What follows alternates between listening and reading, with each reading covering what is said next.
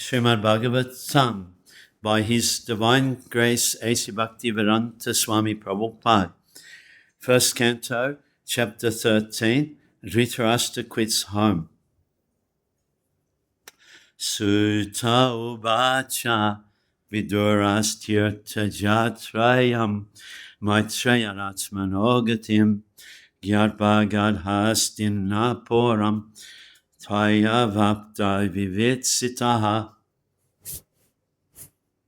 Sri Sutta Goswami said, while traveling on a pilgrimage, Vidura received knowledge of the destination of the self from the great sage Maitreya and then returned to Hastinapur. He became as well versed in the subject as he desired. Vidura, one of the prominent figures in the history of the Mahabharata, he was conceived by Vyasadeva in the womb of the maidservant of Ambika, mother of Maharaj Pandu. He is the incarnation of Yamaraj. Being cursed by Manduk Muni, he was to become a Shudra. The story is narrated as follows.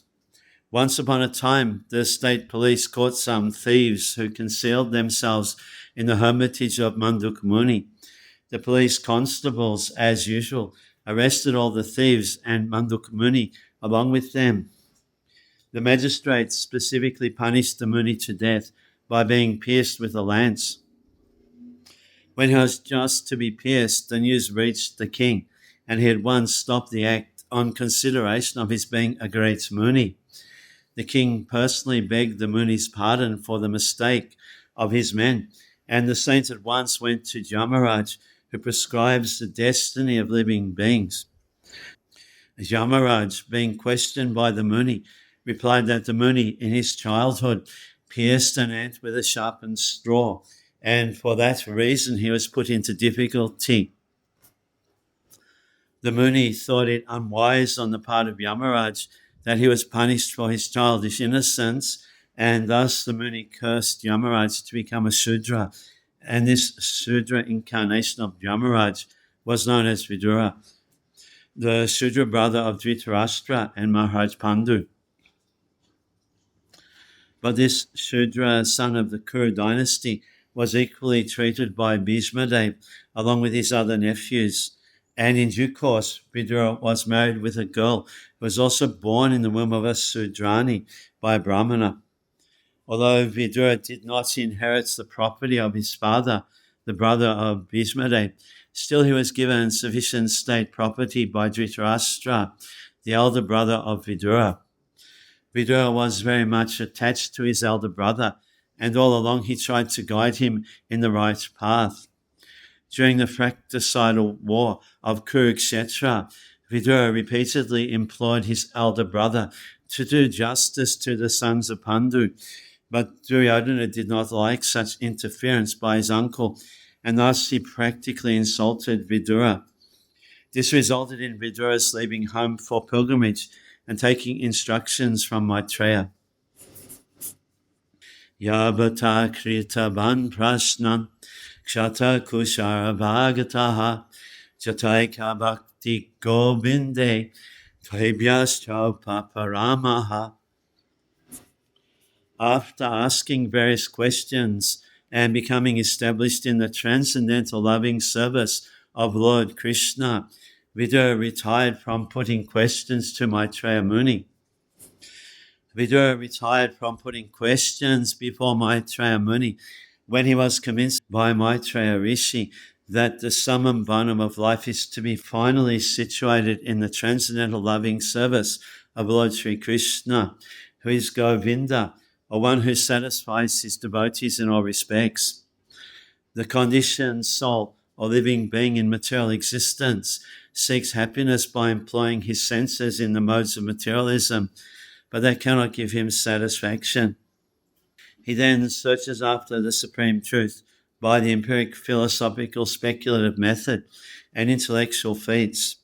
But if he does not find the ultimate goal, he again goes down to material activities and engages himself in various philanthropic and altruistic works, which all fail to give him satisfaction. So neither fruitive activities nor dry philosophical speculation can give one satisfaction, because by nature a living being is the eternal servitor of the Supreme Lord, Sri Krishna, and all the Vedic literatures give him direction towards that ultimate end. The Bhagavad Gita confirms this statement.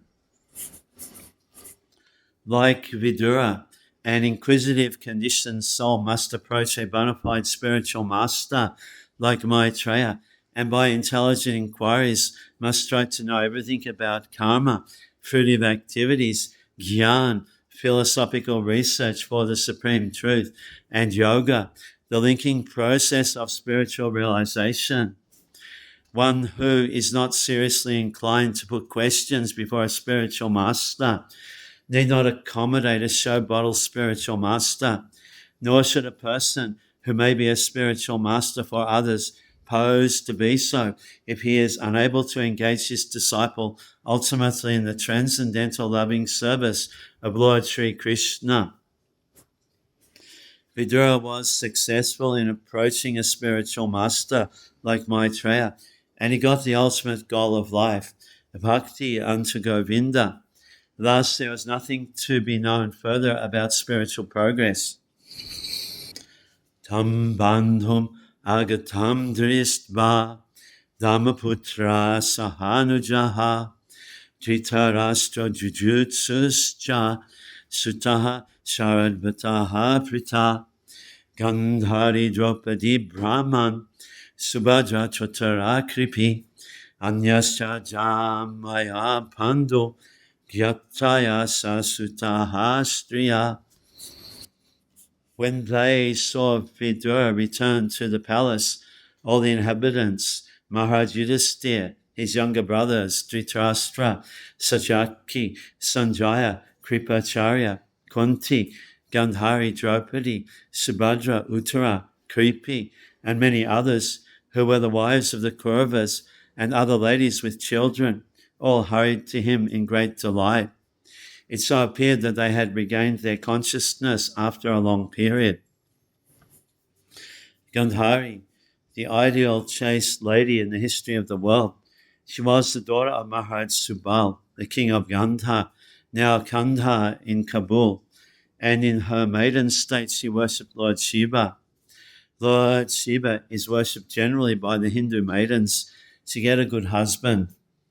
Gandhari satisfied Lord Shiva, and by his benediction to obtain 100 sons, she was betrothed to Dhritarashtra, despite his being blind forever. When Gandhari came to know that her would-be husband was a blind man, to follow her life companion, she decided to become voluntarily blind. So she wrapped up her eyes with many silk linens, and she was married to Dhritarashtra under the guidance of her elder brother, Shakuni. She was the most beautiful girl of her time, and she was equally qualified by her womanly qualities, which endeared every member of the Kaurava court. But despite all her good qualities, she had the natural frailties of a woman, and she was envious of Kunti when the latter gave birth to a male child. Both the queens were pregnant, but Kunti first gave birth to a male child. Thus Gandhari became angry and gave a blow to her own abdomen. As a result, she gave birth to a lump of flesh only. But since she was a devotee of Vyasadeva, by instruction of Vyasadeva, the lump was divided into 100 parts, and each part gradually developed to become a male child. Thus, her ambition to become the mother of 100 sons was fulfilled, and she began to nourish all the children according to her exalted position. When the intrigue of the battlefield of Kurukshetra was going on, she was not in favor of fighting with the Pandavas. Rather, she blamed Dhritarashtra, her husband, for such a fratricidal war. She desired that the state be divided into two parts, for the sons of Pandu and her own. She was very affected when all her sons died in the battle of Kurukshetra, and she wanted to curse Bhimsena and Yudhisthira, but she was checked by Vyasadeva. Her mourning over the death of Duryodhana and Dushashan before Lord Krishna is very pitiful. and Lord Krishna pacified her by transcendental messages. She was equally aggrieved on the death of Karna, and she described to Lord Krishna the lamentation of Karna's wife. She was pacified by Srila Vyasadeva when he showed her dead sons, then promoted to the heavenly kingdoms. She died along with her husband in the jungles of the Himalayas near the mouth of the Ganges. She burned in a forest fire. Maharaj Yudhisthira performed the death ceremony of his uncle and aunt, Pritha, daughter of Maharaj Shurasen and sister of Vasudeva, Lord Krishna's father. Later she was adopted by Maharaj Kunti Bhoja, and hence she is known as Kunti. She is the incarnation of the success potency of the personality of Godhead. The heavenly denizens from the upper planets used to visit the palace of King Kunti Bhoja, and Kunti was engaged for their reception. She also served the great mystic sage Dubhasha, and being satisfied by her faithful service, Dubhasha Muni gave her a mantra by which it was possible for her to call any demigod she pleased. As a matter of inquisitiveness, she had once called for the sun god, who desired couplement with her, but she declined. But the sun god assured her immunity from virgin adulteration, and so she agreed to his proposal. As a result of this couplement, she became pregnant, and Karna was born by her. By the grace of the sun, she again turned into a virgin girl, but being afraid of her parents, she quitted the newly born child Karna. After that, when she actually selected her own husband, she preferred Pandu to be her husband. Maharaj Pandu later on wanted to retire from family life and adopt the renounced order of life. Kunti refused to allow her husband to adopt such life, but at last Maharaj Pandu gave her permission to become a mother of sons by calling some other suitable personalities. Kunti did not accept this proposal at first, but when vivid examples were set by Pandu, she agreed. Thus, by dint of the mantra awarded by Dubhasha Muni, she called for Dharmaraj, and thus Yudhisthira was born. She called for demigod Vayu, air, and thus Bhima was born. She called for Indra, the king of heaven, and thus Arjuna was born. The other two sons, namely Nakul and Sahadev, were begotten by Pandu himself in the womb of Madhuri. Later on, Maharaj Pandu died at an early age, for which Kunti was so aggrieved that she fainted. Two co-wives, namely Kunti and Madhuri, decided that Kunti should live for the maintenance of the 5 minor children, the Pandavas, and Madhuri should accept the sati rituals by meeting voluntary death along with her husband. This agreement was endorsed by great sages like Shatasringa and others present on the occasion. Later on, when the Pandavas were banished from the kingdom by the intrigues of Duryodhana, Kunti followed her sons, and she equally faced all sorts of difficulties during those days. During the forest life, one demon girl, Hidimbi, wanted Bhima as her husband, which was refused by Bhima. But when the girl approached Kunti and Yudhisthira, they ordered Bhima to accept her proposal and give her a son. As a result of this combination, Ghatotkacha was born, and he fought very valiantly with his father against the Kauravas. In their forest life, they lived with a Brahmana family that was in trouble because of one Bhakasura demon, and Kunti ordered Bhima to kill the Bhakasura to protect the Brahmana family against troubles created by the demon. She advised Yudhisthira to start for the Panchala Desh. Draupadi was gained in this Panchala Desh by Arjuna, but by the order of Kunti, all the 5 brothers of the Pandavas became equally the husbands of Panchali or Draupadi. She was married with 5 Pandavas in the presence of Vyasadeva. Kunti Devi never forgot her first child, Karna, and after Karna's death in the battle of Kurukshetra, she lamented and admitted before her other sons that Karna was her eldest son prior to her marriage with Maharaj Pandu. After the Battle of Kurukshetra, when Lord Krishna was going back home, her prayers for the Lord are excellently explained. Later, she went to the forest with Gandhari for severe penance. She used to take meals after each 30 days. She finally sat down in profound meditation and later burned to ashes in a forest fire. Draupadi, the most chaste daughter of Maharaj Drupad, and partly an incarnation of the goddess Sachi, the wife of Indra. Maharaj Drupad performed a great sacrifice under the superintendence of the sage Jaja. By his first offering, Drishtadyumna was born, and by the second offering, Draupadi was born. She is therefore the sister of Drishtadyumna, and she is also named Panchali. The 5 Pandavas married her as a common wife, and each of them begot a son in her. Maharaj Yudhisthira begot a son named Pratibhind. Bhishma, a saint, begot a son named Sutasome. Arjuna begot Shrutakirti. Nakul begot Satanika, and Sahadev begot Shrutakarma. She is described as a most beautiful lady, equal to her mother-in-law Kunti. During her birth, there was an error message that she should be called Krishna. The same message also declared that she is born to kill many a Kshatriya. By dint of her blessings from Sankara, she was awarded 5 husbands, equally qualified. When she preferred to select her own husband, princes and kings were invited from all countries of the world. She was married with the Pandavas during their exile in the forest, but when they went back home, Maharaj Drupad gave them immense wealth as a dowry. She was well received by all the daughters-in-law of Dhritarashtra.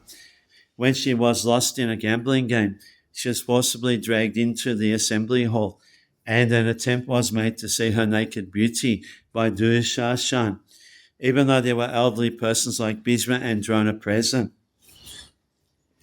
She was a great devotee of Lord Krishna, and by her praying, the Lord himself became an unlimited garment to save her from the insult. A demon of the name Jatasura kidnapped her, but her second husband, Bhimsena, killed the demon and saved her. She saved the Pandavas from the curse of Maharishi Durvasha by the grace of Lord Krishna.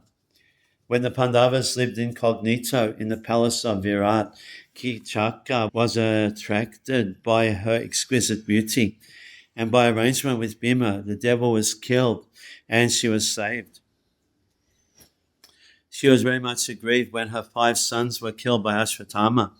At the last stage, she accompanied her husband Yudhisthira and others and fell on the way. The cause of her falling was explained by Yudhisthira, but when Yudhisthira entered the heavenly planet, he saw Draupadi gloriously present there as the goddess of fortune in the heavenly planet. Subhadra, daughter of Vasudeva and sister of Lord Sri Krishna, she was not only a very dear daughter of Vasudeva, but also a very dear sister to both Krishna and Baladev.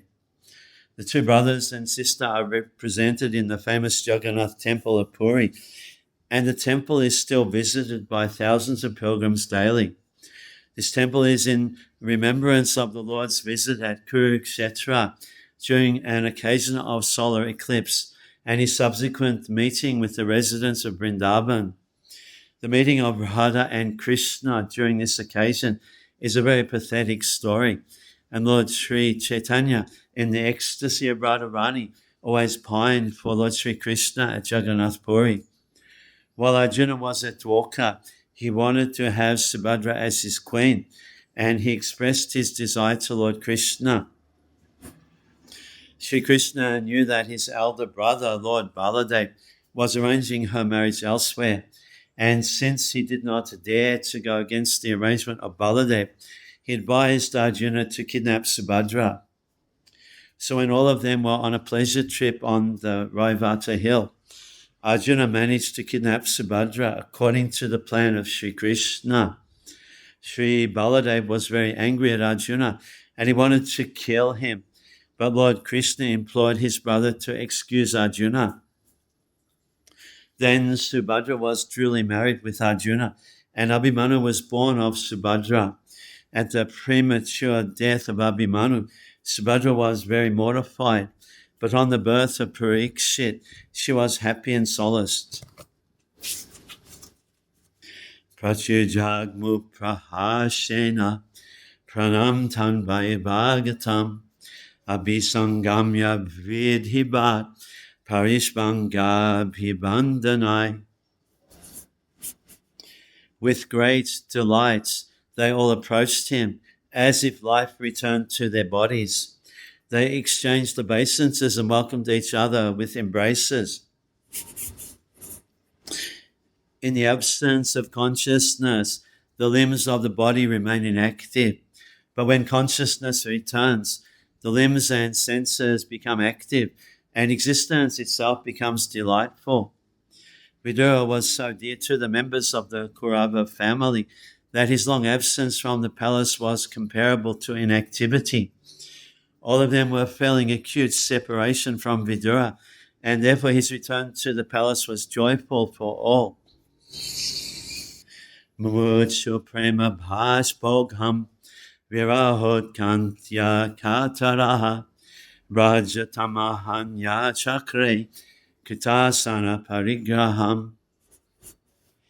Due to anxieties and long separation, they all cried out of affection. King Yudhisthira then arranged to offer sitting accommodations and a reception. Tam bhunkta bantam vishrantam asinam sukham asane prashrayabannatau raja prahate shamcha srinvatam. After Vidura ate sumptuously and took sufficient rest, he was comfortably seated. Then the king began to speak to him, and all who were present there listened. King Yudhisthira was expert in reception also, even in the case of his family members. Vidura was well received by all the family members by exchange of embraces and obeisances.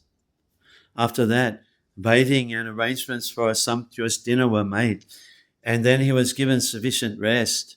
After finishing his rest, he was offered a comfortable place to sit, and then the king began to talk about all happenings, both family and otherwise. That is the proper way to receive a beloved friend, or even an enemy. According to Indian moral codes, even an enemy received at home should be so well received that he will not feel any fearful situation. An enemy is always afraid of his enemy, but this should not be so when he is received at home by his enemy. This means that a person, when received at home, should be treated as a relative. So what to speak of a family member like Vidura, who was a well-wisher for all the members of the family.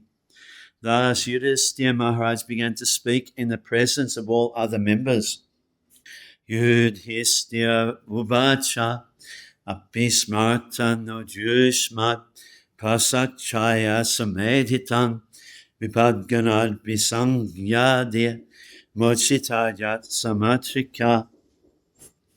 Maharaj Yudhisthira said, "My uncle, do you remember how you always protected us, along with our mother, from all sorts of calamities? Your partiality, like wings of a bird, saved us from poisoning and arson. Due to Pandu's death at an early age, his minor children and widow were the object of special care by all the elderly members of the family, especially Bhishmadev and Mahatma Vidura. Vidura was more or less partial to the Pandavas due to their political position. Although Dhritarashtra was fully careful for the minor children of Maharaj Pandu, he was one of the intriguing parties who wanted to wash away the descendants of Pandu and replace them by raising his own sons to become the rulers of the kingdom. Mahatma Vidura could follow this intrigue of Dhritarashtra and company, and therefore, even though he was a faithful servitor of his eldest brother, Dhritarashtra, he did not like his political ambition for the sake of his own sons. He was therefore very careful about the protection of the Pandavas and their widow mother.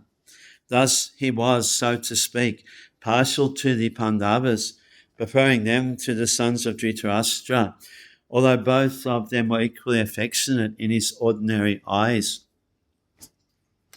He was equally affectionate to both the camps of nephews, in the sense that he always chastised Duryodhana for his intriguing policy against his cousins.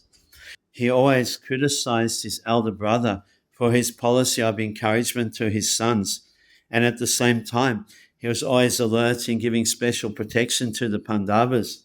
All these different activities of Vidura within the palace politics made him well known as partial to the Pandavas. Maharaj Yudhisthira has referred to the past history of Vidura before his going away from home for a prolonged pilgrim's journey. Maharaj Yudhisthira reminded him that he was equally kind and partial to his grown-up nephews, even after the Battle of Kurukshetra, a great family disaster. Before the Battle of Kurukshetra, Dhritarashtra's policy was peaceful annihilation of his nephews, and therefore he ordered Purochana to build a house at Avaranavat. And when the building was finished, Dhritarashtra desired that his brother's family live there for some time.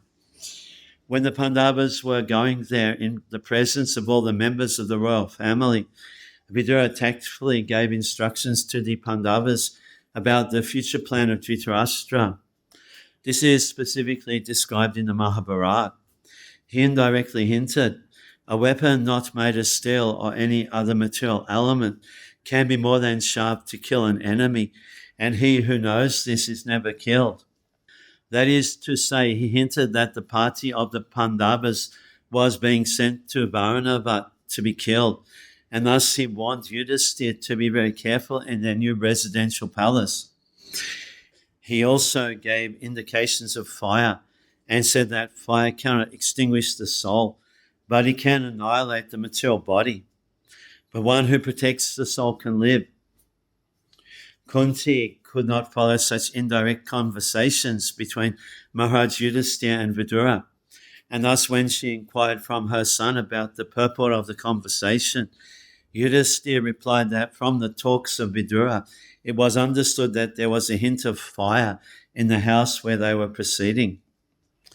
Later on, Vidura came in disguise to the Pandavas and informed them that the housekeeper was going to set fire to the house on the 14th night of the waning moon. It was an intrigue of Dhritarashtra that the Pandavas might die altogether with their mother. And by his warning, the Pandavas escaped through a tunnel underneath the earth, so that their escape was also unknown to Dhritarashtra, so much so that after setting the fire, the Kauravas were so certain of the death of the Pandavas that Dhritarashtra performed the last rites of death with great cheerfulness. And during the mourning period, all the members of the palace became overwhelmed with lamentation. But Vidura did not become so, because of his knowledge that the Pandavas were alive somewhere. There are many such instances of calamities, and in each of them Vidura gave protection to the Pandavas on one hand, and on the other he tried to restrain his brother Dhritarashtra from such intriguing policies. Therefore he was always partial to the Pandavas, just as a bird protects its eggs by his wing.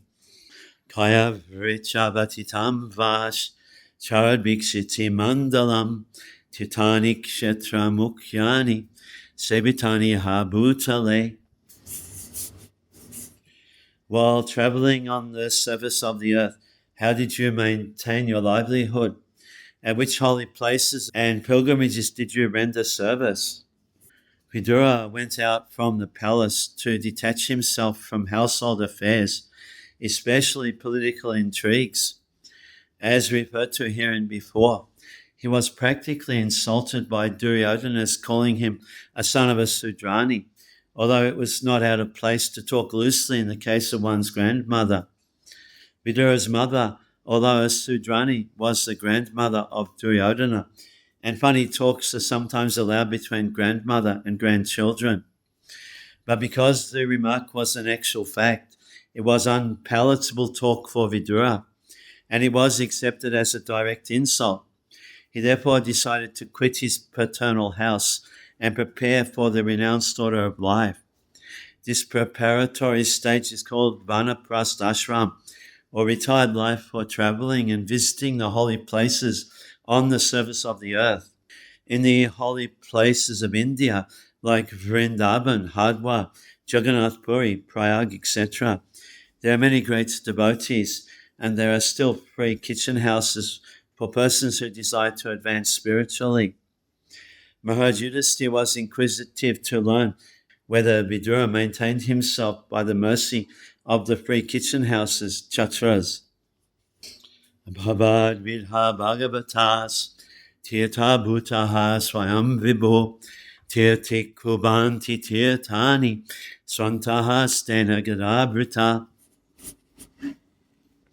My Lord, devotees like your good self are verily holy places personified. Because you carry the personality of Godhead within your heart, you turn all places into places of pilgrimage. The personality of Godhead is omnipresent by his diverse potencies everywhere, just as electric power is distributed everywhere within space. Similarly, the Lord's omnipresence is perceived and manifested by his unalloyed devotees like Vidura, just as electricity is manifested in an electric bulb. A pure devotee like Vidura always feels the presence of the Lord everywhere. He sees everything in the potency of the Lord and the Lord in everything. The holy places all over the earth are meant for purifying the polluted consciousness of the human being by an atmosphere surcharged with the presence of the Lord's unalloyed devotees. If anyone visits a holy place, he must search out the pure devotees residing in such holy places, take lessons from them, try to apply such instructions in practical life, and thus gradually prepare oneself for the ultimate salvation, going back to Godhead. To go to some holy place of pilgrimage does not mean only to take a bath in the Ganges or Yamuna, or to visit the temples situated in those places. One should also find out representatives of Vidura who have no other desire in life save and except to serve the personality of Godhead. The personality of Godhead is always with such pure devotees because of their unalloyed service, which is without any tinge or fruit of action. They are in the actual service of the Lord, specifically by the process of hearing and chanting. The pure devotees hear from the authorities and chant, sing and write of the glories of the Lord. Mahamuni Vyasadeva heard from Narad, and then he chanted in writing. Shukadeva Goswami studied from his father, and he described it to Parikshit. That is the way of Srimad-Bhagavatam. So by their actions, the pure devotees of the Lord can render any place into a place of pilgrimage, and the holy places are worth the name only on their account. Such pure devotees are able to rectify the polluted atmosphere of any place, and what to speak of a holy place rendered unholy by the questionable actions of interested persons who try to adopt a professional life at the cost of the reputation of a holy place. Apina suhridastata bandhabaha Krishna devataha Jista shuta vajadaba swapuyam sukamasate. My uncle, you must have visited Dwarka. In that holy place, there are our friends and well-wishers, the descendants of Yadu, who are always wrapped in the service of the Lord Sri Krishna. You might have seen them or heard about them. Are they all living happily in their abodes? The particular word, Krishna Devataha, i.e. those who are always wrapped in the service of Lord Krishna, is significant. The Yadavas and the Pandavas, who were always wrapped in the thought of the Lord Krishna and his different transcendental activities, were all pure devotees of the Lord, like Vidura. Vidura left home in order to devote himself completely to the service of the Lord. But the Pandavas and the Yadavas were always wrapped in the thought of Lord Krishna. Thus, there is no difference in their pure devotional qualities. Either remaining at home or leaving home, The real qualification of a pure devotee is to become wrapped in the thought of Krishna favorably, i.e. knowing well that Lord Krishna is the absolute personality of Godhead. Kamsa, Jarasandha, Shishupal, and other demons like them were also always wrapped in the thought of Lord Krishna, but they were absorbed in a different way, namely unfavorably, or thinking him to be a powerful man only. Therefore, Kamsa and Shishupal are not on the same level of pure devotees like Vidura, the Pandavas, or the Yadavas. Maharaj Yudhisthira was also always wrapped in the thought of Lord Krishna and his associates at Dwarka. Otherwise, he would not have asked all about them from Vidura. Maharaj Yudhisthira is therefore on the same level of devotion as Vidura, although engaged in the state affairs of the kingdom of the world. Iti ukto dhammarajena sabam tat sammanvanayat yatanubhutam kramasho vinajaru kulakshayam.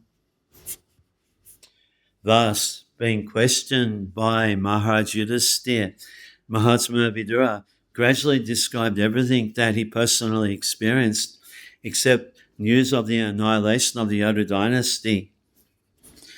Nano apriyam dubeshaham ninam swayamupastitam nabajat sakkaruno dukhitandrastamakshamaha.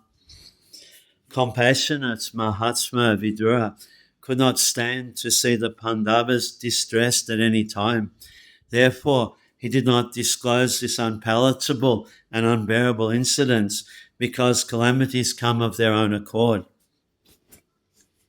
According to Niti Shastra, civic laws, one should not speak an unpalatable truth to cause distress to others. Distress comes upon us in its own way by the laws of nature, so one should not aggravate it by propaganda.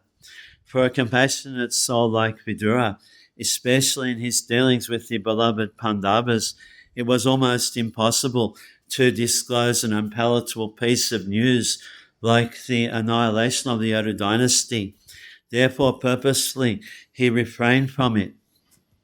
Kanchit kalamatabhatsit satkrito deva bhatsukam bharato jaistasya shreyas sabe shamsukam abahan. Thus, Mahatma Vidura, being treated just like a godly person by his kinsmen, remained there for a certain period, just to pacify the mentality of his eldest brother, and in this way bring happiness to all the others. Saintly persons like Vidura must be treated as well as a denizen from heaven. In those days, denizens of heavenly planets used to visit homes like that of Maharaj Yudhisthira, and sometimes persons like Arjuna and others used to visit higher planets. Narad is a spaceman who can travel unrestrictedly, not only within the material universes, but also in the spiritual universes. Even Narad used to visit the palace of Maharaj Yudhisthira, and what to speak of other celestial demigods. It is only the spiritual culture of the people concerned that makes interplanetary travel possible, even in the present body. Maharaj Yudhisthira, therefore, received Vidura in the matter of a reception offered to the demigods. Mahatma Vidura had already adopted the renounced order of life, and therefore he did not return to his paternal palace to enjoy some material comforts. He accepted out of his own mercy what was offered to him by Maharaj Yudhisthira, but the purpose of living in the palace was to deliver his too much materially attached elder brother, Dhritarashtra. Dhritarashtra lost all his state and descendants in the fight with Maharaj Yudhisthira, and still, due to his sense of helplessness, he did not feel ashamed to accept the charity and hospitality of Maharaj Yudhisthira.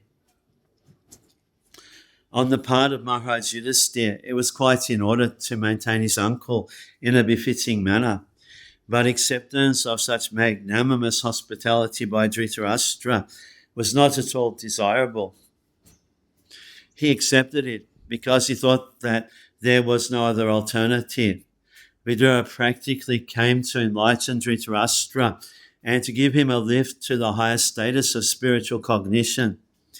It is the duty of enlightened souls to deliver the fallen ones, and Vidura came for that reason. But talks of spiritual enlightenment are so refreshing that while instructing Dhritarashtra, Vidura attracted the attention of all the members of the family, and all of them took pleasure in hearing him patiently. This is the way of spiritual realization. The message should be heard attentively, and if spoken by a realized soul, it will act on the dormant heart of the conditioned soul. And by continuously hearing, one can attain the perfect stage of self-realization. Abhibradaram madandam yatabadaga karishu yabadadhara sudradbam sapadbhashashatam yamaha. As long as Vidura played the part of a Sudra, being cursed by Manduk Muni, Arama officiated at the post of Yamaraj to punish those who committed sinful acts.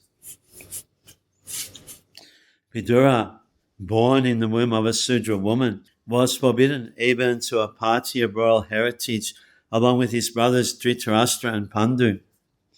Then how could he occupy the post of a preacher to instruct such learned kings and kshatriyas as Dhritarashtra and Maharaj Yudhisthira?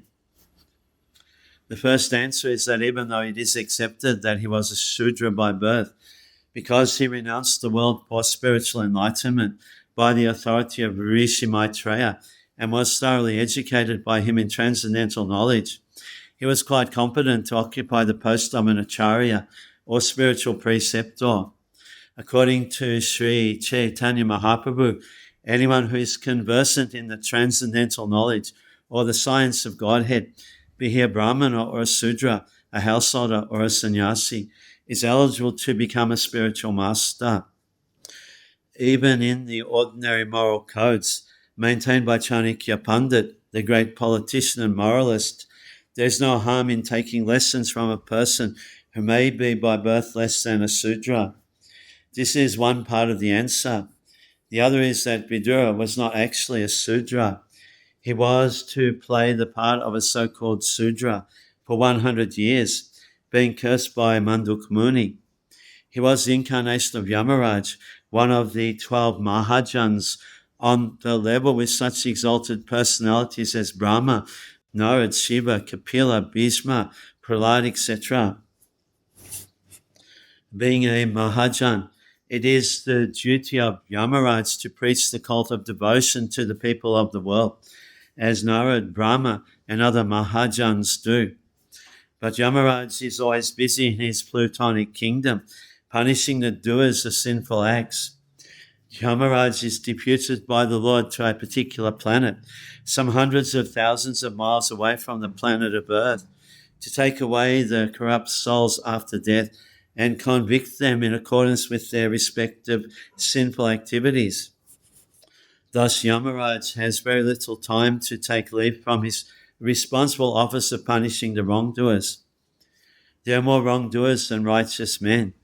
Therefore, Yamaraj has to do more work than other demigods who are also authorized agents of the Supreme Lord.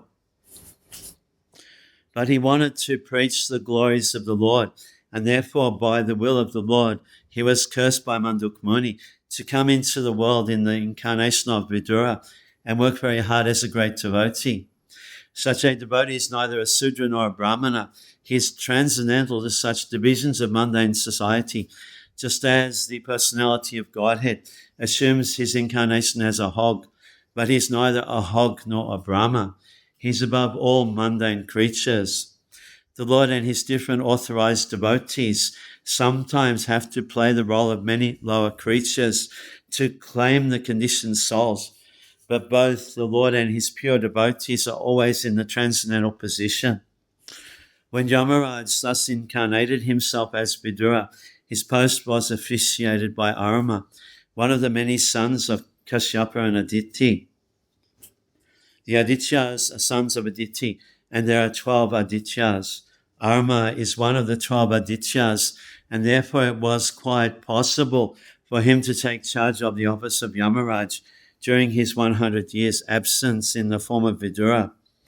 The conclusion is that Vidura was never a Sudra, but was greater than the purest type of Brahmana. Yudhishthira labdha rajyo drishtva putram kalandharam bhartribi lokapalabi mumude parayashriya. Having won his kingdom and observed the birth of one grandson competent to continue the noble tradition of his family, Maharaj Yudhisthira reigned peacefully and enjoyed uncommon opulence in cooperation with his younger brothers, who were all expert administrators to the common people. Both Maharaj Yudhisthira and Arjuna were unhappy from the beginning of the battle of Kurukshetra. But even though they were unwilling to kill their own men in the fight, it had to be done as a matter of duty, for it was planned by the supreme will of Lord Sri Krishna. After the battle, Maharaj Yudhisthira was unhappy over such mass killings. Practically, there was none to continue the Kuru dynasty after them, the Pandavas. The only remaining hope was the child in the womb of his daughter-in-law, Uttara, and he was also attacked by Ashwatthama. But by the grace of the Lord, the child was saved. So, after the settlement of all disturbing conditions and re-establishment of the peaceful order of the state, and after seeing the surviving child Parikshit well satisfied, Maharaj felt some relief as a human being, although he had very little attraction for material happiness, which is always illusory and temporary. Ibam griheshu saktanam pramatanam tadihaya achakramara vigyataha kalaha paramadushtaraha. Insurmountable eternal time imperceptibly overcomes those who are too much attached to family affairs and are always engrossed in their thought. I am now happy. I have everything in order. My bank balance is quite enough. I can now give my children enough estate.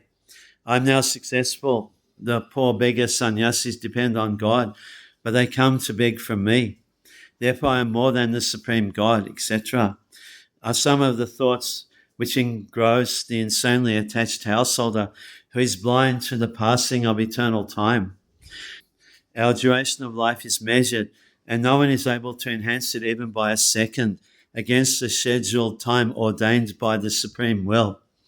Such valuable time, especially for the human being, should be cautiously spent, because even a second passed away imperceptibly cannot be replaced, even in exchange of thousands of golden coins amassed by hard labor. Every second of human life is meant for making an ultimate solution to the problems of life, i.e. repetition of birth and death, and revolving in the cycle of 8,400,000 different species of life. The material body, which is subject to birth and death, diseases and old age, is the cause of all sufferings of the living being. Otherwise, the living being is eternal. He is never born, nor does he ever die. Foolish persons forget this problem.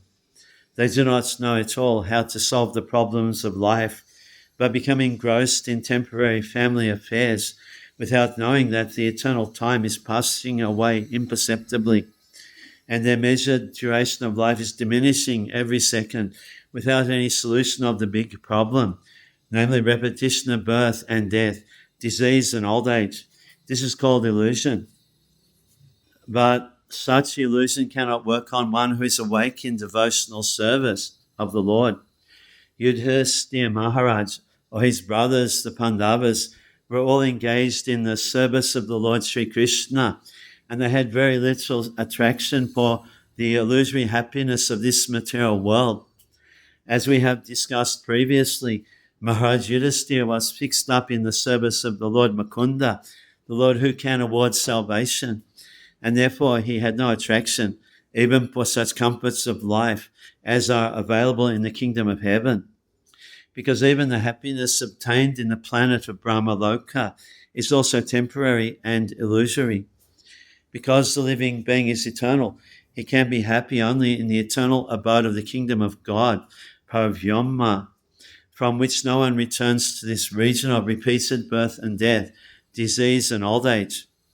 Therefore, any comforts of life or any material happiness which does not warrant an eternal life are but illusion for the eternal living being. One who understands this factually is learned, and such a learned person can sacrifice any amount of material happiness to achieve the desired goal known as Brahma Sukham, or absolute happiness. Real transcendentalists are hungry for this happiness, and as a hungry man cannot be made happy by all comforts of life minus foodstuff, so the hungry man for eternal absolute happiness cannot be satisfied by any amount of material happiness.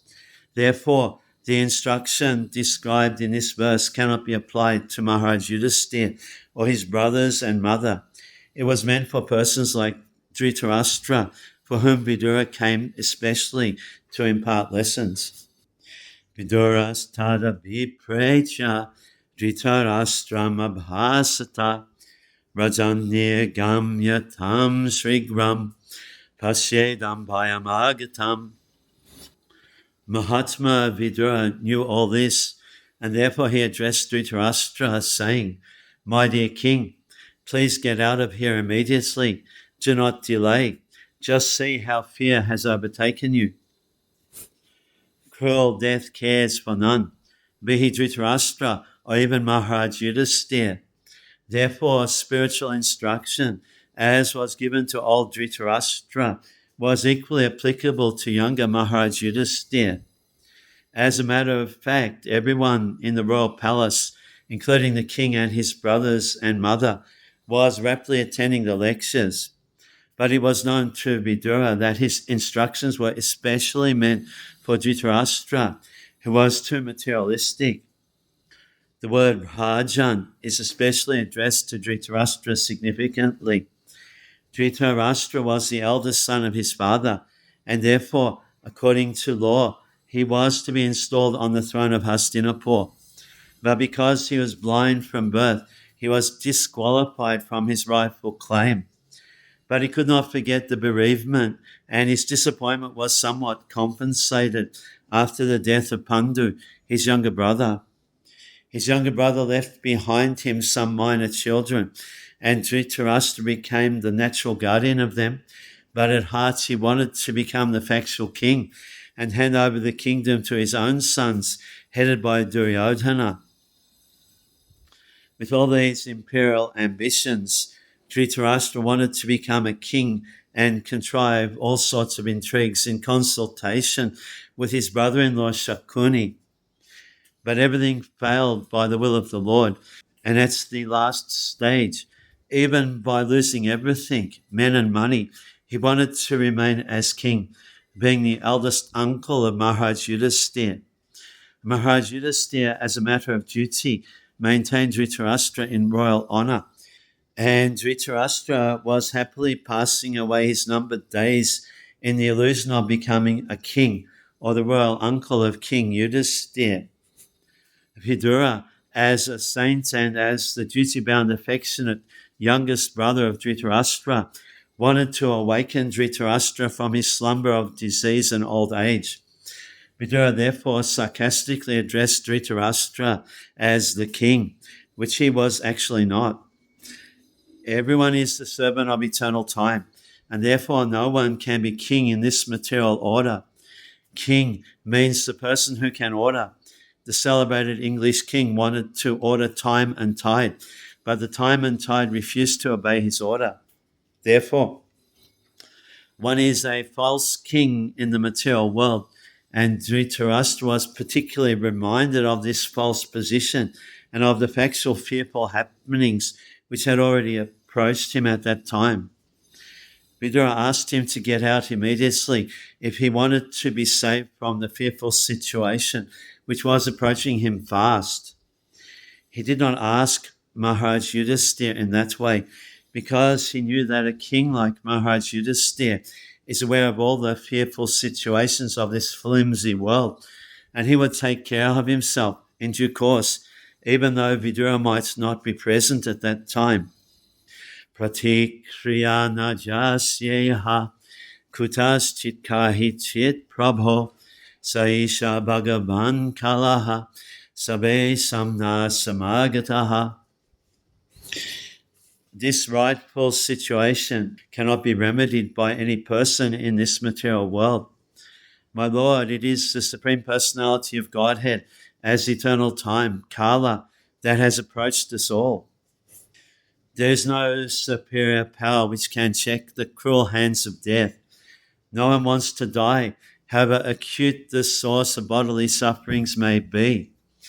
Even in the days of so-called scientific advancement of knowledge, there is no remedial measure either for old age or for death. Old age is the notice of the arrival of death served by cruel time, and no one can refuse to accept either summon calls or the supreme judgment of eternal time. This is explained before Dhritarashtra because he might ask Vidura to find out some remedial measure for the imminent fearful situation, as he had ordered many times before. Before ordering, however, Vidura informed Dhritarashtra that there was no remedial measure by anyone or from any source in this material world. And because there is no such thing in the material world, death is identical with the Supreme Personality of Godhead, as it is said by the Lord himself in the Bhagavad Gita.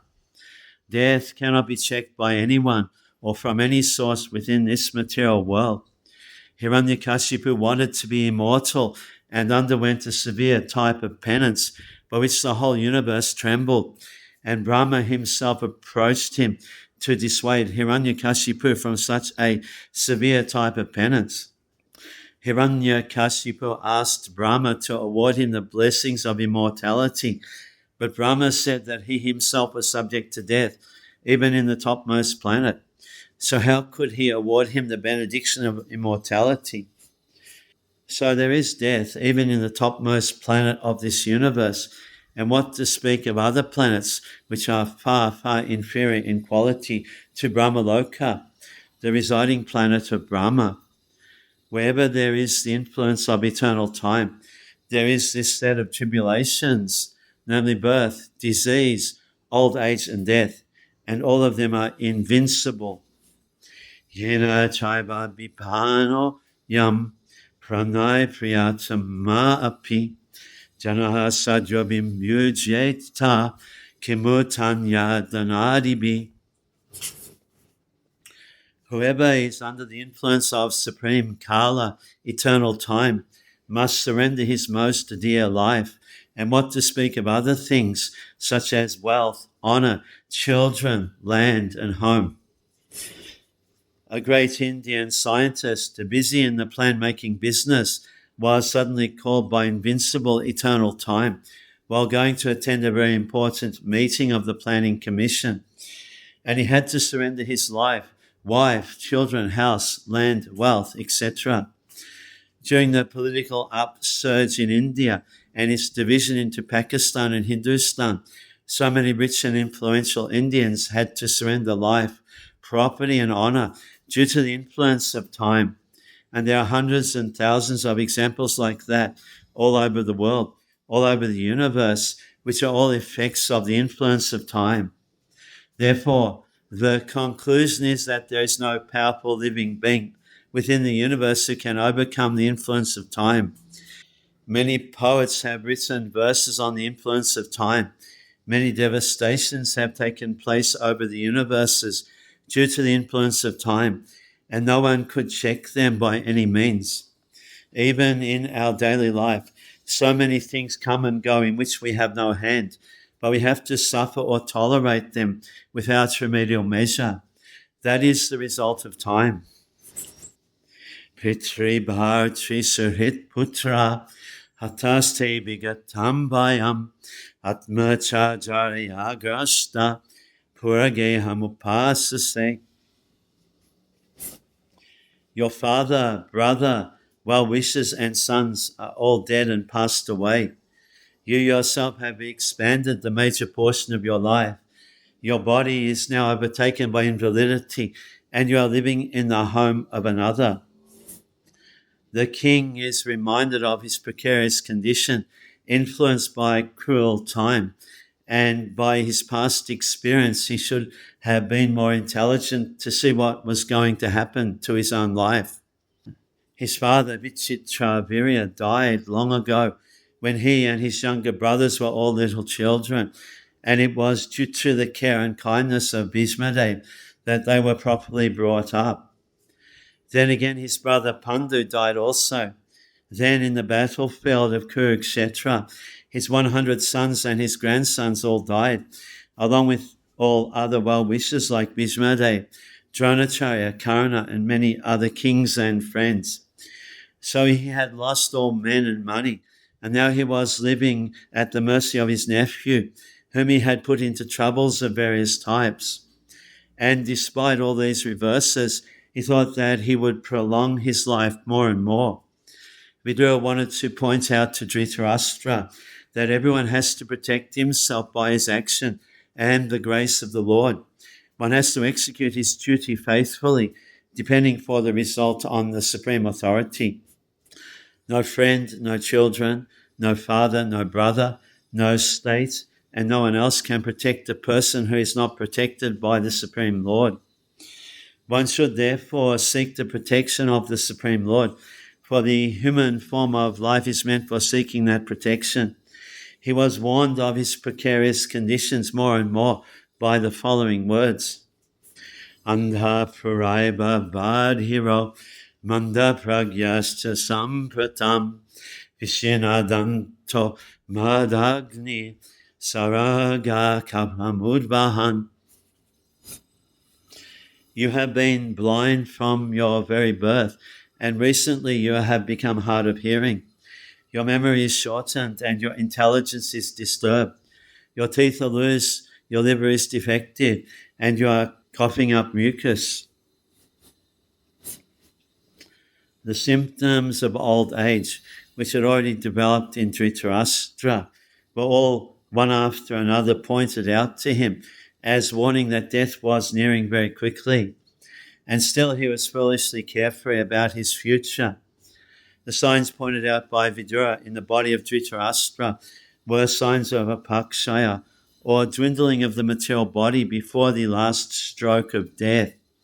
The body is born, it develops, stays, creates other bodies, dwindles and then vanishes.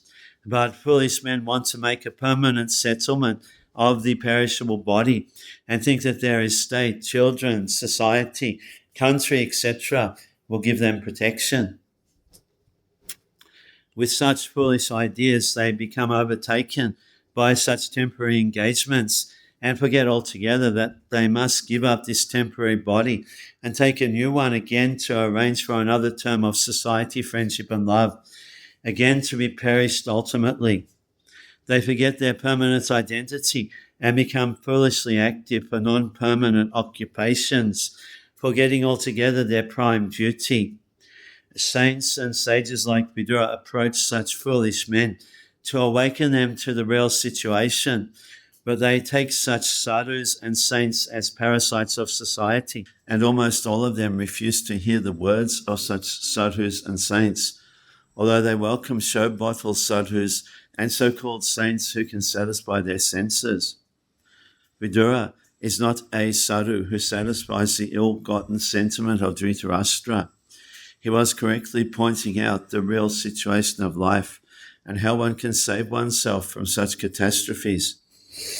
Aho mahi yasi janto jivitasha yatabhavan bimapavajitam pindam adate griha palavat. Alas, how powerful are the hopes of a living being to continue his life. Verily, you are living just like a household dog and are eating remnants of food given by Bhima. A sadhu should never flatter kings or rich men to live comfortably at their cost. A sadhu is to speak to the householders about the naked truth of life, so they may come to their senses about the precarious life in material existence. Dhritarashtra is a typical example of an attached old man in household life. He had become a pauper in the true sense, yet he wanted to live comfortably in the house of the Pandavas, of whom Bhima especially is mentioned, because personally he killed two prominent sons of Dhritarashtra, namely Duryodhana and Dushashan. These two sons were very much dear to him for their notorious and nefarious activities, and Bhima is particularly pointed out because he killed these two pet sons. Why was Dhritarashtra living there at the house of the Pandavas? Because he wanted to continue his life comfortably, even at the risk of all humiliation. Vidura, therefore, was astonished how powerful is the urge to continue life. This sense of continuing one's life indicates that a living being is eternally a living entity, and he does not want to change his bodily habitation. The foolish man does not know that a particular term of bodily existence is awarded to him to undergo a term of imprisonment, and the human body is awarded after many, many births and deaths as a chance for self-realization, to go back home, back to Godhead. But persons like Dhritarashtra try to make plans to live there in a comfortable position with profit and interest, but they do not see things as they are. Dhritarashtra is blind and continues to hope to live comfortably in the midst of all kinds of reverses of life. A sadhu like Vidura is meant to awaken such blind persons and thus help them go back to Godhead, where life is eternal. Once going there, no one wants to come back to this material world of miseries. We can just imagine how responsible a task is entrusted to a sadhu like Mahatma Vidura. Agni nishista datascha korodarascha dushitaha vitam ketram dhanam yesham tadata subhikyat. There is no need to live a degraded life and subsist on the charity of those whom you tried to kill by arson and poisoning. You also insulted one of their wives and usurped their kingdom and wealth. The system of Varnashram religion sets aside a part of one's life completely for the purpose of self-realization and attainment of salvation in the human form of life. That is a routine division of life, but persons like Dhritarashtra, even at their weary, ripened age, want to stay home even in a degraded condition of accepting charity from enemies. Vidura wanted to point this out and impressed upon him that it was better to die like his sons than accept such humiliating charity. 5,000 years ago, there was one Dhritarashtra, but at the present moment, there are Dhritarashtras in every home.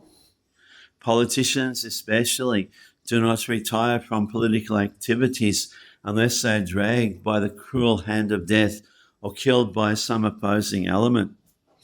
To stick to family life up to the end of one's human life is the grossest type of degradation, and there is absolute need of educating such Dhritarashtras by the Viduras, even at the present moment.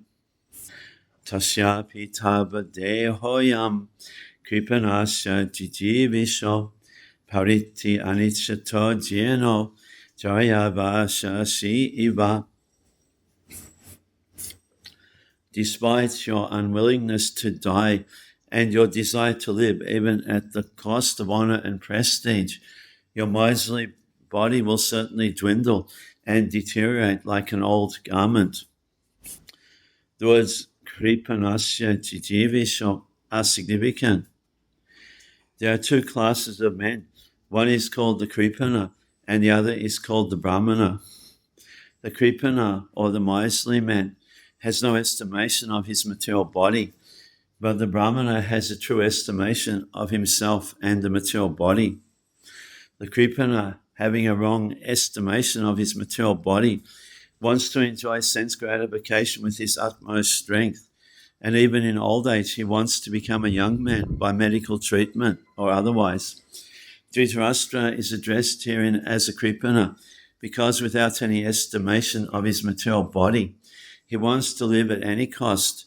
And Vidura is trying to open his eyes to see that he cannot live more than his term and that he must prepare for death. Since death is inevitable, why should he accept such a humiliating position for living? It is better to take the right path, even at the risk of death.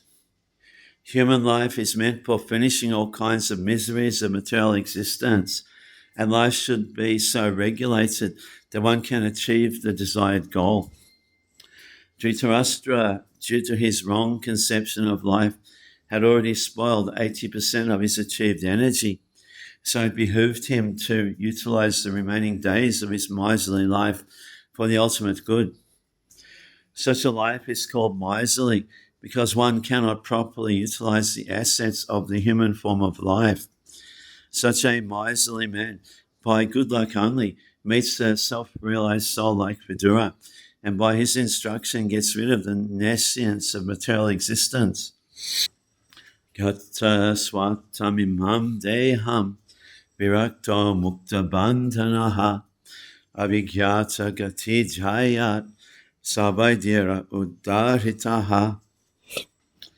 He is called undisturbed, who goes to an unknown, remote place and freed from all obligations, quits his material body when it has become useless. Narottam Das Thakur, a great devotee and acharya of the Gaudiya Vaishnava sect, has sung, "My Lord, I have simply wasted my life. Having obtained the human body, I have neglected to worship your Lordship, and therefore willingly I have drunk poison." In other words, the human body is especially meant for cultivating knowledge of devotional service of the Lord, without which life becomes full of anxieties and miserable conditions. Therefore, one who has spoiled his life without such cultural activities is advised to leave home without knowledge of friends and relatives, and, being thus freed from all obligations of family, society, country, etc., give up the body at some unknown destination, so that others may not know where and how he has met his death. Dhira means one who is not disturbed, even when there is sufficient provocation. One cannot give up a comfortable family life due to his affectionate relation with wife and children. Self-realization is obstructed by such undue affection for family, and if anyone is at all able to forget such a relation, he is called the undisturbed or dhira. This is, however, the path of renunciation based on a frustrated life. But stabilization of such renunciation is possible only by association with bona fide saints and self-realized souls, by which one can be engaged in the loving devotional service of the Lord. Sincere surrender unto the lotus feet of the Lord is possible by awakening the transcendental sense of service, made possible by association of pure devotees of the Lord. Dhritarashtra was lucky enough to have a brother whose very association was a source of liberation for his frustrated life. Yahaswakat parato veha jataniya veda atmavan hridi kritva harim gehat prabrajet sanarotamaha. He is certainly a first-class man who awakens and understands, either by himself or from others, the falsity and misery of this material world, and thus leaves home and depends fully on the personality of Godhead residing within his heart. There are three classes of transcendentalists, namely one, the dhira, or one who is not disturbed by being away from the family association. Two, one in the renounced order of life, a sannyasi by frustrated sentiment. And three, a sincere devotee of the Lord who awakens God consciousness by hearing and chanting and leaves home depending completely on the personality of Godhead who resides in his heart. The idea is that the renounced order of life, after a frustrated life of sentiments in the material world may be the stepping stone on the path of self-realization. But real perfection of the path of liberation is attained when one is practiced to depend fully on the Supreme Personality of Godhead, who lives in everyone's heart as Paramatma. One may live in the darkest jungle alone out of home, but a steadfast devotee knows very well that he is not alone. The Supreme Personality of Godhead is with him, and he can protect his sincere devotee in any awkward circumstance. One should therefore practice devotional service at home, hearing and chanting the holy name, quality, form, pastimes, entourage, etc., in association with pure devotees. And this practice will help one awaken God consciousness in proportion to one's sincerity of purpose. One who desires material benefit by such devotional activities can never depend on the Supreme Personality of Godhead, although he sits in everyone's hearts. Nor does the Lord give any direction to persons who worship him for material gain. Such materialistic devotees may be blessed by the Lord with material benefits, but they cannot reach the stage of the first-class human being, as above mentioned. There are many examples of such sincere devotees in the history of the world, especially in India, and they are our guides on the path of self-realization. Mahatma Vidura is one such great devotee of the Lord, and we should all try to follow in his lotus footsteps for self-realization. Athoditshim disham jato swai agyata gati bhavan itvarvak prayashaha kalaha pumsham guna vikashanaha. Please, therefore, leave for the north immediately, without letting your relatives know, for soon that time will approach which will diminish the good qualities of men.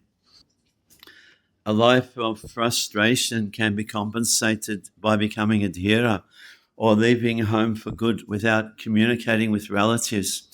And Vidura advised his eldest brother to adopt this way without delay, because very quickly the age of Kali was approaching. A conditioned soul is already degraded by the material association, and still in the Kali Yuga, the good qualities of a man will deteriorate to the lowest standard. He was advised to leave home before Kali Yuga approached, because the atmosphere which was created by Vidura, his valuable instructions on the facts of life, would fade away due to the influence of the age which was fast approaching. To become Narottam, or a first-class human being, depending completely on the Supreme Lord Sri Krishna, is not possible for any ordinary man. It is stated in the Bhagavad Gita that a person who is completely relieved of all taints of sinful acts can alone depend on the Supreme Lord, Sri Krishna, the personality of Godhead. Dhritarashtra was advised by Vidura at least to become a dhira in the beginning, if it were impossible for him to become a sannyasi or a narottam. Persistently endeavoring on the line of self-realization helps a person to rise to the conditions of a narottam from the stage of a dhira. The dhira stage is attained after prolonged practice of the yoga system, but by the grace of Vidura, one can attain this stage immediately simply by willing to adopt the means of the dhira stage, which is the preparatory stage for sannyas.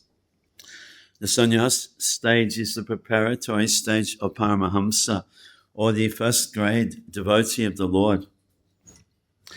Ivam Raja Vidurena Nujena Pragya Chakshu Bodhita Ajamidha Chitra Sweshu Sneha Pashan Dradhimno Nischakrama Bharatri Sadashitadva. Thus, Maharaj Dhritarashtra, the scion of the family of Ajamidha, firmly conceived by introspective knowledge, pragya, broke at once the strong network of familial affection by his resolute determination. Thus he immediately left home to set out on the path of liberation as directed by his younger brother Vidura. Lord Sri Chaitanya Mahaprabhu, the great preacher of the principles of Srimad-Bhagavatam, has stressed the importance of associating with sadhus, or pure devotees of the Lord. He said that even by a moment's association with a pure devotee, one can achieve all perfection. We are not ashamed to admit that this fact was experienced in our practical life. Were we not favored by His divine grace, Srimad Bhaktivedanta Saraswati Goswami Maharaj, by our first meeting for a few minutes only, it would have been impossible for us to accept this mighty task of describing Srimad-Bhagavatam in English. Without seeing him at that opportune moment, we could have become a very great business magnate, but never would we have been able to walk the path of liberation and be engaged in effectual service of the Lord under the instructions of His divine grace. And here is another practical example by the action of Vidura's association with Dhritarashtra. Maharaj Dhritarashtra was tightly bound in a network of material affinities related to politics, economy, and family attachment. And he did everything in his power to achieve so-called success in his planned projects. But he was frustrated from the beginning to the end, so far as his material activities were concerned. And yet, despite his life of failure, he achieved the greatest of all success in self-realization by the forceful instructions of a pure devotee of the Lord, who is the typical emblem of a sadhu. The scriptures enjoin, therefore, that one should associate with sadhus only, rejecting all other kinds of association. And by doing so, one will have ample opportunity to hear these sadhus who can cut to pieces the bonds of illusory affection in the material world. It is a fact that the material world is a great illusion because everything appears to be a tangible reality, but the next moment, everything is evaporated like the dashing foam of the sea or a cloud in the sky. A cloud in the sky undoubtedly appears to be a reality because it rains, and due to rain, so many temporary green things appear. But in the ultimate issue, everything disappears, namely the cloud, rain, and green vegetation, all in due course. But the sky remains, and the varieties of sky or luminaries also remain forever. Similarly, the absolute truth, which is compared to the sky, remains eternally, and the temporary cloud-like illusion comes and goes away.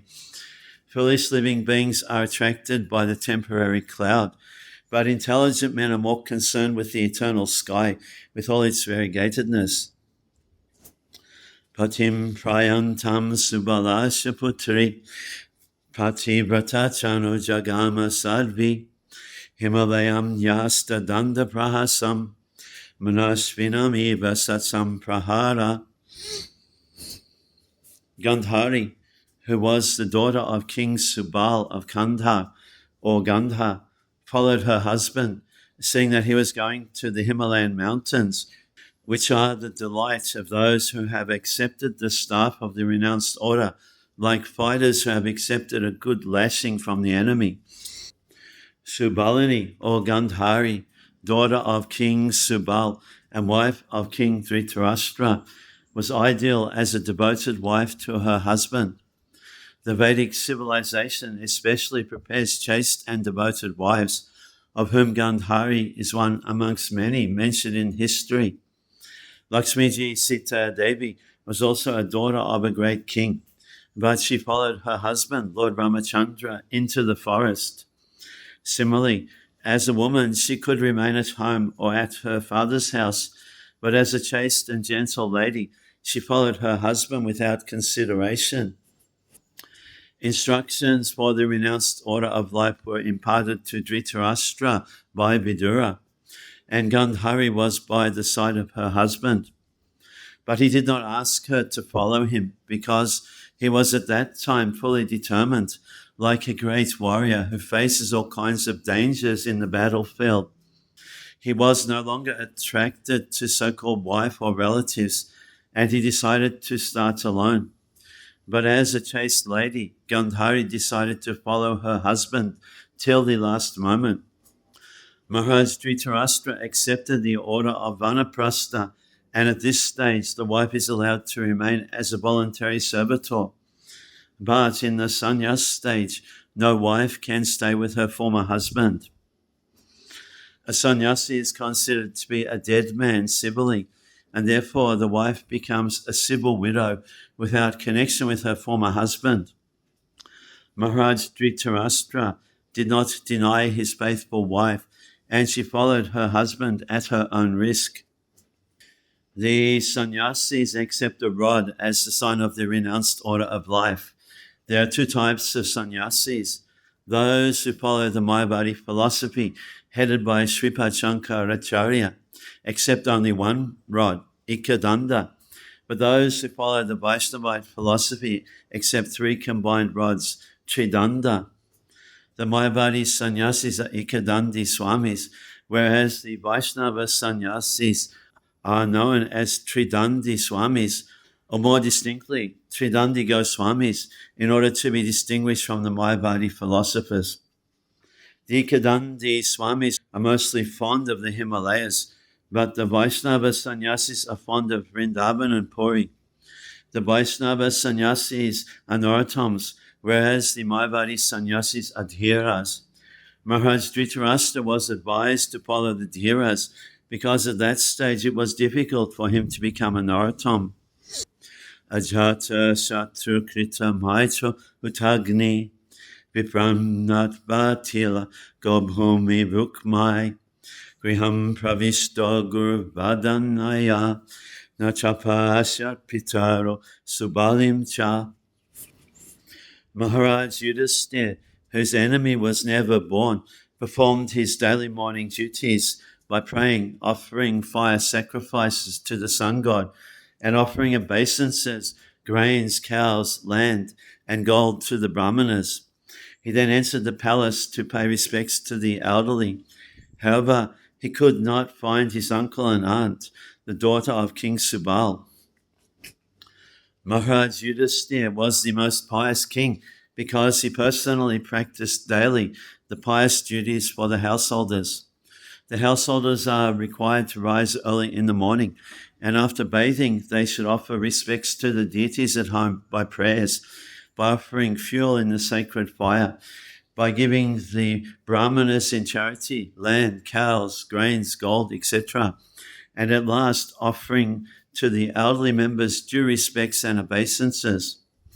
Unless one is prepared to practice injunctions which are prescribed in the Shastras, one cannot be a good man simply by book knowledge. Modern householders are practiced to different modes of life, namely to rise late and then take bed tea without any sort of cleanliness and without any purificatory practices, as mentioned above. The household children are taken to practice that which the parents practice, and therefore the whole generation glides towards hell. Nothing good can be expected from them unless they associate with sadhus. Like Dhritarashtra, the materialistic person may take lessons from a sadhu like Vidura and thus be cleansed of the effects of modern life. Maharaj Yudhisthira, however, could not find in the palace his two uncles, namely Dhritarashtra and Vidura, along with Gandhari, the daughter of King Subal.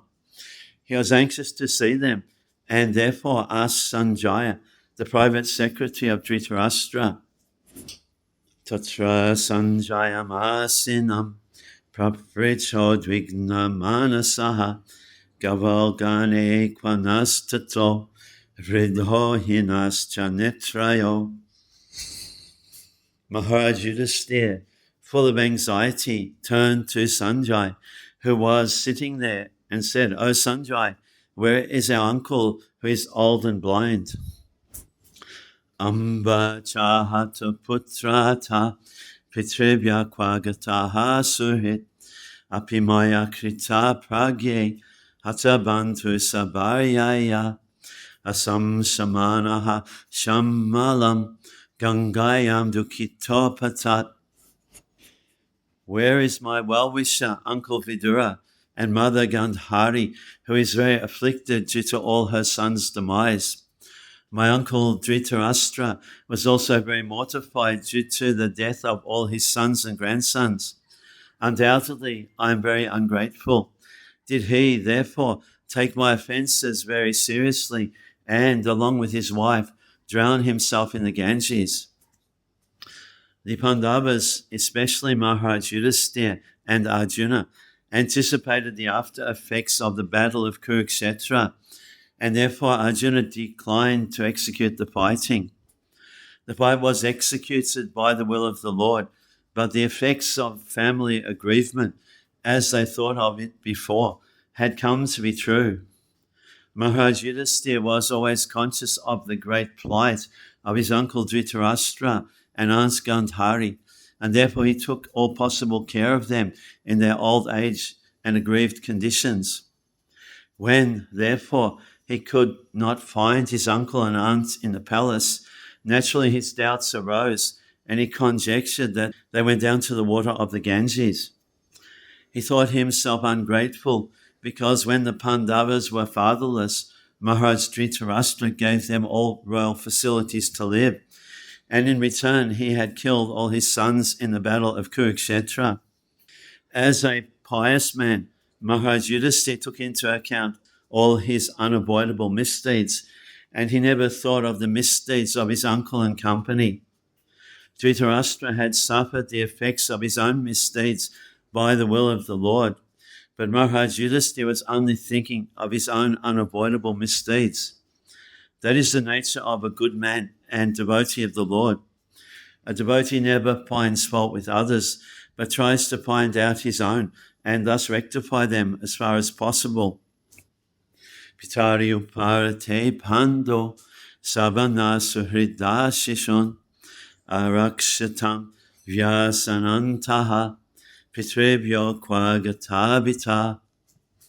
When my father Pandu fell down and we were all small children, these two uncles gave us protection from all kinds of calamities. They were always our good well-wishers. Alas, where have they gone from here? Sutta uvacha kripaya sneha vaiklavyat sutta viraha kashitaha atmeshvaram achakshano naprachahati piditaha. Sutta Goswami said, Sanjaya, having not seen his own master Dhritarashtra, due to compassion for his grief and mental condition, could not properly reply to Maharaj Yudhisthira. Sanjaya was the personal assistant of Maharaj Yudhisthira for a very long time, and thus he had the opportunity to study the life of Dhritarashtra. And when he saw at last that Dhritarashtra had left home without his knowledge, even his sorrows had no bound. He was fully compassionate toward Dhritarashtra because in the game of the battle of Kurukshetra, King Dhritarashtra had lost everything, men and money, and at last the king and the queen had to leave home in utter frustration. He studied the situation in his own way because he did not know that the inner vision of Dhritarashtra was awakened by Vidura, and that therefore he had left home in enthusiastic cheerfulness for a better life after departure from the dark well of home. Unless one is convinced of a better life after renunciation of the present life, one cannot stick to the renounced order of life simply by artificial dress or staying out of the home. Primrija surani panibhyam vistabhyat manamatmana ajata shatram pratyuche prabhu paravanusmaran. First, he slowly pacified his mind by intelligence, and wiping away his tears and thinking of the feet of his master, Dhritarashtra, he began to reply to Maharaj Yudhisthira. Sanjaya uvacha naham veda vibhasitam pitrova kulanandana gandharyava mahabaho mushitasmi mahatmabi. Sanjaya said, my dear descendant of the Kuru dynasty, I have no information of the destination of your two uncles and Gandhari. O king, I have been cheated by those great souls. That great souls cheat others may be astonishing to know, but it is a fact that great souls cheat others for a great cause. It is said that Lord Krishna also advised Yudhisthira to tell a lie before Dronacharya, and it was also for a great cause. The Lord wanted it, and therefore it was a great cause. Satisfaction of the Lord is the criterion of the bona fides, and the highest perfection of life is to satisfy the Lord by one's occupational duty. That is the verdict of the Gita and Bhagavatam. Dhritarashtra and Vidura, followed by Gandhari, did not disclose their determination to Sanjaya, although he was constantly with Dhritarashtra as his personal assistant. Sanjaya never thought that Dhritarashtra could perform any act without consulting him. But Dhritarashtra's going away from home was so confidential that it could not even be disclosed to Sanjaya. Sanatana Goswami also cheated the keeper of the prison house while going away to see Sri Chaitanya Mahaprabhu. And similarly, Raghunath Das Goswami also cheated his priest and left home for good to satisfy the Lord. To satisfy the Lord, anything is good, for it is in relation with the absolute truth. We also had the same opportunity to cheat the family members and leave home to engage in the necessary for a great cause. And there is no loss for any party in such transcendental fraud. Atha Jagama Bhagavan Narada Sahatumburu Prachitaya Bibandyaha Sanujabhya Chayan Munin. While Sanjaya was thus speaking, Sri Narad, the powerful devotee of the Lord, appeared on the scene. Maharaj Yudhisthira and his brothers received him properly by getting up from their seats and offering obeisances. Devarishi Narad is described herein as Bhagavan due to his being the most confidential devotee of the Lord. The Lord and his very confidential devotees are treated on the same level by those who are actually engaged in the loving service of the Lord. Such confidential devotees of the Lord are very much dear to the Lord because they travel everywhere to preach the glories of the Lord in different capacities and try their utmost to convert the non-devotees of the Lord into devotees in order to bring them to the platform of sanity. Actually, a living being cannot be a non-devotee of the Lord because of his constitutional position. But when one becomes a non-devotee or non-believer, it is to be understood that the person concerned is not in a sound condition of life. The confidential devotees of the Lord treat such illusioned living beings, and therefore they are most pleasing in the eyes of the Lord. The Lord says in the Bhagavad Gita that no one is dearer to him than one who actually preaches the glories of the Lord to convert the non-believers and non-devotees. Such personalities as Narad must be offered all due respects, like those offered to the personality of Godhead himself. And Maharaj Yudhisthira, along with his noble brothers, were examples for others in receiving a pure devotee of the Lord, like Narad, who had no other business save and except singing the glories of the Lord, along with his veena, a musical stringed instrument. Yudhisthira uvacha Naham Veda Gatim Pitro Bhagavan Kwagato Itaha Amba Bahata Putrata Kwagata Chatapashvini. Maharaj Yudhisthira said, O godly personality, I do not know where my two uncles have gone, nor can I find my ascetic aunt, who is grief-stricken by the loss of all her sons. Maharaj Yudhisthira, as a good soul and devotee of the Lord, was always conscious of the great loss of his aunts and her sufferings as an ascetic. An ascetic is never disturbed by all kinds of sufferings, and that makes him strong and determined on the path of spiritual progress. Queen Gandhari is a typical example of an ascetic by her marvelous character in many trying situations. She was an ideal woman as mother, wife, and ascetic. And in the history of the world, such character in a woman is rarely found. Karnadhari Bhapari Bhagavan Paradashakaha Athabhabhase Bhagavan Nardo Muni Satamaha. You are like a captain of a ship in a great ocean, and you can direct us to our destination. Thus addressed the godly personality, Devarishi Narad, greatest of the philosopher devotees, began to speak. There are different types of philosophers, and the greatest of all of them are those who have seen the personality of Godhead and have surrendered themselves in the transcendental loving service of the Lord.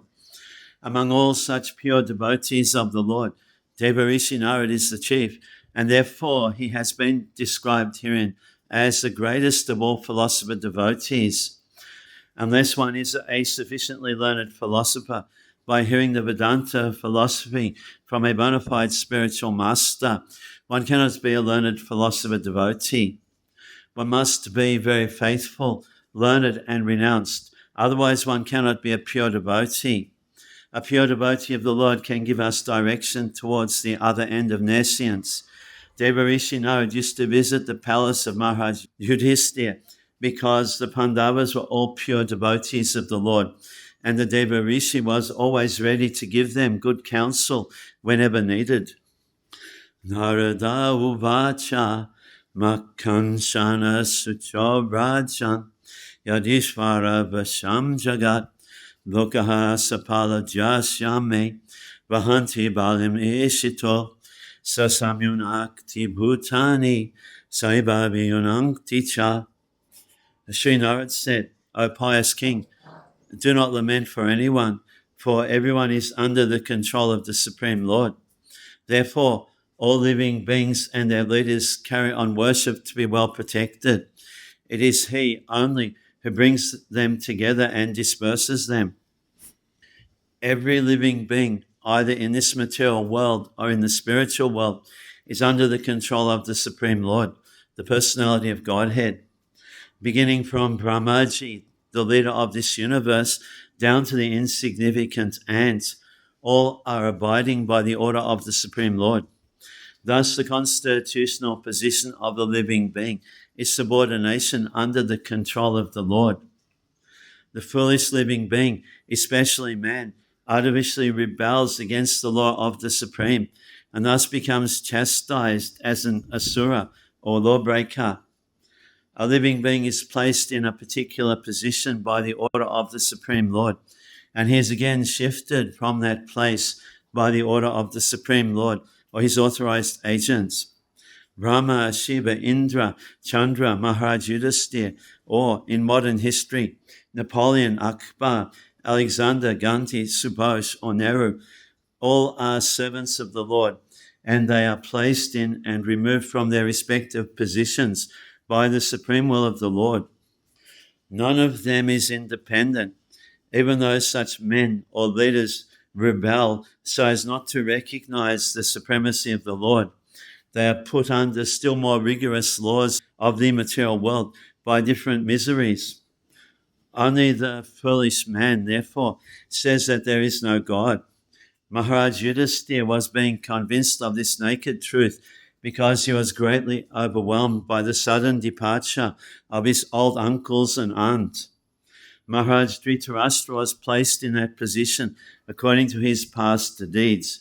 He had already suffered or enjoyed the benefits accrued to him in the past, but due to his good luck, somehow or other he got a good younger brother, Vidura, and by his instruction he had left to achieve salvation by closing all accounts in the material world.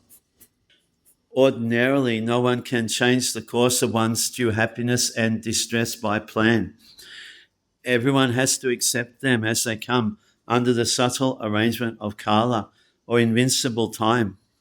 There's no use trying to counteract them.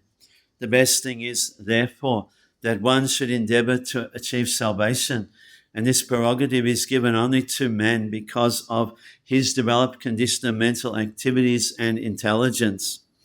Only for man are there different Vedic instructions for attainment of salvation during the human form of existence. One who misuses this opportunity of advanced intelligence is verily condemned and put into different types of miseries, either in this present life or in the future. That is the way the Supreme controls everyone. Yatagabon nashi protas tansyam badhas chadamabi bhaktantyam namabi badha ahanti balameshito. A cow bound through the nose by a long rope is conditioned. So also human beings are bound by different Vedic injunctions and are conditioned to obey the orders of the Supreme. Every living being, whether a man or an animal or a bird, etc., thinks that he is free by himself. But actually no one is free from the severe laws of the Lord. The laws of the Lord are severe because they cannot be disobeyed in any circumstance. The man-made laws may be evaded by cunning outlaws, but in the codes of the Supreme Lawmaker, there is not the slightest possibility of neglecting the laws. A slight change in the course of God-made law can bring about a massive danger to be faced by the lawbreaker. Such laws of the Supreme are generally known as the codes of religion under different conditions. But the principle of religion everywhere is one and the same, namely, obey the orders of the Supreme God, codes of religion. That is the condition of material existence. All living beings in the material world have taken up the risk of conditioned life by their own selection and are thus entrapped by the laws of material nature. The only way to get out of the entanglement is to agree to obey the Supreme. But instead of becoming free from the clutches of Maya or illusion, foolish human beings become bound up by different nomnocultures, being designated as Brahmanas, Kshatriyas, Vaishyas, Sudras, Hindus, Muslims, Indians, Europeans, Americans, Chinese, and many others, and thus they carry out the orders of the Supreme Lord under the influence of respective scriptural or legislative injunctions. The statutory laws of the state are imperfect imitation replicas of religious codes. The secular state or the godless state allows the citizens to break the laws of God, but restricts them from disobeying the laws of the state. The result is that the people in general suffer more by breaking the laws of God than by obeying the imperfect laws made by man.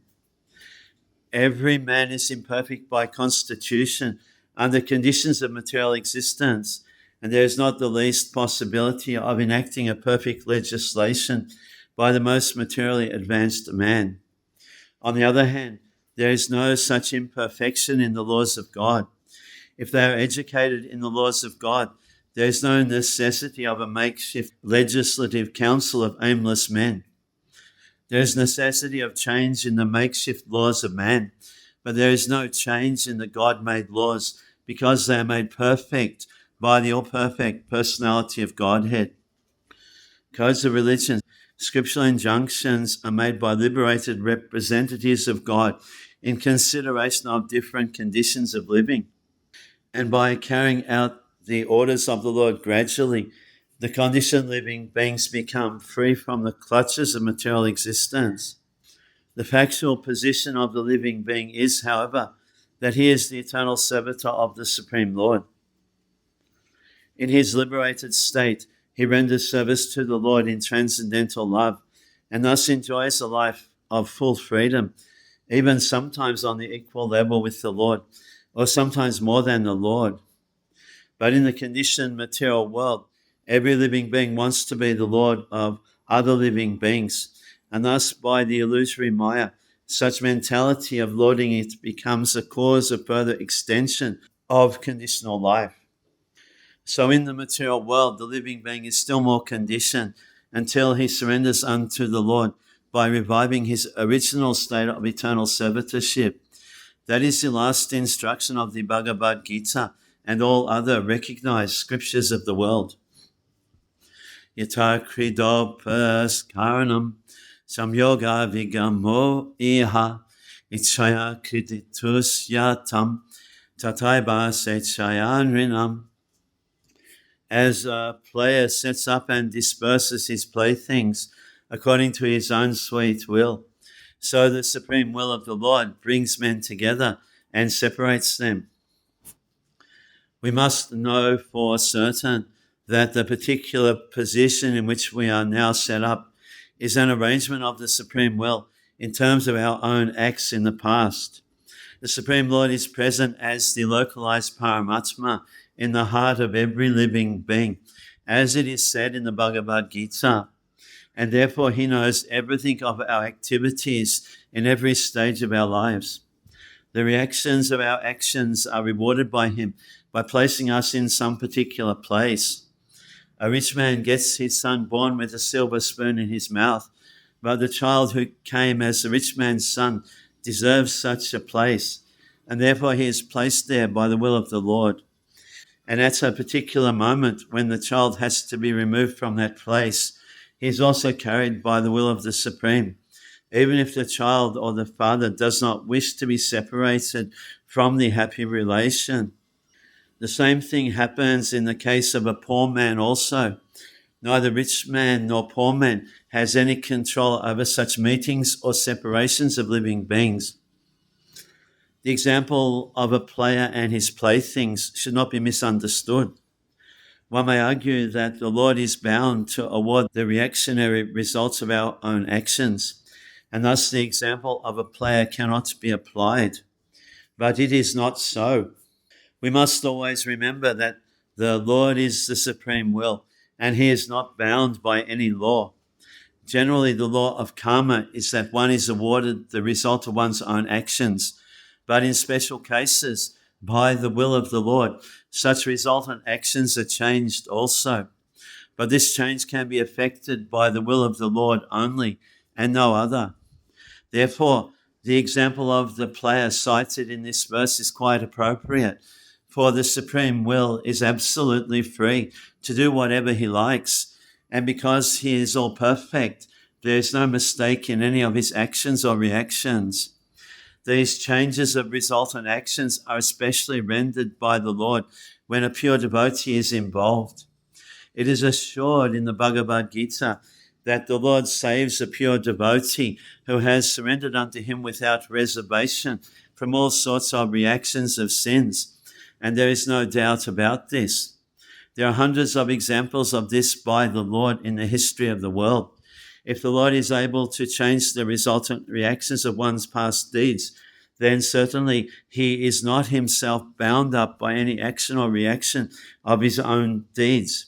He is perfect and transcendental to all laws.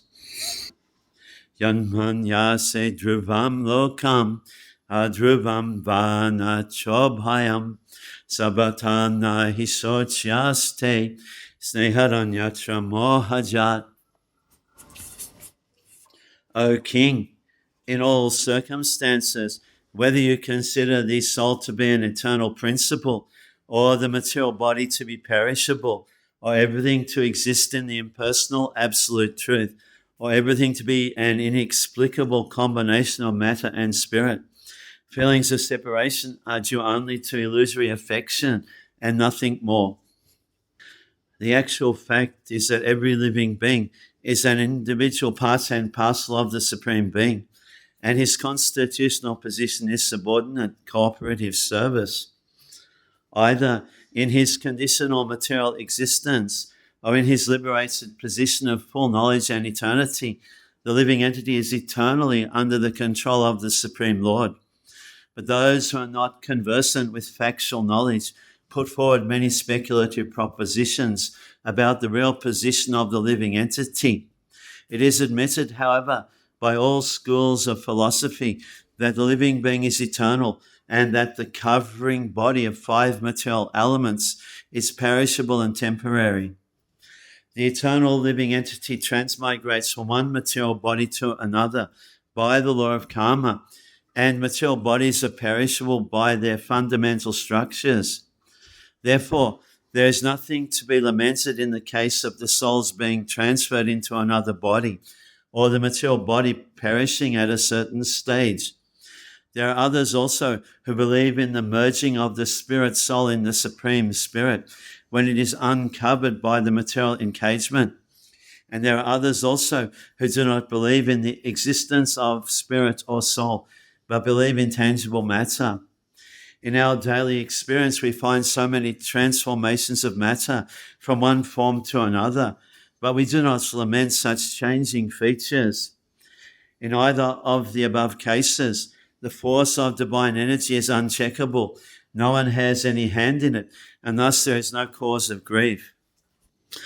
Tasmad chahyanga vaiklavyam agyana kritamatmanaha katam tvanata kripana vataram stai chamam vina. Therefore, give up your anxiety due to ignorance of the self.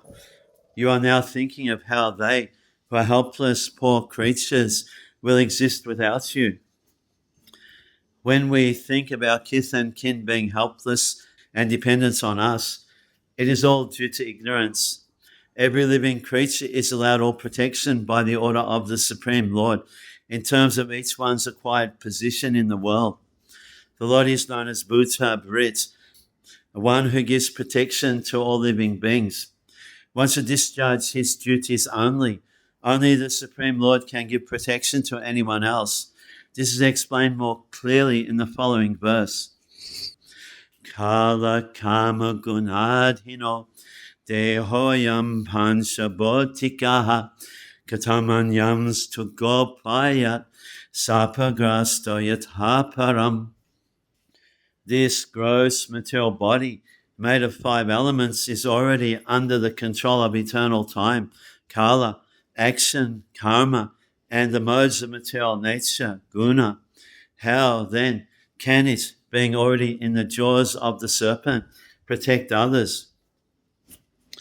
The freedom movements of the world and political, economic, social, and cultural propaganda can do no benefit to anyone due to their being controlled by superior power. A conditioned living being is under the full control of material nature, represented by eternal time and activities under the dictation of different modes of nature. There are 3 material modes of nature, namely goodness, passion, and ignorance. Unless one is situated in the mode of goodness, one cannot see things as they are. The passionate and the ignorant cannot even see things as they are. Therefore, a person who is passionate and ignorant cannot direct his activities on the right path.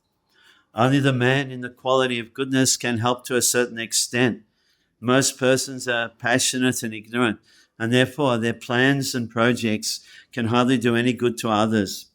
Above the modes of nature, there is eternal time, which is called Kala, because it changes the shape of everything in the material world. Even if we are able to do something temporarily beneficial, time will see that the good project is frustrated in course of time. The only thing which is possible to be done is to get rid of the eternal time, Kala, which is compared to Kala Sapa, or the cobra snake, whose bite is always lethal. No one can be saved from the bite of a cobra.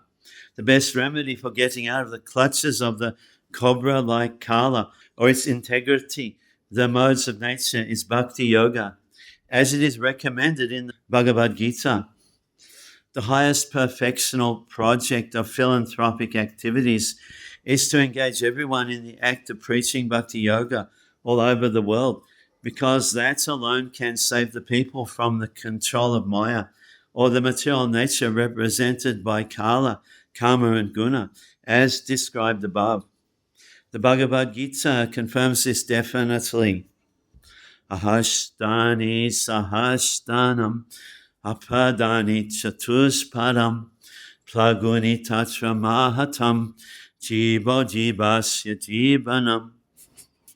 Those who are devoid of hands are pray for those who have hands. Those devoid of legs are pray for the 4-legged. The weak are the subsistence of the strong. And the general rule holds that one living being is food for another.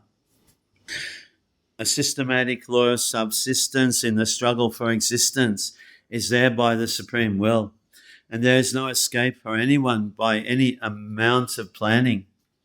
The living beings who have come to the material world against the will of the Supreme Being are under the control of a supreme power called Maya Shakti, the deputed agent of the Lord. And this Daivi Maya is meant to pinch the conditioned souls by threefold miseries, one of which is explained here in this verse. The weak is the subsistence of the strong. No one is strong enough to protect himself from the onslaught of a stronger. And by the will of the Lord, there are systematic categories of the weak, the stronger, and the strongest. There's nothing to be lamented if a tiger eats a weaker animal, including a man, because that is the law of the Supreme Lord. But although the law states that a human being must subsist on another living being, there is the law of good sense also, for the human being is meant to obey the laws of the scriptures also. This is impossible for other animals. The human being is meant for self-realization, and for that purpose, he is not to eat anything which is not first offered to the Lord. The Lord accepts from his devotee all kinds of food preparations made of vegetable, namely fruits and leaves and grains. Fruits, leaves, and milk in different varieties can be offered to the Lord, and after the Lord accepts the foodstuff, the devotee can partake of the prasadam, by which all sufferings in the struggle for existence will be gradually mitigated. This is confirmed in the Bhagavad Gita. Even those who are accustomed to eat animals can offer foodstuff, not to the Lord directly, but to an agent of the Lord under certain conditions of religious rites. Injunctions of the scriptures are not meant to encourage the eaters of animals, but to restrict them by regulated principles. The living being is the source of subsistence for other stronger living beings. No one should be very anxious for his subsistence in any circumstances, because there are living beings everywhere, and no living being starves for want of food at any place. Maharaj Yudhisthira is advised by Narad not to worry about his uncle suffering for want of food, for they could live on vegetables available in the jungles as prasadam of the Supreme Lord, and thus realize the path of salvation. Exploitation of the weaker living being by the stronger is the natural law of existence. There is always an attempt to devour the weak in different kingdoms of the living being. There is no possibility of checking this tendency by any artificial means under material conditions, but it can only be checked by awakening the spiritual sense of the human being, by practice of spiritual regulations. The spiritual regulative principles, however, do not allow a man to slaughter weaker animals on one side and teach others peaceful coexistence. If man does not allow the animals peaceful coexistence, how can he expect peaceful existence in human society? The blind leaders must therefore understand the Supreme Being and then try to implement the kingdom of God. The kingdom of God, or Ram Raja, is impossible without the awakening of God consciousness in the mass mind of the people of the world. Tad idam Bhagavan Rajan ikatmatmanam swadrik antaranantarobhati pashyatam maya yorudha. Therefore, O King, you should look to the Supreme Lord only, who is one without a second, and who manifests himself by different energies, and is both within and without. The Supreme Lord, personality of Godhead, is one without a second, but he manifests himself by different energies because he is by nature blissful. The living beings are also manifestations of his marginal energy, qualitatively one with the Lord, and there are innumerable living beings both within and without the external and internal energies of the Lord. Since the spiritual world is a manifestation of the Lord's internal energy, the living beings within that internal potency are qualitatively one with the Lord, without contamination from the external potency. Although qualitatively one with the Lord, the living being, due to contamination of the material world, is pervertedly manifested, and therefore he experiences so-called happiness and distress in the material world. Such experiences are all ephemeral and do not affect the spirit soul. The perception of such ephemeral happiness and distress is due only to the forgetfulness of his qualities, which are equal to the Lord's. There is, however, a regular current by which to rectify the fallen condition of the living being by the Lord himself from within and without. From within, he corrects the desiring living being as localized Paramatma, and from without, he corrects by his manifestations the spiritual master and the revealed scriptures. One should look unto the Lord. One should not be disturbed by the so-called manifestations of happiness or distress, but he should try to cooperate with the Lord in his outward activities for correcting the fallen souls. By his order only, one should become a spiritual master and cooperate with the Lord. One should not become a spiritual master for one's personal benefit or for some material gain or as an avenue of business or occupation for earning livelihood. Bona fide spiritual masters who look unto the Supreme Lord to cooperate with him are actually qualitatively one with the Lord. And the forgetful ones are perverted reflections only. Yudhisthira Maharaj is advised, therefore, by Narad, not to be disturbed with the affairs of so-called happiness and distress, but to look only unto the Lord, to execute the mission for which the Lord has descended. That was his prime duty. Soyam Madhya Maharaja Bhagavan Bhuta Bhavanaha Kala Rupavatirnosham Abhabhaya Saradvisham. That Supreme Personality of Godhead, Lord Sri Krishna, in the guise of all devouring time, Kala Rupa, has now descended on earth to eliminate the envious from the world. There are two classes of human beings, namely the envious and the obedient. Since the Supreme Lord is one and the Father of all living beings, the envious living beings are also his sons, but they are known as the Asuras. But the living beings who are obedient to the Supreme Father are called Devatas or demigods, because they are not contaminated by the material conception of life. The Asuras are not only envious of the Lord, in even denying the existence of the Lord, but they are also envious of all other living beings. The predominance of Asuras in the world is occasionally rectified by the Lord when he eliminates them from the world and establishes a rule of Devatas like the Pandavas. His designation as Kala in disguise is significant. He's not at all dangerous, but he is the transcendental form of eternity, knowledge, and bliss. For the devotees, his factual form is disclosed, and for the non-devotees, he appears like Kala Rupa, which is causal form. This causal form of the Lord is not at all pleasing to the Asuras, and therefore they think of the Lord as formless in order to feel secure that they will not be vanquished by the Lord.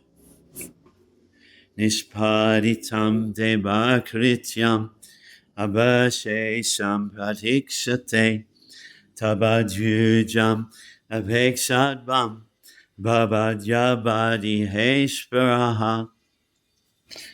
The Lord has already performed his duties to help the demigods, and he is awaiting the rest. You Pandavas may wait as long as the Lord is here on earth. The Lord descends from his abode, Krishnaloka, the topmost planet in the spiritual sky, in order to help the demigod administrators of this material world when they are greatly vexed by the Asuras, who are not only envious of the Lord, but also of his devotees. As referred to above, the conditioned living beings contact material association by their own choice, dictated by a strong desire to lord it over the resources of the material world and become imitation lords of all they survey. Everyone is trying to become an imitation God, There is keen competition amongst such imitation gods, and such competitors are generally known as asuras. When there are too many asuras in the world, then it becomes a hell for those who are devotees of the Lord. Due to the growth of the asuras, the mass of people who are generally devoted to the Lord by nature and the pure devotees of the Lord, including the demigods in higher planets, pray to the Lord for relief. And the Lord either descends personally from his abode or deputes some of his devotees to remodel the fallen condition of human society or even animal society. Such disruptions take place not only in the human society, but also amongst animals, birds, and other living beings, including the demigods in the higher planets. Lord Sri Krishna descended personally to vanquish asuras like Kamsa, Jarasandha, Shishupal, etc. And during the reign of Maharaj Yudhisthira, almost all these asuras were killed by the Lord. Now, he was awaiting the annihilation of his own dynasty, called the Yaruvamsa, who appeared by his will in this world. He wanted to take them away before his own departure to his eternal abode. Narad, like Vidura, did not disclose the imminent annihilation of the Yadu dynasty, but indirectly gave a hint to the king and his brothers to wait till the incident happens and the Lord departs. Jitarashtraha sahabharta gandharya cha svabharyaya dakshinena himabhata rishinam ashramam gataha. O king, your uncle Dhritarashtra, his brother Vidura, and his wife Gandhari have gone to the southern side of the Himalayan mountains, where there are shelters of the great sages. To pacify the mourning Maharaj Yudhisthira, Narad first of all spoke from the philosophical point of view, and then he began to describe the future movements of his uncle, which he could see by his foreseeing powers, and thus began to describe as follows. Shotobi saptabhi javai swadhuni saptadhavyadhat saptanam pritaye nama sapta shrotaha prachakshate. The place is called Sapta Shrota, divided by 7, because there the waters of the sacred Ganges divide into 7 branches. This was done for the satisfaction of the 7 great rishis. Snat Bhanu Sabanam Tashmin Hutpa Chagnin Yathabidhi Abhaksha Upashantatma Sahaste Vigataishanaha. On the banks at Saptasrota, Dhritarashtra is now engaged in beginning Ashtanga Yoga by bathing 3 times daily, in the morning, noon, and evening, by performing the Agnihotra sacrifice with fire, and by drinking only water. This helps one control the mind and the senses and frees one completely from thoughts of familial affection. The yoga system is a mechanical way to control the senses and the mind and divert them from matter to spirit. The preliminary processes are the sitting posture, meditation, spiritual thoughts, manipulation of air passing within the body, and gradual situation in trance, facing the absolute person, Paramatma. Such mechanical ways of rising up to the spiritual platform prescribe some regulative principles of taking bath daily 3 times, fasting as far as possible, sitting and concentrating the mind on spiritual matters, and thus gradually becoming free from Vishaya or material objectives. Material existence means to be absorbed in the material objective, which is simply illusory. House, country, family, society, children, property, business, etc. are some of the material coverings of the spirit, Atma. And the yoga system helps one to become free from all these illusory thoughts and gradually turn towards the absolute person, Paramatma. By material association and education, we learn simply to concentrate on flimsy things. But yoga is the process of forgetting them altogether. Modern so-called yogis and yoga systems manifest some magical feats, and ignorant persons are attracted by such false things, or they accept the yoga system as a cheap healing process for diseases of the gross body. But factually, the yoga system is a process of learning to forget what we have acquired throughout the struggle for existence. Dhritarashtra was all along engaged in improving family affairs by raising the standard of living of his sons, or by usurping the property of the Pandavas for the sake of his own sons. These are common affairs for a man grossly materialistic and without knowledge of the spiritual force. He does not see how this can drag one from heaven to hell. By the grace of his younger brother Vidura, Dhritarashtra was enlightened and could see his grossly illusory engagements. And by such enlightenment, he was able to leave home for spiritual realization. Sri Naradadev was just foretelling the way of his spiritual progress in a place which was sanctified by the flow of the celestial Ganges. Drinking water only without solid food is also considered fasting. This is necessary for advancement of spiritual knowledge. A foolish man wants to be a cheap yogi without observing the regulative principles. A man who has no control over the tongue at first can hardly become a yogi. Yogi and bogi are two opposite terms. The bogi, or the merry man who eats and drinks, cannot be a yogi, for a yogi is never allowed to eat and drink unrestrictedly. We may note with profit how Dhritarashtra began his yoga system by drinking water only and sitting calmly in a place with a spiritual atmosphere, deeply absorbed in the thoughts of the Lord Hari, the personality of Godhead. Titasano titashvashaha pracharita sarindriyaha haribhavanayadvashta rajahasata tamomalaha. One who has controlled the sitting postures, the yogic asana, and the breathing process can turn the senses toward the absolute personality of Godhead and thus become immune from the contaminations of the modes of material nature, namely mundane goodness, passion, and ignorance. The preliminary activities of the way of yoga are asana, pranayam, pratyahara, dhyan, dharan, etc. Maharaj Dhritarashtra was to attain success in those preliminary actions because he was seated in a sanctified place and was concentrating upon one objective, namely the Supreme Personality of Godhead, Hari. Thus all his senses were being engaged in the service of the Lord.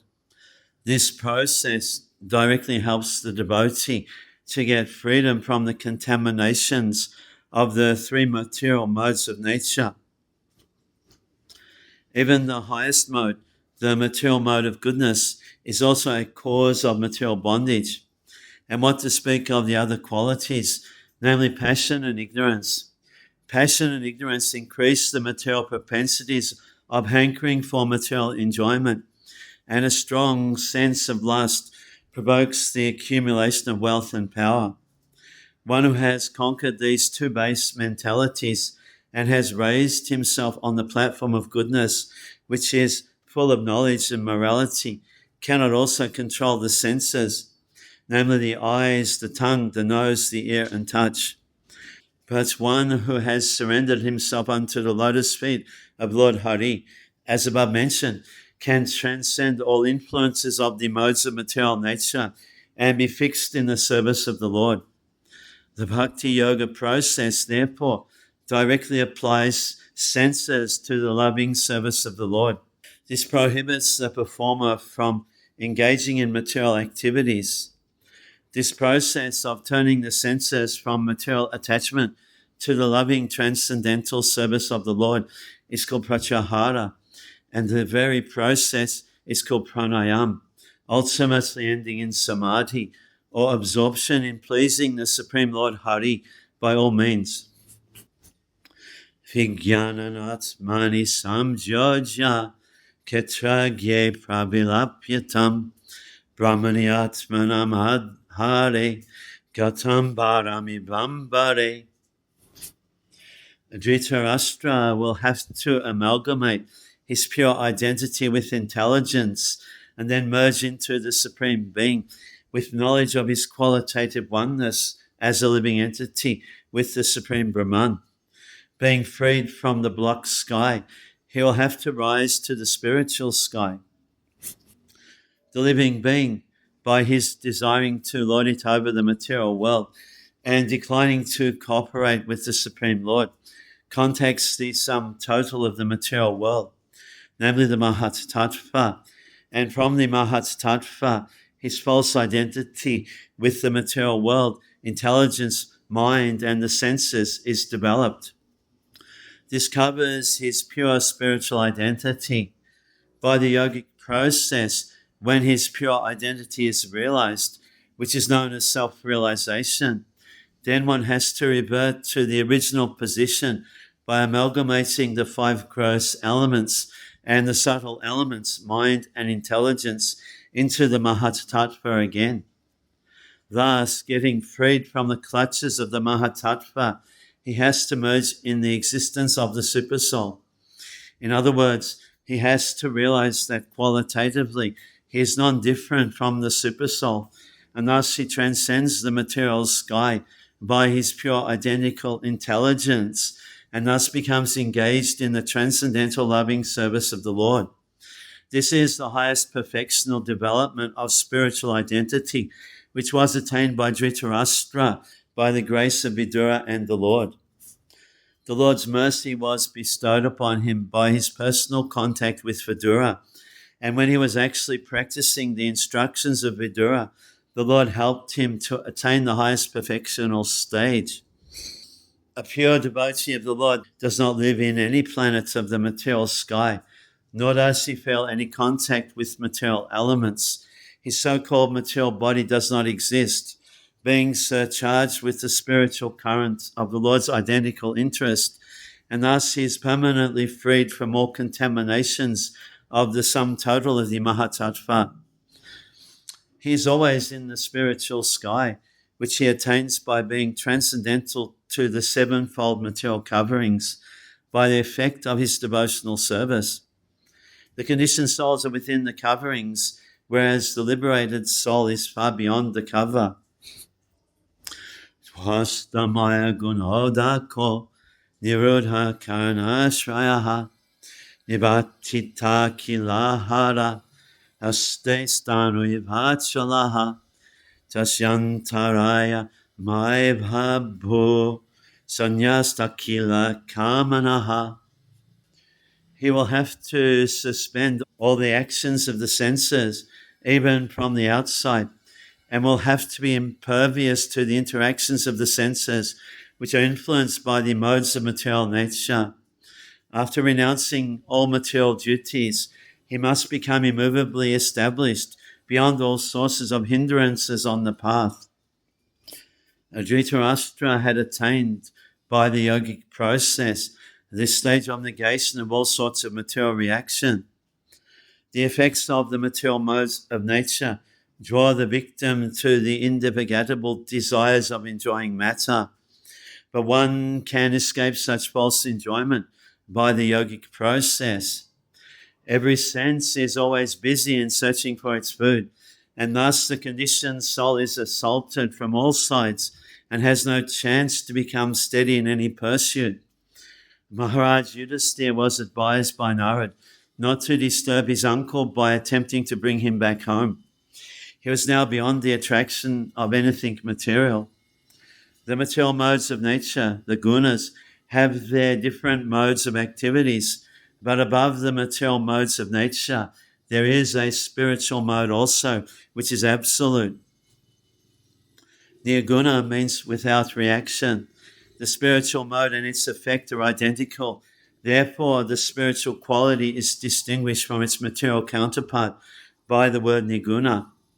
After complete suspension of the material modes of nature, one is admitted to the spiritual sphere. An action dictated by the spiritual modes is called devotional service or bhakti. Bhakti is therefore niguna, attained by direct contact with the Absolute.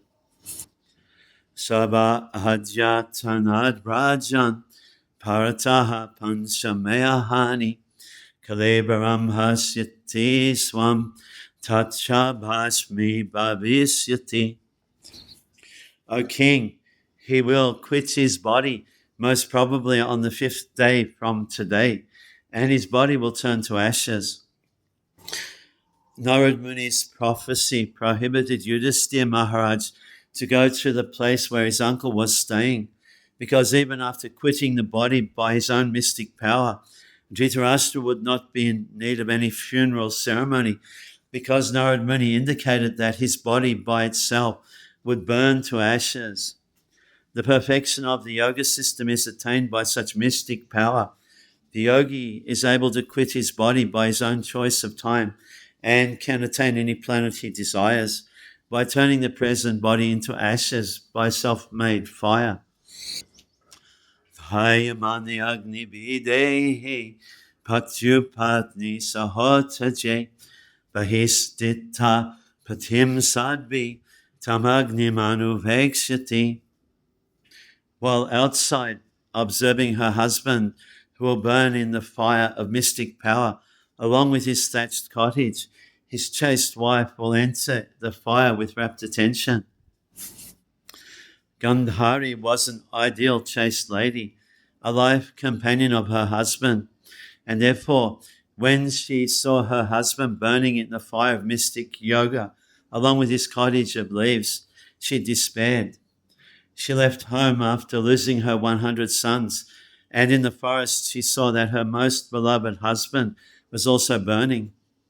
Now she actually felt alone, and therefore entered the fire of her husband and followed her husband to death.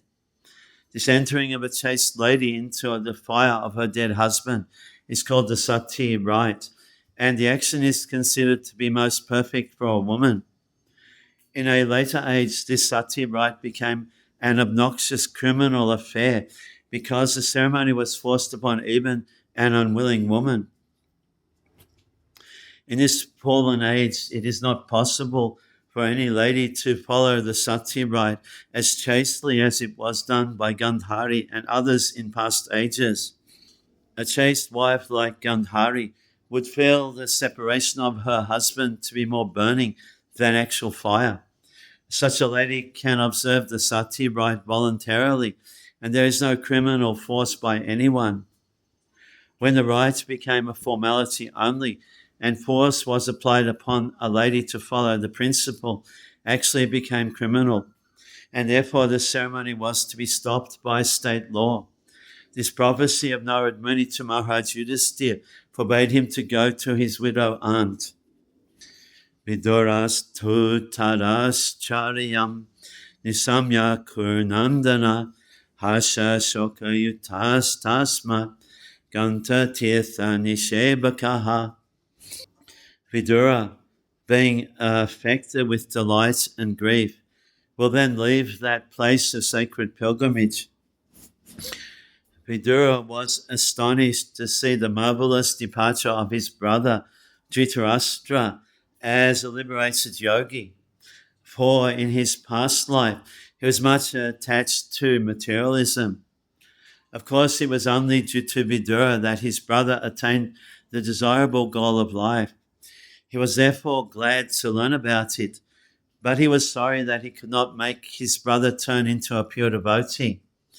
This was not done by Vidura because of Dhritarashtra's being inimical to the Pandavas, who are all devotees of the Lord. An offense at the feet of a Vaishnava is more dangerous than an offense at the lotus feet of the Lord. Vidura was certainly very liberal to bestow mercy upon his brother Dhritarashtra, whose past life was very materialistic. But ultimately, the result of such mercy certainly depended on the will of the Supreme Lord in the present life. Therefore, Dhritarashtra attained liberation only, and after many such liberated states of life, one can attain to this stage of devotional service. Vidura was certainly very mortified by the death of his brother and sister-in-law, and the only remedy to mitigate such lamentation was to go out to pilgrimage. Thus, Maharaj Yudhisthira had no chance to call back Vidura, his surviving uncle. Ityukva taruhat swagam narada sahatumboro Yudhisthira vachastasya hridikritvaja hakshucha. Having spoken thus, the great sage Narad, along with his Vinaya, ascended into outer space. Yudhisthira kept his instruction in his heart and so was able to get rid of all lamentations. Sri Naradaji is an eternal spaceman, having been endowed with a spiritual body by the grace of the Lord. He can travel in the outer spaces of both the material and spiritual worlds without restriction and can approach any planets by mechanical means. Maharaj Yudhisthira was a pious king, and therefore he could see Narad Muni occasionally.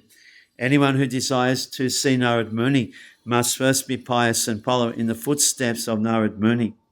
Thus end the Bhaktivedanta purports of the first canto, 13th chapter of Srimad-Bhagavatam, entitled Dhritarashtra Quits Home. Srimad-Bhagavatam, by His Divine Grace, A.C. Bhaktivedanta Swami Prabhupada, Chapter 14, Disappearance of Lord Krishna.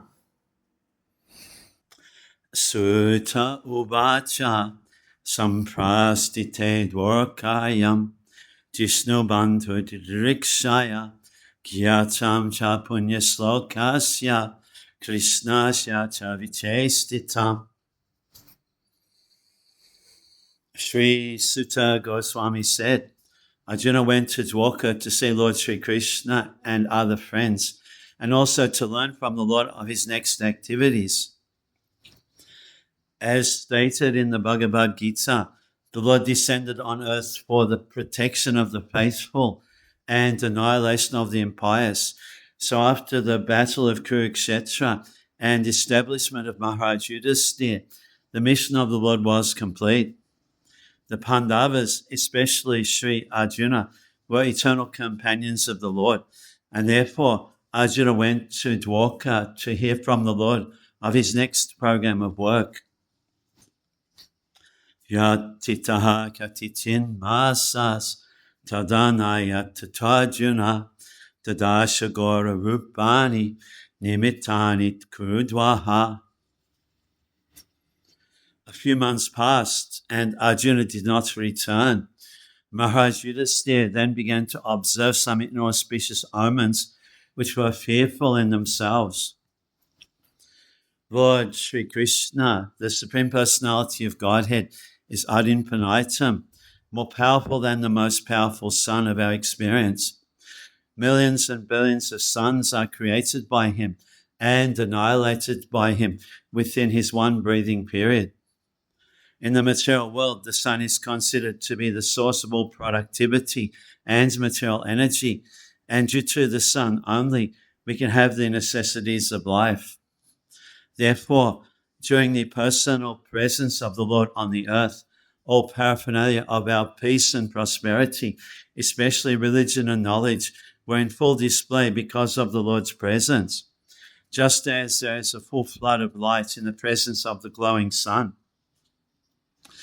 Maharaj Yudhisthira observed some discrepancies in his kingdom, and therefore he became very anxious about Arjuna, who was long absent, and there was also no news about Dwarka's well-being. He suspected the disappearance of Lord Krishna, otherwise there would have been no possibility of fearful omens. Kalasya jagatim rudram viprayasta tudaminaha papiyasim rinam vartam krodhalobhan ritatmanam. He saw that the direction of eternal time had changed, and this was very fearful. There were disruptions in the seasonal regularities. The people in general had become very greedy, angry, and deceitful. And he saw that they were adopting foul means of livelihood. When civilization is disconnected from the loving relation of the Supreme Personality of Godhead, symptoms like changes of seasonal regulations, foul means of livelihood, greed, anger, and fraudulence become rampant. The change of seasonal regulations refers to the atmosphere of one season becoming manifest in another season. For example, the rainy season being transferred to autumn, or the fruits and flowers of one season fructifying in another season. A godless man is invariably greedy, angry, and fraudulent. Such a man can earn his livelihood by any means, black or white. During the reign of Maharaj Yudhisthira, all the above symptoms were conspicuous by their absence. But Maharaj Yudhisthira was astonished to experience even a slight change in the godly atmosphere of his kingdom, and at once he suspected the disappearance of the Lord. Foul means of livelihood implies deviation from one's occupational duty. There are prescribed duties for everyone, such as the Brahmana, Kshatriya, Vaishya, and Sudra. But any one of them who deviates from his prescribed duty and declares another's duty to be his own is following a foul and improper duty. A man becomes too greedy for wealth and power when he has no higher objective in life, and when he thinks that this earthly life of a few years is all in all. Ignorance is the cause for all these anomalies in human society, and to remove this ignorance, especially in this age of degradation, the powerful sun is there to distribute light in the shape of Srimad-Bhagavatam. Jima prayam vivavritam satyam isham chasurhidam Pitrimatri suhidbhartri dampatinam chakalkanam. All ordinary transactions and dealings became polluted with cheating, even between friends.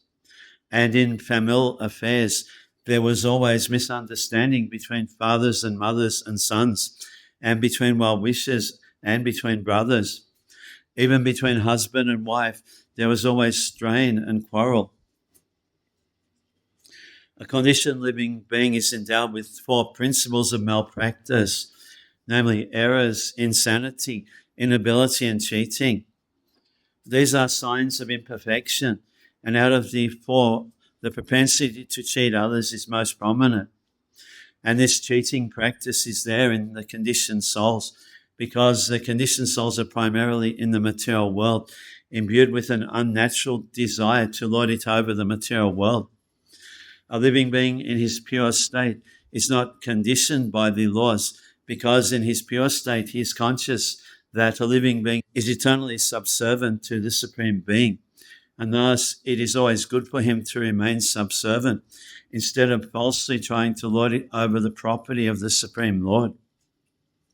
In the conditioned state, the living being is not satisfied, even if he actually becomes the Lord of all that he surveys, which he never becomes, and therefore he becomes the victim of all kinds of cheating, even with his nearest and most intimate relations. In such an unsatisfactory state of affairs, there is no harmony, even between father and sons or between husband and wife.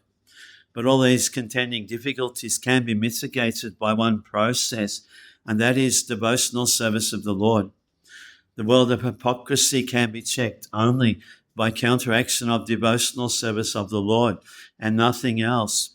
Maharaj Yudhisthira, having observed the disparities, conjectured the disappearance of the Lord from the earth.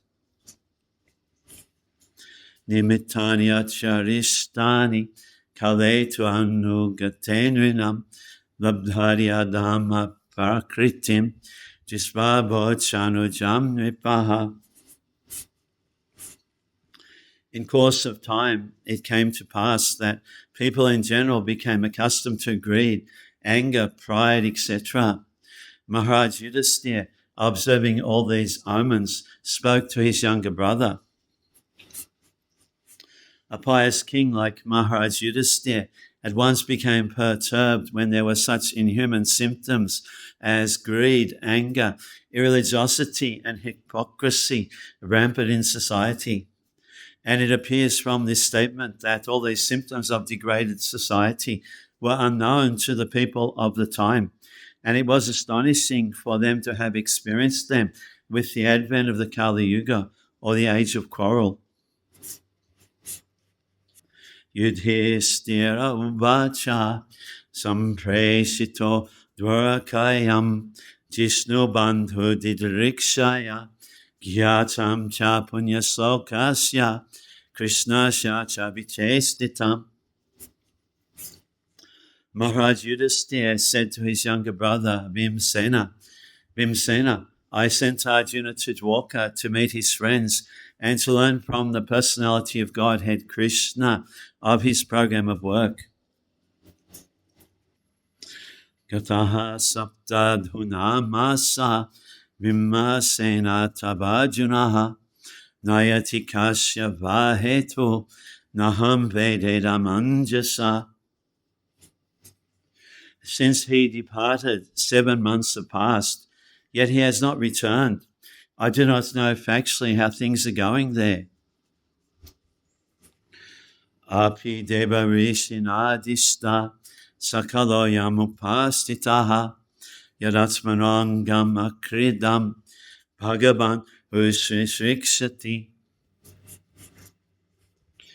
Is he going to quit his earthly pastimes as Devarishi Narad indicated? Has that time already arrived? As we have discussed many times, the Supreme Personality of Godhead, Lord Sri Krishna, has many plenary expansions, and each and every one of them, although equally powerful, executes different functions. In the Bhagavad Gita, there are different statements by the Lord, and each of these statements is meant for different plenary portions or portions of the plenary portions.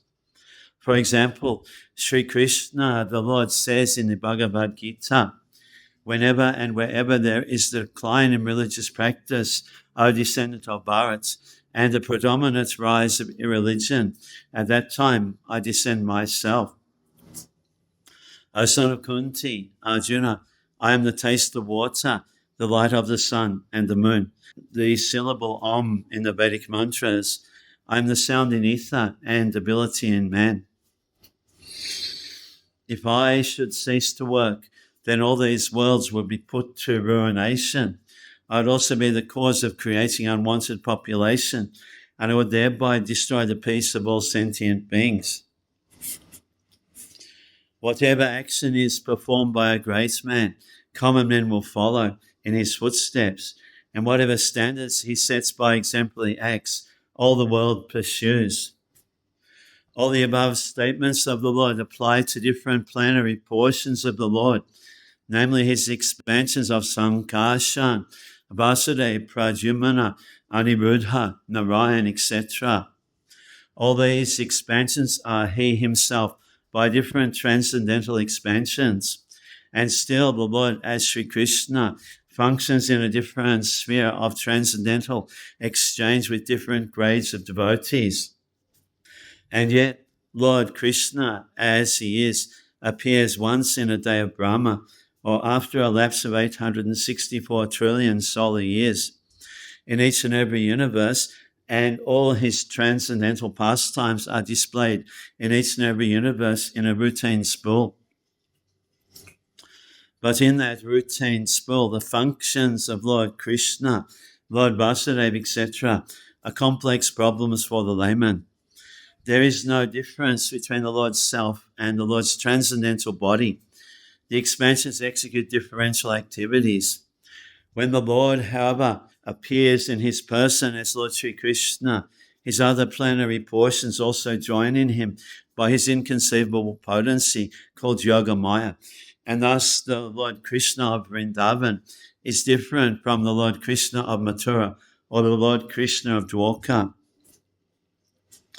The Virat Rupa of Lord Krishna is also different from him by his inconceivable potency. The Virat Rupa exhibited on the battlefield of Kurukshetra is the material conception of his form. Therefore, when Lord Krishna was apparently killed by the bow and arrow of the hunter, it should be understood that the Lord left his so-called material body in the material world. The Lord is Kaivalya, and for him there is no difference between matter and spirit, because everything is created from him. Therefore, his quitting one sort of body or accepting another body does not mean that he is like the ordinary living being. All such activities are simultaneously one and different by his inconceivable potency. When Maharaj Yudhisthira was lamenting the possibility of his disappearance, it was just in pursuance of a custom of lamenting the disappearance of a great friend. But factually, the Lord never quits his transcendental body, as is misconceived by less intelligent persons. Such less intelligent persons have been condemned by the Lord himself in the Bhagavad Gita, and they are known as the Mudhas. That the Lord left his body means that he left again his plenary portions in the respective dhams, transcendental abodes, as he left his Virat Rupa in the material world. Yashmana sampado rajyam daraha prana kulam praja asansapatna vijayo lokascha yadanugrahat. For him only, all our kingly opulence, our good wives, lives, progeny, our control over our subjects, a victory over our enemies, and future accommodations in higher planets have become possible. All this is due to his causeless mercy upon us. Material prosperity consists of a good wife, good home, sufficient land, good children, aristocratic family relations, victory over competitors, and by pious work, attainment of accommodations in the higher celestial planets for better facilities of material amenities. These facilities are earned not only by one's hard manual labor or by unfair means, but by the mercy of the Supreme Lord.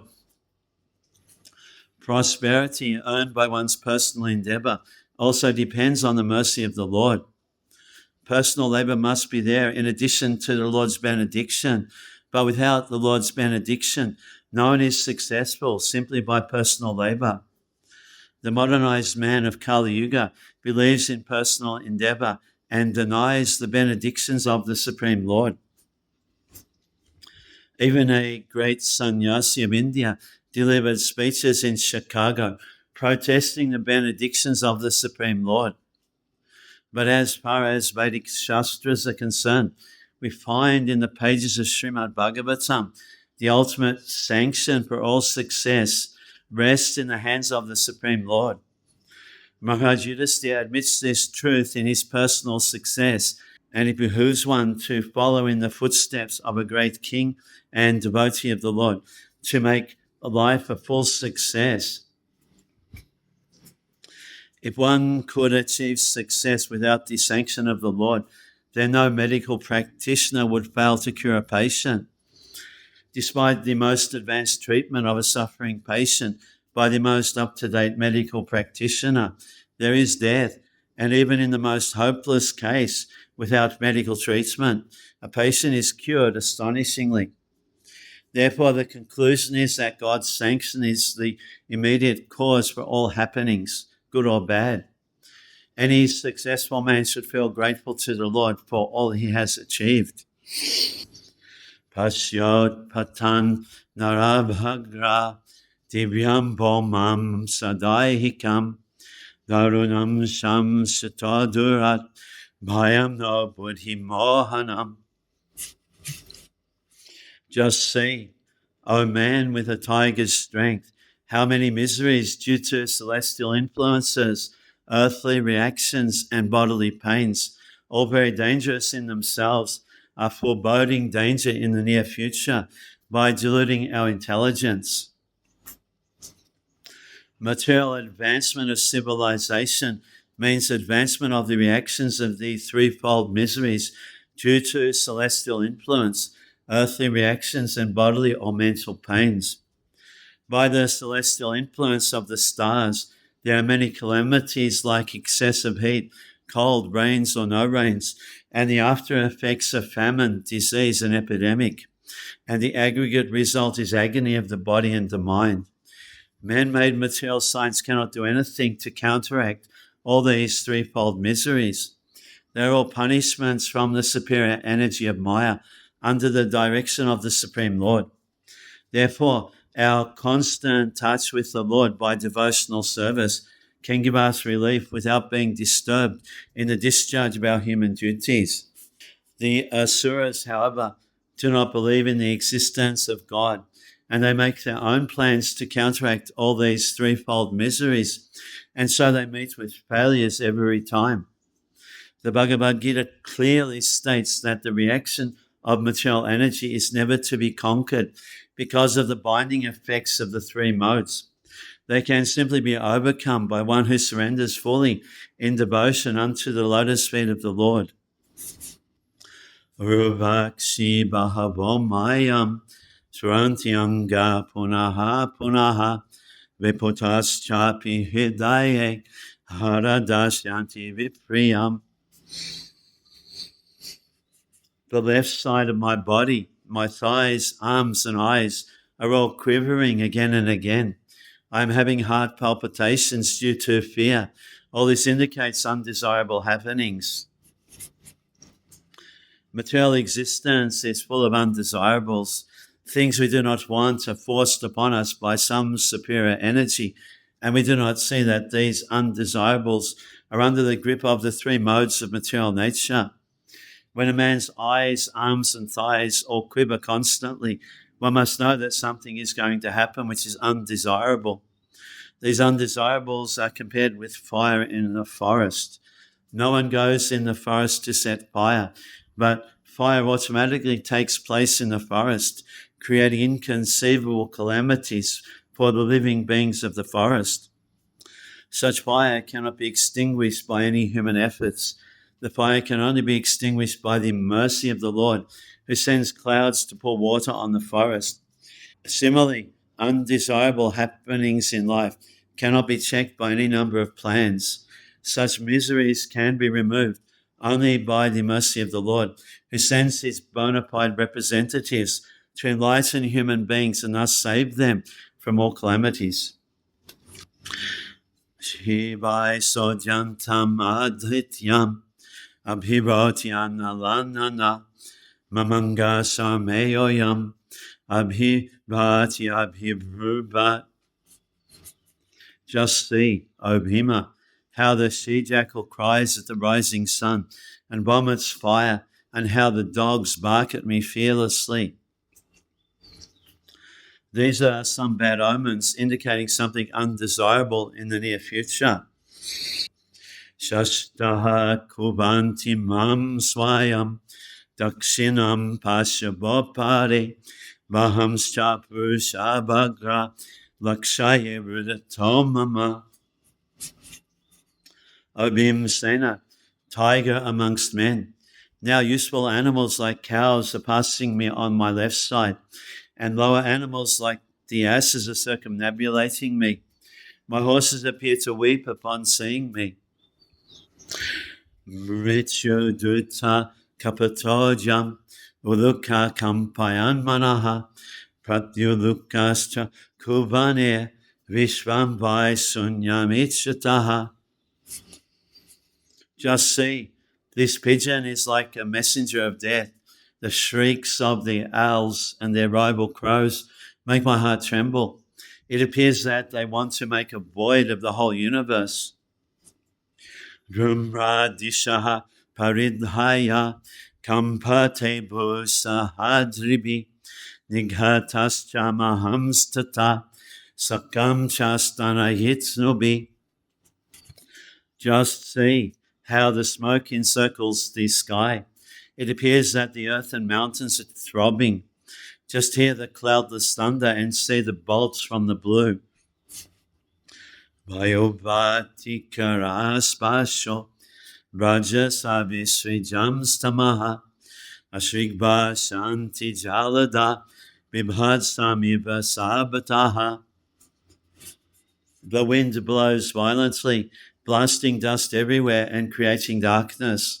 Clouds are raining everywhere with bloody disasters. Suryam hatsa prabham pasya grahamaram mitodivi sasam kula bhutagana tralateti brodasi.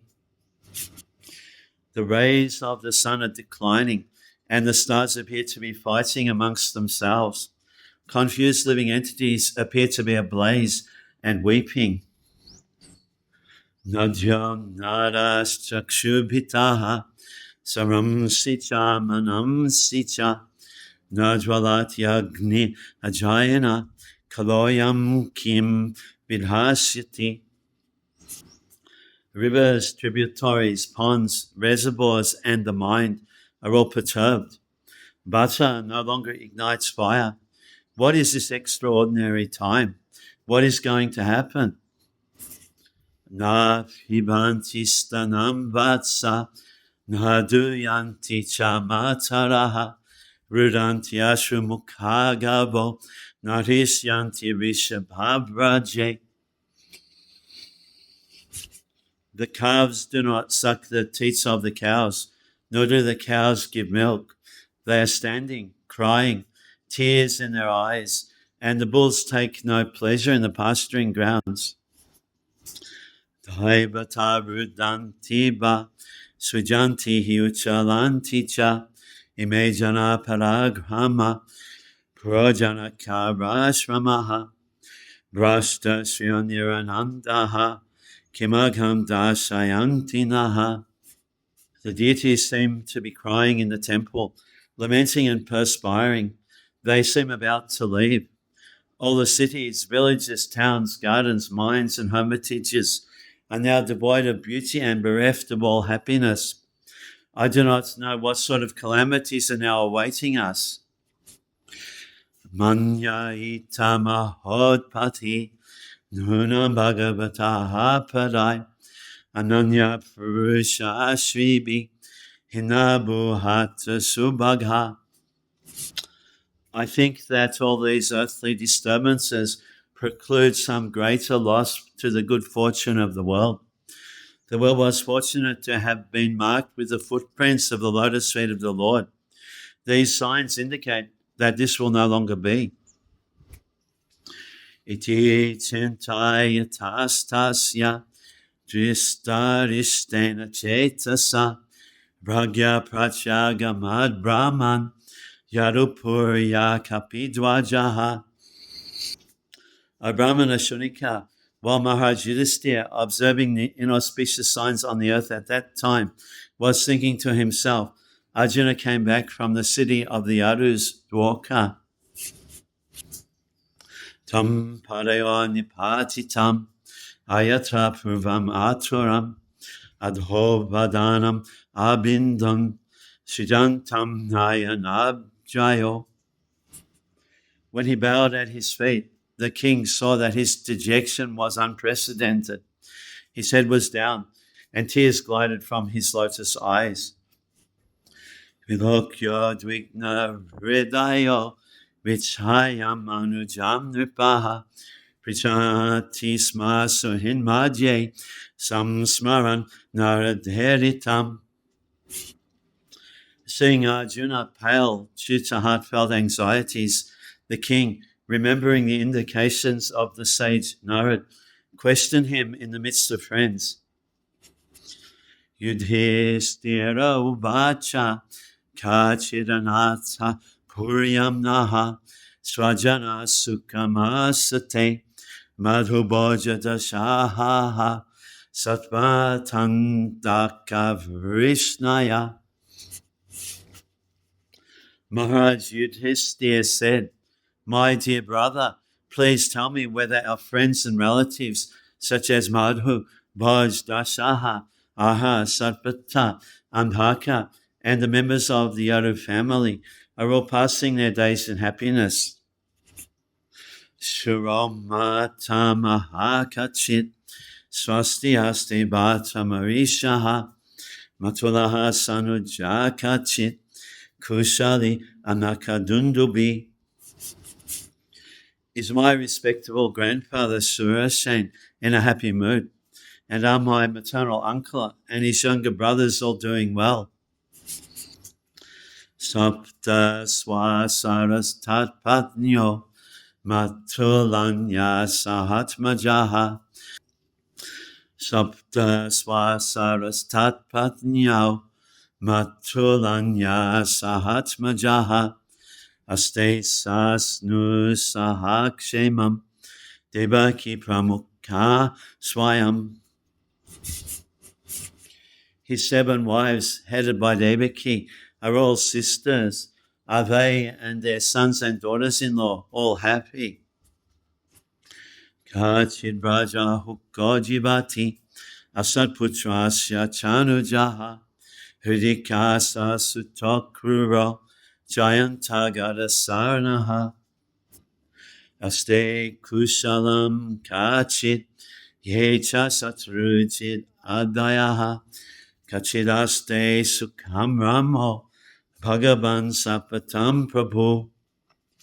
Ugrasena's sons, Kamsa and his younger brother Devaka, are still living. Is Ugrasena happy? Ahridika and sons Kritabhama, Akrura, Jayanta, Gada, Sarana, and Satrujit all happy?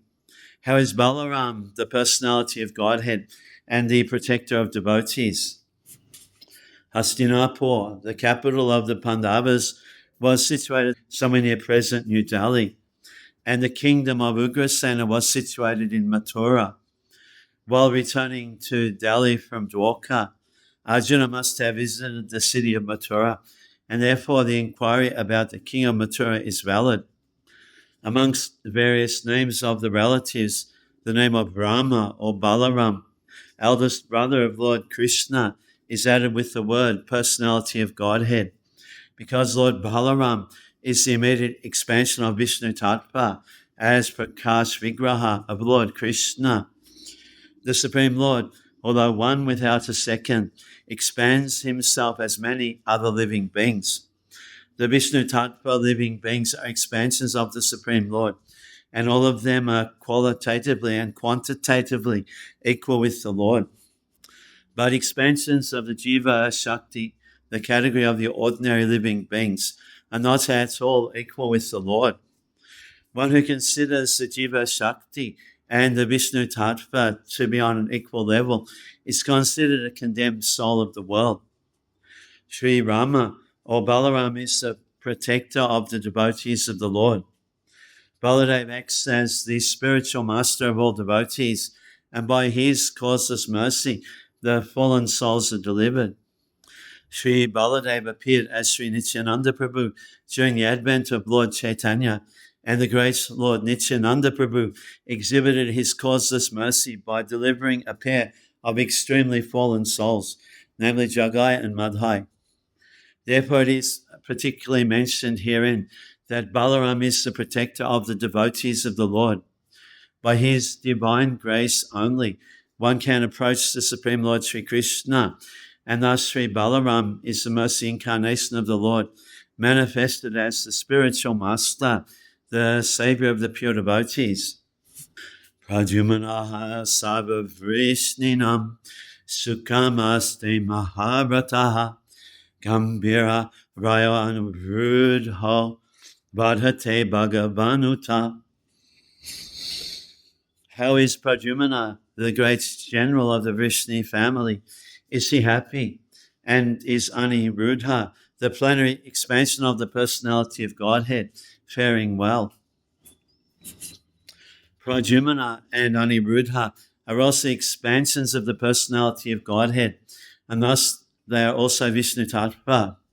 At Dwarka, Lord Vasudeva is engaged in his transcendental pastimes, along with his plenary expansions, namely Sankarshan, Pradyumna, and Aniruddha, and therefore each and every one of them can be addressed as the personality of Godhead, as it is mentioned in connection with the name Aniruddha. Sushenascha Deshnascha Sambhojambhavati Sutaha Anyecha Kashani Prabharaha Saputra Rishabhadaya. are all the chieftains, sons of Lord Krishna, such as Susen, Trideshna, Samba, the son of Jambavati, Rishabh, and all others, along with their sons, all doing well. As already mentioned, Lord Krishna had married 16,108 wives, and each of them had 10 sons. Therefore, 16,108 times 10 equals 161,080 sons. They all grew up, and each of them had as many sons as their father, and the whole aggregate was something near 1,610,800 family members of the Lord. The Lord is the Father of all living beings, who are countless in number. Therefore, only a few of them are called to associate with the Lord in his transcendental pastimes as the Lord of Dwarka on this earth. It is not astonishing if the Lord maintained a visible family consisting of so many members. It is better to refrain from comparing the Lord's position with ours, and it becomes a simple truth as soon as we understand at least a partial calculation of the Lord's transcendental position.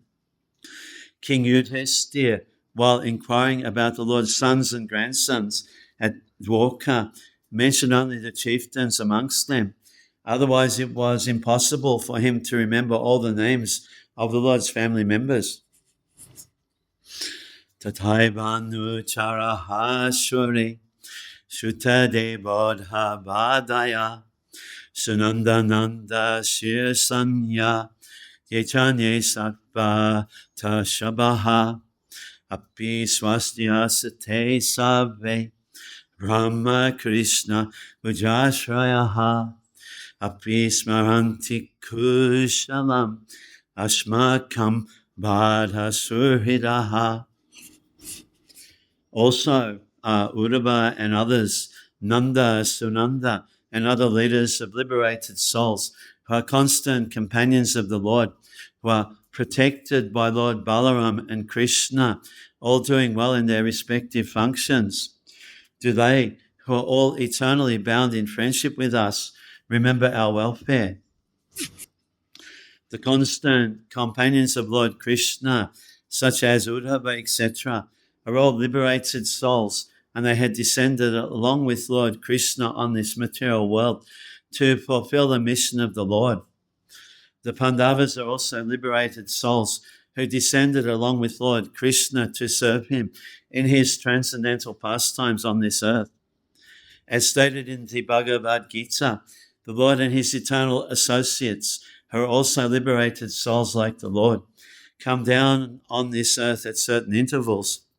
The Lord remembers them all, but his associates, although liberated souls, forget due to their being tatashta shakti, or marginal potency of the Lord. That is the difference between the Vishnu Tattva and Jiva Tattvas. The Jiva Tattvas are infinitesimal potential particles of the Lord, and therefore they require the protection of the Lord at all times. And to the eternal servitors of the Lord is pleased to give all protection at all times. The liberated souls never, therefore, think themselves as free as the Lord or as powerful as the Lord, but they always seek the protection of the Lord in all circumstances, both in the material world and in the spiritual world. This dependence of the liberated soul is constitutional, just as sparks of a fire can exhibit the glow of fire along with the fire and not independently. Independently, the glow of the sparks is extinguished, although the quality of fire or the glowing is there. Thus, those who give up the protection of the Lord and become so-called lords themselves out of spiritual ignorance come back again to this material world, even after prolonged tapasya of the severest type. That is the verdict of all Vedic literature. Bhagavana pi govindo brahmanyo bhakta vatsalaha kachit pure sudhammayam sukham aste suhidvrataha. Is Lord Krishna, the Supreme Personality of Godhead, who gives pleasure to the cows, senses, and the brahmanas, who is very affectionate towards his devotees, enjoying the pious assembly at Dwarkapuri, surrounded by friends. Here, in this particular verse, the Lord is described as Bhagavan, Govinda, Brahmanya, and Bhaktavatsala. He is Bhagavan Swayam, or the original Supreme Personality of Godhead, full with all opulences, all power, all knowledge, all beauty, all fame, and all renunciation. No one is equal to or greater than him. He is Govinda because he is the pleasure of the cows and the senses. Those who have purified their senses by devotional service of the Lord can render unto him real service and thereby derive transcendental pleasure out of such purified senses. Only the impure, conditioned living beings cannot derive any pleasure from the senses, but being illusioned by false pleasures of the senses, he becomes servant of the senses. Therefore, we need his protection for our own interest. The Lord is the protector of cows and the Brahminical culture. A society which is devoid of cow protection and Brahminical culture is not under the direct protection of the Lord. Just as the prisoners in the jails are not under the protection of the king, but under the protection of a severe agent of the king. Without cow protection and cultivation of the Brahminical qualities in human society, at least for a section of members of the society, no human civilization can prosper at any length. By Brahminical culture, or by developing the dormant qualities of goodness, namely truthfulness, equanimity, sense control, forbearance, simplicity, general knowledge, transcendental knowledge, and firm faith in the Vedic wisdom, one can become a Brahmana and thus see the Lord as he is. And after surpassing the Brahminical perfection, one has to become a devotee of the Lord, so that his loving affection in the form of proprietor, master, friend, son, and lover can be transcendentally achieved. The stage of a devotee which attracts the transcendental affection of the Lord does not develop unless one has developed the qualities of a Brahmana, as above mentioned. The Lord is inclined to a Brahmana of quality and not of false prestige. Those who are less than a Brahmana by qualification cannot establish any relation with the Lord, just as fire cannot be kindled from the raw earth unless there is wood, although there is a relation between wood and the earth. Since the Lord is all perfect in himself, there could not be any question of his welfare, and Maharaj Yudhisthira refrained from asking this question. He simply inquired about his residential place, Dwarkapuri, where pious men assemble. The Lord stays only where pious men assemble and takes pleasure in their glorifying the supreme truth. Maharaj Yudhisthira was anxious to know about the pious men and their pious acts in the city of Dwarka. Mangalaya cha lokanam kshemaya cha bhavaya cha asteya rukulam bodho adyananta sakaha puman yadbahudanda goptayam swapuyam yarabhachitaha kridanti paramanandam mahapurushika iba. The original personality of Godhead, the enjoyer, and Balaram, the primeval Lord Ananta, are staying in the ocean of the Yadu dynasty for the welfare, protection, and general progress of the entire universe. And the members of the Yadu dynasty, being protected by the arms of the Lord, are enjoying life like the residents of the spiritual sky. As we have discussed many times, the personality of Godhead Vishnu resides within each and every universe in two capacities, namely as the Garbhodakshayi Vishnu and the Kshirodakshayi Vishnu. The Kshirodakshayi Vishnu has his own planet on the northern top of the universe, and there is a great ocean of milk where the Lord resides on the bed of the Ananta incarnation of Baladev. Thus, Maharaj Yudhisthira has compared the Yadu dynasty to the ocean of milk, and Sri Balaram to the Ananta, where Lord Krishna resides. He has compared the citizens of Dwarka to the liberated inhabitants of the Vaikuntha Lokas, beyond the material sky, further than we can see with our eyes, and beyond the sevenfold coverings of the universe, there is the causal ocean in which all the universes are floating like footballs. And beyond the causal ocean, there is an unlimited span of spiritual sky, generally known as the effulgence of Brahman. Within this effulgence, there are innumerable spiritual planets, and they are known as the Vaikuntha planets. Each and every Vaikuntha planet is many, many times bigger than the biggest universe within the material world. And in each of them, there are innumerable prototypes of Vishnu inhabitants who look exactly like Lord Vishnu. These inhabitants are known as the Mahapurushikas, or persons directly engaged in the service of the Lord. They're happy in those planets and are without any kind of misery, and they live perpetually in full youthfulness, enjoying life in full bliss and knowledge, without fear of birth, death, old age or disease, and without the influence of Kala, eternal time. Maharaj Yudhisthira has compared the inhabitants of Dwarka to the Mahapurushikas of Vaikuntha Loka because they are so happy with the Lord. In the Bhagavad Gita, there are many references to the Vaikuntha Lokas, and they are mentioned there as Madhama, or the kingdom of the Lord. Yat pada susrushana mukhya kamana satyadayadvasta sahasra joshitaha nirjitya sankhe tridashams tadashisho haranti vrajrayudha valabochitaha. The queens at Dwarka, headed by Satyabhama, simply by administering comforts at the lotus feet of the Lord, which is the most important of all services, induced the Lord to conquer the demigods. Thus, the queens enjoy things which are the prerogatives of the wives of the controller of thunderbolts. Satyabhama, one of the principal queens of Lord Sri Krishna at Dwarka, after killing Narakasura, Lord Krishna visited the palace of Narakasura, accompanied by Satyabhama. He went to Indraloka also with Satyabhama, and she was received by Sachi Devi, who introduced her to the mother of the demigods, Aditi. Aditi was very much pleased with Satyabhama, and she benedicted her with the blessings of permanent youth as long as Lord Krishna remained on the earth. Aditi also took her with her to show her the special prerogatives of the demigods in the heavenly planets. When she saw the parijat flower, she desired to have it in her palace at Dwarka.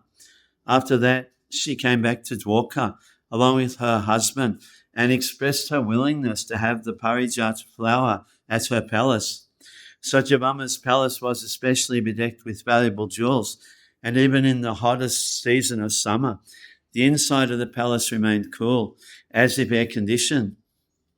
She decorated her palace with various flags, heralding the news of her great husband's presence there. Once, along with her husband, she met Draupadi, and she was anxious to be instructed by Draupadi in the ways and means of pleasing her husband. Draupadi was expert in this affair because she kept 5 husbands, the Pandavas, and all were very much pleased with her. On receipt of Draupadi's instructions, she was very much pleased and offered her good wishes and returned back to Dwarka. She was the daughter of Shatrujit. After the departure of Lord Krishna, when Arjuna visited Dwarka, all the queens, including Satyabhama and Rukmini, lamented for the Lord with great feelings. At the last stage of her life, she left for the forest to undergo severe penances. Satyabhama instigated her husband to get the parijat flower from the heavenly planets, and the Lord got it, even by force from the demigods, as a common husband secures things to please his wife. As already explained, the Lord had very little to do with so many wives to carry out their orders like an ordinary man. But because the queens accepted the high quality of devotional service, namely administering the Lord all comforts, the Lord played the part of a faithful, complete husband. No earthly creature can expect to have things from the heavenly kingdom, especially the parijat flowers, which are simply to be used by the demigods. But due to their becoming the Lord's faithful wives, all of them enjoyed the special prerogatives of the great wives of the denizens of heaven. In other words, since the Lord is the proprietor of everything within his creation, it is not very astonishing for the queens of Dwarka to have any rare thing from any part of the universe. Yadbahudan dab yudayanu jibino yarupravirya hikuto baya muho harikramantyagribi ahritam balat sabham sudhamam surasatamochitam. The great heroes of the Yadu dynasty, being protected by the arms of Lord Sri Krishna, always remain fearless in every respect, and therefore their feet trample over the Sudama assembly house, which the best demigods deserved, but which was taken away from them. Those who are directly servitors of the Lord are not only protected by the Lord from all fearfulness, but also enjoy the best of things, even if they are forcibly accumulated. The Lord is equal in behavior to all living beings, but he is partial to his pure devotees, being very affectionate toward them. The city of Dwarka was flourishing, being enriched with the best of things in the material world. The state assembly house is constructed according to the dignity of the particular state. In the heavenly planet, the state assembly house called Sudama was deserving of the dignity of the best of the demigods. Such an assembly house is never meant for any state on the globe, because the human being on the earth is unable to construct it, however far a particular state may be materially advanced. But during the time of Lord Krishna's presence on the earth, the members of the Yadu family forcibly brought the celestial assembly house to earth and placed it at Dwarka. They were able to use such force because they were certain of the indulgence and protection of the Supreme Lord Krishna. In other words, the Lord is provided with the best things in the universe by his pure devotees. Lord Krishna was provided with all kinds of comforts and facilities available within the universe by the members of the Yadu dynasty. And in return, such servitors of the Lord were protected and fearless. A forgetful, conditioned soul is fearful, but a liberated soul is never fearful. Just as a small child, completely dependent on the mercy of his father, is never fearful of anyone.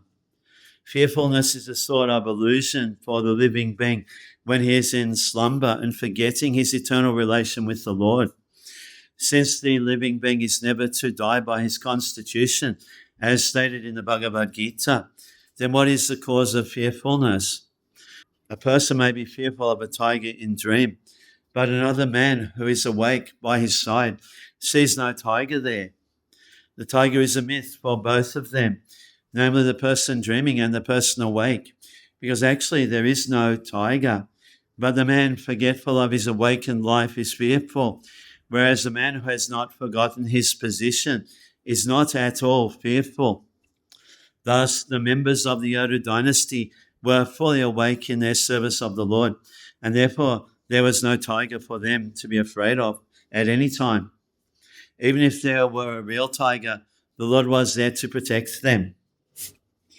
Kachite anmayam tata prastatejo vibhasime alabdhamano abhagyataha kimbata tachirashitaha. My brother Arjuna, please tell me whether your health is all right. You appear to have lost your bodily luster. Is this due to others disrespecting and neglecting you because of your long stay at Dwarka? From all angles of vision, the Maharaj inquired from Arjuna about the welfare of Dwarka, but he concluded at last that as long as Lord Sri Krishna himself was there, nothing inauspicious could happen. But at the same time, Arjuna appeared to be bereft of his bodily luster, and thus he inquired of his personal welfare and asked so many vital questions. Kachinabhi hatobhabai shabdharibi amangalai nadatamuktam atibya ashayajat pratishrutam. Has someone addressed you with unfriendly words or threatened you? Could you not give charity to one who asked? Or could you not keep your promise to someone? A kshatriya or a rich man is sometimes visited by persons who are in need of money. When they are asked for a donation, it is the duty of the possessor of wealth to give in charity in consideration of the person, place, and time. If a kshatriya or a rich man fails to comply with this obligation, he must be very sorry for this discrepancy. Similarly, one should not fail to keep his promise to give in charity. These discrepancies are sometimes causes of despondency, and thus failing, a person becomes subject to criticism, which might also be the cause of Arjuna's plight. Kachitvam brahmanam balam gam vridham roginam striyam shaunopashristam sadvam natyakshi shana prada. You are always the protector of the deserving living beings, such as brahmanas, children, cows, women, and the diseased. Could you not give them protection when they approached you for shelter? The brahmanas, who are always engaged in researching knowledge for the society's welfare work, both materially and spiritually, deserve the protection of the king in all respects. Similarly, the children of the state, the cow, the diseased person, the woman, and the old man specifically require the protection of the state or a kshatriya king. If such living beings do not get protection by the kshatriya or the royal order or by the state, it is certainly shameful for the kshatriya or the state. Maharaj Yudhisthira was anxious to know about this discrepancy on the part of Arjuna, if such things had actually happened. Kachit tvam nagamo gamyam gamyam vashatritam striyam parajito vathababan notamanasham maipati. Have you contacted a woman of impeccable character, or have you not properly treated a deserving woman? Or have you been defeated on the way by someone who is inferior or equal to you? It appears from this verse that during the time of the Pandavas, free contact between men and women was allowed in certain conditions only. The higher caste men, namely the Brahmanas and Kshatriyas, could accept a woman of the Vaishya or the Sudra community, but a man from the lower castes could not contact a woman of the higher caste. Even a Kshatriya could not contact a woman of the Brahmana caste. The wife of a Brahmana is considered one of the seven mothers, namely one's own mother, the wife of the spiritual master or teacher, the wife of a Brahmana, the wife of a king, the cow, the nurse, and the earth. Such contact between men and women was known as Uttama and Adama. Contact of a Brahmana with a Kshatriya woman is Uttama, but the contact of a Kshatriya with a woman of a Brahmana is Adama, and therefore condemned. A woman approaching a man for contact should never be refused, but at the same time, the discretion as above mentioned may also be considered. Bhima was approached by Hidimbi from a community lower than the Shudras, and Jayati refused to marry the daughter of Shukracharya because of his being a Brahmana. Vyasadeva, a Brahmana, was called to beget Pandu and Dhritarashtra. Satyavati belonged to a family of fishermen, but Parashara, a great Brahmana, begot in her Vyasadeva. So there are so many examples of such contacts with women, but in all cases the contacts were not abominable, nor were the results of such contacts bad. Contact between man and woman is natural, but that also must be carried out under regulated principles so that social consecration may not be disturbed, nor unwanted worthless population be increased for the unrest of the world. It is abominable for a Kshatriya to be defeated by one who is inferior in strength or equal in strength. If one is defeated at all, he should be defeated by some superior power. Arjuna was defeated by Bhishmadev, and Lord Krishna saved him from the danger. This was not insult for Arjuna, because Bhishmadev was far superior to Arjuna in all ways, namely age, respect, and strength. But Karna was equal to Arjuna, and therefore Arjuna was in crisis when fighting with Karna. It was felt by Arjuna, and therefore Karna was killed, even by crooked means. Such are the engagements of the Kshatriyas, and Maharaj Yudhisthira inquired from his brother whether anything undesirable happened on the way home from Dwarka. Apishit paryabhuntasvam sambhojam vridha balakan jugupshitam kama kinchit kritabanajaraksamam. Have you not taken care of old men and boys who deserve to dine with you? Have you left them and taken your meals alone? Have you committed some unpardonable mistake which is considered to be abominable? It is the duty of a householder to feed, first of all, the children and old members of the family, the brahmanas and the invalids.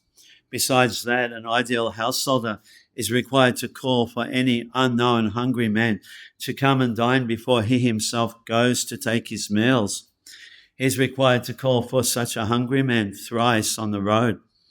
The neglect of this prescribed duty of a householder, especially in the matter of the old men and children, is unpardonable. Kachit presthatamenatha hridayenatma bandhuna sunyasmi rahito nityam manya setyanyata nabruk. Or is it that you are feeling empty all the time because you might have lost your most intimate friend, Lord Krishna? Oh, my brother Arjuna, I can think of no other reason for you becoming so dejected. All the inquisitiveness of Maharaj Yudhisthira about the world's situation was already conjectured by Maharaj Yudhisthira on the basis of Lord Krishna's disappearance from the vision of the world. And this was now disclosed by him because of the acute dejection of Arjuna, which could not have been possible otherwise.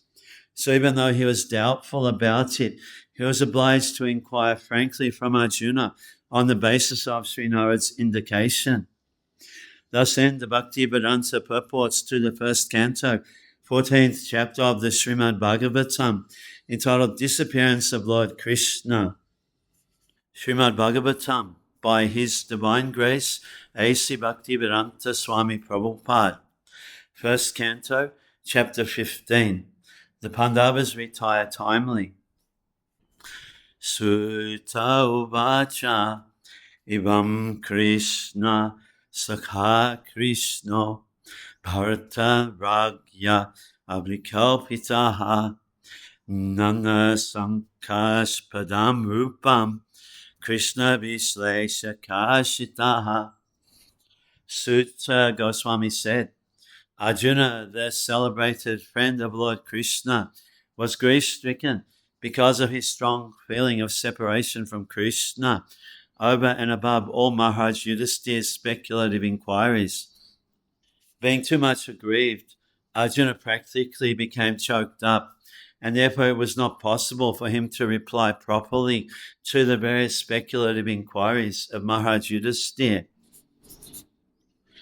Shokena susya dvadana hitsabroja hatsa prabha vibhum tame vanusmaram nasaknot pratibhashitum. Due to grief, Arjuna's mouth and lotus-like heart had become dried up. Therefore his body lost all luster. Now, remembering the Supreme Lord, he could hardly utter a word in reply. Krishna samstabhya suchaha panina amrijya netrayo parokshena samunadha pranayot kanchya kataraha. With great difficulty, he checked the tears of grief that smeared his eyes. He was very distressed because Lord Krishna was out of his sight, and he increasingly felt affection for him. Sakyam maitrim suhidam cha saratyadishu samsmaram ripama grajam itiyaha vasbagad garaya gira. Remembering Lord Krishna and his well-wishes, benefactions, intimate familial relations, and his chariot driving, Arjuna, overwhelmed and breathing very heavily, began to speak. The Supreme Living Being is perfect in all relations with his pure devotee. Sri Arjuna is one of the typical pure devotees of the Lord, reciprocating in the fraternal relationship. And the Lord's dealings with Arjuna are displays of friendship of the highest perfect order. He was not only a well-wisher of Arjuna, but also he was actually a benefactor. And to make it still more perfect, the Lord tied him into a family relationship by arranging Subhadra's marriage with him. And above all, the Lord agreed to become a chariot driver of Arjuna in order to protect his friend from warfare risks. And the Lord became actually happy when he established the Pandavas to rule over the world. Arjuna remembered all these one after another, and thus he became overwhelmed with such thoughts.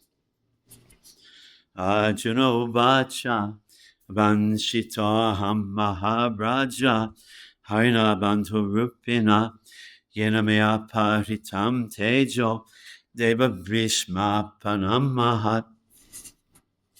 Arjuna said, O King, the Supreme Personality of Godhead, Hari, who treated me exactly like an intimate friend, has left me alone.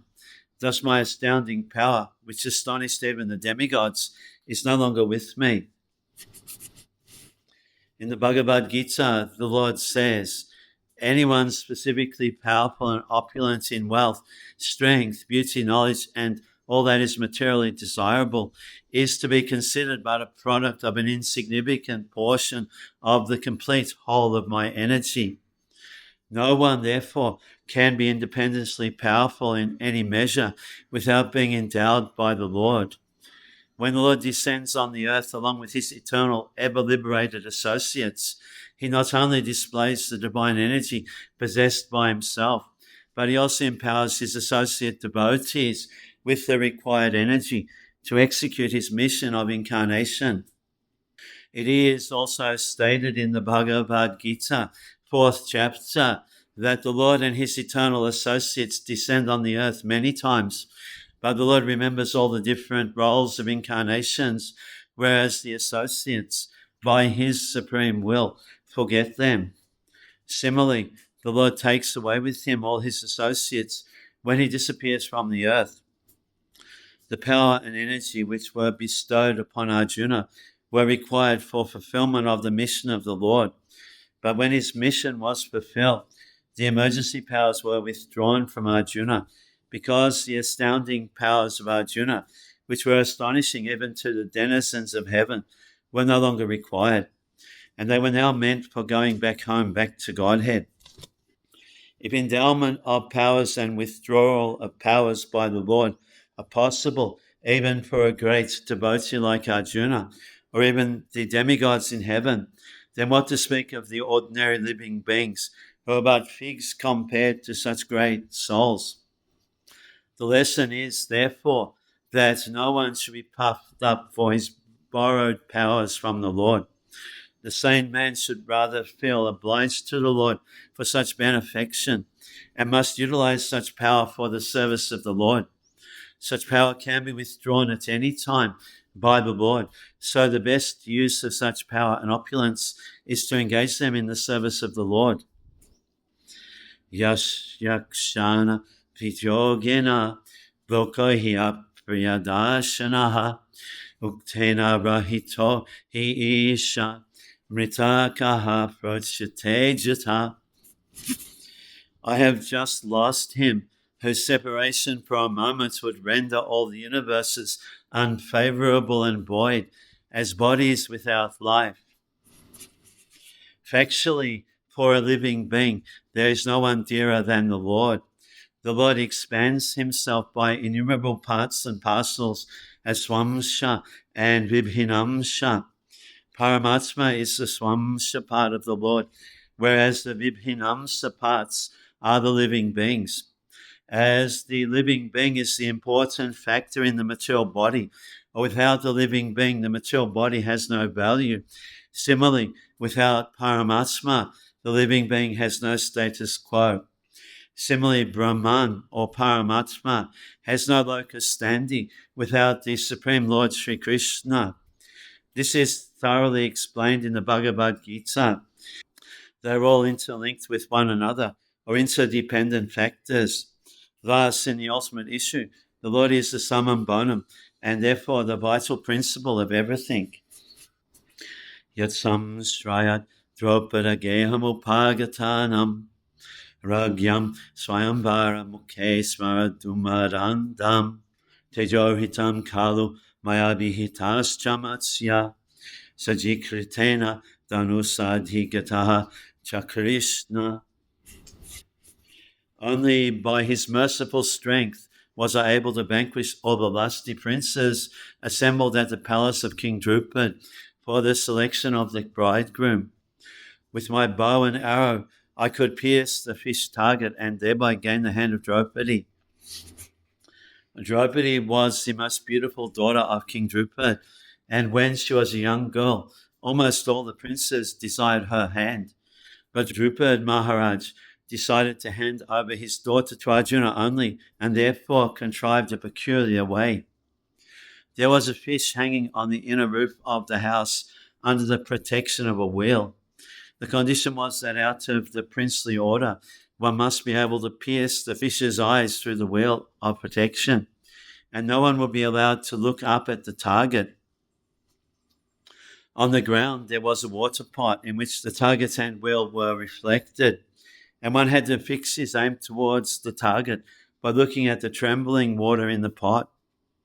Maharaj Drupad well knew that only Arjuna, or alternately Karna, could successfully carry out the plan. But still he wanted to hand his daughter to Arjuna.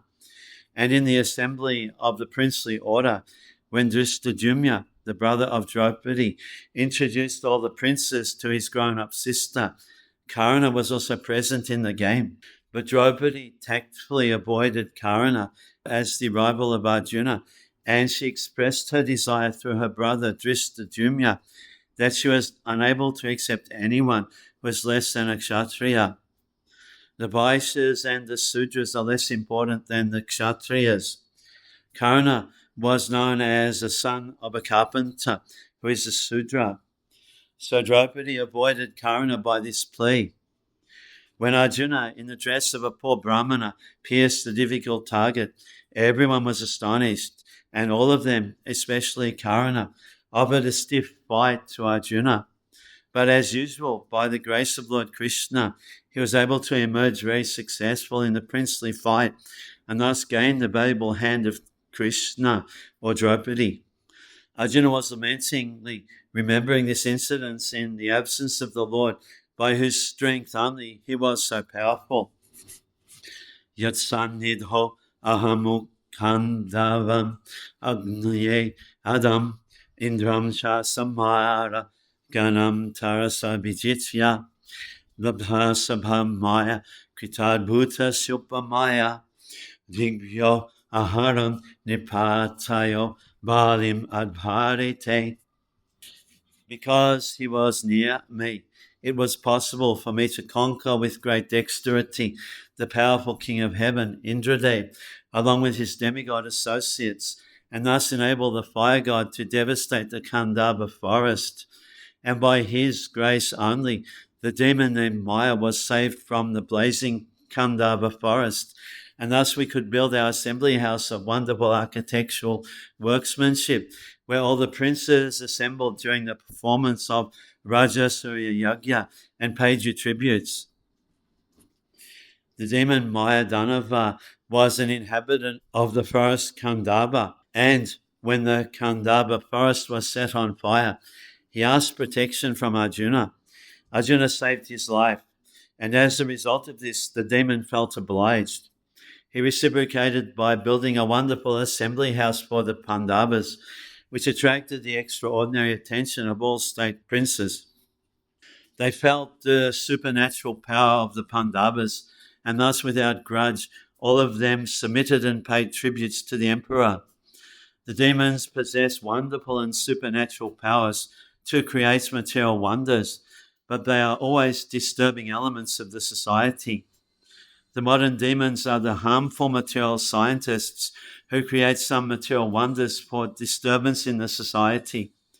For example, the creation of the nuclear weapons has caused some panic in the human society. Maya was also a materialist like that, and he knew the art of creating wonderful things. And yet, Lord Krishna wanted to kill him. When he was chased both by the fire and the will of Lord Krishna, he took shelter of a devotee like Arjuna, who saved him from the wrath of the fire of Lord Sri Krishna. Devotees are therefore more merciful than the Lord, and in devotional service, the mercy of a devotee is more valuable than the mercy of the Lord. Both the fire and the Lord ceased from chasing the demon as soon as both of them saw that the demon was given shelter by a devotee like Arjuna. The demon, feeling obliged to Arjuna, wanted to do him some service to show his gratefulness, but Arjuna declined to accept anything from him in exchange. Lord Sri Krishna, however, being pleased with Maya for his taking shelter of a devotee, asked him to render service under King Yudhisthira by building a wonderful assembly house. The process is that by the grace of the devotee, the mercy of the Lord is obtained, and by the mercy of the Lord, a chance to serve the Lord's devotee is obtained. The club of Bhimsena was also a gift of Mayadanava.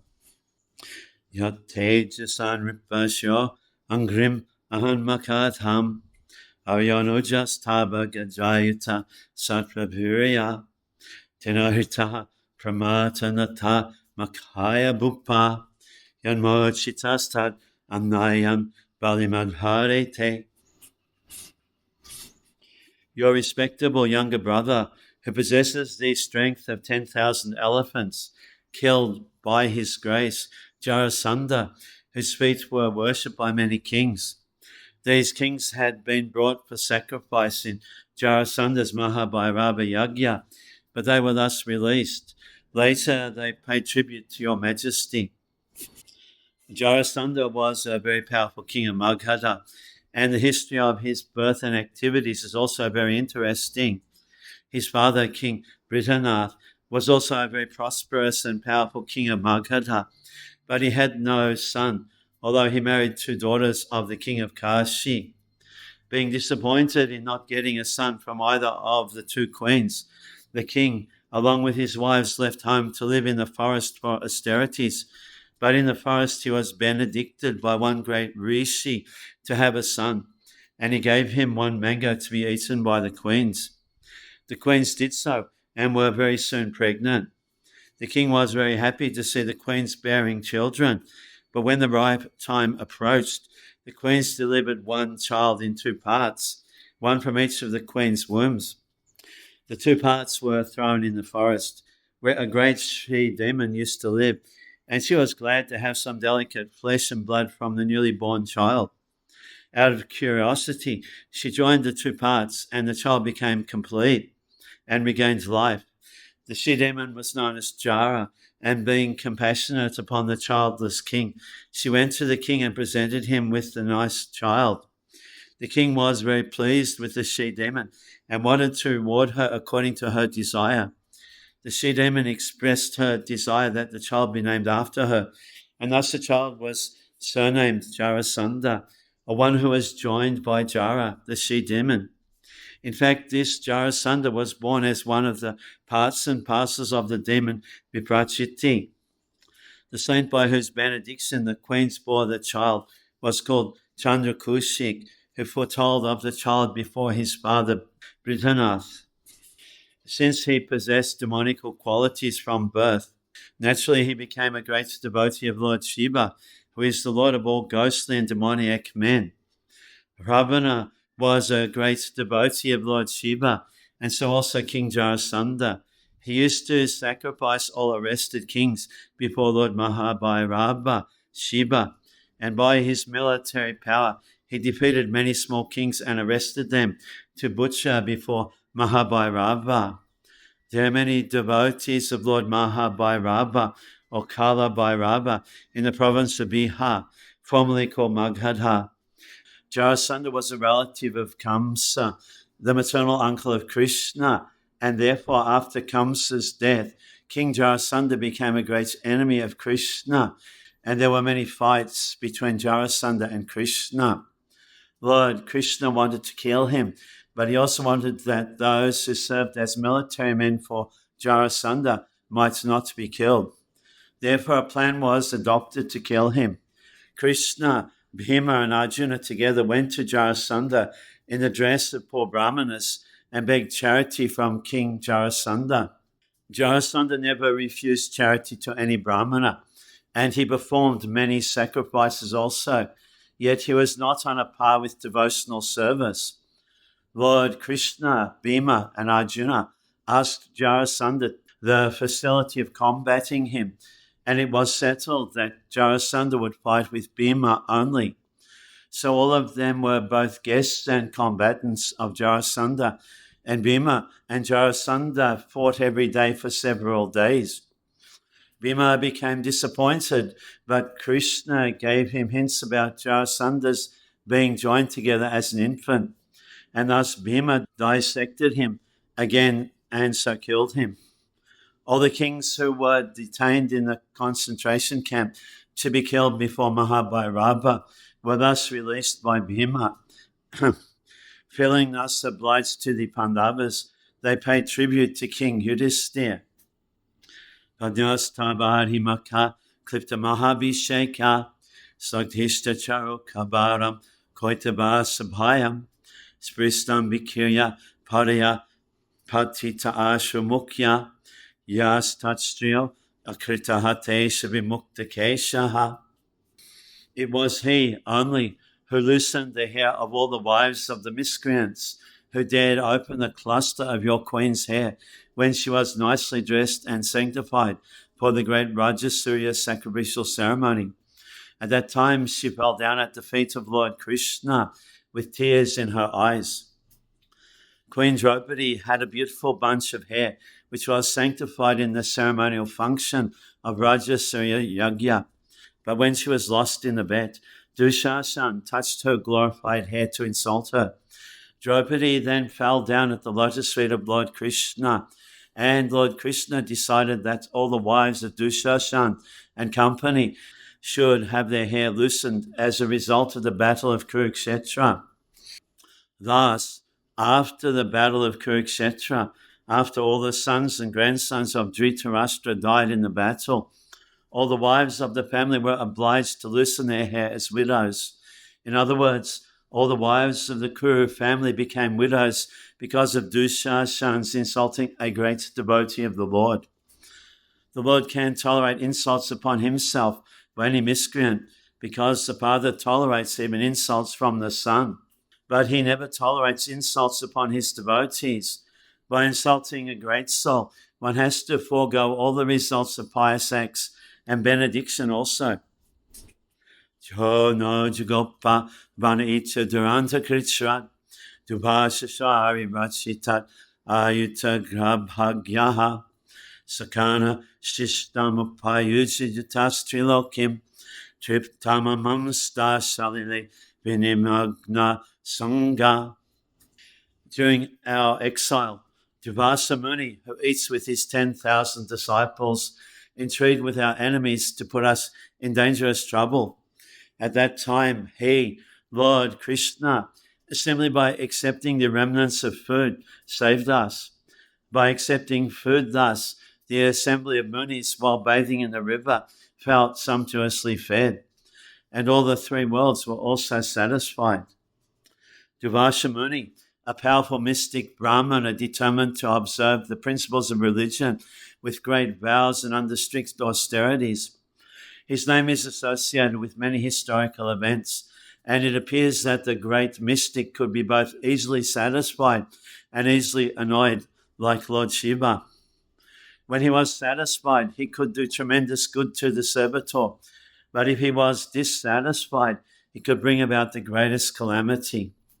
Kumari Kunti, at her father's house, used to minister all kinds of services to all great brahmanas, and being satisfied with her good reception, Durvasha Muni benedicted her with a power to call any demigod she desired. It is understood that he was a plenary incarnation of Lord Shiva, and thus he could easily be either satisfied or annoyed. He was a great devotee of Lord Shiva, and by his order he accepted the priesthood of King Swetaketu because of the king's performance of sacrifice for 100 years. Sometimes he used to visit the parliamentary assembly of the heavenly kingdom of Indradev. He could travel in space by his great mystic powers, and it is understood that he traveled a great distance through space, even up to the Vaikuntha planets beyond material space. He traveled all these long distances within 1 year during his quarrel with King Ambarish, the great devotee and emperor of the world. He had about 10,000 disciples, and wherever he visited and became a guest of the great Kshatriya kings, he used to be accompanied by a number of followers. Once he visited the house of Duryodhana, the enemy cousin of Maharaj Yudhisthira. Duryodhana was intelligent enough to satisfy the Brahmana by all means, and the great Rishi wanted to give some benediction to Duryodhana. Duryodhana knew his mystic powers, and he knew also that the mystic Brahmana, if dissatisfied, could cause some havoc also. And thus he designed to engage the Brahmana to show his wrath upon his enemy cousins, the Pandavas. When the Rishi wanted to award some benediction to Duryodhana, he later wished that he should visit the house of Maharaj Yudhisthira, who was the eldest and the chief amongst all his cousins. But by his request, he would go to him after he had finished his meals with his queen, Draupadi. Duryodhana knew that after Draupadi's dinner, it would be impossible for Maharaj Yudhisthira to receive such a large number of Brahmana guests, and thus the Rishi would be annoyed and would create some trouble for his cousin Maharaj Yudhisthira. That was the plan of Duryodhana. Durvasha Muni agreed to this proposal, and he approached the king in exile according to the plan of Duryodhana after the king and Draupadi had finished their meals.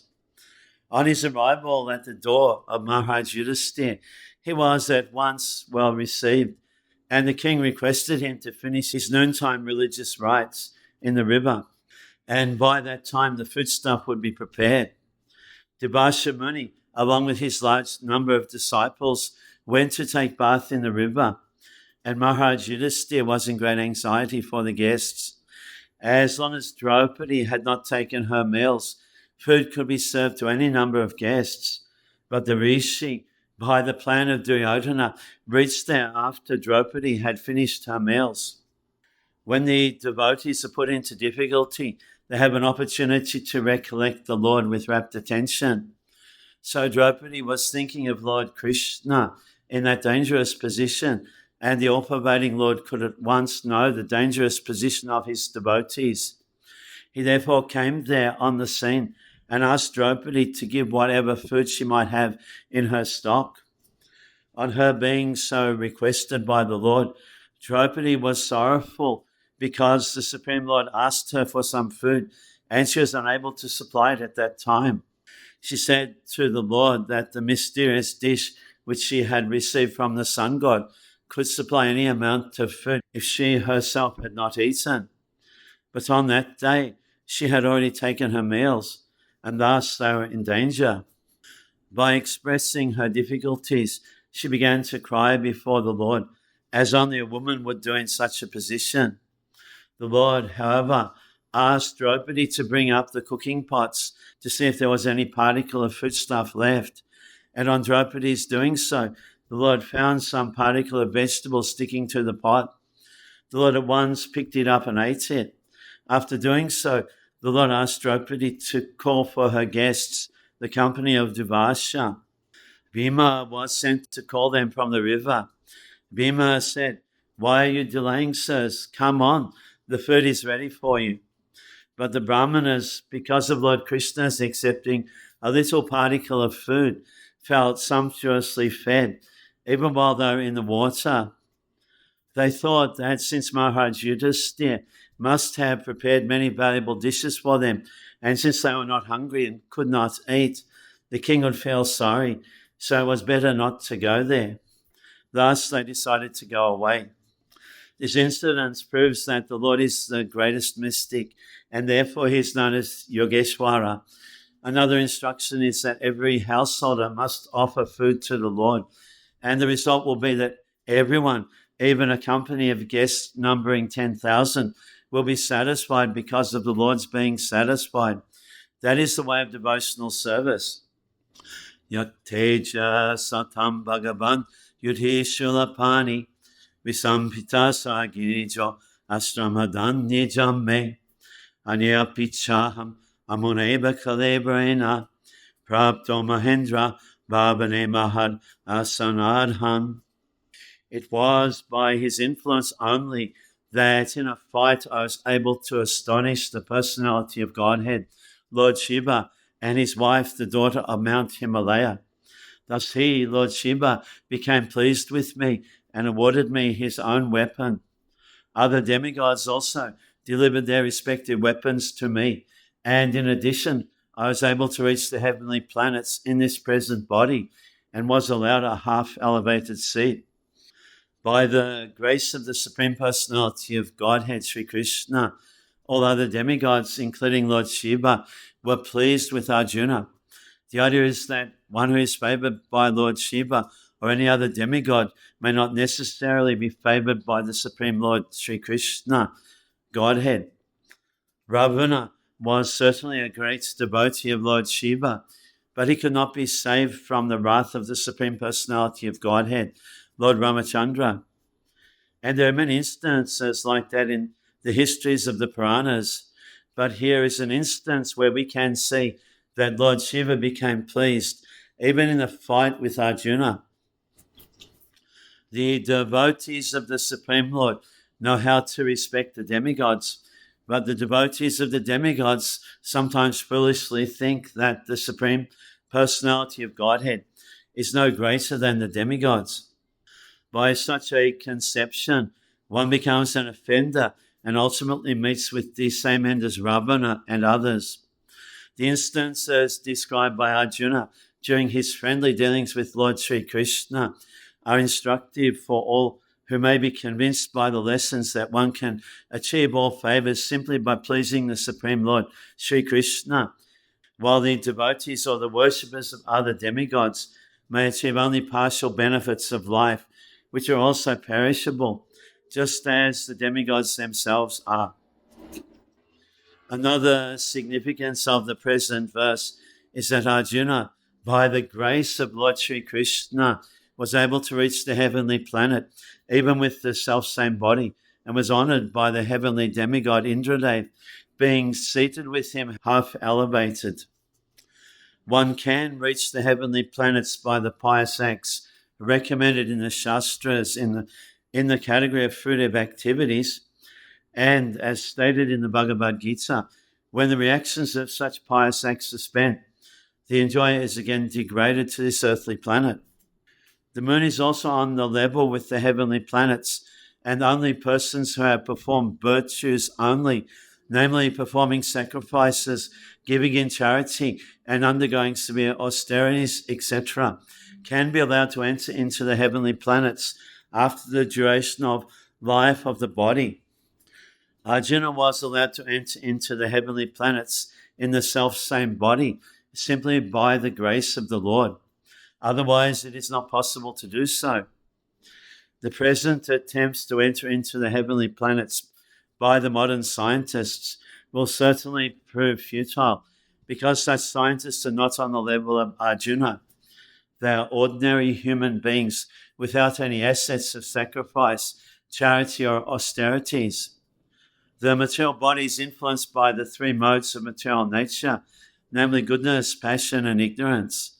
The present population is more or less influenced by the modes of passion and ignorance, and the symptoms for such influence are exhibited in their becoming very lusty and greedy. Such degraded fellows can hardly approach the higher planetary systems. Above the heavenly planets, there are many other planets also, which only those who are influenced by goodness can reach.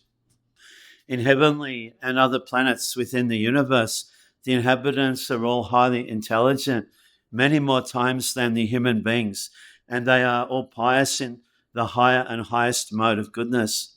They are all devotees of the Lord, and although their goodness is not unadulterated, still they are known as demigods, possessing the maximum amount of good qualities possible within the material world.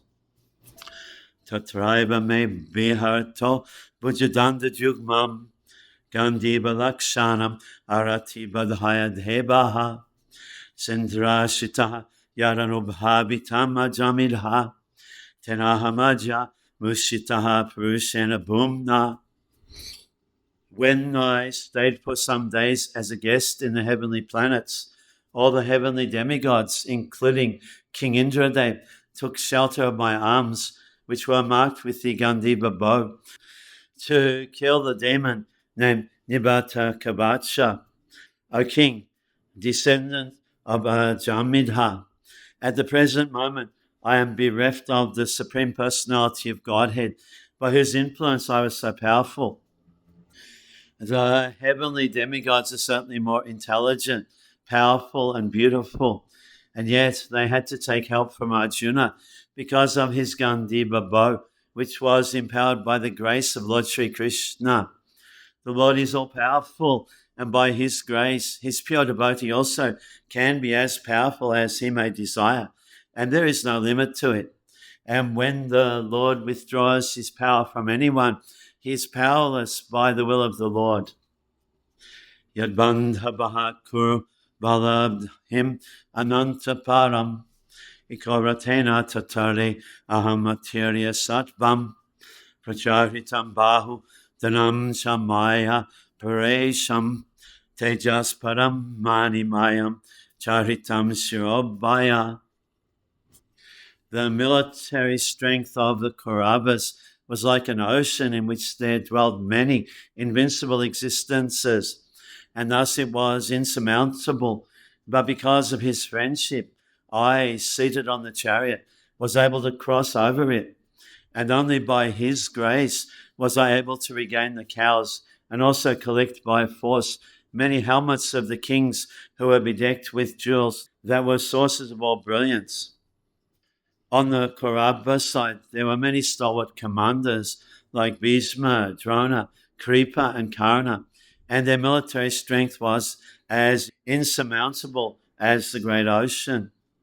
And yet, it was due to Lord Krishna's grace that Arjuna alone, sitting on the chariot, could manage to vanquish them one after another without difficulty. There were many changes of commanders on the other side, but on the Pandavas' side, Arjuna alone on the chariot, driven by Lord Krishna, could manage the whole responsibility of the great war. Similarly, when the Pandavas were living at the palace of Virat, incognito, the Kauravas picked a quarrel with King Virat and decided to take away his large number of cows. Thus, while taking away the cows, Arjuna fought with them incognito and was able to regain the cows along with some booty taken by force, the jewels set on the turbans of the royal order. Arjuna remembered that all this was possible by the grace of the Lord.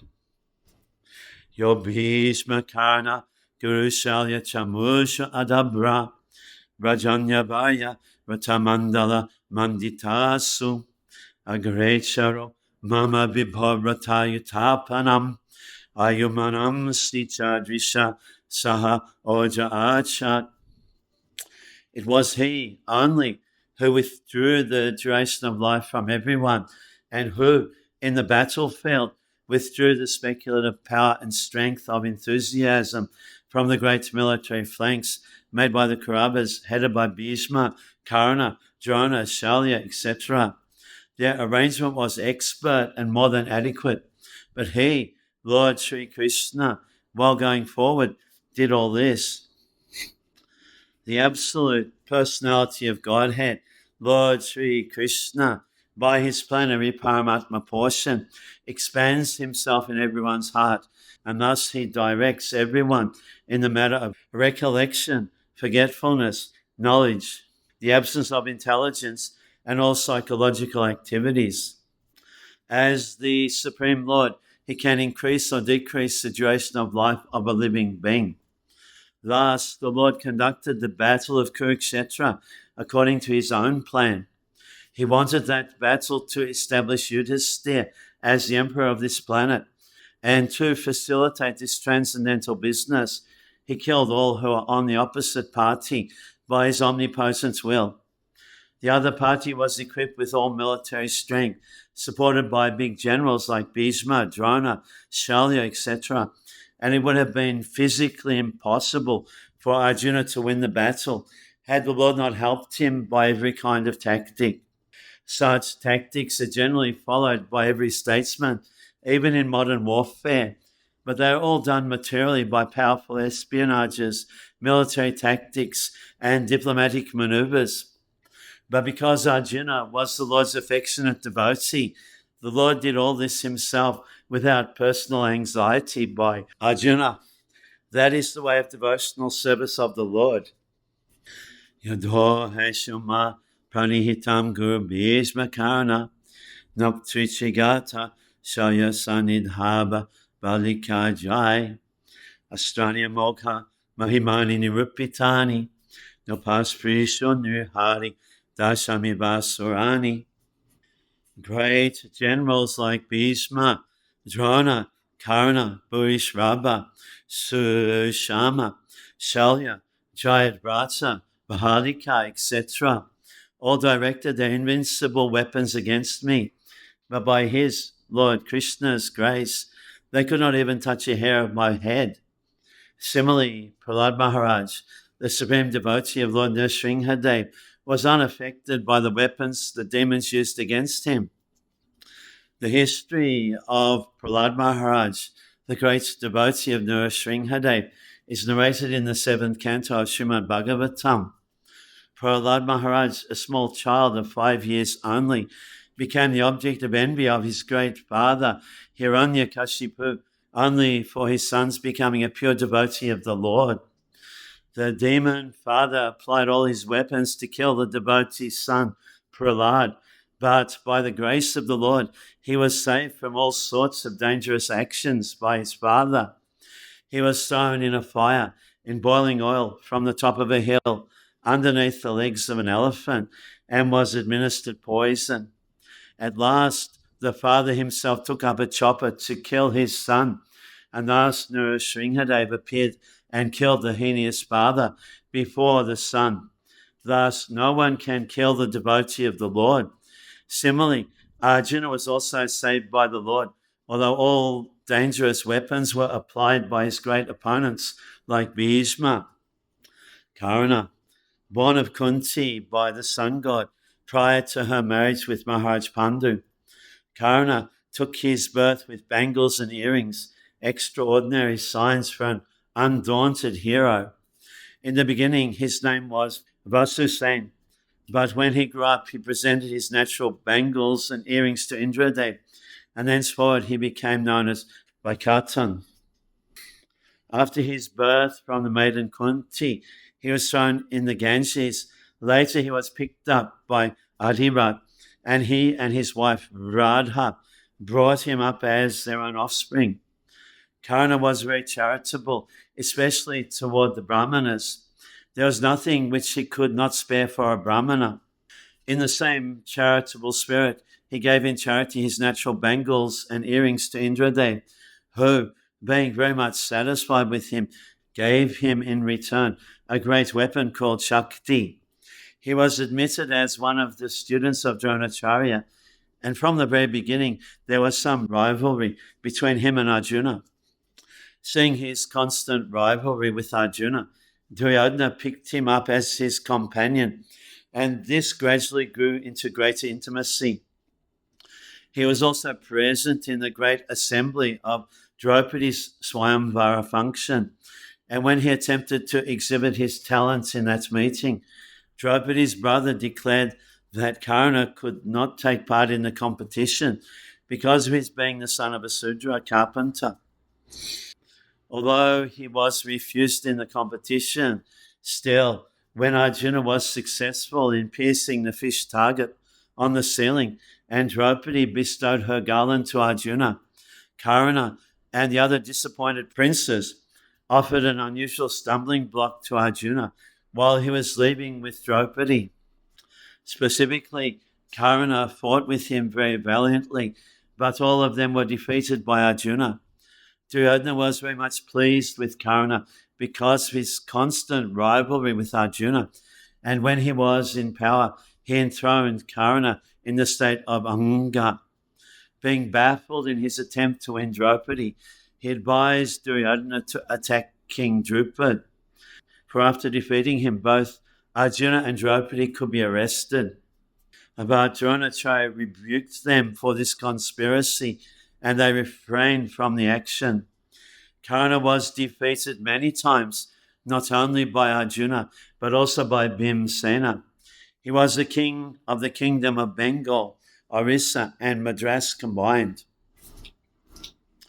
Later on, he took an active part in the Rajasuya sacrifice of Maharaj Yudhisthira. And when there was gambling between the rival brothers designed by Shakuni, Karna took part in the game. And he was very pleased when Draupadi was offered as a bet in the gambling. This fed his old grudge. When Draupadi was in the game, he was very enthusiastic to declare the news, and it is he who ordered Dushashan to take away the garments of both the Pandavas and Draupadi. He asked Draupadi to select another husband because, being lost by the Pandavas, she was rendered a slave of the Kurus. He was always an enemy of the Pandavas, and whenever there was an opportunity, he tried to curb them by all means. During the Battle of Kurukshetra, he foresaw the conclusive result, and he expressed his opinion that due to Lord Krishna's being the chariot driver of Arjuna, the battle should be won by him.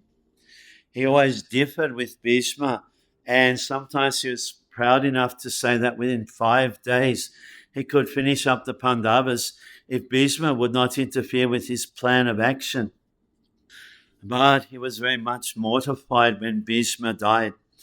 He killed Ghatotkach with a Shakti weapon obtained from Indradev. His son Vrishasena was killed by Arjuna. He killed the largest number of Pandava soldiers. At last, there was a severe fight with Arjuna, and it is he only who was able to knock off the helmet of Arjuna. But it so happened that the wheel of his chariot got stuck in the battlefield mud, and when he got down to set the wheel right, Arjuna took the opportunity and killed him, although he requested Arjuna not to do so. Naptri, or Bhurishrava. Bhurishrava was the son of Somadatta, a member of the Kuru family. His other brother was Shalya. Both the brothers and the father also attended the Swayamvara ceremony of Draupadi. All of them appreciated the wonderful strength of Arjuna due to his being the devotee friend of the Lord. And thus Bhurishrava advised the sons of Dhritarashtra not to pick any quarrel, nor to fight with them. All of them also attended the Rajasuya Yagya of Maharaj Yudhisthira. He possessed one Akshuhini regiment of army, cavalry, elephants, and chariots, and all these were employed in the battle of Kurukshetra on behalf of Duryodhana's party. He was counted by Bhima as one of the Uttapatis. In the battle of Kurukshetra, he was especially engaged in a fight with Satyaki, and he killed 10 sons of Satyaki. Later on, Arjuna cut off his hands and he was ultimately killed by Satyaki. After his death, he merged into the existence of Vishvadev. Trigata or Susama, son of Maharaj Vidhakshetra and the king of Trigata Desh, and he was also present in the Swayamvara ceremony of Draupadi. He was one of the allies of Duryodhana, and he advised Duryodhana to attack the Matsya Desh, Dabanga. During the time of cow stealing in Viratnagar, he was able to arrest Maharaj Virat, but later on, Maharaj Virat was released by Bhima, and in the battle of Kurukshetra, he also fought very valiantly, but at the end he was killed by Arjuna. Jayadratha, another son of Maharaj Vidhakshetra. He was the king of Sindhu, modern Sindh, Pakistan, Desh. His wife's name was Dushala. He was also present in the Swayamvara ceremony of Draupadi, and he desired very strongly to have her hand, but he failed in the competition. But since then, he sought always the opportunity to get in touch with Draupadi. When he was going to marry in the Shalya Desh, on the way to Kamyavan, he happened to see Draupadi again, and he was too much attracted to her. The Pandavas and Draupadi were then in exile after losing their empire in gambling, and Jayadratha thought it wise to send news to Draupadi in an illicit manner through Kotishashya, one of his associates. Draupadi at once refused vehemently the proposal of Jayadratha, but being so much attracted by the beauty of Draupadi, he tried again and again. Every time he was refused by Draupadi, he tried to take her away forcibly on his chariot, and at first Draupadi gave him a good dashing, and he fell like a cut-root tree. But he was not discouraged, and he was able to force Draupadi to sit on the chariot. This incident was seen by Jumya Muni, and he strongly protested the action of Jayadratha. He also followed the chariot, and through the trek, the matter was brought to the notice of Maharaj Yudhisthira. The Pandavas then attacked the soldiers of Jayadratha and killed them all.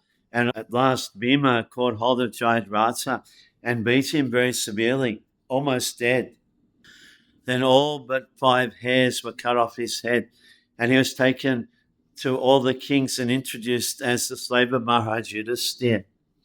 He was forced to admit himself to be the slave of Maharaj Yudhisthira before all the princely order, and in the same condition, he was brought before Maharaj Yudhisthira. Maharaj Yudhisthira was kind enough to order him released, and when he admitted to become a tributary prince under Maharaj Yudhisthira, Queen Draupadi also desired his release. After this incident, he was allowed to return to his country. Being so insulted, he went to Gangotri in the Himalayas and undertook a severe type of penance to please Lord Shiva. He asked his benediction to defeat all the Pandavas, at least one at a time. Then the battle of Kurukshetra began, and he took sides with Duryodhana. In the first day's fight, he was engaged with Maharaj Drupad, then with Virat, and then with Abhimanyu. While Abhimanyu was being killed, mercilessly surrounded by 7 great generals, the Pandavas came to his help, but Jayadratha, by the mercy of Lord Shiva, repulsed them with great ability. At this, Arjuna took a vow to kill him, and on hearing this, Jayadratha wanted to leave the warfield and asked permission from the Kauravas for this cowardly action. But he was not allowed to do so. On the contrary, he was obliged to fight with Arjuna, and while the fight was going on, Lord Krishna reminded Arjuna that the benediction of Shiva upon Jayadratha was that whoever would cause his head to fall to the ground would die at once. He therefore advised Arjuna to throw the head of Jayadratha directly onto the lap of his father, who was engaged in penances at the Samanta Pankaja pilgrimage. This was actually done by Arjuna. Jayadratha's father was surprised to see a severed head on his lap, and he at once threw it to the ground. The father immediately died, his forehead being cracked in 7 pieces. Suche vrtaha kumatina atimara ishvaro me yatpada padmam abhabaya bhavjanti bhavya mam shrantabaham arayoratino bhavishdam na praharanyat anubhava nirastachitaha. It was by his mercy only that my enemies neglected to kill me when I descended from my chariot to get water for my thirsty horses. And it was due to my lack of esteem for my Lord that I dared engage him as my chariot driver, for he is worshipped and offered services by the best men to attain salvation. The Supreme Lord, Personality of Godhead, Sri Krishna, is the object of worship both by impersonalists and by the devotees of the Lord. The impersonalists worship his glowing effulgence emanating from his transcendental body of eternal form, bliss, and knowledge, and the devotees worship him as the Supreme Personality of Godhead. Those who are below even the impersonalists consider him to be one of the great historical personalities. The Lord, however, descends to attract all by his specific transcendental pastimes, and thus he plays the part of the most perfect master, friend, son, and lover. His transcendental relation with Arjuna was in friendship, and the Lord therefore played the part perfectly, as he did with his parents, lovers, and wives. While playing in such a perfect transcendental relation, the devotee forgets by the internal potency of the Lord that his friend or son is the Supreme Personality of Godhead, although sometimes the devotee is bewildered by the acts of the Lord. After the departure of the Lord, Arjuna is conscious of his great friend, but there is no mistake on the part of Arjuna, nor any ill estimation of the Lord. Intelligent men are attracted by the transcendental acting of the Lord with a pure, unalloyed devotee like Arjuna. In the warfield, scarcity of water is a well-known fact.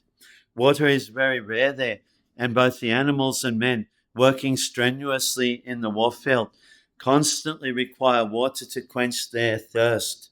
Especially wounded soldiers and generals feel very thirsty at the time of death, and it sometimes so happens that simply for want of water, one has to die unavoidably.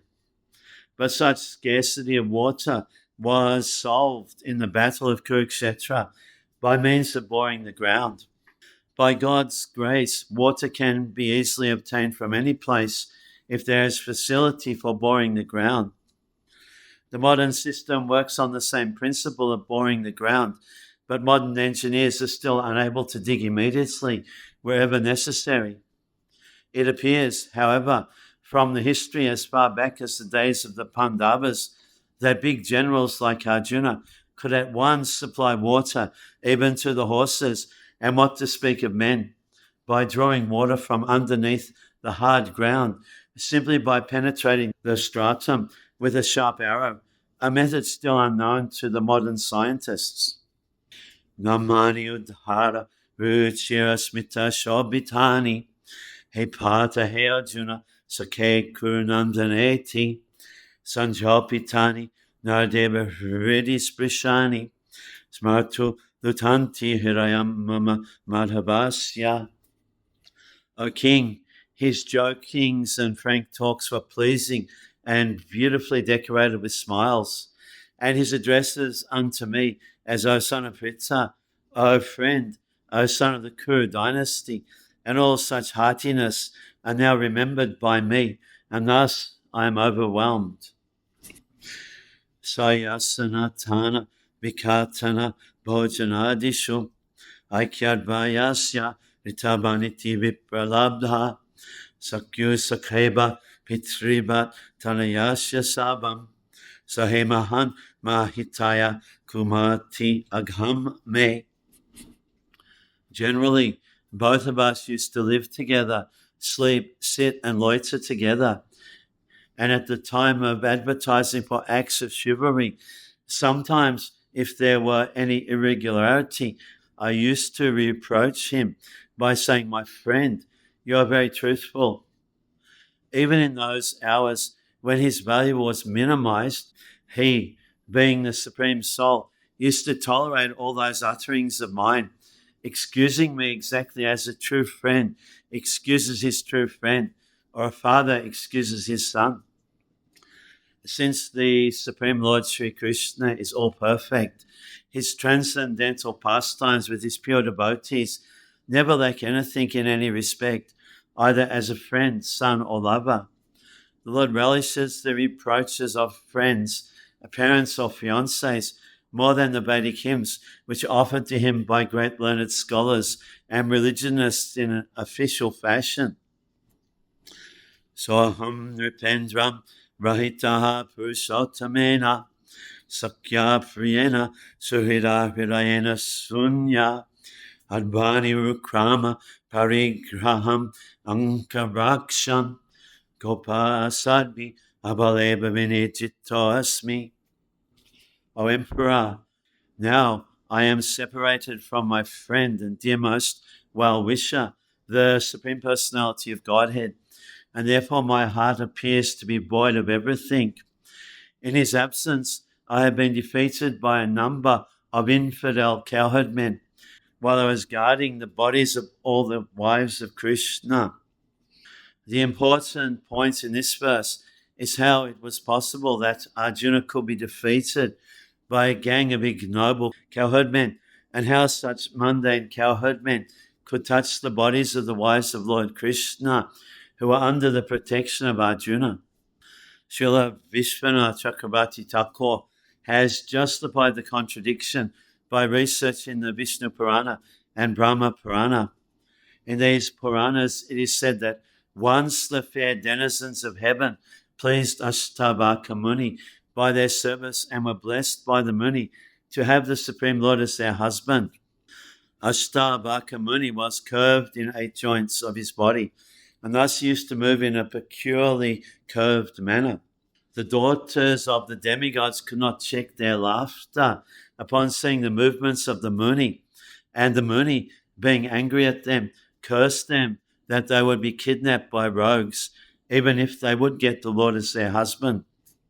Later on, the girls again satisfied the Muni by their prayers, and the Muni blessed them that they would regain their husband, even after being robbed by the rogues. So, in order to keep the words of the great Muni, the Lord himself kidnapped his wives from the protection of Arjuna. Otherwise, they would have at once vanished from the scene as soon as they were touched by the rogues.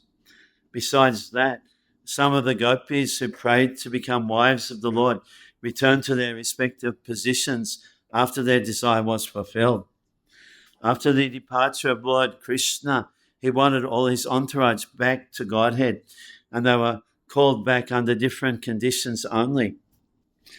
Tad Vaidanos ta Ishaba Saratohayaste Sohamrati Nipatayo Yata Anamanti Sabam Kshanena Tarabhud Asadisha Riktam Bhajmam Hutam Kuhaka Radham Ibhoktam Ushyam. I have the very same Gandiva bow, the same arrows, the same chariots drawn by the same horses, and I use them as the same Arjuna, to whom all the kings offered their due respects. But in the absence of Lord Krishna, all of them, at a moment's notice, have become null and void. It is exactly like offering clarified butter on ashes, accumulating money with a magic wand, or sowing seeds on barren land. As we have discussed more than once, one should not be puffed up by borrowed plumes. All energies and powers are derived from the Supreme Source, Lord Krishna, and they act as long as he desires and cease to function as soon as he withdraws. All electrical energies are received from the powerhouse, and as soon as the powerhouse stops supplying energy, the bulbs are of no use. In a moment's time, such energies can be generated or withdrawn by the supreme will of the Lord. Material civilization without the blessing of the Lord is child's play only. As long as the parents allow the child to play, it is all right. As soon as the parents withdraw, the child has to stop. Human civilization and all activities thereof must be dovetailed with the supreme blessing of the Lord. And without this blessing, all advancement of human civilization is like the decoration on a dead body. It is said here that a dead civilization and its activities are something like clarified butter on ashes, the accumulation of money by a magic wand, and the sowing of seeds in barren land. Rajam Stvayanu Prishtanam Suhridam Nasuhrit Pore Viprashap Vimudhanam Nignatam Musti Bimitaha Varunim Madiram Pitva Madan Matita Chetasam Ajanatam Ibanyonyam Chatupanshavasheshitaha. O King, since you have asked me about our friends and relatives in the city of Dwarka, I will inform you that all of them were cursed by the Brahmanas, and as a result they all became intoxicated with wine made of purified rice and fought among themselves with sticks, not even recognizing one another. Now all but 4 or 5 of them are dead and gone. Prayanai tad bhagavata Ishvarasya vichestitam mitonignanti bhutani bhavayanti chajanmitaha. Factually, this is all due to the supreme will of the Lord, personality of Godhead. Sometimes people kill one another, and at other times they protect one another. According to the anthropologists, there is nature's law of struggle for existence and survival of the fittest. But they do not know that behind the law of nature, there is a supreme direction of the Supreme Lord, personality of Godhead. In the Bhagavad Gita, it is confirmed that the law of nature is executed under the direction of the Lord. Whenever, therefore, there is peace in the world, it must be known that it is due to the good will of the Lord. And whenever there is upheaval in the world, it is also due to the supreme will of the Lord. Not a blade of grass moves without the will of the Lord. Whenever, therefore, there is disobedience of the established rules enacted by the Lord, there is war between men and nations. The surest way to the path of peace is, therefore, dovetailing everything to the established rule of the Lord. The established rule is that whatever we do, whatever we eat, whatever we sacrifice, or whatever we give in charity must be done to the full satisfaction of the Lord. No one should do anything, eat anything, sacrifice anything, or give anything in charity against the will of the Lord. Discretion is the better part of valor, and one must learn how to discriminate between actions which may be pleasing to the Lord and those which may not be pleasing to the Lord. An action is thus judged by the Lord's pleasure or displeasure. There is no room for personal whims. We must always be guided by the pleasure of the Lord. Such action is called yoga karma shakushalam, or actions performed which are linked with the Supreme Lord. That is the art of doing a thing perfectly. Jalukasham jal yadban mahanto adanti aniyashaha Dubalan balino brajan, mahanto balino mitaha, ivam balishta charubi, mahadbi itaram vibho, yadon yarubi anyonyam, bhobaram sanjaharaha. O King, as in the ocean, the bigger and stronger aquatics swallow up the smaller and weaker ones, so also the Supreme Personality of Godhead, to lighten the burden of the earth, has engaged the stronger Yaru to kill the weaker, and the bigger Yaru to kill the smaller. In the material world, the struggle for existence and survival of the fittest are laws, because in the material world there is disparity between conditioned souls due to everyone's desire to lord it over the material resources. This very mentality of lording it over the material nature is the root cause of conditioned life. And to give facility to such imitation lords, the illusory energy of the Lord has created a disparity between conditioned living beings by creating the stronger and the weaker in every species of life. The mentality of lording it over the material nature and the creation has naturally created a disparity, and therefore the law of struggle for existence. In the spiritual world, there is no such disparity, nor is there such a struggle for existence. In the spiritual world, there is no struggle for existence because everyone there exists eternally. There is no disparity because everyone wants to render service to the Supreme Lord, and no one wants to imitate the Lord in becoming the beneficiary. The Lord, being creator of everything, including the living beings, factually is the proprietor and enjoyer of everything that be.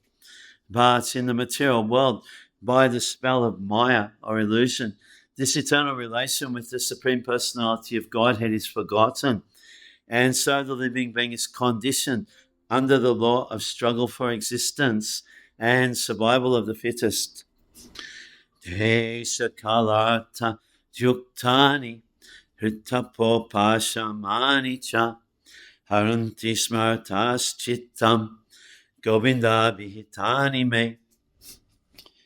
Now I am attracted to those instructions imparted to me by the personality of Godhead, Govinda, because they are impregnated with instructions for relieving the burning heart in all circumstances of time and space.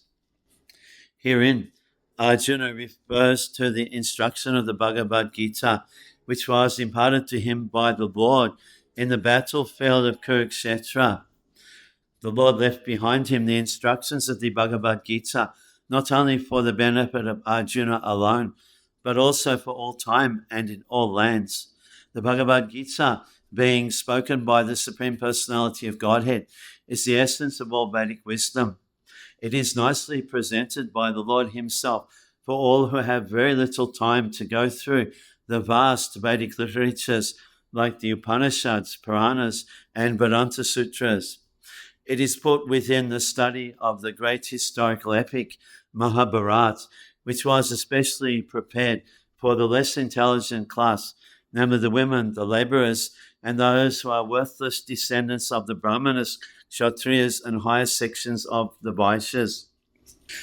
The problem which arose in the heart of Arjuna on the battlefield of Kurukshetra was solved by the teachings of the Bhagavad Gita. Again, after the departure of the Lord from the vision of earthly people, when Arjuna was face to face with being vanquished in his acquired power and prominence, he wanted again to remember the great teachings of the Bhagavad Gita, just to teach all concerned that the Bhagavad Gita could be consulted in all critical times, not only for solace from all kinds of mental agonies, but also for the way out of great entanglements, which may embarrass one in some critical hour.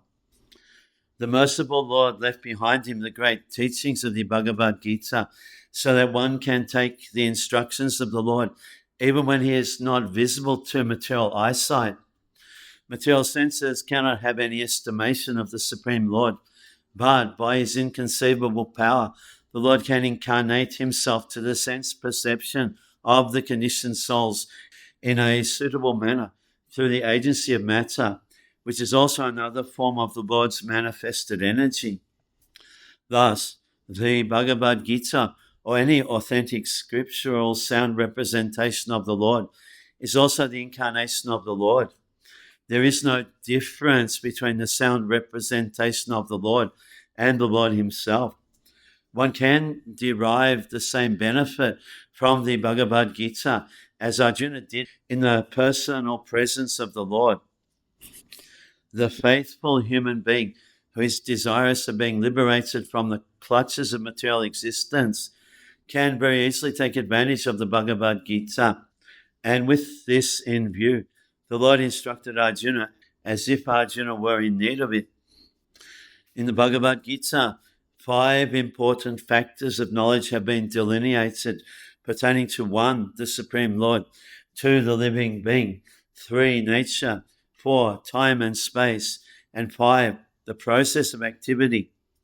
Out of these, the Supreme Lord and the living being are qualitatively one. The difference between the two has been analysed as the difference between the whole and the part and parcel. Nature is inert matter, displaying the interaction of 3 different modes, and eternal time and unlimited space are considered to be beyond the existence of the material nature.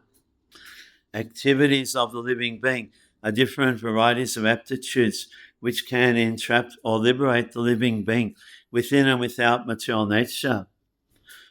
All these subject matters are concisely discussed in the Bhagavad Gita, and later the subject matters are elaborated in the Srimad-Bhagavatam for further enlightenment. Out of the 5 subjects, the Supreme Lord, the living entity, nature and time and space are eternal, but the living entity, nature and time are under the direction of the Supreme Lord, who is absolute and completely independent of any other control. The Supreme Lord is the supreme controller. The material activity of the living being is beginningless, but it can be rectified by transferal into the spiritual quality. Thus, it can cease its material qualitative reactions. Both the Lord and the living entity are cognition, and both have the sense of identification of being conscious as a living force. But the living being, under the condition of material nature, called Mahatattva, misidentifies himself as being different from the Lord. The whole scheme of Vedic wisdom is targeted to the aim of eradicating such a misconception and thus liberating the living being from the illusion of material identification. When such an illusion is eradicated by knowledge and renunciation, the living beings are responsible actors and enjoyers also. The sense of enjoyment in the Lord is real, but such sense in the living being is a sort of wishful desire only. This difference in consciousness is a distinction of the 2 identities, namely the Lord and the living being. Otherwise, there is no difference between the Lord and the living being. The living being is therefore eternally one and different simultaneously. The whole instruction of the Bhagavad Gita stands on this principle. In the Bhagavad Gita, the Lord and the living beings are both described as Sanatan, or eternal, and the Lord's abode, far beyond the material sky, is also described as Sanatan. The living being is invited to live in the Sanatan existence of the Lord, and the process which can help a living being to approach the Lord's abode, where the liberated activity of the soul is exhibited, is called Sanatan Dharma. One cannot, however, reach the eternal abode of the Lord without being freed from the misconception of material identification. And the Bhagavad Gita gives us the clue how to achieve this stage of perfection. The process of being liberated from the misconception of material identification is called, in different stages, fruitive activity, empiric philosophy, and devotional service, up to transcendental realization. Such transcendental realization is made possible by dovetailing all the above items in relation with the Lord. Prescribed duties of the human being, as directed in the Vedas, can gradually purify the sinful mind of the conditioned soul and raise him to the stage of knowledge. The purified stage of acquiring knowledge becomes the basis of devotional service of the Lord. As long as one is engaged in researching the solution of the problems of life, it is called Gyan, or purified knowledge. But on realizing the actual solution of life, one becomes situated in the devotional service of the Lord. The Bhagavad Gita begins with the problems of life by discriminating the soul from the elements of matter, and proves by all reason and argument that the soul is indestructible in all circumstances, and that the outer covering of matter, the body and the mind, change for another term of material existence, which is full of miseries. The Bhagavad Gita is therefore meant for terminating all different types of miseries, and Arjuna took shelter of this great knowledge, which was imparted to him before, during the Kurukshetra battle. Sutta uvacha ivam chintayato jishnu Krishna pada saroruham suhadenati gadhena shantasid vimalamati.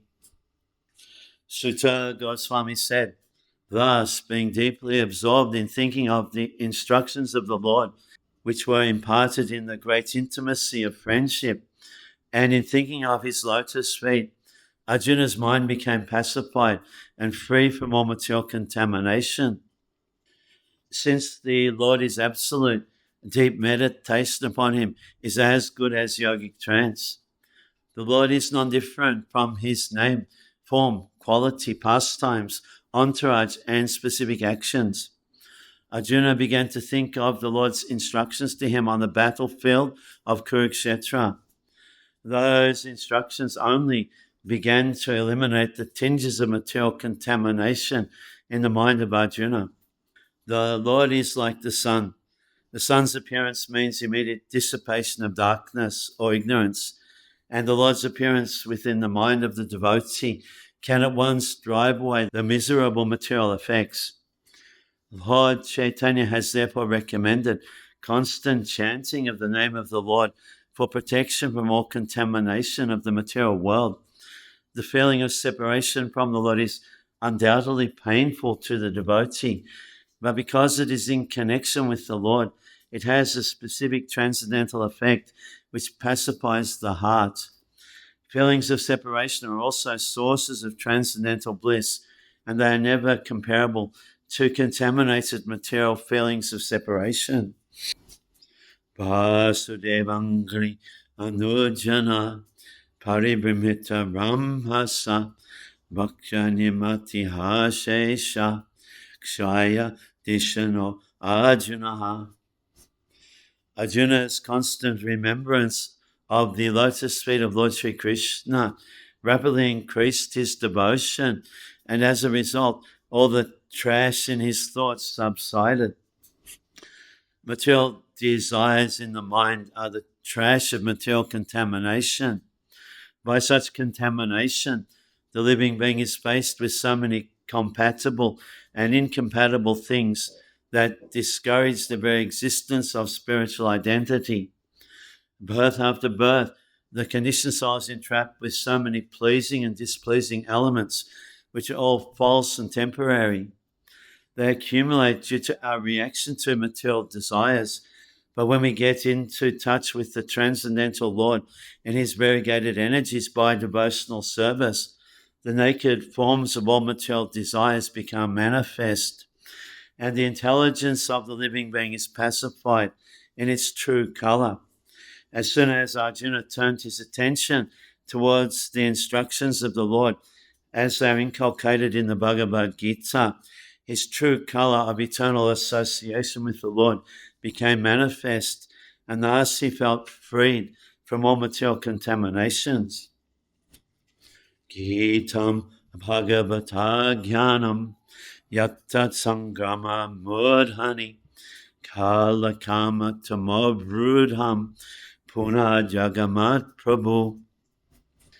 Because of the Lord's pastimes and activities, and because of his absence, it appeared that Arjuna forgot the instructions left by the personality of Godhead. But factually, this was not the case, and again he became Lord of his senses. A conditioned soul is enwrapped in his fruit of activities by the force of eternal time. But the Supreme Lord, when he incarnates on the earth, is not influenced by Kala or the material conception of past, present, and future.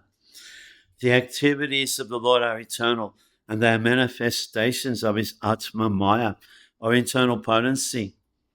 All pastimes or activities of the Lord are spiritual in nature, but to the layman, they appear to be on the same level with material activities. It so appeared that Arjuna and the Lord were engaged on the battle of Kurukshetra, as the other party was also engaged. But factually, the Lord was executing his mission of incarnation in association with his eternal friend, Arjuna. Therefore, such apparent material activities of Arjuna did not drive him away from his transcendental position, but on the contrary, revived his consciousness of the songs of the Lord as he sung them personally. This revival of consciousness is assured by the Lord in the Bhagavad Gita as follows. Manmana bhava madbhakto bhajaji mam namaskuru mam me bhaishyasi satyam te pratijani priyosi me. One should think of the Lord always. The mind should not forget him. One should become a devotee of the Lord and offer obeisances unto him. One who lives in that fashion becomes undoubtedly endowed with the blessing of the Lord by achieving the shelter of his lotus feet. There is nothing to doubt about this eternal truth. Because Arjuna was his confidential friend, the secret was disclosed to him. Arjuna had no desire to fight with his relatives, but he fought for the mission of the Lord. He was always engaged in the execution of his mission only, and therefore, after his departure, he remained in the same transcendental position, even though it appeared that he forgot all the instructions of the Bhagavad Gita. One should therefore adjust the activities of life in pace with the mission of the Lord, and by doing this, one is sure to return back home, back to Godhead. This is the highest perfection of life. Vishoko Brahma Sampatya Sanchinadvaita Samshayaha Dina Prakriti Naigunyat Alingat Pada Sambhabaha. Because of his possessing spiritual assets, the doubts of duality were completely cut off. Thus, he was freed from the three modes of material nature and placed in transcendence. There was no longer any chance of his becoming entangled in birth and death, for he was freed from material form. Doubts of duality begin from the misconception of the material body, which is accepted as the self by less intelligent persons. The most foolish part of our ignorance is our identifying this material body with the self. Everything in relation with the body is ignorantly accepted as our own. Doubts due to misconceptions of myself and mine. In other words, my body, my relatives, my property, my wife, my children, my wealth, my country, my community, and hundreds and thousands of similar illusory contemplations cause bewilderment for the conditioned soul. By assimilating the instructions of the Bhagavad Gita, one is sure to become released from such bewilderment, because real knowledge is to know that the Supreme Personality of Godhead, Vasudeva, Lord Krishna, is everything, including oneself. Everything is a manifestation of his potency as part and parcel. The potency and the potence are non-different, so the conception of duality is at once mitigated by attainment of perfect knowledge.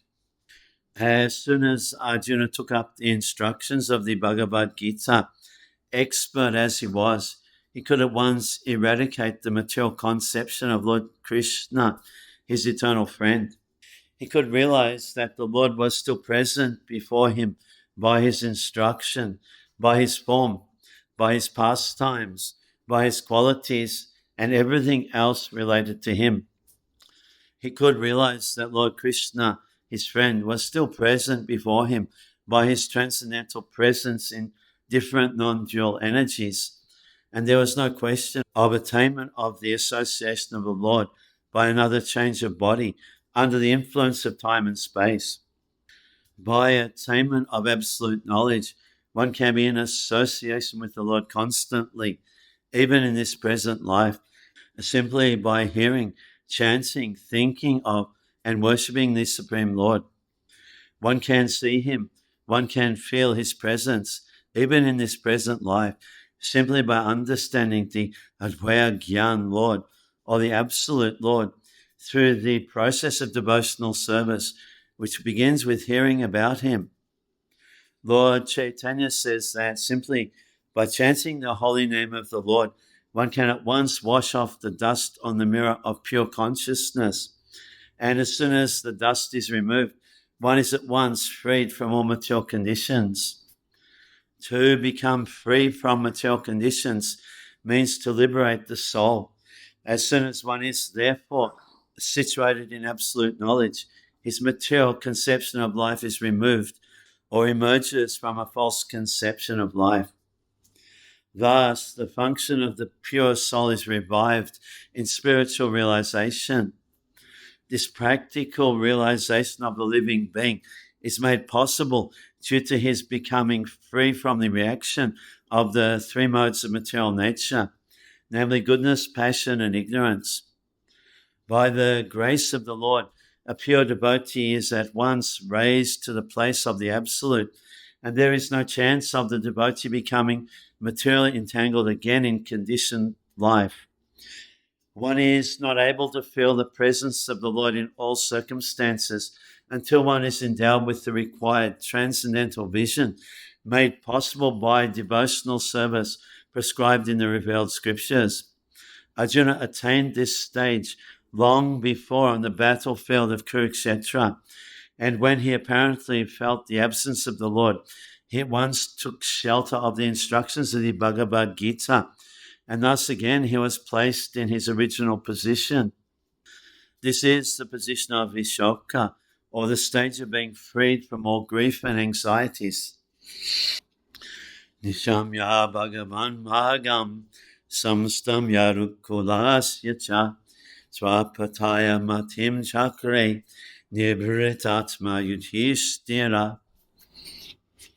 Upon hearing of Lord Krishna's returning to his abode, and upon understanding the end of the Yadu dynasty's earthly manifestation, Maharaj Yudhisthira decided to go back home, back to Godhead.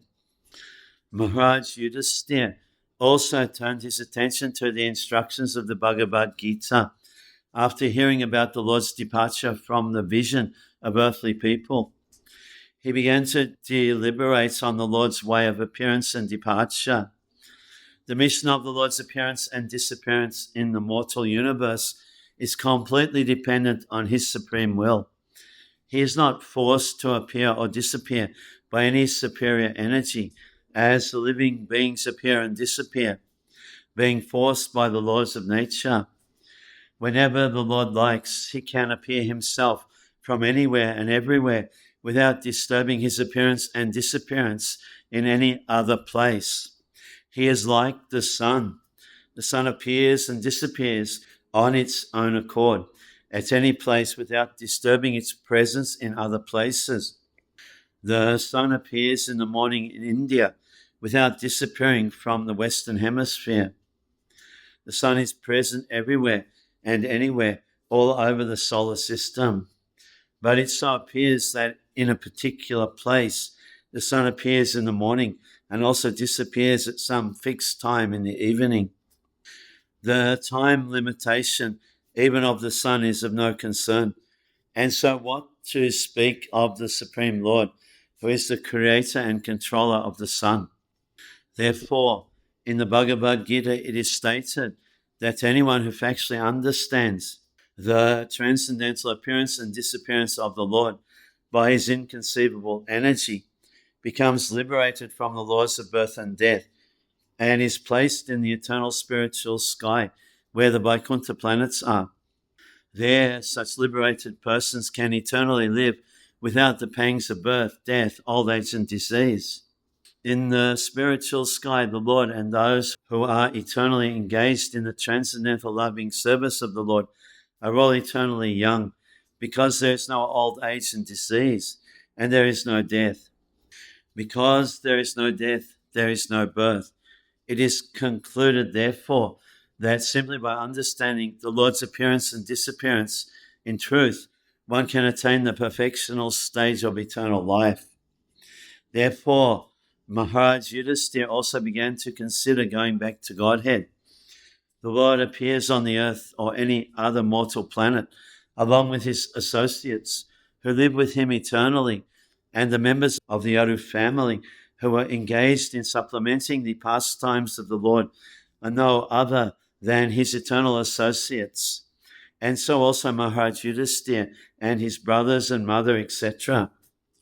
Since the appearance and disappearance of the Lord and his eternal associates are transcendental, one should not be bewildered by the external features of appearance and disappearance. Pritapyano Shrucha Dhananjayoditam Nasham Yarunam Bhagavad Gatim Chatam Ikanta Bhaktya Bhagavati Adhokshaje Nibeshitatmo Paramama Samstriti. Kunti, after overhearing Arjuna's telling of the end of the Yaru dynasty and disappearance of Lord Krishna, engaged in the devotional service of the transcendental personality of Godhead with full attention, and thus gained release from the course of material existence. The setting of the sun does not mean the end of the sun. It means that the sun is out of our sight. Similarly, the end of the mission of the Lord on a particular planet or universe only means that he is out of our sight. The end of the Yaru dynasty also does not mean that it is annihilated. It disappears along with the Lord out of our sight.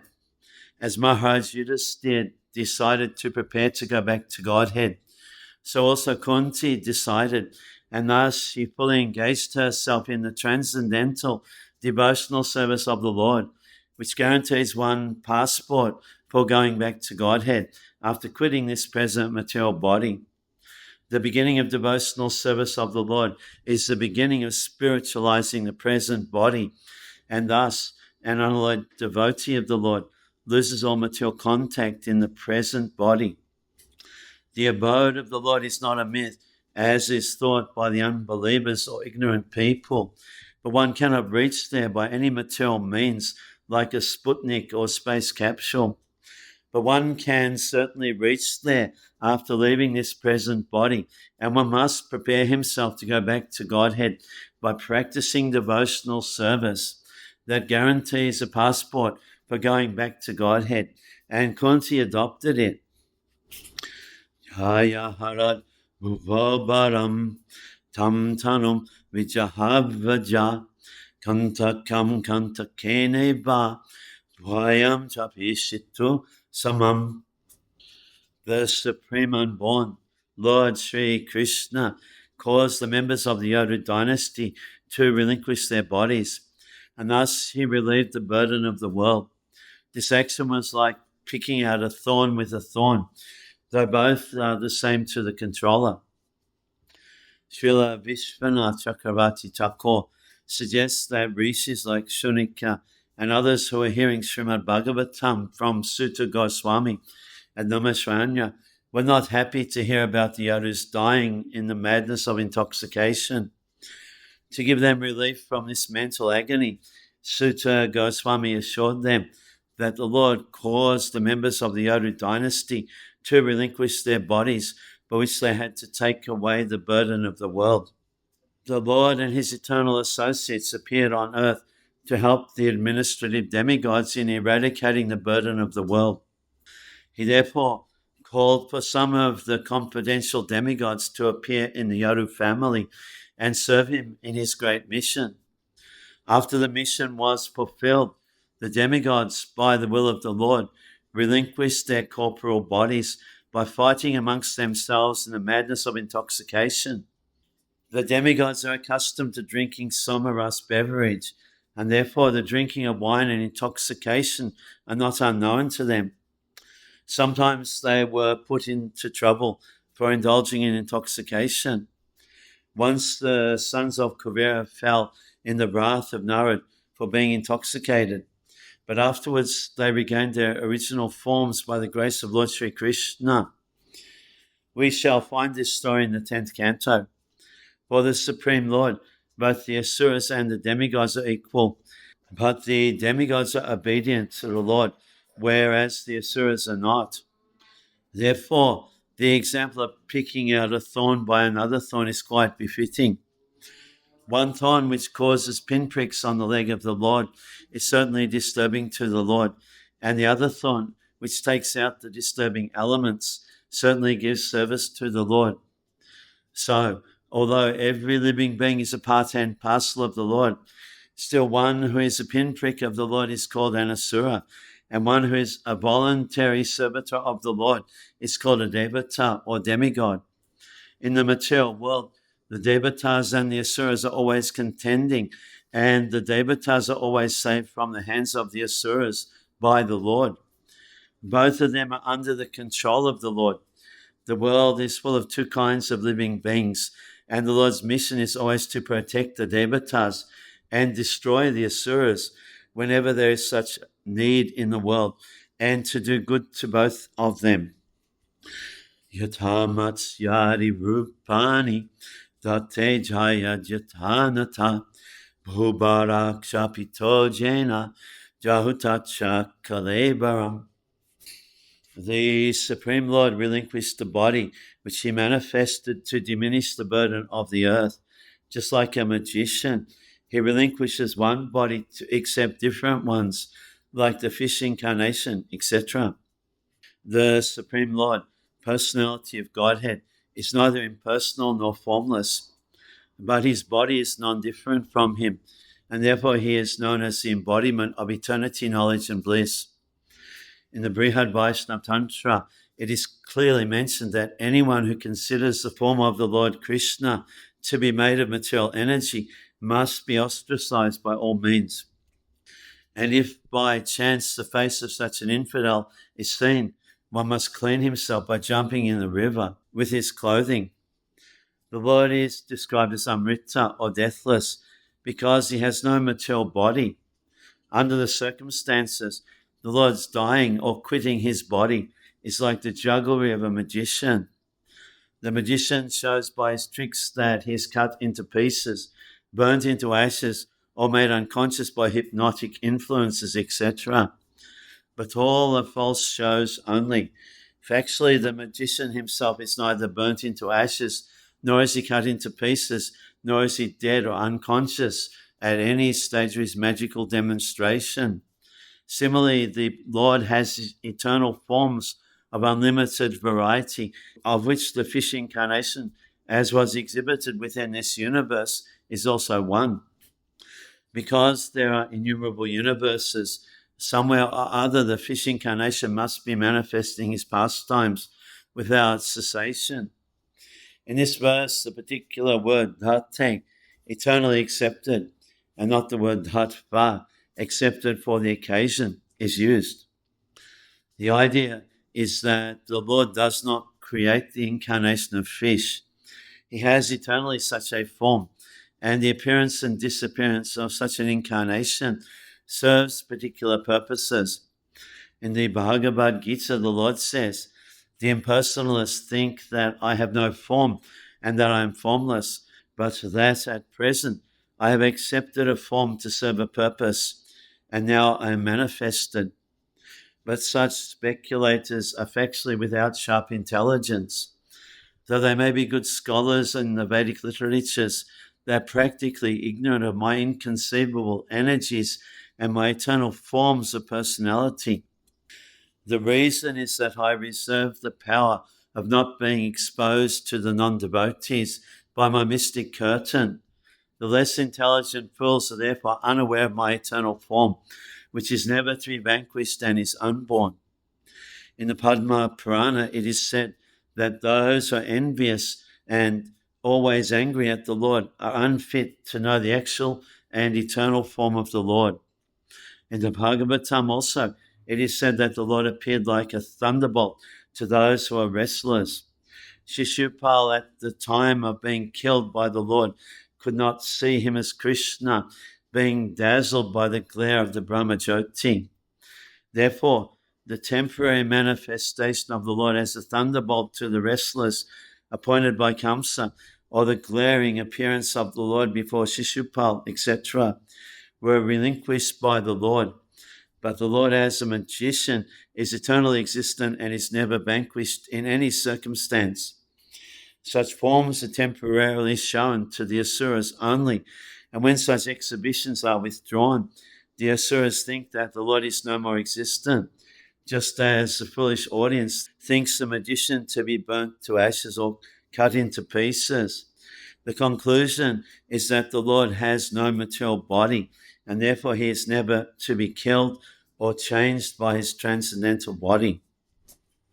Yada mukundo bhagavani mahim jahosvatan vashravaniya satkataha tada hariva prati buddha chetasam abhadrahetu kali anvavatsata. When the personality of Godhead, Lord Krishna, left this earthly planet in his self-same form, from that very day, Kali, who had appeared partially before, became fully manifest to create inauspicious conditions for those who are endowed with a profound of knowledge. The influence of Kali can be enforced only upon those who are not fully developed in God consciousness. One can neutralize the effects of Kali by keeping oneself fully under the supreme care of the personality of Godhead. The age of Kali ensued just after the battle of Kurukshetra, but it could not exert its influence because of the presence of the Lord.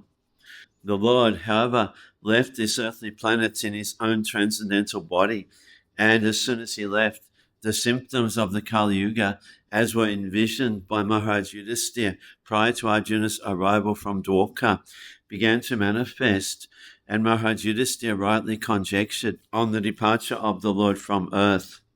As we have already explained, the Lord left our sight just as when the sun sets it is out of our sight. Yudhistiras tat parisapanam buddha parechara griheta atmani vibhavyalobhanrita jimahim sanadi adamachakram gammanaya parayadhat.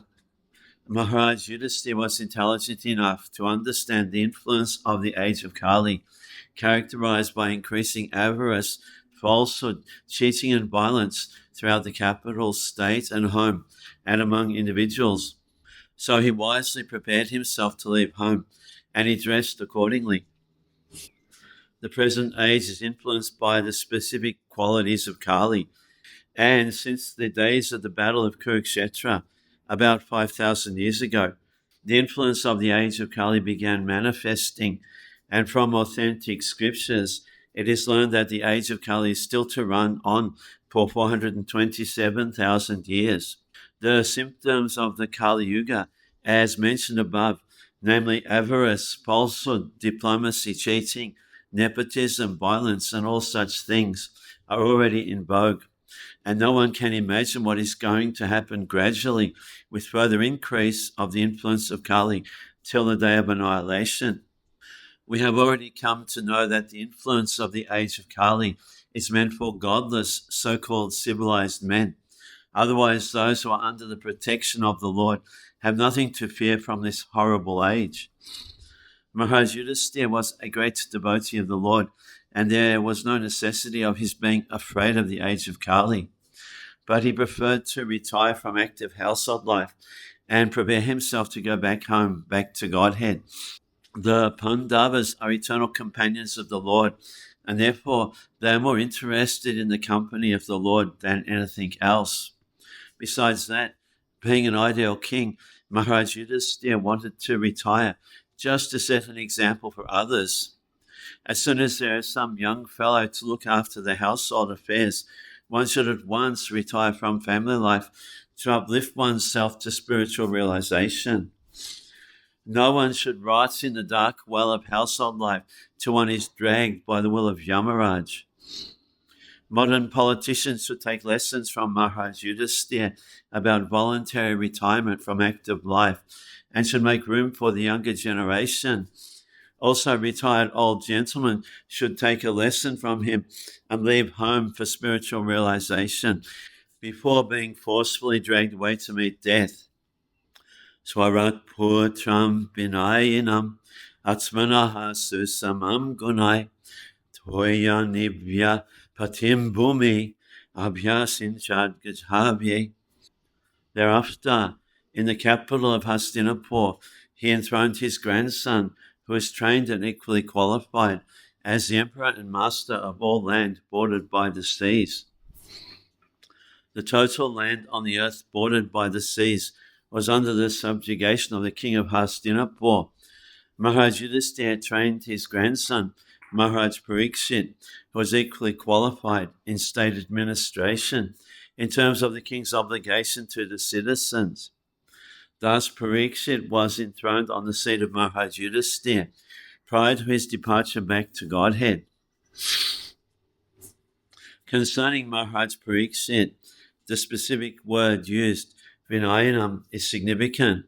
Why was the king of Hastinapur, at least till the time of Maharaj Parikshit, accepted as the emperor of the world?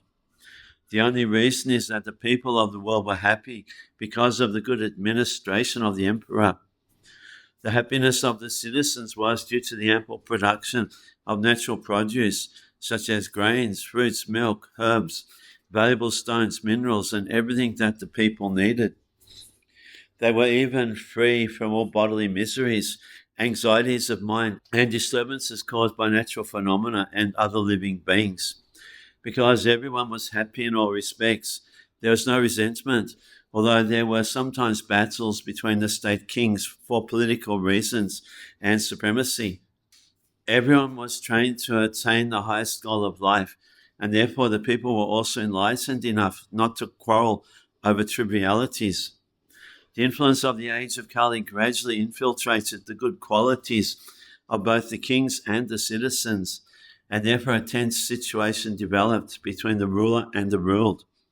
But still, even in this age of disparity between the ruler and the ruled, there can be spiritual emolument and God consciousness. That is a special prerogative.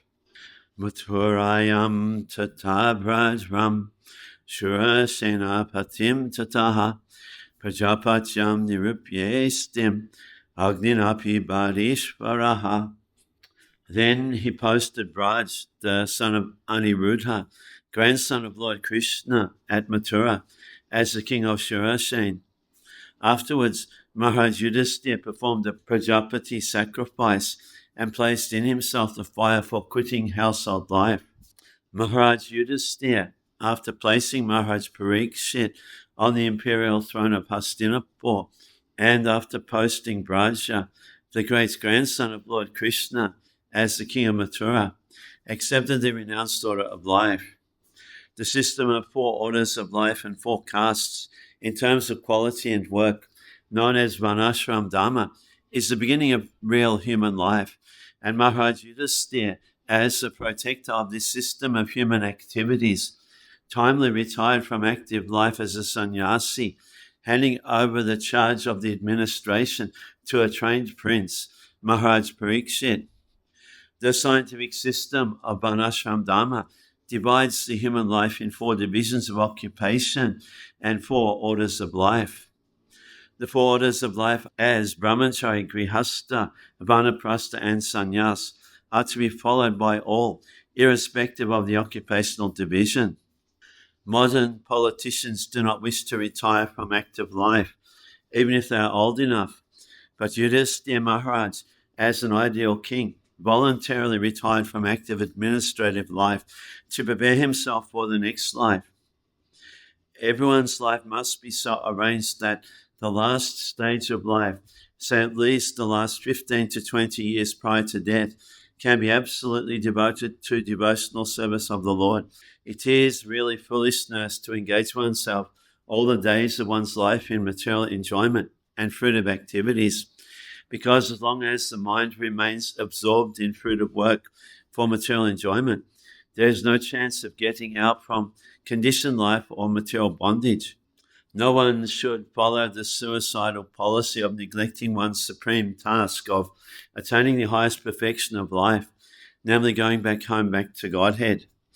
Visreja tatra tat savam dukula baladhyadikam nimamo nirahankaraha santina shesha bandhanaha. Maharaj Yudhisthira at once relinquished all his garments, belt, and ornaments of the royal order and became completely disinterested and unattached to everything. To become purified of material contamination is the necessary qualification for becoming one of the associates of the Lord. No one can become an associate of the Lord or can go back to Godhead without such purification. Maharaj Yudhisthira, therefore, to become spiritually pure, at once gave up his royal opulence by dress and garments. The kashaya, or saffron loincloth of a sannyasi, indicates freedom from all attractive material garments, and thus he changed his dress accordingly. He became disinterested in his kingdom and family, and thus became free from all material contamination or material designation. People are generally attached to various kinds of designations, namely the designations of family, society, country, occupation, wealth, position, and many others. As long as one is attached to such designations, he is considered materially impure. The so-called leaders of men in the modern age are attached by national consciousness, but they do not know that such false consciousness is also another designation of the materially conditioned soul. And one has to relinquish such designations before one can become eligible to go back to Godhead. Foolish people, however, adore such men who die in national consciousness. But here is an example of Maharaj Yudhisthira, a royal king who prepared himself to leave this world without such national consciousness. And yet, he is remembered even today because he was a great pious king, almost on the same level with the personality of Godhead, Sri Rama. And because people of the world were dominated by such pious kings, they were happy in all respects, and it was quite possible for such great emperors to rule the world. Vacham juhava manasi tat pranai tarechatam mrityuapanam sotsagam tam panchat biha havit. Then he amalgamated all the sense organs into the mind, then the mind into life, life into breathing, his total existence into the embodiments of the five elements, and his body into death. Then, as pure self, he became free from the material conception of life. Maharaj Yudhisthira, like his brother Arjuna, began to concentrate and gradually became freed from all material bondage. First of all, he concentrated all the actions of the senses amalgamated in the mind. Or in other words, he turned his mind towards transcendental service of the Lord. He prayed that all material activities were performed by the mind, actions and reactions of the material senses. And since he was going back to Godhead, the mind would wind up its material activities and be turned towards the transcendental service of the Lord. There was no longer need for material activities. Actually, the activities of the mind cannot be stopped because they are the reflection of the eternal soul.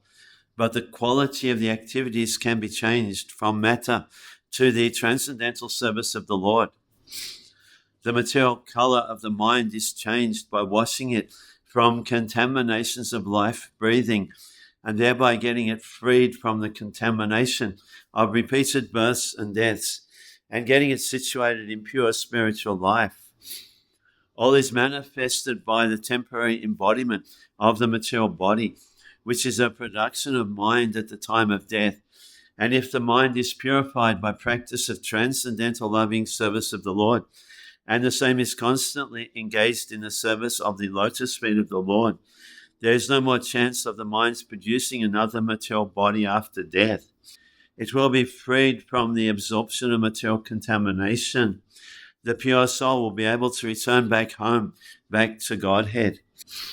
Chitve hudvacha panchatvam takchai katveya johan muni savamatmania juhabvid brahmani atmanam avyaye. Thus, annihilating the gross body of five elements into the three qualitative modes of material nature, he merged them in one nescience and then absorbed that nescience in the self, Brahman, which is inexhaustible in all circumstances. All that is manifested in the material world is the product of the Mahatattva Avyakta, and things that are visible in our material vision are nothing but combinations and permutations of such variegated material products. But the living entity is different from such material products.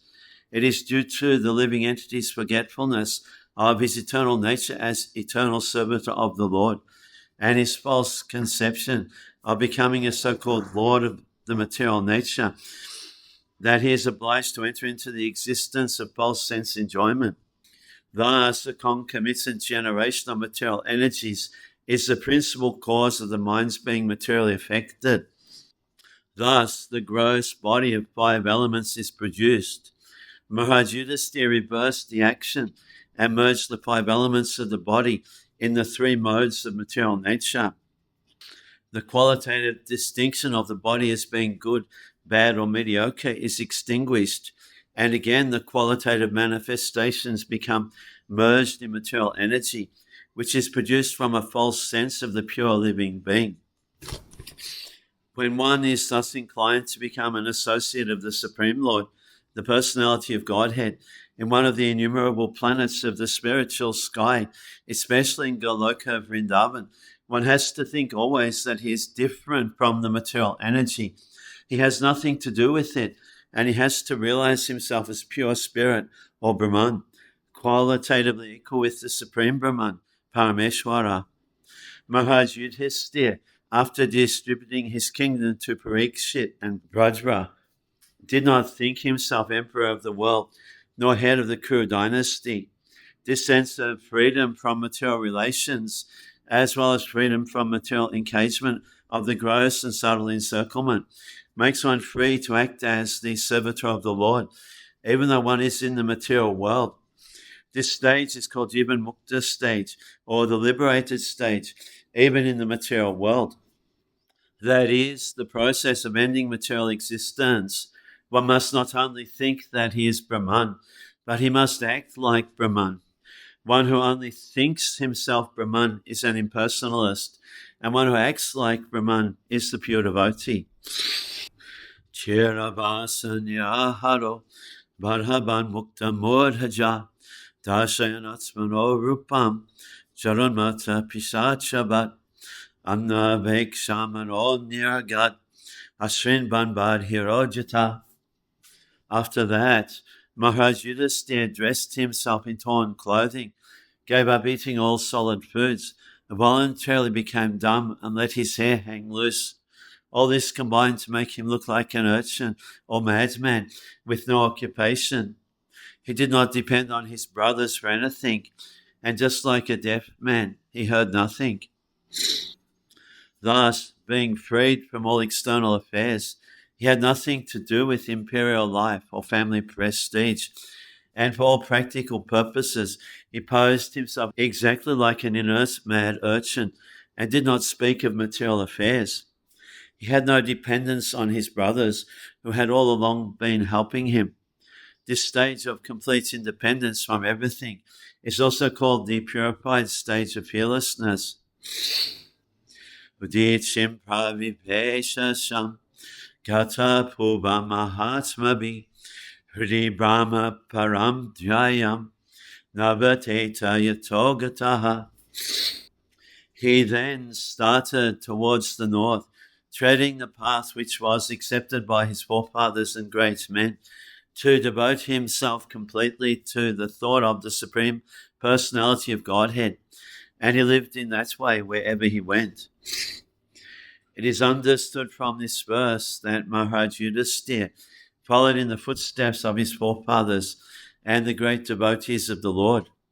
We have discussed many times before that the system of Varnashram Dharma, as it was strictly followed by the inhabitants of the world, specifically by those who inhabited the Ayavrat province of the world, emphasizes the importance of leaving all household connections at a certain stage of life. The training and education was so imparted, and thus a respectable person like Maharaj Yudhisthira must leave all family connection for self-realization and going back to Godhead.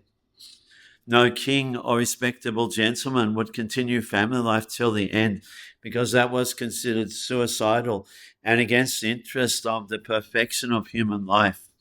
In order to be free from all family encumbrances and devote oneself 100% in the devotional service of Lord Krishna, this system is always recommended for everyone because it is the path of authority.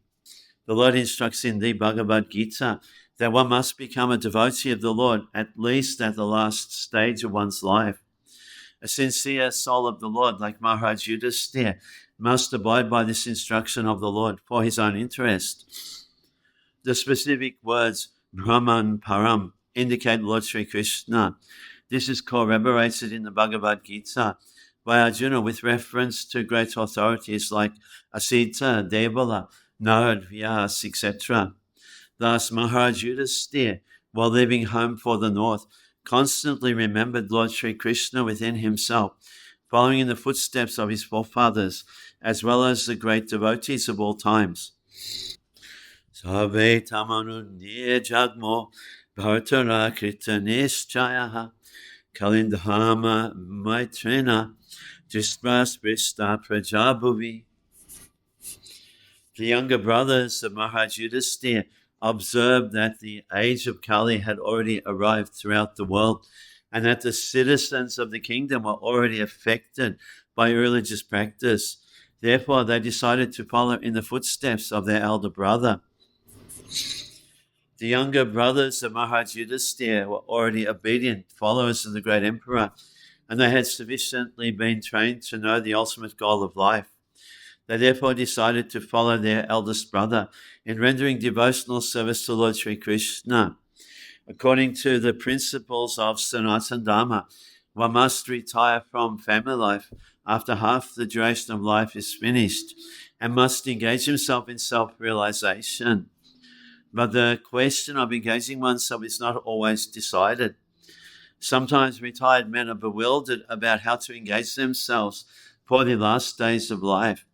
Here is a decision by authorities like the Pandavas. All of them engaged themselves in culturing favorably the devotional service of Lord Sri Krishna, the Supreme Personality of Godhead.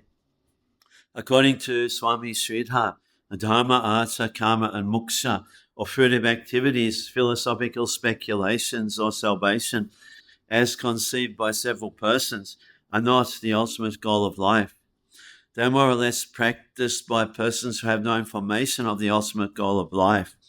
The ultimate goal of life is already indicated by the Lord himself in the Bhagavad Gita, and the Pandavas were intelligent enough to follow it without hesitation.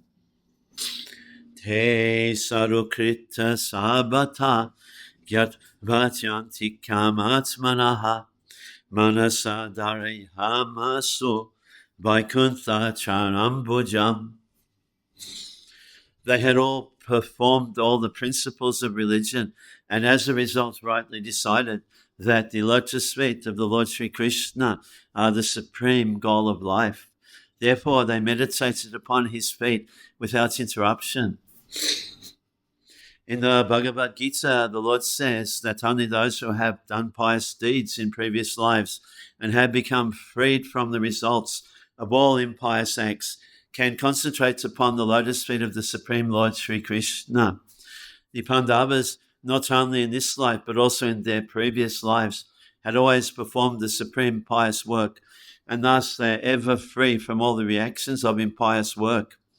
It is quite reasonable, therefore, that they concentrated their minds unto the lotus feet of the Supreme Lord Sri Krishna. According to Sri Vishwanath Chakrabarti, Dharma, Artha, Karma, and Moksha principles are accepted by persons who are not free from the results of impious action. Such persons affected with the contaminations of the above four principles cannot at once accept the lotus feet of the Lord in the spiritual sky. The Vaikuntha world is situated far beyond the material sky. The material sky is under the management of Durga Devi, or the material energy of the Lord, but the Vaikuntha world is managed by the personal energy of the Lord. Tadjnanadviktaya bhaktya Vishuddha Dishanaha Pare, Tasmandarayana Pare, Hikanta Matayogatim, Abhapudurabhapamte, Asadbi Visayatmabi, Vidhuta Kalmasastanam, Vrajanatmanaibahi. Thus, by pure consciousness, due to constant devotional remembrance, they attained the spiritual sky, which is ruled over by the Supreme Narayan, Lord Krishna. This is attained only by those who meditate upon the one Supreme Lord without deviation. This abode of the Lord Sri Krishna, known as Goloka Vrindavan, cannot be attained by persons who are absorbed in the material conception of life. But the Pandavas, being completely washed of all material contamination, attained that abode in their very same bodies. According to Srila Jiva Goswami, a person freed from the three modes of material qualities, namely goodness, passion, and ignorance, and situated in transcendence, can reach the highest perfection of life without change of body. Srila Sanatana Goswami, in his Hari Bhakti Vilas, says that a person, whatever he may be, can attain the perfection of a twice-born Brahmana by undergoing the spiritual disciplinary actions under the guidance of a bona fide spiritual master, exactly as a chemist can turn gunmetal into gold by chemical manipulation. It is, therefore, the actual guidance that matters in the process of becoming a Brahmana, even without change of body, or in going back to Godhead without change of body. Srila Jiva Goswami remarks that the word he, used in this connection, positively affirms this truth, and there is no doubt about this factual position.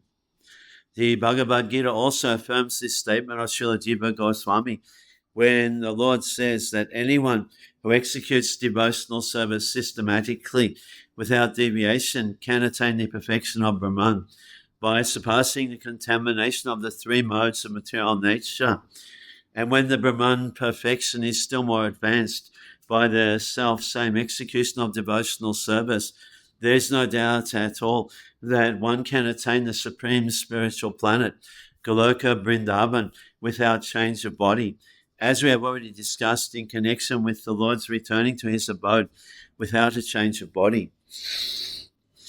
Vidura Piparityaja Prabhashi Dehamatmanaha Krishna Veshena Tachitaha Pritribi Swakshayam Jayo. Vidura, while on pilgrimage, left his body at Prabhash because he was absorbed in thought of Lord Krishna. He was received by the denizens of the Pitriloka planet, where he returned to his original post. The difference between the Pandavas and Vidura is that the Pandavas are eternal associates of the Lord, personality of Godhead, whereas Vidura is one of the administrative demigods in charge of the Pitriloka planet and is known as Yamaraj. Men are afraid of Yamaraj because it is he only who awards punishment to the miscreants of the material world. But those who are devotees of the Lord have nothing to fear from him. To the devotees, he is a cordial friend, but to the non-devotees, he is fear personified. As we have already discussed, it is understood that Yamaraj was cursed by Manduk Muni to be degraded as a Shudra, and therefore Vidura was an incarnation of Yamaraj. As eternal servitor of the Lord, he displayed his devotional activities very ardently and lived the life of a pious man, so much so that a materialistic man like Dhritarashtra also got salvation by his instruction. So, by his pious activities in devotional service of the Lord, he was able to remember always the lotus feet of the Lord, and thus he became washed of all contamination of a Shudra-born life. At the end, he was again received by the denizens of Pitriloka and posted in his original position. The demigods are also associates of the Lord without personal touch, whereas the direct associates of the Lord are in constant personal touch with him. The Lord and his personal associates incarnate in many universes without cessation. The Lord remembers them all, whereas the associates forget. Due to their being very minute parts and parcels of the Lord, they are apt to forget such incidences due to being infinitesimal. This is corroborated in the Bhagavad Gita. Draupadi Chataragyaya Patinamanapekshatam Vasudeve Bhagavati He Kantamati Apatam. Draupadi also saw that her husbands, without caring for her, were leaving home. She knew well about Lord Vasudeva, Krishna, the personality of Godhead. Both she and Subhadra became absorbed in thoughts of Krishna and attained the same results as their husbands. When flying in an aeroplane in outer space, one cannot take care of other planes. Everyone has to take care of his own plane. And if there is any danger, no other plane can help another in that condition. Similarly, at the end of life, when one has to go back home, back to Godhead, everyone has to take care of himself without help rendered to another. The help is, however, offered on ground before flying in space. Similarly, the spiritual master, the father, the mother, the relatives, the husband, etc., can all render help during one's lifetime. But while crossing the sea, one has to take care of himself and utilize the instructions formerly received. Draupadi had 5 husbands, and no one asked Draupadi to come, but Draupadi had to take care of herself without waiting for her great husbands. And because she was already trained up, she at once took to the concentration of the lotus feet of Lord Vasudeva, Krishna, the personality of Godhead. The wives also got the same result as their husbands in the same manner. That is to say that without changing the body, they reached the destination of back to Godhead. Srila Vishwanath Chakravarti Thakur suggests that both Draupadi and Subhadra, although her name is not mentioned herein, got the same result. None of them had to quit the body. Yashradhayaitat Bhagavat Priyanam Pandu Sutanam iti Samprayanam Shinotyalam Swastyayanam Pavitram Labhvaharo Bhaktim Upaiti Siddhim. The subject of the departure of the sons of Pandu for the ultimate goal of life, back to Godhead, is fully auspicious and is perfectly pure. Therefore, anyone who hears this narration with devotional faith certainly gains devotional service of the Lord, the highest perfection of life. Srimad-Bhagavatam is a narration about the personality of Godhead and the devotees of the Lord like the Pandavas and others. The narration of the personality of Godhead and his devotees is absolute in itself, and thus to hear it with a devotional attitude is to associate with the Lord and constant companions of the Lord.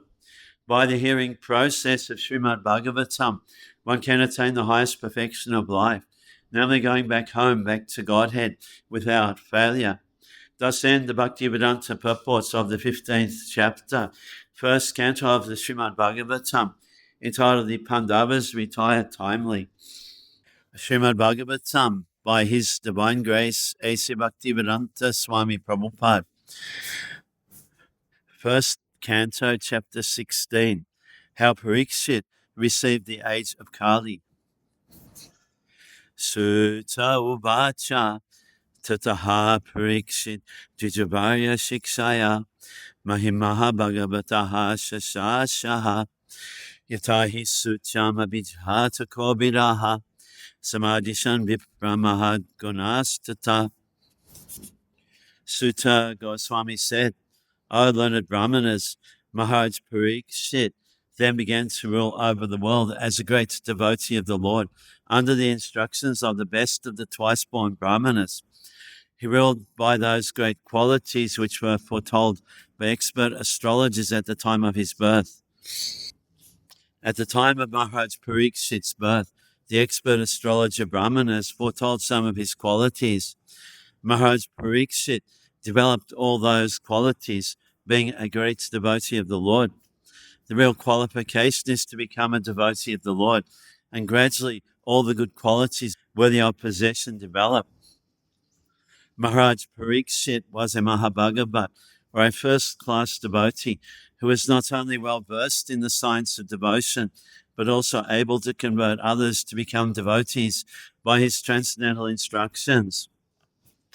Maharaj Parikshit was, therefore, a devotee of the first order, and thus used to consult great sages and learned brahmanas who could advise him by the Shastras how to execute the state administration.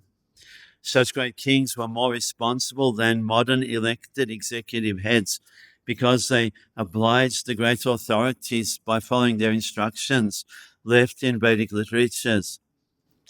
There was no need to enact daily a new legislative bill by impractical fools and to alter it again and again, conveniently to serve some purpose. The rules and regulations were already set forth by great sages like Manu, Yagyabal, Parashara, and other liberated sages, and the enactments were all suitable for all ages and in all places. Therefore, the rules and regulations were standard and without flaw or defect. Kings like Maharaj Parikshit had their council of advisors, and all the members of that council were either great sages or brahmanas of the first order. They did not accept any salary, nor had they any necessity for such salaries. The state would get the best advice without expenditure. They were themselves samadhashi, equal to everyone, both man and animal. They would not advise the king to give protection to man and instruct him to kill the poor animals. Such council members were not fools or representatives to compose a fool's paradise. They were all self-realized souls, and they knew perfectly well how all living beings in the state would be happy, both in this life and the next. They were not concerned with the hedonistic philosophy of eat, drink, be merry, and enjoy. They were philosophers in the real sense, and they knew well what is the mission of human life. Under all these obligations, the advisory council of the king would give correct directions, and the king or executive head, being himself a qualified devotee of the Lord, would scrutinizingly follow them for the welfare of the state. The state in the days of Maharaj Yudhisthira or Maharaj Parikshit was a welfare state in the real sense of the term, because no one was unhappy in that state, be he man or animal. Maharaj Parikshit was an ideal king for a welfare state of the world. So uttarasya tanayam upayem iravatim janamijaya dims chaturas tasyam utpadayat sutan. King Parikshit married the daughter of King Uttara and begot 4 sons headed by Maharaj Janamejaya. Maharaj Uttara was the son of Virat and maternal uncle of Maharaj Parikshit. Iravati, being the daughter of Maharaj Uttara, was the cousin sister of Maharaj Parikshit. But cousin brothers and sisters were allowed to get married if they did not belong to the same gotra or family. In the Vedic system of marriage, the importance of the gotra or family was stressed. Arjuna also married Subhadra, although she was his maternal cousin sister. Janamejaya, one of the Raja Rishi kings and the famous son of Maharaj Parikshit. His mother's name is Iravati, or according to some, Madravati. Maharaj Janamejaya begot 2 sons of the names Gyatanika and son Kukarna. He celebrated several sacrifices in the Kurukshetra pilgrimage, and he had 3 younger brothers named Shrutarsen, Ugrasen, and Bhimsen too. He invaded Takshila, Ajanata, and he decided to avenge the unlawful curse upon his great father, Maharaj Parikshit. He performed a great sacrifice called Sarpa Jagya to kill the race of serpents, including the Takshaka, which had bitten his father to death. On request from many influential demigods and sages, he had to change his decision to kill the race of snakes. But despite stopping the sacrifice, he satisfied everyone concerned in the sacrifice by rewarding them properly and stopping further procedure of the sacrifice. In the ceremony, Mahamuni Vyasadeva also was present, and he personally narrated the history of the Battle of Kurukshetra before the king. Later on, by the order of Vyasadeva, his disciple Vaishampayana narrated before the king the subject matter of Mahabharata. He was much affected by his great father's untimely death and was very anxious to see him again, and he expressed his desire before the great sage Vyasadeva. Vyasadeva also fulfilled his desire. His father was present before him, and he worshipped both his father and Vyasadeva with great respect and pomp. Being fully satisfied, he made charities most munificently to the brahmanas present in the sacrifice. Ajaharaśvamedhamstrin Gangaya Buridakshinan Sarvatam Gurum Kritva Devayatrakshi Gocharaha. Maharaj Parikshit, after having selected Kripacharya for guidance as his spiritual master, performed 3 horse sacrifices on the banks of the Ganges. These were executed with sufficient rewards for the attendants. And at these sacrifices, even the common man could see demigods. It appears from this verse that interplanetary travel by the denizens of high planets is easy. In many statements in Bhagavatam, we have observed that the demigods from heaven used to visit this earth to attend sacrifices performed by influential kings and emperors. Herein also we find that during the time of the horse sacrifice ceremony of Maharaj Parikshit, the demigods from other planets were visible even for the common man due to the sacrificial ceremony.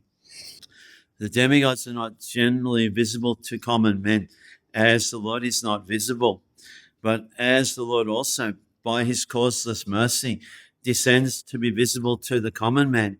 Similarly, the demigods also become visible to the common man by their own grace. Although celestial beings are not visible to the naked eyes of the inhabitants of this earth, it was due to the influence of Maharaj Parikshit that the demigods also agreed to be visible. The kings used to spend lavishly during such sacrifices as a cloud distributes rains. A cloud is nothing but another form of water, or in other words, the waters of the earth transform into clouds. Similarly, the charity made by the kings in such sacrifices are but another form of the taxes collected from the citizens. But as the rains fall down very lavishly and appear to be more than necessary, the charity made by such kings also seems to be more than what the citizen needs. Satisfied citizens will never organize agitation against the king, and thus there was no need in changing the monarchical state. Even for a king like Maharaj Yudhisthira, there was need of a spiritual master for guidance. Without such guidance, one cannot make progress in spiritual life. The spiritual master must be bona fide, and one who wants to have self-realization must approach and take shelter of a bona fide spiritual master to achieve real success. Nijagraho jasaviryaha kalim digvijaye kvachit ripalinga dharham sudram ganatam gomitunam pada. Once, when Maharaj Parikshit was on his way to conquer the world, he saw the master of Kali Yuga, who was lower than a Shudra, disguised as a king and hurting the legs of a cow and bull. The king at once caught hold of him to deal sufficient punishment. The purpose of a king's going out to conquer the world is not for self-aggrandizement. Maharaj Parikshit went out to conquer the world after his ascendance on the throne. But this was not for the purpose of aggression on other states. He was the emperor of the world, and all small states were already under his regime. His purpose in going out was to see how things were going on in terms of the godly state. The king, being the representative of the Lord, has to execute the will of the Lord duly. There is no question of self-aggrandizement. Thus, as soon as Maharaj Parikshit saw that a lower class man in the dress of a king was hurting the legs of a cow and a bull. At once he arrested and punished him. The king cannot tolerate insults to the most important animal, the cow, nor can he tolerate disrespect for the most important man, the Brahmana. Human civilization means to advance the cause of Brahminical culture, and to maintain it, cow protection is essential. There is a miracle in milk, for it contains all the necessary vitamins to sustain human physiological conditions for higher achievements. Brahminical culture can only be advanced when man is educated to develop the quality of goodness, and for this there is prime necessity of food prepared with milk, fruits and grains. Maharaj Parikshit was astonished to see that a black Shudra, dressed like a ruler, was mistreating a cow, the most important animal in human society. The age of Kali means mismanagement and quarrel, and the root cause of all mismanagement and quarrel is that worthless men with the modes of lower class men who have no higher ambition in life come to the helm of the state management. Such men at the post of a king are sure to hurt first the cow and the Brahminical culture, and thereby to push all society towards hell. Maharaj Parikshit, trained as he was, got the scent of this root cause of all quarrel in the world. Thus he wanted to stop it in the very beginning. Shunika uvacha kashahetu nijagraha kalim digbijayenipaha nideba chinadrik sudrako asugamya padahanat tatkatayatam mahabhaga yadi Krishna katashrayam. Shunika Rishi inquired, why did Maharaj Parikshit simply punish him, since he was the lowest of the Shudras, having dressed as a king and harmed the legs of a cow? Please describe all these incidences as they relate to the topics of Lord Krishna.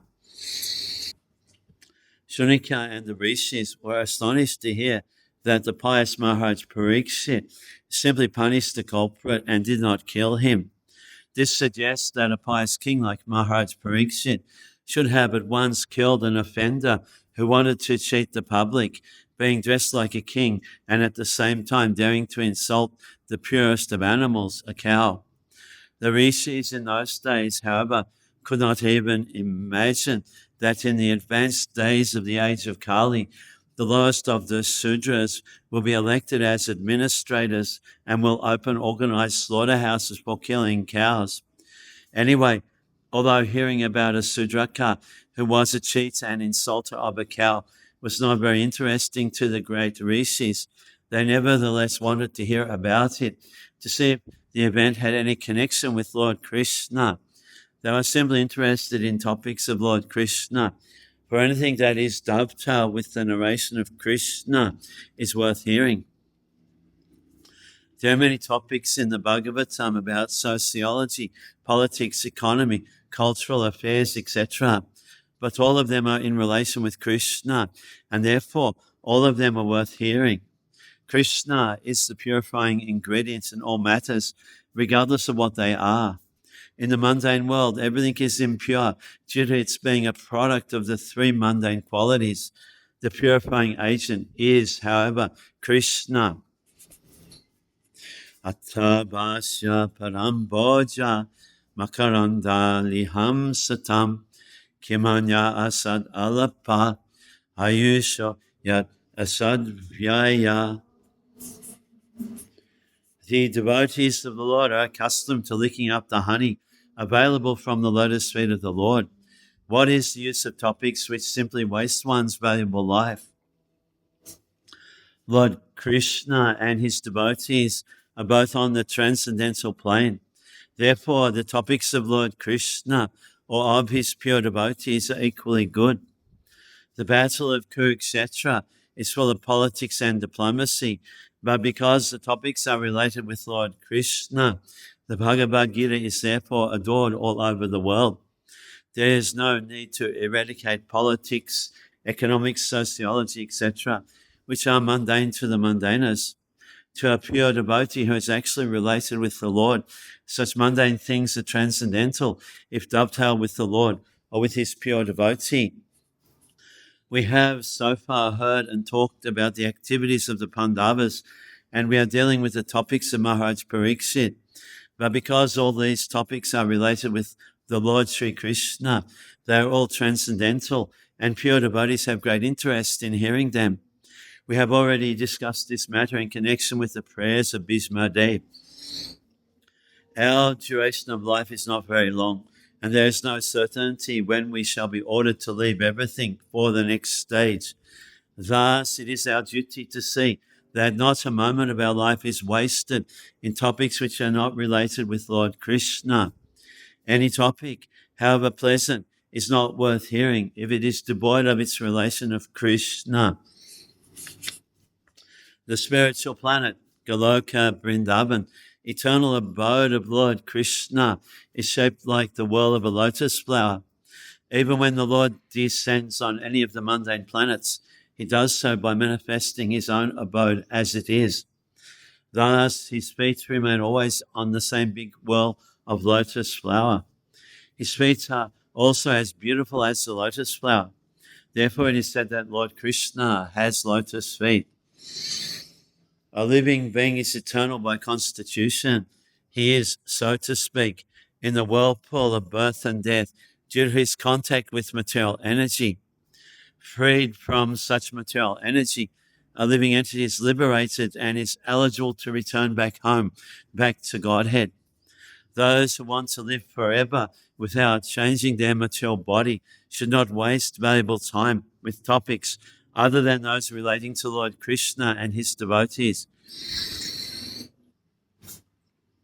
Shudraya Sham Rinamanga Matsyanam Vitamichatam Iho Pahuta Bhagavan Mrityu Samitra Kamani.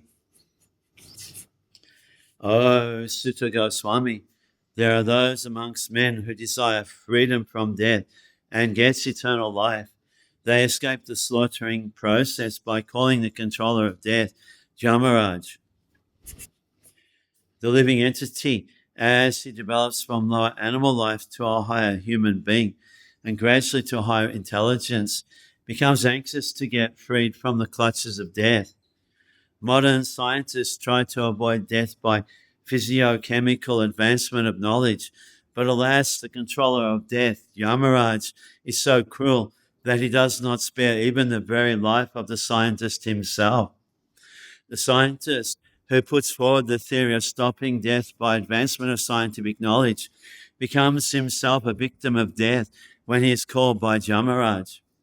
What to speak of stopping death? No one can even enhance this short period of life, even by a fraction of a moment. The only hope of suspending the cruel slaughtering process of Yamaraj is to call him to hear and chant the holy name of the Lord. Yamaraj is a great devotee of the Lord, and he likes to be invited to kirtans and sacrifices by the pure devotees who are constantly engaged in the devotional service of the Lord. Thus the great sages, headed by Shunika and others, invited Yamaraj to attend the sacrifice performed at Namashayanya. This was good for those who did not want to die. Nakastinriyate tabad yabarastayahantakaha itaratam hibhagavam ahuta parmarishibi ahoni loke piyata harilamritam bachaha. As long as Yamaraj, who causes everyone's death, is present here, no one shall meet with death. The great sages have invited the controller of death, Yamaraj, who is the representative of the Lord. Living beings who are under his grip should take advantage by hearing the deathless nectar in the form of this narration of the transcendental pastimes of the Lord. Every human being does not like to meet death, but he does not know how to get rid of death. The surest remedy for avoiding death is to get oneself accustomed to hearing the nectarine pastimes of the Lord as they are systematically narrated in the text of Srimad-Bhagavatam. It is advised herein, therefore, that any human being who desires freedom from death should take to this course of life, as recommended by the rishis headed by Shunika. Mandasya manda pragyasya vayamanda yushascha vai nidraya riyate naktam divya chavyata kamabi. Lazy human beings with paltry intelligence and a short duration of life pass the night sleeping and the day performing activities that are for naught. The less intelligent do not know the real value of the human form of life. The human form is a special gift of material nature in the course of her enforcing stringent laws of miseries upon the living being. It is a chance to achieve the highest boon of life, namely to get out of the entanglement of repeated birth and death. The intelligent take care of this important gift by strenuously endeavoring to get out of the entanglement. But the less intelligent are lazy and unable to evaluate the gift of the human body to achieve liberation from the material bondage.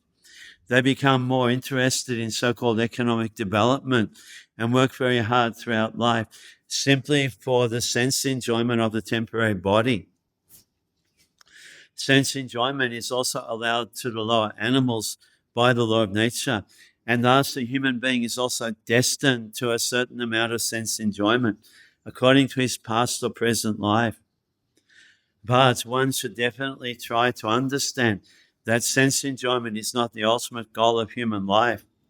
Herein it is said that during the daytime one works for nothing, because the aim is nothing but sense enjoyment. We can practically observe how the human being is engaged for nothing in great cities and industrial towns. There are so many things manufactured by human energy, but they are all meant for sense enjoyment and not for getting out of the material bondage. And after working hard during the daytime, a tired man either sleeps or engages in sex habits at night. That is the program of materialistic civilized life for the less intelligent. Therefore, they are designated herein as lazy, unfortunate, and short-lived. Sutta uvacha yada parikshit jangale vashat kalim pravishtam nijachakrabhati te nishamya bhartam anati priyam tataha sarasanam samyuga sundi adhade. Sutta Goswami said, while Maharaj Parikshit was residing in the capital of the Kuru Empire, the symptoms of the age of Kali began to infiltrate within the jurisdiction of his state. When he learned about this, he did not think the matter very palatable. This did, however, give him a chance to fight. He took up his bow and arrows and prepared himself for military activities. The state administration of Maharaj Parikshit was so perfect that he was sitting in his capital peacefully. But he got the news that the symptoms of the age of Kali had already infiltrated into the jurisdiction of his state, and he did not like this news.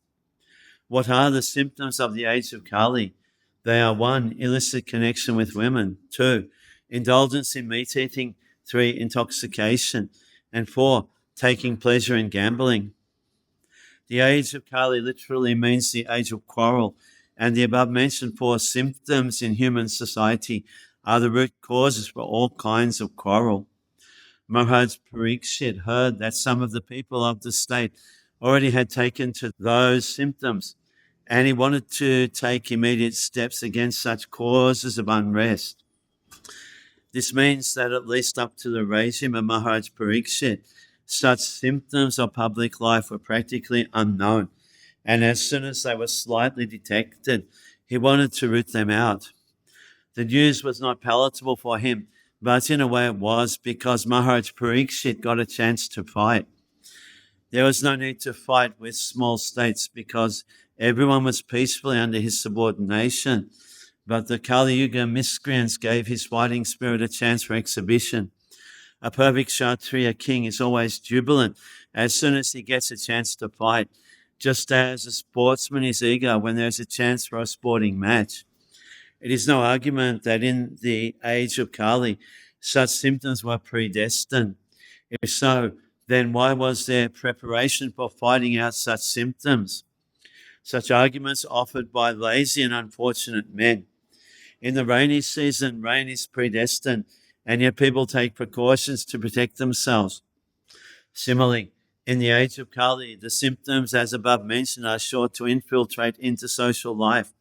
But it is the duty of the state to save the citizens from the association of the agents of the age of Kali. Maharaj Pariksit wanted to punish the miscreants indulging in the symptoms of Kali and thus save the innocent citizens who were pure in habit by culture of religion. It is the duty of the king to give such protection, and Maharaj Pariksit was perfectly right when he prepared himself to fight. Swalankritam shama turanga yojitam ratam mrigendra dwajam ashritaha parat Ritarataswa Dwai Papati Yuktaya Swasenaya Digvijayaya Nirgataha. Maharaj Pariksit sat on a chariot drawn by black horses. His flag was marked with the sign of a lion. Being so decorated and surrounded by charioteers, cavalry, elephants, and infantry soldiers, he left the capital to conquer in all directions. Maharaj Pariksit is distinguished from his grandfather Arjuna, for black horses pulled his chariot instead of white horses. He marked his flag with the mark of a lion, and his grandfather marked his with the mark of Hanumanji.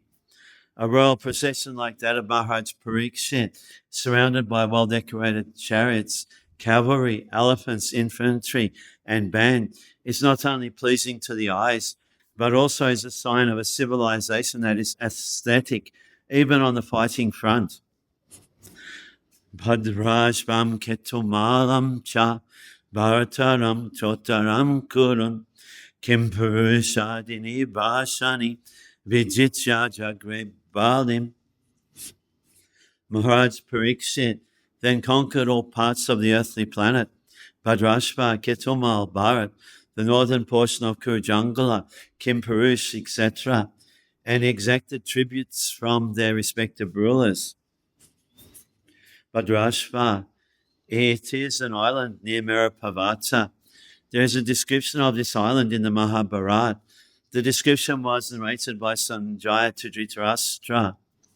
Maharaj Yudhisthira also conquered this island, and thus the province was included within the jurisdiction of his empire. Maharaj Pariksit was formally declared to be the emperor of all lands ruled by his grandfather, but still he had to establish his supremacy while he was out of his capital to exact tribute from such states.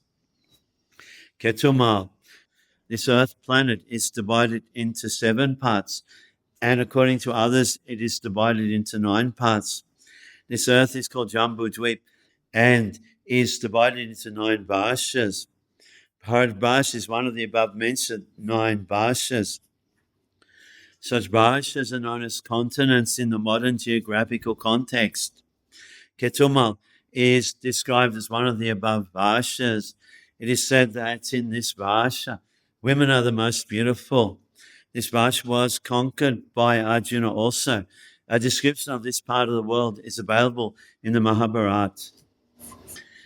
It is said that this part of the world is situated on the western side of the Merapavata, and inhabitants of this province used to live up to 10,000 of years.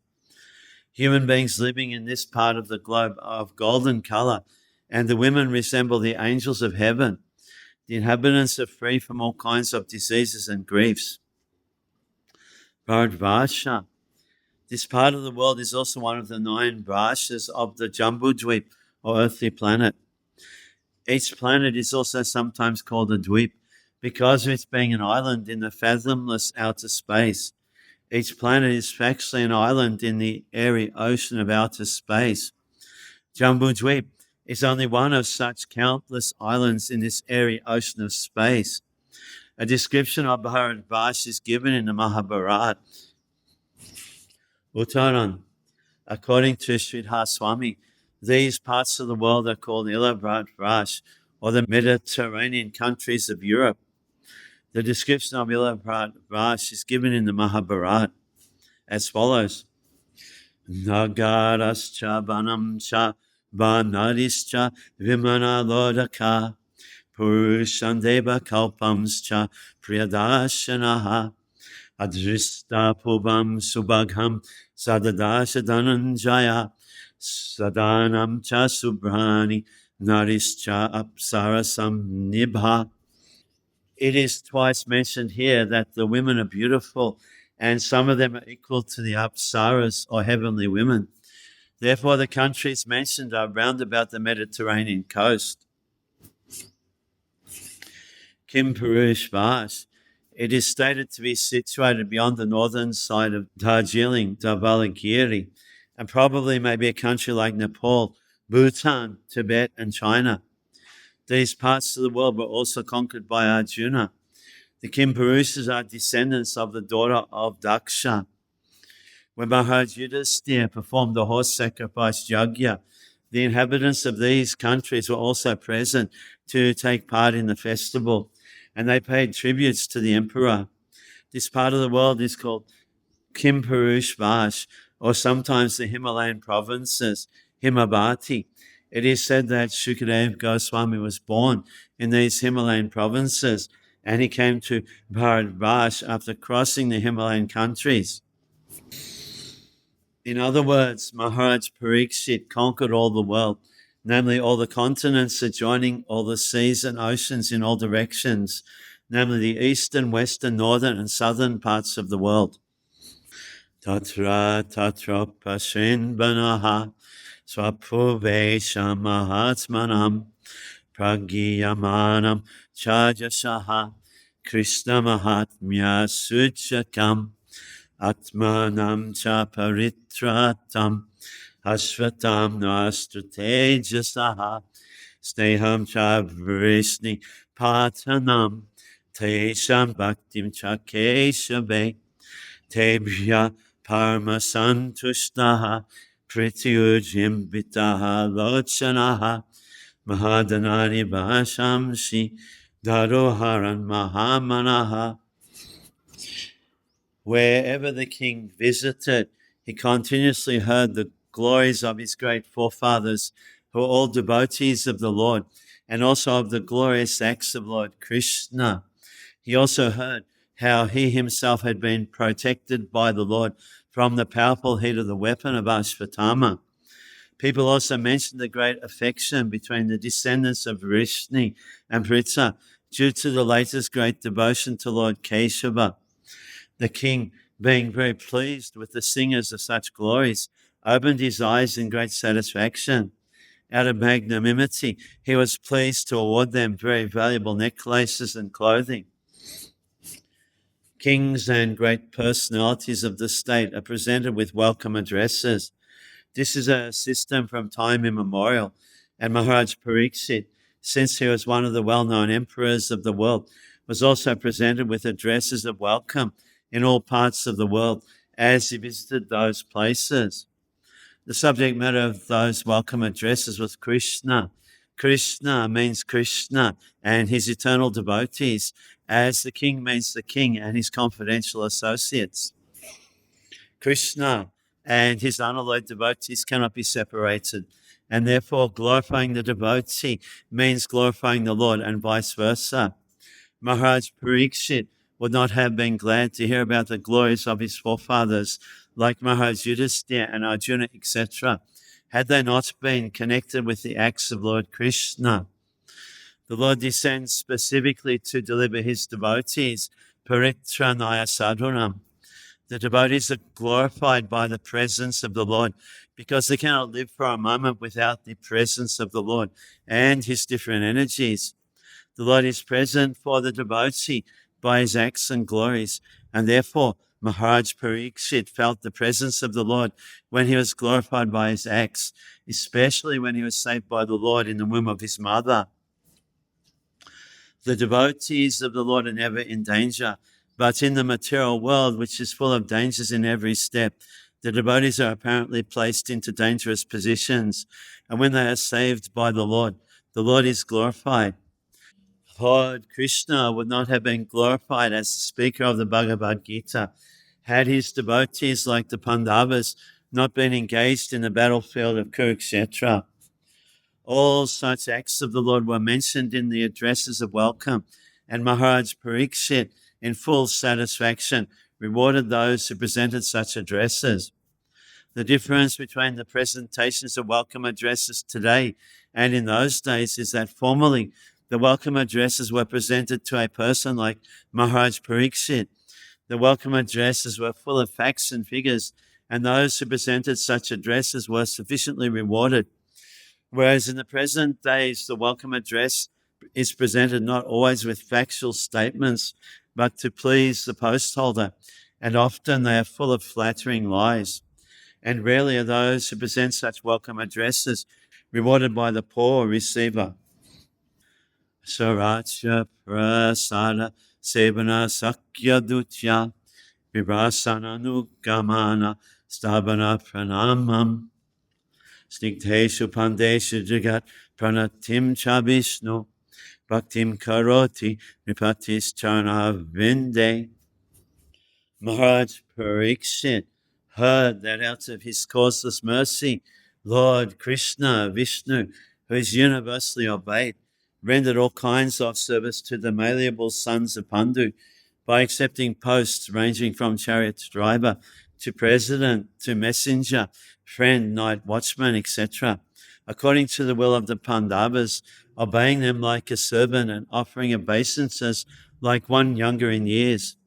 When he heard this, Maharaj Parikshit became overwhelmed with devotion to the lotus feet of the Lord. Lord Krishna is everything to the unalloyed devotees like the Pandavas. The Lord was for them the Supreme Lord, the spiritual master, the worshipable deity, the guide, the chariot's driver, the friend, the servant, the messenger, and everything they could conceive of. And thus the Lord also reciprocated the feeling of the Pandavas. Maharaj Parikshit, as a pure devotee of the Lord, could appreciate the Lord's transcendental reciprocation of the feelings of his devotees, and thus he himself also was overwhelmed with the dealings of the Lord. Simply by appreciating the dealings of the Lord with his pure devotees, one can attain salvation. The Lord's dealings with his devotees appear to be ordinary human dealings, but one who knows them in truth becomes at once eligible to go back home, back to Godhead. The Pandavas were so malleable to the will of the Lord that they could sacrifice any amount of energy for the service of the Lord, and by such unalloyed determination, they could secure the Lord's mercy in any shape they desired. Tasyaivam vatamanasya purvesham vritiman vaham nati dore kilas charyam yada sitani bodhame. Now you may have heard from me of what happened while Maharaj Parikshit was passing his days hearing of the good occupations of his forefathers and being absorbed in thought of them. Dhammaha paraikyanacharam vitshayanupalabhyagam prichyati sma shvabhadanam vivatsam eva mataram. The personality of religious principles, Dharma, was wandering about in the form of a bull, and he met the personality of earth in the form of a cow, who appeared to grieve like a mother who had lost her child. She had tears in her eyes, and the beauty of her body was lost. Thus Dharma questioned the earth as follows. The bull is the emblem of the moral principle, and the cow is a representative of the earth. When the bull and the cow are in a joyful mood, it is to be understood that the people of the world are also in a joyful mood. The reason is that the bull helps production of grains in the agricultural field, and the cow delivers milk, the miracle of aggregate food values. The human society, therefore, maintains these two important animals very carefully so they can wander everywhere in cheerfulness. But at the present moment, in this age of Kali, Both the bull and the cow are now being slaughtered and eaten up as foodstuff by a class of men who do not know the Brahminical culture. The bull and the cow can be protected for the good of all human society simply by spreading Brahminical culture as the topmost perfection of all cultural affairs. By advancement of such culture, the moral of society is properly maintained, and so peace and prosperity are also attained without extraneous effort.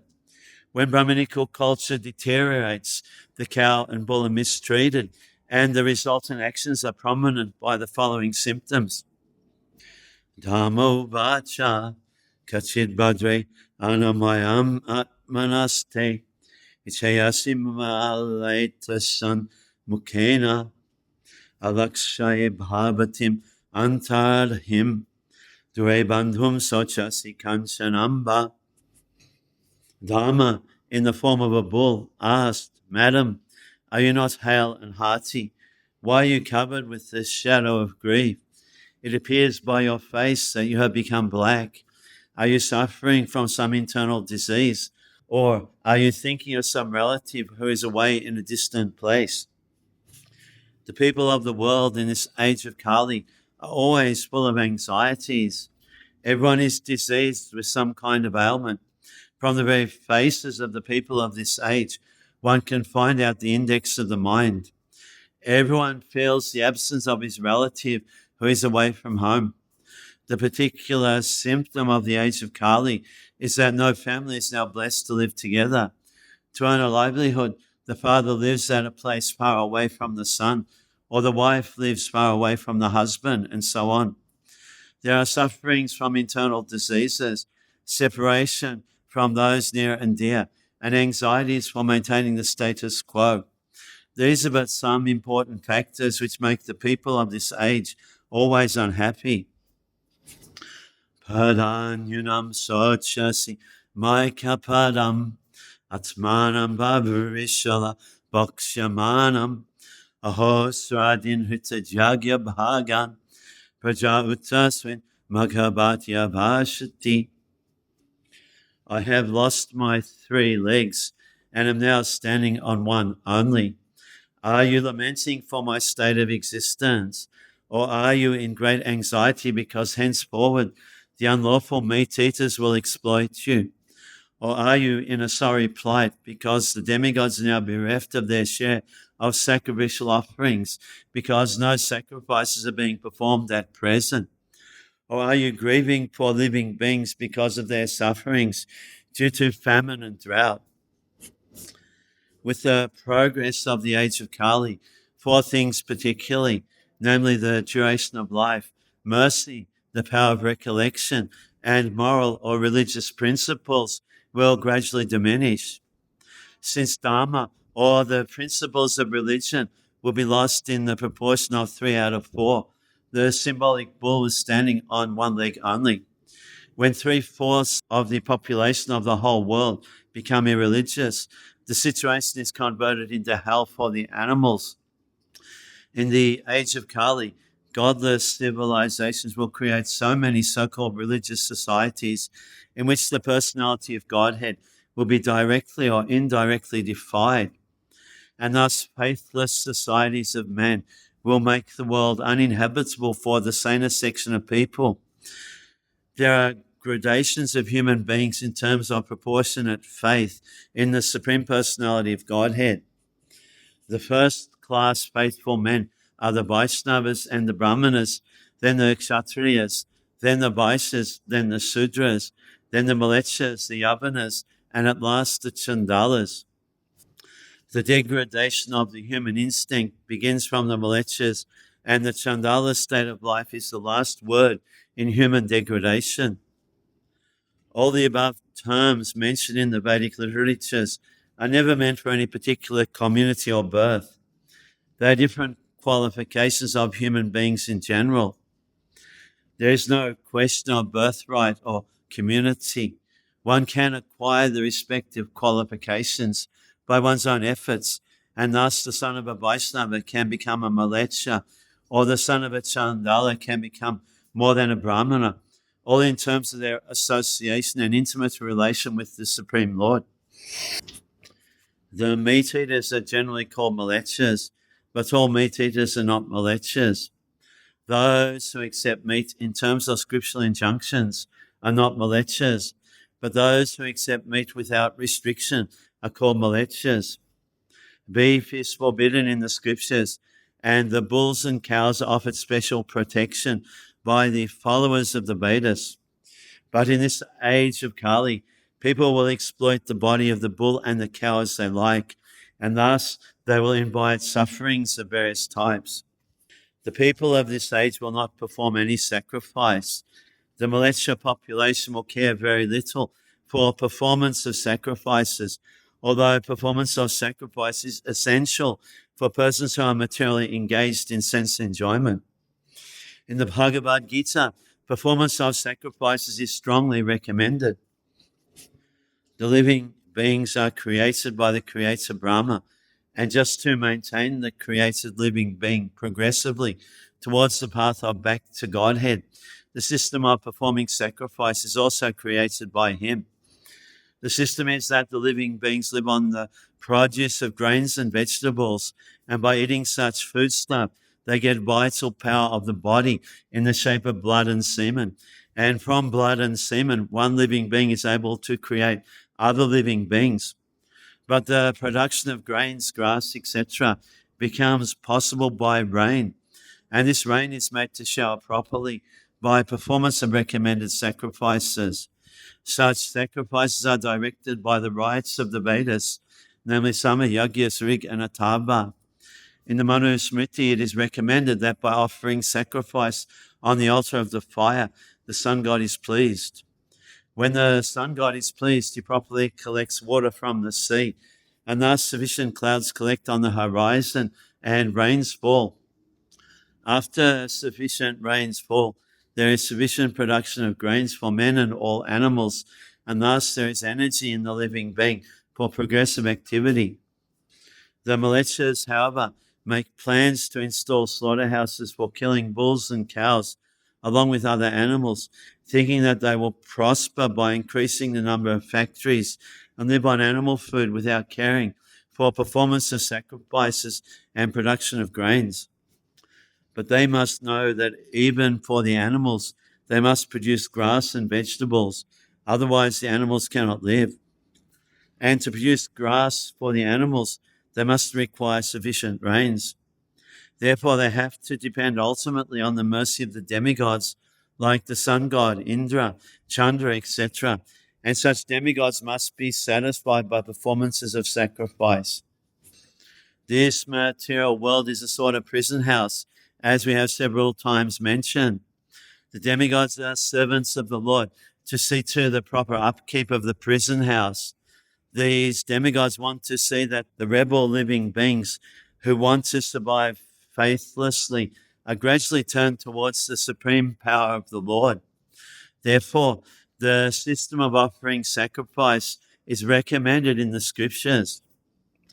The materialistic men want to work hard and enjoy fruitive results for sense enjoyment.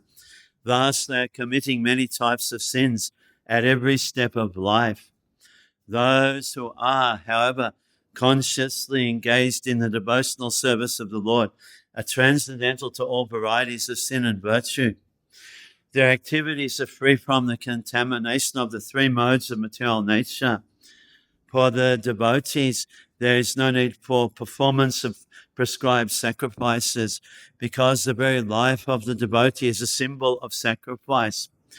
But persons who are engaged in fruitive activities for sense enjoyment must perform the prescribed sacrifices, because that is the only means to get free from the reaction of all sins committed by the fruitive workers.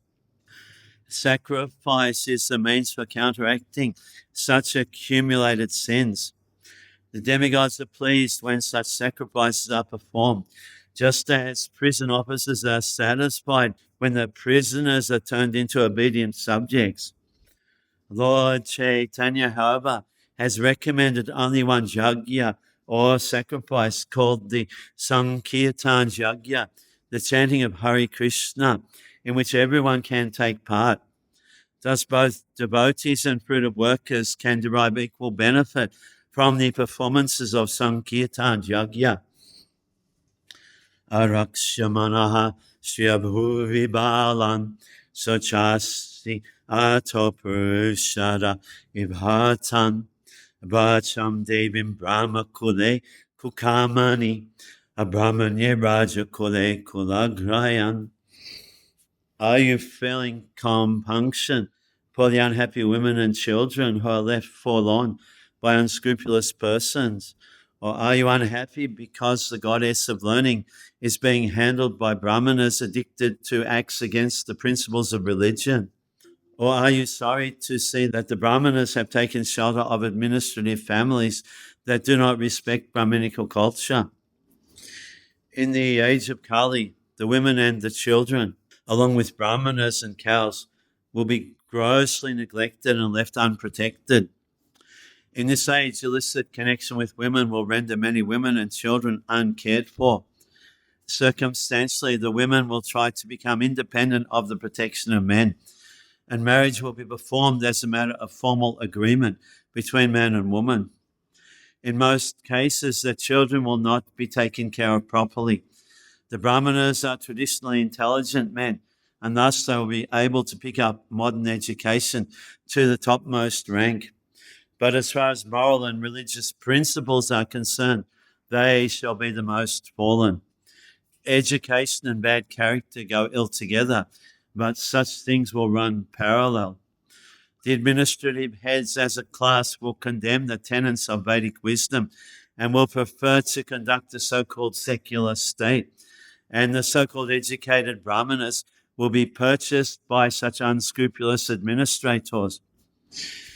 Even a philosopher and writer of many books on religious principles may also accept an exalted post in a government which denies all the moral codes of the Shastras. The brahmanas are specifically restricted in accepting such service. But in this age, they will not only accept service, but they will do so even if it is of the meanest quality. These are some of the symptoms of the Kali age, which are harmful to the general welfare of human society.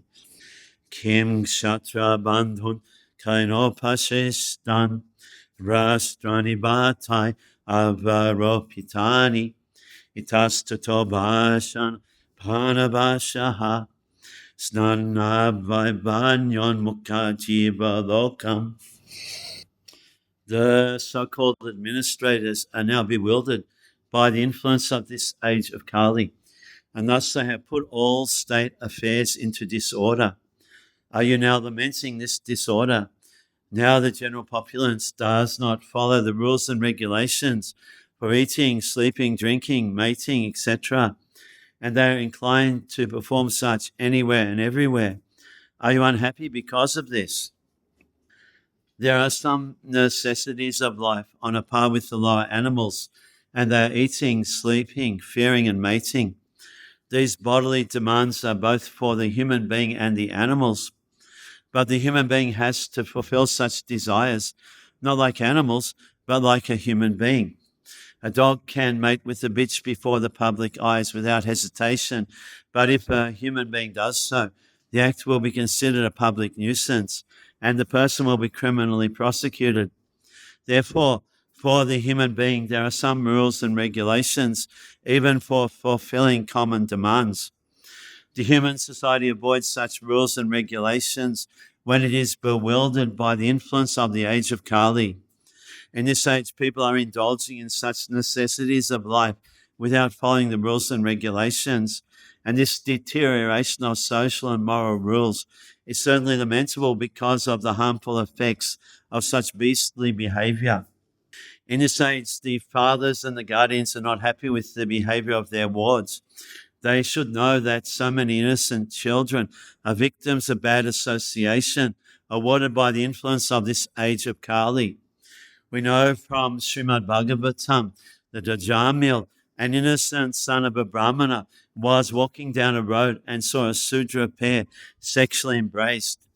This attracted the boy, and later on the boy became a victim of all debaucheries. From a pure Brahmana, he fell down to the position of a wretched urchin, and it was all due to bad association. There was but one victim like a Jamil in those days, but in this age of Kali, the poor innocent students are daily victims of cinemas which attract men only for sex indulgence. The so-called administrators are all untrained in the affairs of a Kshatriya. The Kshatriyas are meant for administration, as the Brahmanas are meant for knowledge and guidance. The word Kshatriya Bandhu refers to the so-called administrators or persons promoted to the post of the administrator without proper training by culture and tradition. Nowadays, they are promoted to such exalted posts by the votes of the people who are themselves fallen in the rules and regulations of life. How can they select a proper man when they are themselves fallen in the standard of life? Therefore, by the influence of the age of Kali, everywhere, politically, socially, or religiously, everything is topsy-turvy, and therefore, for the sane man, it is all regrettable. Yadbham bate buri barabatara kritabatara shahari dharatri antahitasya smarati rishrishna kamani nibbana vilambitani. O Mother Earth, the Supreme Personality of Godhead, Hari, incarnated himself as Lord Sri Krishna just to unload your heavy burden. All his activities here are transcendental, and they cement the path of liberation. You're now bereft of his presence. You're probably now thinking of those activities and feeling sorry in their absence. The activities of the Lord included liberation, but they are more relishable than the pleasure derived from nirvana or liberation. According to Srila Jiva Goswami and Vishnuravath Chakravarti Thakur, the word used here is nibbana vilambitani, that which minimizes the value of liberation. To attain nirvana or liberation, one has to undergo a severe type of tapasya, austerities. But the Lord is so merciful that he incarnates to diminish the burden of the earth. Simply by remembering such activities, one can defy the pleasure derived from nirvana and reach the transcendental abode of the Lord to associate with him, eternally engaged in his blissful loving service. Idam mama chakshva tabadhimulam vasundhari jena vikashitasi kalina bhate balinam baliyasa srachitam kim hritam ambasubhagan. Mother, you are the reservoir of all riches. Please inform me of the root cause of your tribulations, by which you have been reduced to such a weak state. I think that the powerful influence of time, which conquers the most powerful, might have forcibly taken away all your fortune, which was adored even by the demigods. By the grace of the Lord, each and every planet is created fully equipped. So this earth is not only fully equipped with all the riches for the maintenance of the inhabitants, but also when the Lord descends on the earth, the whole earth becomes so enriched with all kinds of opulences that even the denizens of heaven worship it with all affection. But by the will of the Lord, the whole earth can at once be changed. He can do and undo a thing at his sweet will. Therefore, no one should consider himself to be self-sufficient or independent of the Lord. Dharani uvacha babanhi veda tatsabam yanmam damanu prichasi chatobi bharata sejena padailoka sukhabhai. The earthly deity in the form of a cow thus replied to the personality of religious principles in the form of a bull. O Dharma, whatever you have inquired from me shall be known to you. I shall try to reply to all those questions. Once you too were maintained by your four legs and increased happiness all over the universe by the mercy of the Lord. The principles of religion are laid down by the Lord himself, and the executor of such laws is Dhammaraj or Yamaraj. Such principles work fully in the age of Satya Yuga. In the Treta Yuga, they are reduced by a fraction of 1/4. In the Dwapara, they are reduced to 1/2. And in the Kali Yuga, they are reduced to 1/4, gradually diminishing to the 0 point. And then devastation takes place. Happiness in the world depends proportionately on the maintenance of the religious principles, individually or collectively. The best part of valor is to maintain the principles despite all kinds of odds. Thus, one can be happy during the span of life and ultimately return to Godhead. Satyam socham dayakshantis tvagaha santosha ajabam shamodamastapaha samyam titiksho parati shutam Jnanam virakti aishvayam suryam tejo balam smriti swatantram kushalam kanti dharyam madhavam ibacha pragobhyam prashrayashilam saha ojo balam bagaha gambirayam staryam astikyam Kirti manana kriti ite chanye cha bhagavan nitya jatra mahagunaha patya mahadvam ichadbi nabi janti smakahichit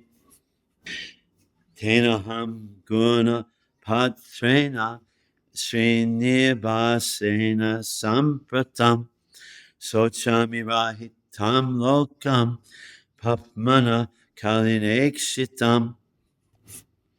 In him reside truthfulness, cleanliness, intolerance of another's unhappiness, the power to control anger, self-satisfaction, straightforwardness, steadiness of mind, control of the sense organs, responsibility, equality, tolerance, equanimity, faithfulness, knowledge, absence of sense enjoyment, leadership, chivalry, influence, the power to make everything possible, the discharge of proper duty, complete independence, dexterity, fullness of all beauty, serenity, kind-heartedness, ingenuity, gentility, magnanimity, determination, perfection of all knowledge, proper execution, possession of all objects of enjoyment, joyfulness, immovability, fidelity,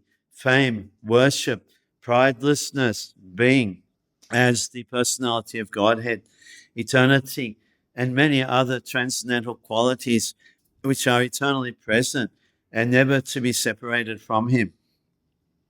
That personality of Godhead, the reservoir of all goodness and beauty, Lord Sri Krishna, has now closed his transcendental pastimes on the face of the earth. In his absence, the age of Kali has spread its influence everywhere. So I am sorry to see this condition of existence. Even if it were possible to count the atoms after smashing the earth into powder, still it is not possible to estimate the unfathomed transcendental qualities of the Lord.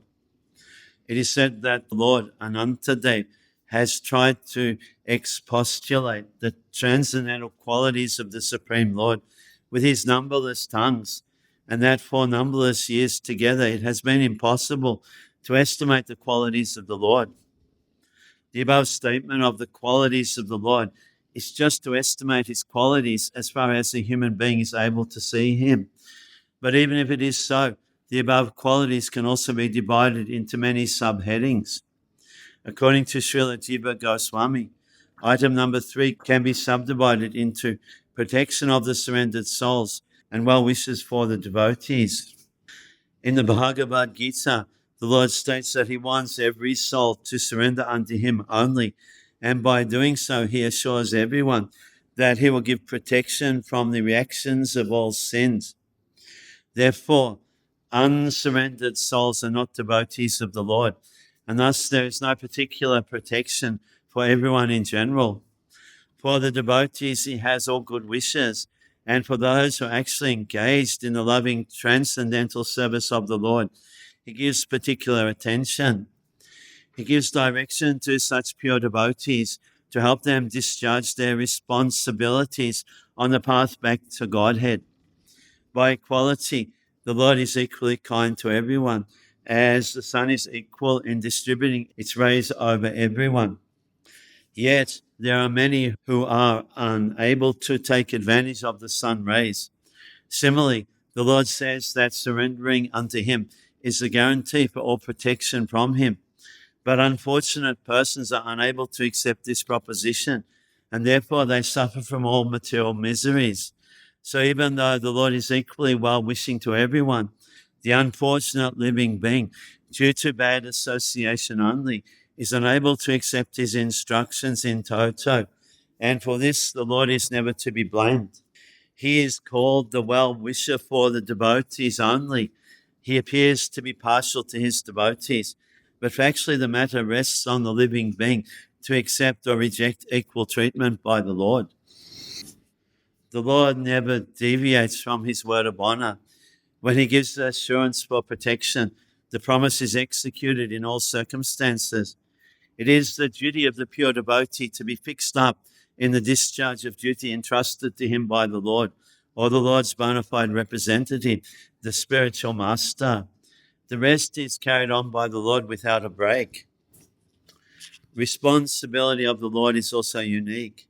The Lord has no responsibility because all his work is done by his different appointed energies, but still he accepts voluntary responsibilities in displaying different roles in his transcendental pastimes.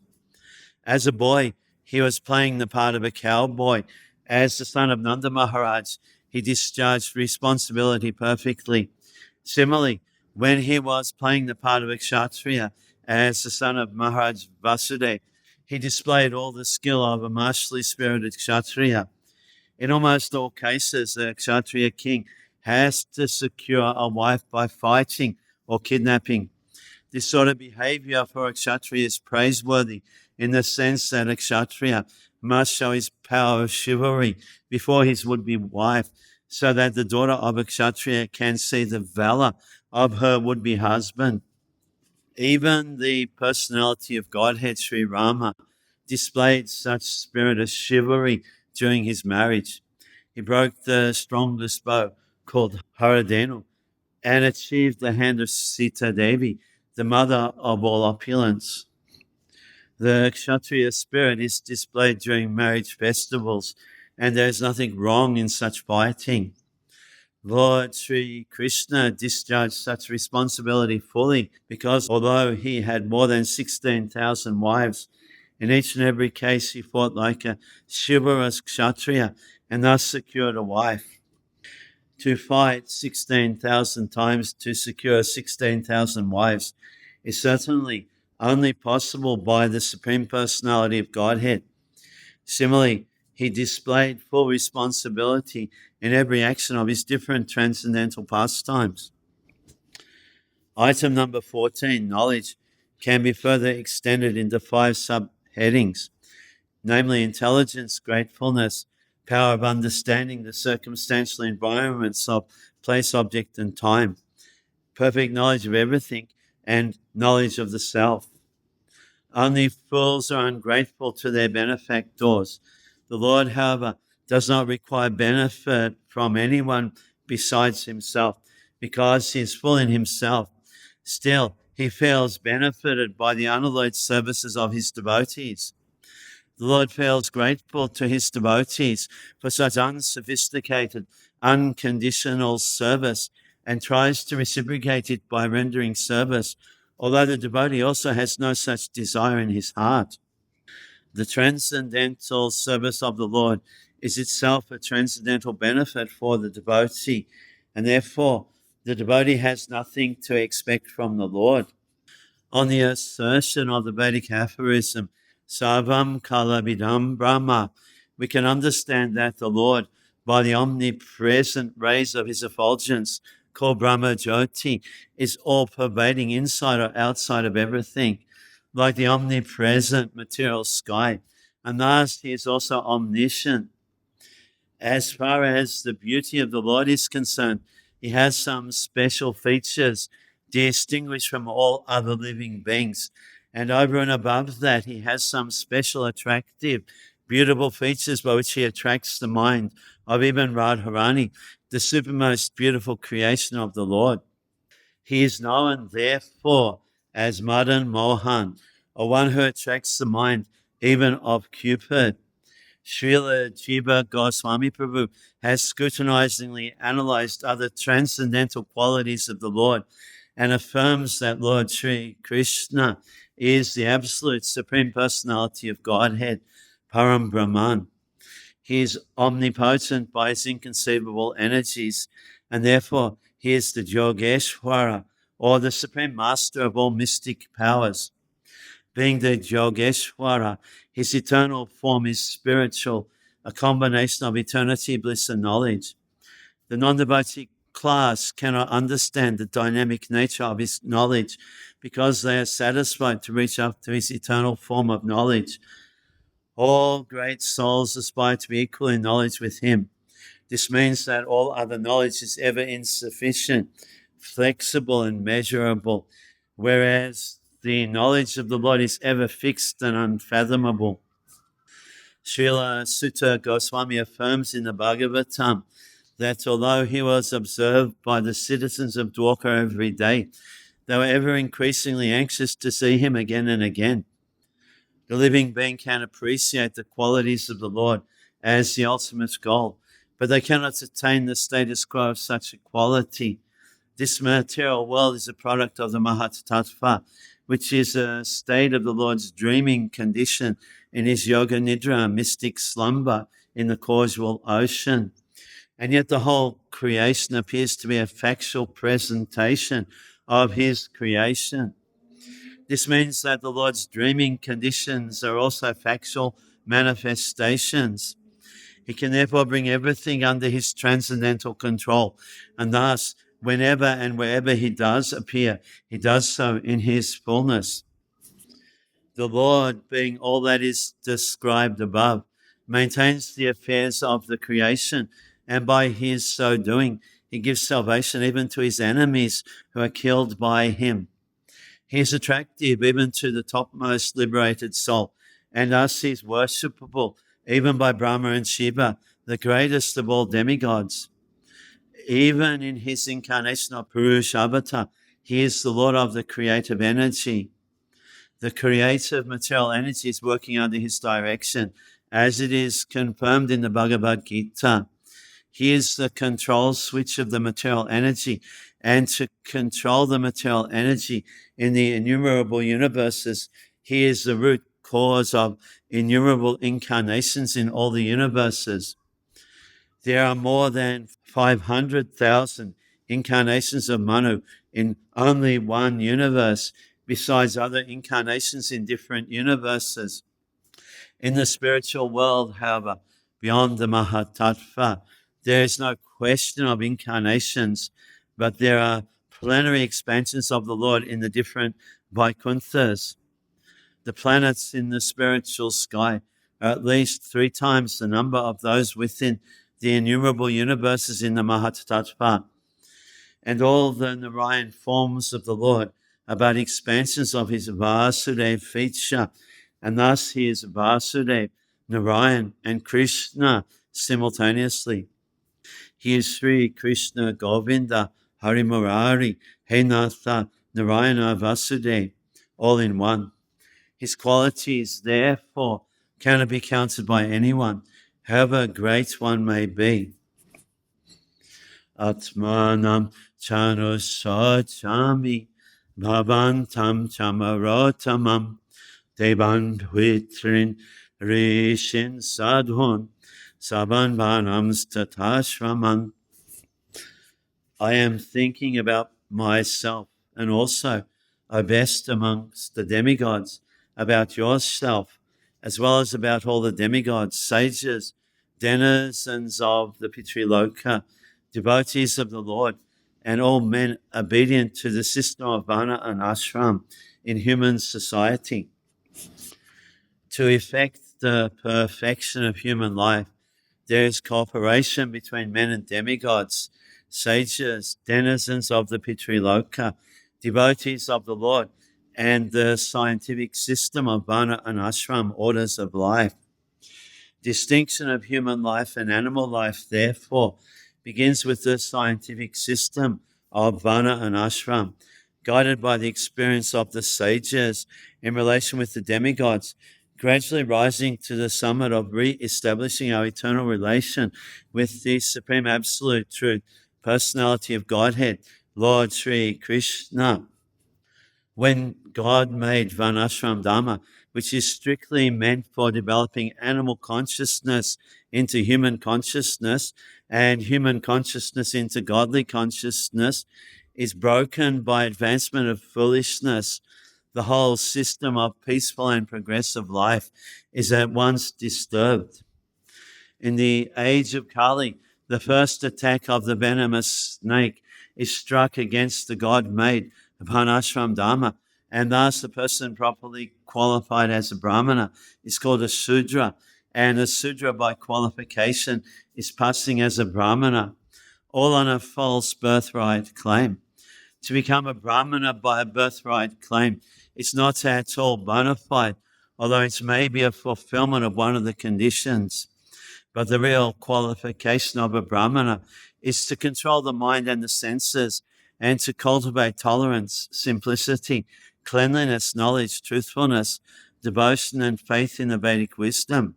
In the present age, consideration of the necessary qualification is being neglected, and the false birthright claim is being supported, even by a popular, sophisticated poet and author of Ramcharitamanas.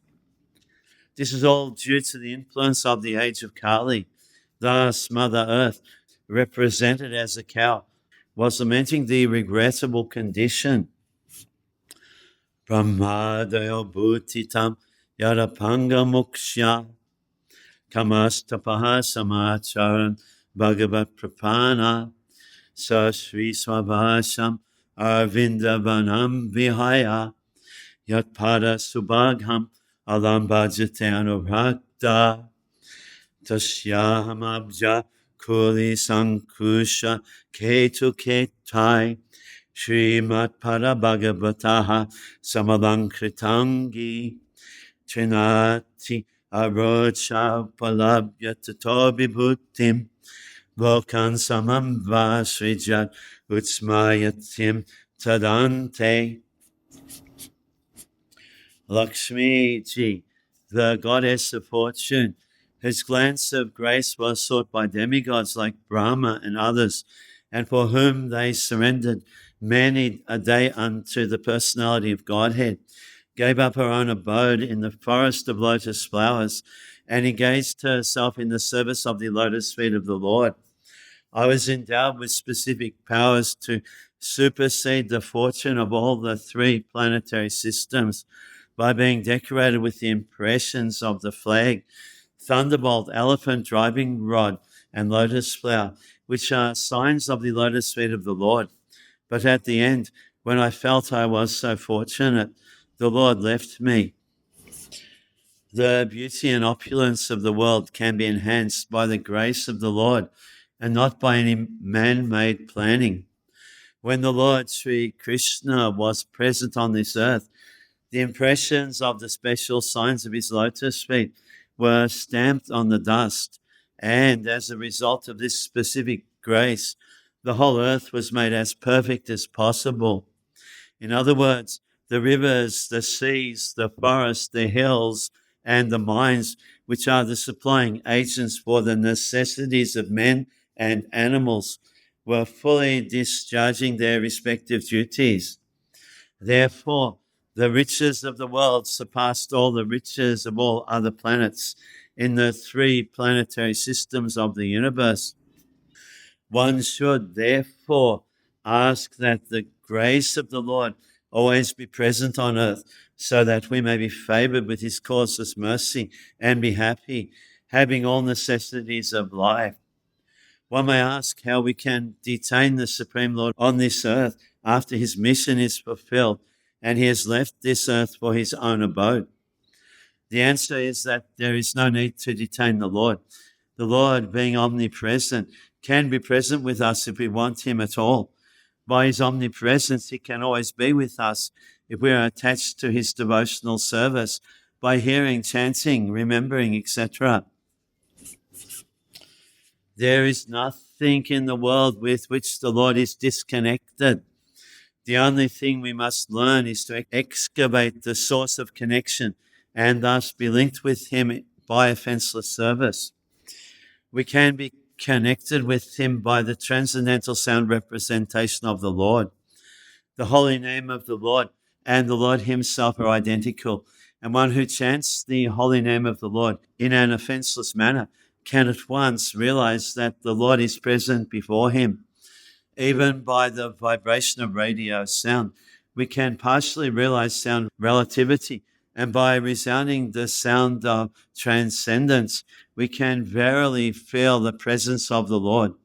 In this age, when everything is polluted by the contamination of Kali, it is instructed in the scriptures and preached by Lord Sri Chaitanya Mahaprabhu that by chanting the holy name of the Lord, we can at once be free from contamination and gradually rise to the status of transcendence and go back to Godhead. The offenseless chanter of the holy name of the Lord is as auspicious as the Lord himself, and the movement of pure devotees of the Lord all over the world can at once change the troublesome face of the world. Only by the propagation of the chanting of the holy name of the Lord can we be immune from all effects of the age of Kali. Yobai mamati bharam asura vamsaragyam akshuhini shatam apanudad atmatantra tvam dustitam unaparam atmani purushena sampadyan yadusu ramyama vibhrad angam. O personality of religion, I was greatly overburdened by the undue military flanks arranged by the atheistic kings, and I was relieved by the grace of the personality of Godhead. Similarly, you are also in a distressed condition, weakened by your standing strength, and thus he also incarnated by his internal energy in the family of the Yadus to relieve you. The Asuras want to enjoy a life of sense gratification, even at the cost of others' happiness. In order to fulfill this ambition, the Asuras, especially atheistic kings or state executive heads, try to equip themselves with all kinds of deadly weapons to bring about a war in a peaceful society. They have no ambition other than personal aggrandizement, and thus Mother Earth feels overburdened by such undue increases of military strength. By increase of the Asuric population, those who follow the principles of religion become unhappy, especially the devotees or devas. Only in such a situation, the personality of Godhead incarnates to vanquish the unwanted asuras and to re-establish the true principles of religion. This was the mission of Lord Sri Krishna, and he fulfilled it. Kaba saheta viraham purushottamasya premabaloka ruchira smita balgojapai stariyam samanam aharan madhu manininam ramotsavo mama yarangi vitankitaja. Who can, therefore, tolerate the pangs of separation from that supreme personality of Godhead? He could conquer the gravity and passionate wrath of his sweethearts, like Satyabhama and others, by his sweet smile of love, pleasing glance and hearty appeals. When he traversed my earth's surface, I would be immersed in the dust of his lotus feet. and thus would be sumptuously covered with grass, which appeared like hair standing on me out of pleasure. There were chances of separation between the Lord and his thousands of queens because of the Lord's being absent from home. But as far as his connection with earth was concerned, the Lord would traverse the earth with his lotus feet, and therefore there was no chance of separation. When the Lord left the surface of the earth to return to his spiritual abode, the earth's feelings of separation were therefore more acute. Tayo ivam kataya tayo prithvi damayastata Prikshinama Rajarishi Prapta Prachim Saraswatim. While the earth and personality of religion were thus engaged in conversation, the saintly king Maharaj Parikshit reached the shore of the Saraswati River, which flowed towards the east. Thus end the Bhaktivedanta purports of the first canto, 16th chapter of the Srimad-Bhagavatam, entitled How Parikshit Received the Age of Kali. Srimad-Bhagavatam, by His Divine Grace A.C. Bhaktivedanta Swami Prabhupada. First canto, chapter 17, Punishment and Reward of Kali.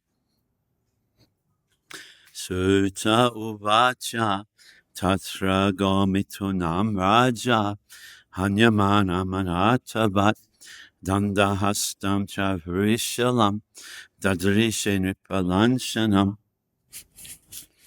Sutta Goswami said, after reaching that place, Maharaj Parikshit observed that a lower class Shudra, dressed like a king, was beating a cow and a bull with a club, as if they had no owner. The principal sign of the age of Kali is that lower caste Shudras, i.e. men without Brahminical culture and spiritual initiation, will be dressed like administrators or kings, and the principal business of such non-Kshatriya rulers will be to kill the innocent animals, especially the cows and the bulls, who shall be unprotected by their masters, the bona fide Vaishyas or the mercantile community. In the Bhagavad Gita, it is said that the Vaishyas are meant to deal in agriculture, cow protection, and trade. In the age of Kali, the degraded Vaishyas, or the mercantile men, are engaged in supplying cows to slaughterhouses. The Kshatriyas are meant to protect the citizens of the state, whereas the Vaishyas are meant to protect the cows and bulls and utilize them to produce grains and milk. The cow is meant to deliver milk, and the bull is meant to produce grains. But in the age of Kali, the Sudra class of men are in the post of administrators, and the cows and bulls, or the mothers and the fathers, unprotected by the Vaishyas, are subjected to the slaughterhouses organized by the Sudra administrators. Risham minalad havalam mehantamiva bibyatam Vepamanam padaikena siddhantam sudrataditam. The bull was as white as a white lotus flower. He was terrified of the Shudra who was beating him, and he was so afraid that he was standing on one leg, trembling and urinating. The next symptom of the age of Kali is that principles of religion, which are all spotlessly white, like the white lotus flower, will be attacked by the uncultured Sudra population of the age. There may be descendants of Brahmana or Kshatriya forefathers, but in the age of Kali, for want of sufficient education and culture of Vedic wisdom, such Sudra-like population will defy the principles of religion, and persons who are religiously endowed will be terrified by such men. They will declare themselves as adhering to no religious principles, and many isms and cults will spring up in Kali Yuga, only to kill the spotless bull of religion. The state will be declared to be secular or without any particular principle of religion, and as a result there will be total indifference to the principles of religion. The citizens will be free to act as they like, without respect for sadhu, shastra, and guru. The bull standing on one leg indicates that the principles of religion are gradually diminishing. Even the fragmental existence of religious principles will be embarrassed by so many obstacles, as if in the trembling condition of falling down at any time. Kam chadama dukham dinam brisham shudrapadahatam vivat samsashruvadanam kshamam yavasamichitim. Although the cow is beneficial because one can draw religious principles from her, she was now rendered poor and calfless. Her legs were being beaten by a Shudra. There were tears in her eyes and she was distressed and weak. She was hankering after some grass in the field. The next symptom of the age of Kali is the distressed condition of the cow. Milking the cow means drawing the principles of religion in a liquid form. The great rishis and munis would live only on milk. Srila Shukadev Goswami would go to a householder while he was milking a cow, and he would simply take a little quantity of it for subsistence. Even 50 years ago, no one would deprive a sadhu of a quart or two of milk, and every householder would give milk like water. For a Sanatanist, the follower of Vedic principles, it is the duty of every householder to have cows and bulls as household paraphernalia, not only for drinking milk, but also for delivering religious principles. The Sanatanist worships cows on religious principles and respects brahmanas. The cow's milk is required for the sacrificial fire, and by performing sacrifices, the householder can be happy. The cow's calf is not only beautiful to look at, but also gives satisfaction to the cow, and so she delivers as much milk as possible. But in the Kali Yuga, the calves are separated from the cow as early as possible for purposes which may not be mentioned in these pages of Srimad-Bhagavatam. The cow stands with tears in her eyes, and the Sudra milkman draws milk from the cow artificially. And when there is no milk, the cow is sent to be slaughtered. These greatly sinful acts are responsible for all troubles in present society. They do not know what they are doing in the name of economic development. The influence of Kali will keep them in the darkness of ignorance, and despite all endeavors for peace and prosperity, they must try to see the cows and the bulls happy in all respects. Foolish people do not know how happiness is earned by making the cows and bulls happy, but it is a fact by the law of nature. Let us take it from the authority of Srimad-Bhagavatam and adopt the principles for total happiness of humanity. Prapracharatam avrudha katasraya parichadam mekha gambiraya vacha samaropita kamukaha. Maharaj Parikshit, well equipped with arrows and bow, and seated on a gold-embossed chariot, spoke to him, the Shudra, with a deep voice sounding like thunder. An administrative head or king like Maharaj Parikshit, with full majestic authority, well equipped with weapons to chastise miscreants, can challenge the agents of the age of Kali. Then only will it be possible to counteract the degraded age. And in the absence of such strong executive heads, there is always disruption of tranquility. The elected Shobotl executive head, as representative of a degraded public, cannot be equal with a strong king like Maharaj Parikshit. The dress or style of royal order does not count. It is one's actions which are counted. Kastramachane loke baladam shia balan bali nardeva sibe shena natabat kamanadvijaha. Oh, who are you? You appear to be strong, and yet you dare kill, within my protection, those who are helpless. By your dress you pose yourself to be a godly man, king, but by your deeds you are opposing the principles of the twice-born Kshatriyas. The Brahmanas, Kshatriyas and Vaishyas are called twice-born because for these higher classes of men, there is one birth by parental conjugation, and there is another birth of cultural rejuvenation by spiritual initiation from the bona fide acharya or spiritual master. So a kshatriya is also twice born like a brahmana, and his duty is to give protection to the helpless. The kshatriya king is considered to be the representative of God, to give protection to the helpless and chastise the miscreants. Whenever there are anomalies in this routine work by the administrators, there is an incarnation of the Lord to re-establish the principles of a godly kingdom. In the age of Kali, the poor helpless animals, especially the cows, which are meant to receive all sorts of protection from the administrative heads, are killed without restriction. Thus, the administrative heads under whose nose such things happen are so-called representatives of God. Such powerful administrators are rulers of the poor citizens by dress or office only, but factually they are worthless, lower-class men without the cultural assets of the twice-born. No one can expect justice or equality of treatment from one-spawn without spiritual culture, lower-class men. Therefore, in the age of Kali, everyone is unhappy due to the maladministration of the state. The modern human society is not twice born by spiritual culture.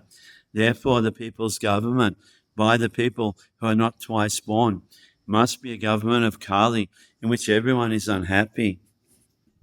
Yastvam Krishna gate dhuram sahagandhi badhanbana sochasya sochyan rahasi praharan vadham ahasi. You rogue, do you dare beat an innocent cow because Lord Krishna and Arjuna, the carrier of the Gandiva bow, are out of sight? Since you are beating the innocent in a secluded place, you are considered a culprit and therefore deserve to be killed. In a civilization where God is conspicuously banished and there is no devotee warrior like Arjuna, the associates of the age of Kali take advantage of this lawless kingdom and arrange to kill innocent animals like the cow in secluded slaughterhouses. Such murderers of animals stand to be condemned to death by the order of a pious king like Maharaj Parikshit.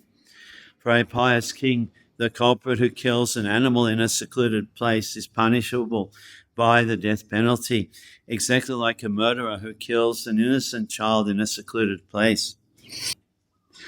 Tvam vamrinala dhabalaha padainyuna paracharan risha rupena kim kastit devona parikedayan.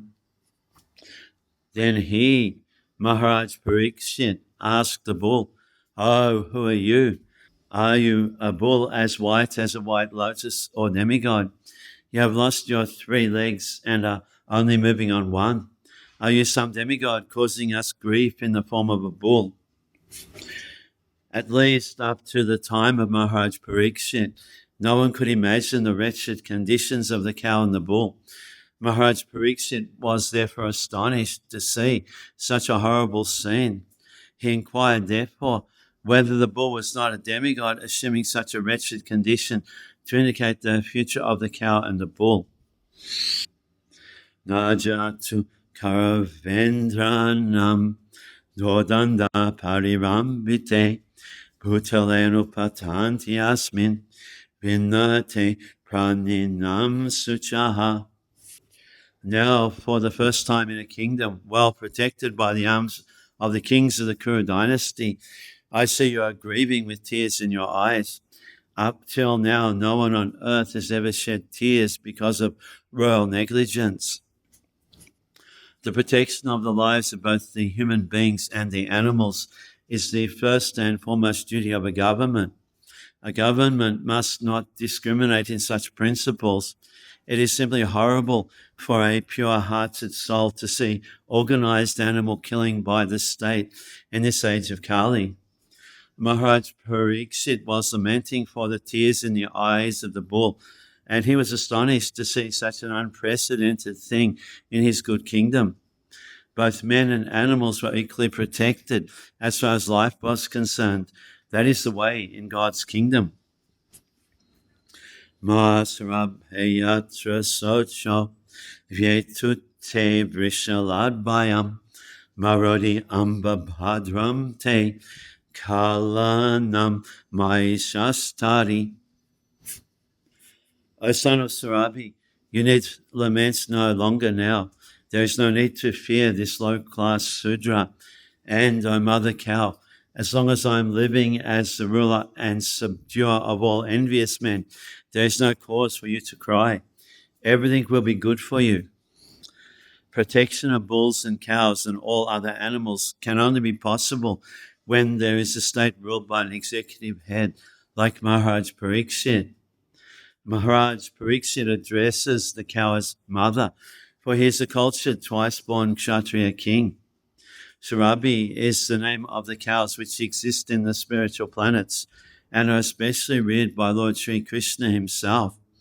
As men are made after the form and features of the Supreme Lord, so also the cows are made after the form and features of the Surabi cows in the spiritual kingdom.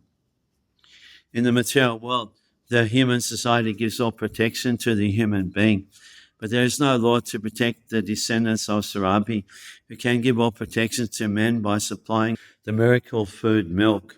But Maharaj Pariksit and the Pandavas were fully conscious of the importance of the cow and bull, and they were prepared to punish the cow killer with all chastisement, including death. There has sometimes been agitation for the protection of the cow, but for want of pious executive heads and suitable laws, the cow and the bull are not given protection. The human society should recognize the importance of the cow and the bull and thus give all protection to these important animals, following in the footsteps of Maharaj Pariksit. By protecting the cow and Brahminical culture, the Lord, who is very kind to the cow and the Brahmanas, Go Brahman Hitaya, will be pleased with us and will bestow upon us real peace. Jasya rastre prajaha sabas trasyante sadvi asadhubi tasyama tasya nasyanti kriti ayubhagogati ishabhagyam parodhamo hyatanamarti nigraha atainam badhisyami bhutadruhama satamam. O chaste one, the king's good name, duration of life, and good rebirth vanish when all kinds of living beings are terrified by miscreants in his kingdom. It is certainly the prime duty of the king to subdue first the sufferings of those who suffer. Therefore, I must kill this most wretched man because he is violent against other living beings. When there is some disturbance caused by wild animals in a village or town, the police or others take action to kill them. Similarly, it is the duty of the government to kill at once all bad social elements, such as thieves, dacoits, murderers, etc. The same punishment is also due to animal killers, because the animals of the state are also the praja. Praja means one who has taken birth in the state, and includes both men and animals. Any living being who takes birth in a state has the primary right to live under the protection of the king. The jungle animals also are subject to the king, and they have a right to live also. So what to speak of domestic animals like the cows and bulls? Any living being, if he terrifies other living beings, is a most wretched subject, and the king should at once kill such a disturbing element. As the wild animal is killed when it creates disturbances, similarly, any man who unnecessarily kills or terrifies the jungle animals or other animals must be punished at once. By the law of the Supreme Lord, all living beings, in whatsoever shape they may be, are the sons of the Lord, and no one has any right to kill another animal unless it is so ordered by the codes of natural law. The tiger can kill a lower animal for his subsistence, but a man cannot kill an animal for his subsistence. That is the law of God, who has created the law that a living being subsists by eating another living being. Thus, the vegetarians are also living by eating other living beings. Therefore, The law is that one should live only by eating specific living beings, as ordained by the law of God. The Isha directs that one should live by the direction of the Lord, and not at one's sweet will. A man can subsist on varieties of grains, fruits, and milk ordained by God, and there is no need of animal food, save and except in particular cases. The illusion king, or the executive head, even though sometimes advertised as a great philosopher and learned scholar, will allow slaughterhouses in the state without knowing that torturing poor animals clears the way to hell for such foolish kings or executive heads. The executive head always must be alert to the safety of the prajas, both man and animal, and inquire whether a particular living being is harassed at any place by another living being. The harassing living being must at once be caught and put to death, as shown by Maharaj Parikshit. The people's government, or government by the people, should not allow killing innocent animals by the sweet will of foolish government men.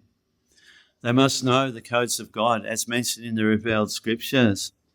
Maharaj Parikshit quotes here that in the codes of God, the irresponsible king or state executive jeopardizes his good name, duration of life, power and strength, and ultimately his progressive march towards a better life or salvation after death. Such foolish men do not even believe in existence in the next life. While commenting on this particular verse, we have in our presence the statement of a great modern politician who has recently died and left his will, which discloses his poor fund of knowledge of the codes of God, mentioned by Maharaj Parikshit. The politician was so ignorant of the codes of God that he writes, "I do not believe in any such ceremonies, and to submit to them, even as a matter of form, would be hypocrisy and an attempt to delude others and ourselves. I have no religious sentiments in the matter." Contrasting the statements of a great politician in the modern age with that of Maharaj Parikshit, we find a vast difference. Maharaj Parikshit was pious according to the scriptural codes, whereas the modern politician goes by his personal belief and sentiments. Any great man of the material world is, after all, a conditioned soul. He's bound up by his hands and feet by the ropes of material nature, and still the foolish conditioned soul thinks of himself as free to act by his whimsical sentiments. The conclusion is that people in the time of Maharaj Parikshit were happy, and the animals were given proper protection because the executive head was not whimsical nor ignorant of God's law. Foolish, faithless creatures try to avoid the existence of the Lord and proclaim themselves secular at the cost of valuable human life.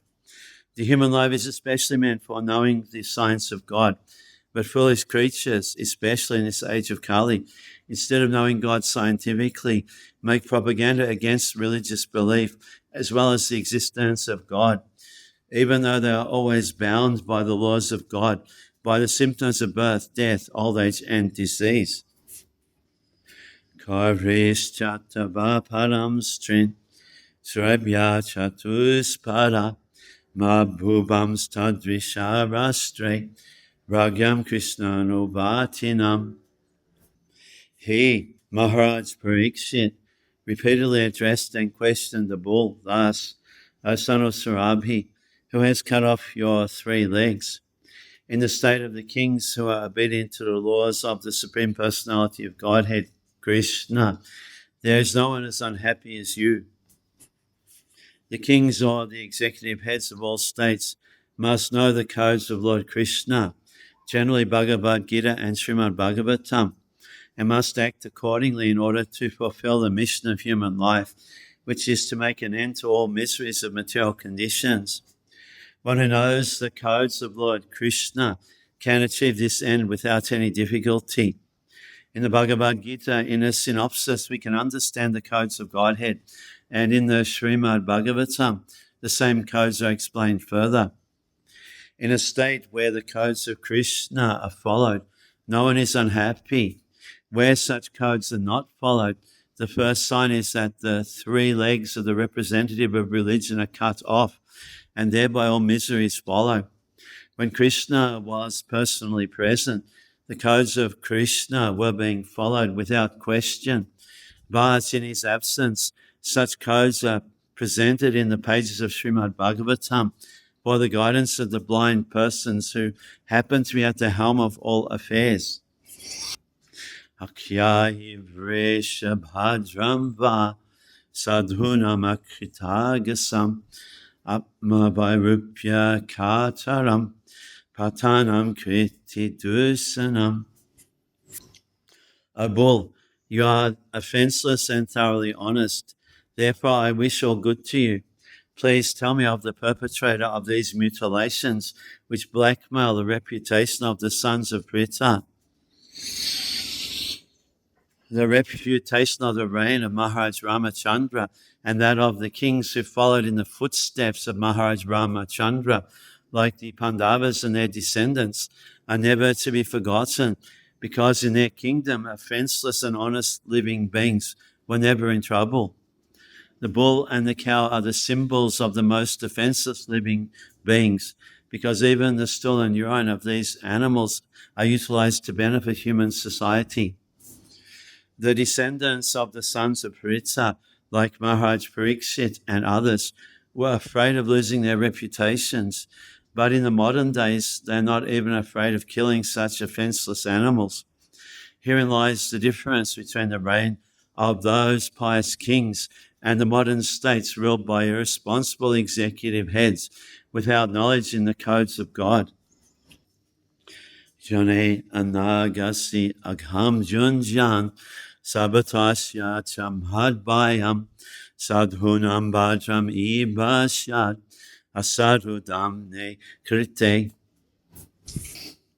Whoever causes offenceless living beings to suffer must fear me anywhere and everywhere in the world. By curbing dishonest miscreants, one automatically benefits the offenceless. Dishonest miscreants flourish because of cowardly and impotent executive heads of state. But when such executive heads are strong enough to curb all sorts of dishonest miscreants in any part of the state, certainly they cannot flourish. When the miscreants are punished in an exemplary manner, automatically all good fortune follows. As said before, it is the prime duty of the king or the executive head to give protection in all respects to the peaceful, offenceless citizens of the state. The devotees of the Lord are by nature peaceful and offenceless, and therefore it is the prime duty of the state to arrange to convert everyone to become a devotee of the Lord, and thus automatically there will be peaceful, offenceless citizens. Then the only duty of the king will be to curb the dishonest miscreants. That will bring about peace and harmony all over human society.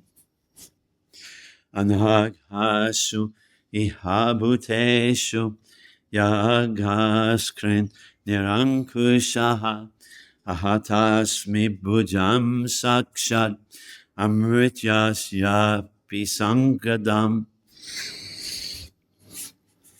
An upstart living being who commits offences by torturing those who are offenceless shall be directly uprooted by me, even though he be a denizen of heaven with armour and decorations.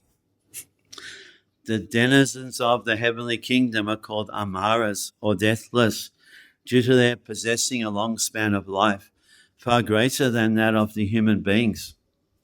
For a human being who has only a maximum of 100 years duration of life, a span of life spreading over millions of years is certainly considered to be deathless. For example, from the Bhagavad Gita, we learn that on the Brahmaloka planet, the duration of 1 day is calculated to be 4,300,000 times 1,000 solar years. Similarly, in other heavenly planets, 1 day is calculated to be 6 months of this planet, and they get a life of 10 million of their years. Therefore, in all higher planets, since the span of life is far greater than that of the human being, the denizens are called deathless by imagination, although actually No one within the material universe is deathless. Maharaj Parikshit challenges even such denizens of heaven if they torture the offenseless. This means that the state executive head must be as strong as Maharaj Parikshit, so that he may be determined to punish the strongest offenders. It should be the principle of a state executive head that the offender of the codes of God is always punished. Ragyo hi paramo damaha swadamastanu palanam shashatanyam yatha shastram anapariyutpatan iha. It is the supreme duty of the ruling king to give all protection to law-abiding persons and to chastise those who stray from the ordinances of the scriptures in ordinary times when there is no emergency. In the scriptures, there is mention of apadama, or occupational duty, at times of extraordinary happenings. It is said sometimes that the great sage Vishwamitra had to live on the flesh of dogs in some extraordinarily dangerous position. In cases of emergency, one may be allowed to live on the flesh of animals of all description, but that does not mean that there should be regular slaughterhouses to feed the animal eaters, and that this system should be encouraged by the state. No one should try to live on flesh in ordinary times simply for the sake of the palate. If anyone does so, the king or the executive head should punish him for gross enjoyment. There are regular scriptural injunctions for different persons engaged in different occupational duties, and one who follows them is called swadharmasta, or faithful in one's prescribed duties. In the Bhagavad Gita also, it is advised that one should not give up his occupational prescribed duties, even if they are not always flawless. Such swadharma might be violated in cases of emergency if one is forced by circumstances, but they cannot be violated in the ordinary times. The state executive head is to see that such swadharma is not changed by the follower, whatever it may be, and he should give all protection to the follower of swadharma. The violator is subject to punishment in terms of the Shastra, and it is the duty of the king to see that everyone strictly follows his occupational duty as prescribed in the scripture. Dhamma uvacha itadvaha pandavheyanam yuktam artabhayam vachaha jesham guna ganai krishno tujadu bhagavan kritaha. The personality of religion said, "These words just spoken by you befit a person of the Pandava dynasty, captivated by the devotional qualities of the Pandavas. Even Lord Krishna, the personality of Godhead, performed duties as a messenger." The assurances and challenges made by Maharaj Parikshit are never exaggerations of his real power.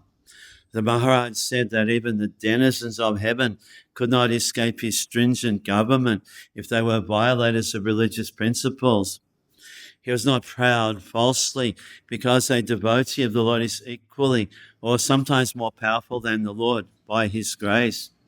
And any promise made by a devotee, though it may be ordinarily very difficult to fulfill, is properly executed by the grace of the Lord. The Pandavas, by their unalloyed devotional service and full surrender unto the Lord, made it possible for the Lord to become a chariot driver or sometimes their letter messenger. Such duties executed by the Lord for his devotee are always very pleasing to the Lord, because the Lord wants to render service to his unalloyed devotee. His life has no other engagement than to serve the Lord with full love and devotion. Maharaj Parikshit, grandson of Arjuna, the celebrated friendly servitor of the Lord, was a pure devotee of the Lord like his grandfather, and therefore the Lord was always with him, even from the time when he was helplessly lying in the womb of his mother and was attacked by the blazing Brahmastra weapon of Ashvatthama. A devotee is always under the protection of the Lord, and therefore the assurance of protection by Maharaj Pariksit could never be without meaning. The personality of religion accepted this fact and thus thanked the king for his being true to his exalted position. Nabhayam klesha bhijani yatashva purushashabha purusham tam vijanimo vakya veda vimohitaha. O greatest among human beings, it is very difficult to ascertain the particular miscreant who has caused our sufferings, because we are bewildered by all the different opinions of theoretical philosophers. There are many theoretical philosophers in the world who put forward their own theory of cause and effect, especially about the cause of suffering and its effect on different living beings. Generally, there are 6 great philosophers: Kanada, the author of Vaisheshika philosophy; Gautama, the author of logic; Patanjali, the author of mystic yoga; Kapila, the author of Sankhya philosophy; Jaimini, the author of Karma Mimamsa; and Vyasadeva, the author of Vedanta Darshan.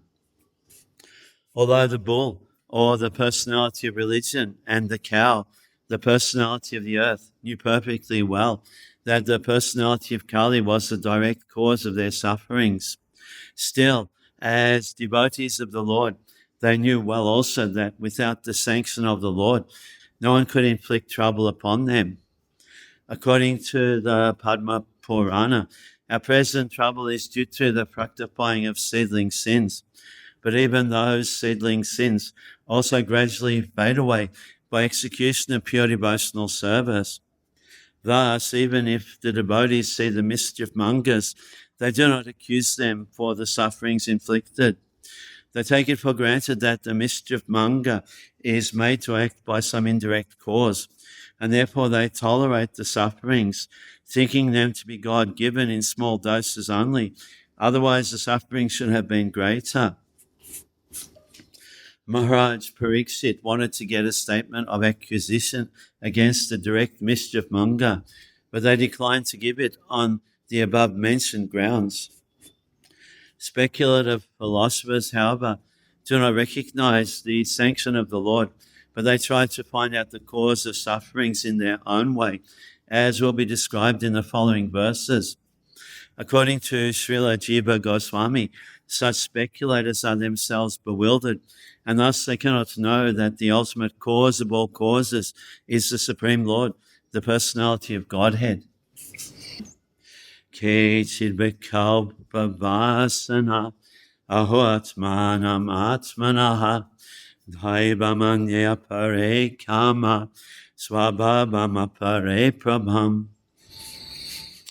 Some of the philosophers who deny all sorts of duality declare that one's own self is responsible for his personal happiness and distress. Others say that superhuman powers are responsible, while yet others say that activity is responsible. And the gross materialists maintain that nature is the ultimate cause. As referred to above, philosophers like Jaimini and his followers establish that fruitive activity is the root cause of all distress and happiness. And even if there is a superior authority, some superhuman powerful god or gods, he or they are also under the influence of fruitive activity, because they reward result according to one's action. And action is not independent, because action is performed by some performer. Therefore, the performer himself is the cause of his own happiness or distress. In the Bhagavad Gita also, it is confirmed that by one's mind, freed from material affection, one can deliver himself from the sufferings of material pangs. So one should not entangle oneself in matter by the mind's material affections. Thus, one's own mind is one's friend or enemy in one's material happiness and distress. Atheistic, materialistic Sankhites conclude that material nature is the cause of all causes. According to them, combinations of material elements are the causes of material happiness and distress, and disintegration of matter is the cause of freedom from all material pangs. Gautama and Kanada find out that the atomic combination is the cause of everything. And impersonalists like Ashtavaka discover that the spiritual effulgence of Brahman is the cause of all causes. But in the Bhagavad Gita, the Lord himself declares that he is the source of impersonal Brahman also, and therefore he, the personality of Godhead, is the ultimate cause of all causes. It is also confirmed in the Brahma Samhita that Lord Krishna is the ultimate cause of all causes. Apratak yad anidheshyad iti kesha pinischayaha Atranurupam Rajarishe Vimrisha Swamanishaya. There are also some thinkers who believe that no one can ascertain the cause of distress by argumentation, nor can one know it by imagination, nor can it be expressed by words. O sage amongst kings, judge for yourself by thinking over all this with your own intelligence. The Vaishnavites, or the devotees of the Lord, to believe, as above explained, that nothing can take place without the sanction of the Supreme Lord. He is the Supreme Director, for he confirms in the Bhagavad Gita that he, as all-pervading Paramatma, stays in each and everyone's heart and keeps vigilance over all actions and witnesses all activities. The argument of the atheist that one cannot be punished for one's misdeeds unless proved before a qualified justice is refuted herein. For we accept the perpetual witness and constant companion of the living being. A living being may forget all that he might have done in his past or present life, but one must know that in the same tree of the material body, the individual soul and the Supreme Soul as Paramatma are sitting like two birds. One of them, the living being, is enjoying the fruits of the tree, whereas the Supreme Being is there to witness the activities. Therefore, the Paramatma feature, or the Supreme Soul, is actually the witness of all activities of the living being. And by his direction only, the living being can remember or forget what he might have done in the past. He is therefore both the all-pervading impersonal Brahman and the localized Paramatma in everyone's heart. He is the knower of all past, present, and future, and nothing can be concealed from him. The devotees know this truth, and therefore they discharge their duties sincerely without being overly anxious for rewards. Besides that, one cannot estimate the Lord's reactions either by speculation or by scholarship. Why does he put some into difficulty and not others?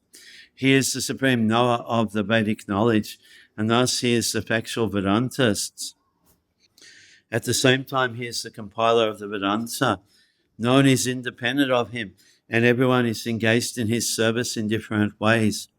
In the conditioned state, such services are rendered by the living being under force by material nature, whereas in the liberated state, the living being is helped by the spiritual nature in the voluntary loving service of the Lord. There is no incongruity or inebriety in his actions. All are on the path of absolute truth. Bhishmadev correctly estimated the inconceivable actions of the Lord. The conclusion is, therefore, that the sufferings of the representative of religion and the representative of the earth, as present before Maharaj Parikshit, are planned in order to prove that Maharaj Parikshit was the ideal executive head. For he knew well how to give protection to the cows, the earth, and the Brahmanas' religious principles, the two pillars of spiritual advancement. Everyone is under the full control of the Lord. He is quite correct in his action when he desires something to be done by someone, irrespective of the consideration of the particular case. Maharaj Parikshit was thus put to test for his greatness. Now let us see how he solves it by his sageous mind. Mama titena manasa vikeda prayachastatam Sutta uvacha ivam dhamme pravadanti sasamradvija satamaha samahitena manasa vikedaha prayachastatam. Sutta Goswami said, O best amongst the Brahmanas, the Emperor Parikshit, thus hearing the personality of religion speak, was fully satisfied, and without mistake or regret, he gave his reply. The statement of the bull, the personality of religion, was full of philosophy and knowledge, and the king was satisfied, since he could understand that the suffering bull was not an ordinary one. Unless one is perfectly conversant with the law of the Supreme Lord, one cannot speak such things touching philosophical truths. The emperor, being also on an equal level of sagacity, replied to the point without doubts or mistakes. Rajovacha Daman Pravishi Dhammagya Dhamoasi Vresha Rupadrik Yaradhama Kritahastanam Suchakasya Pitadbhavet.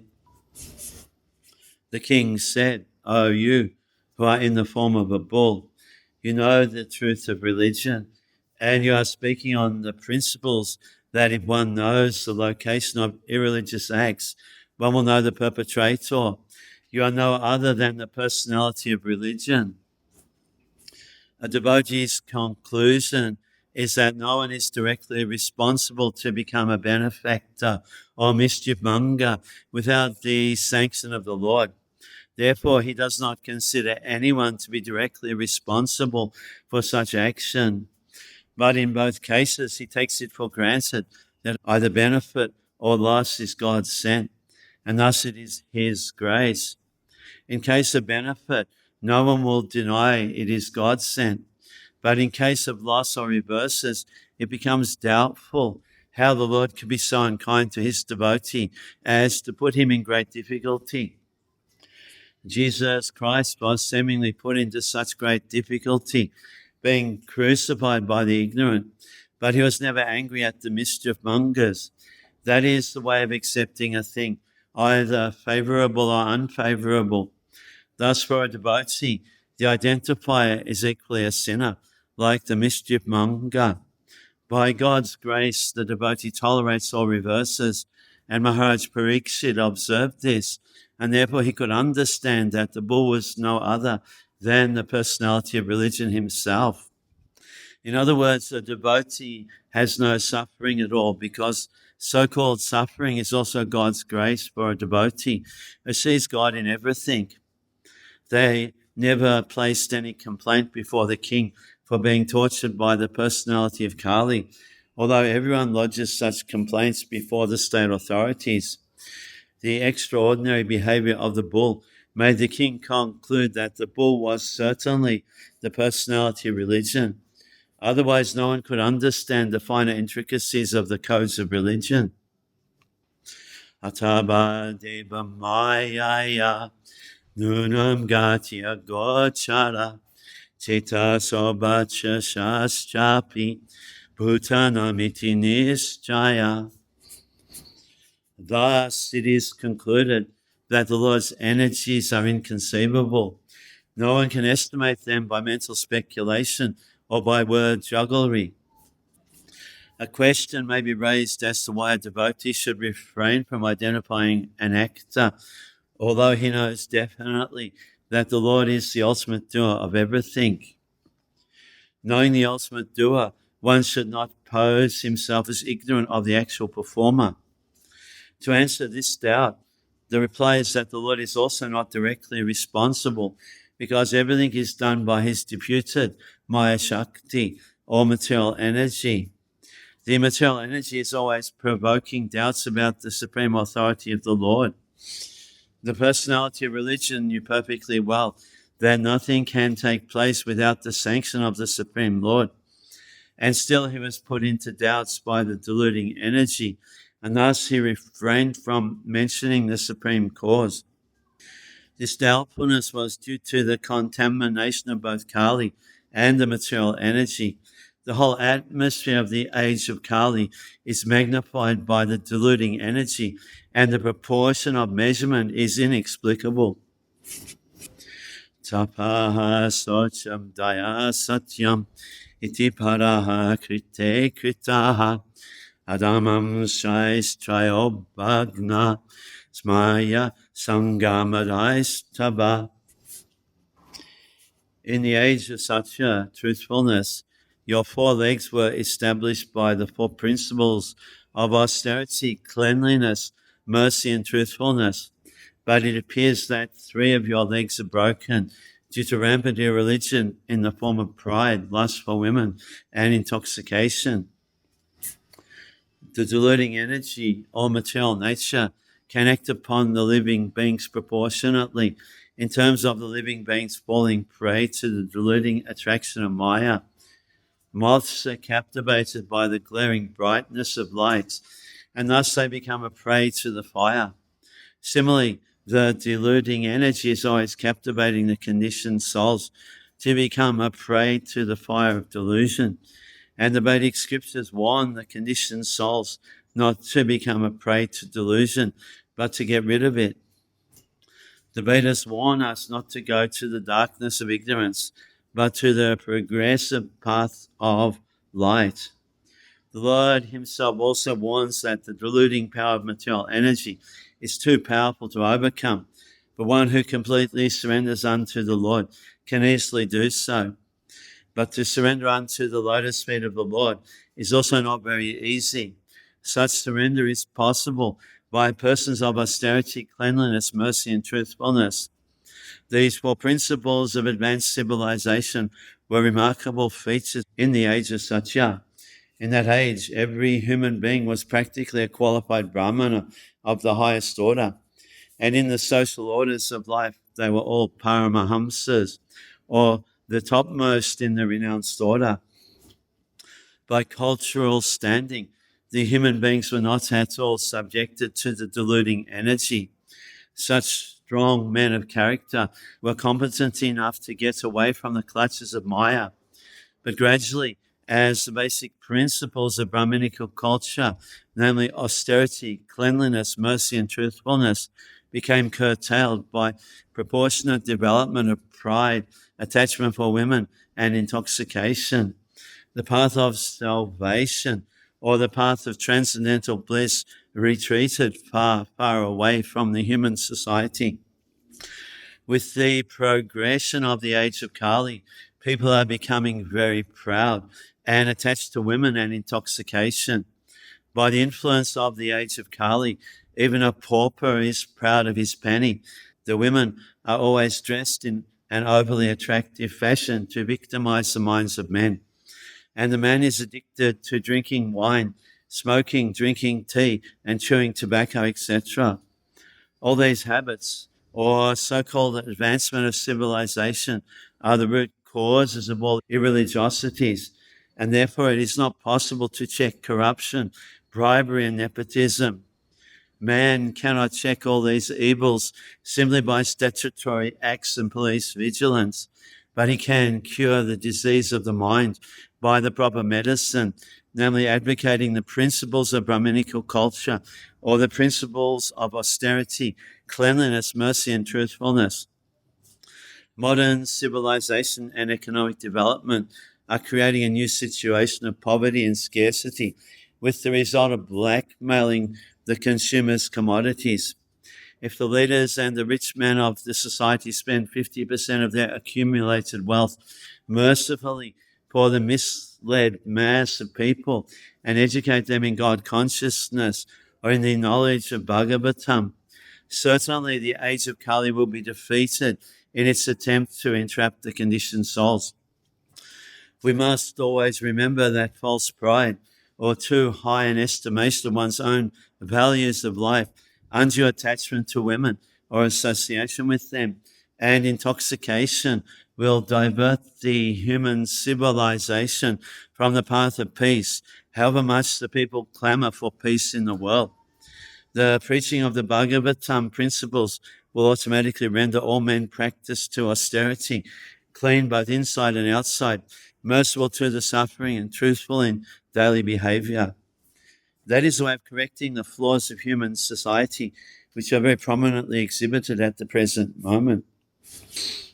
Hidanim dhamma paraste satyam niyabatayadvyataha tam jigrikshati adhamodyam anatena kali.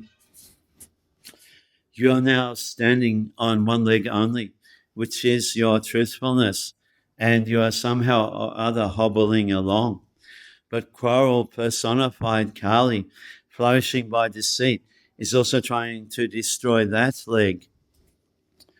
The principles of religion do not stand on some dogmas or man-made formulas, but they stand on four primary regulative observances, namely austerity, cleanliness, mercy, and truthfulness. The mass of people must be educated to practice these principles from childhood. Austerity means to accept voluntarily things which may not be very comfortable for the body, but are conducive for spiritual realization. For example, fasting. Fasting twice or 4 times a month is a sort of austerity which may be voluntarily accepted for spiritual realization only and not for any other purposes, political or otherwise. Fastings which are not meant for self-realization but for some other purposes are condemned in the Bhagavad Gita.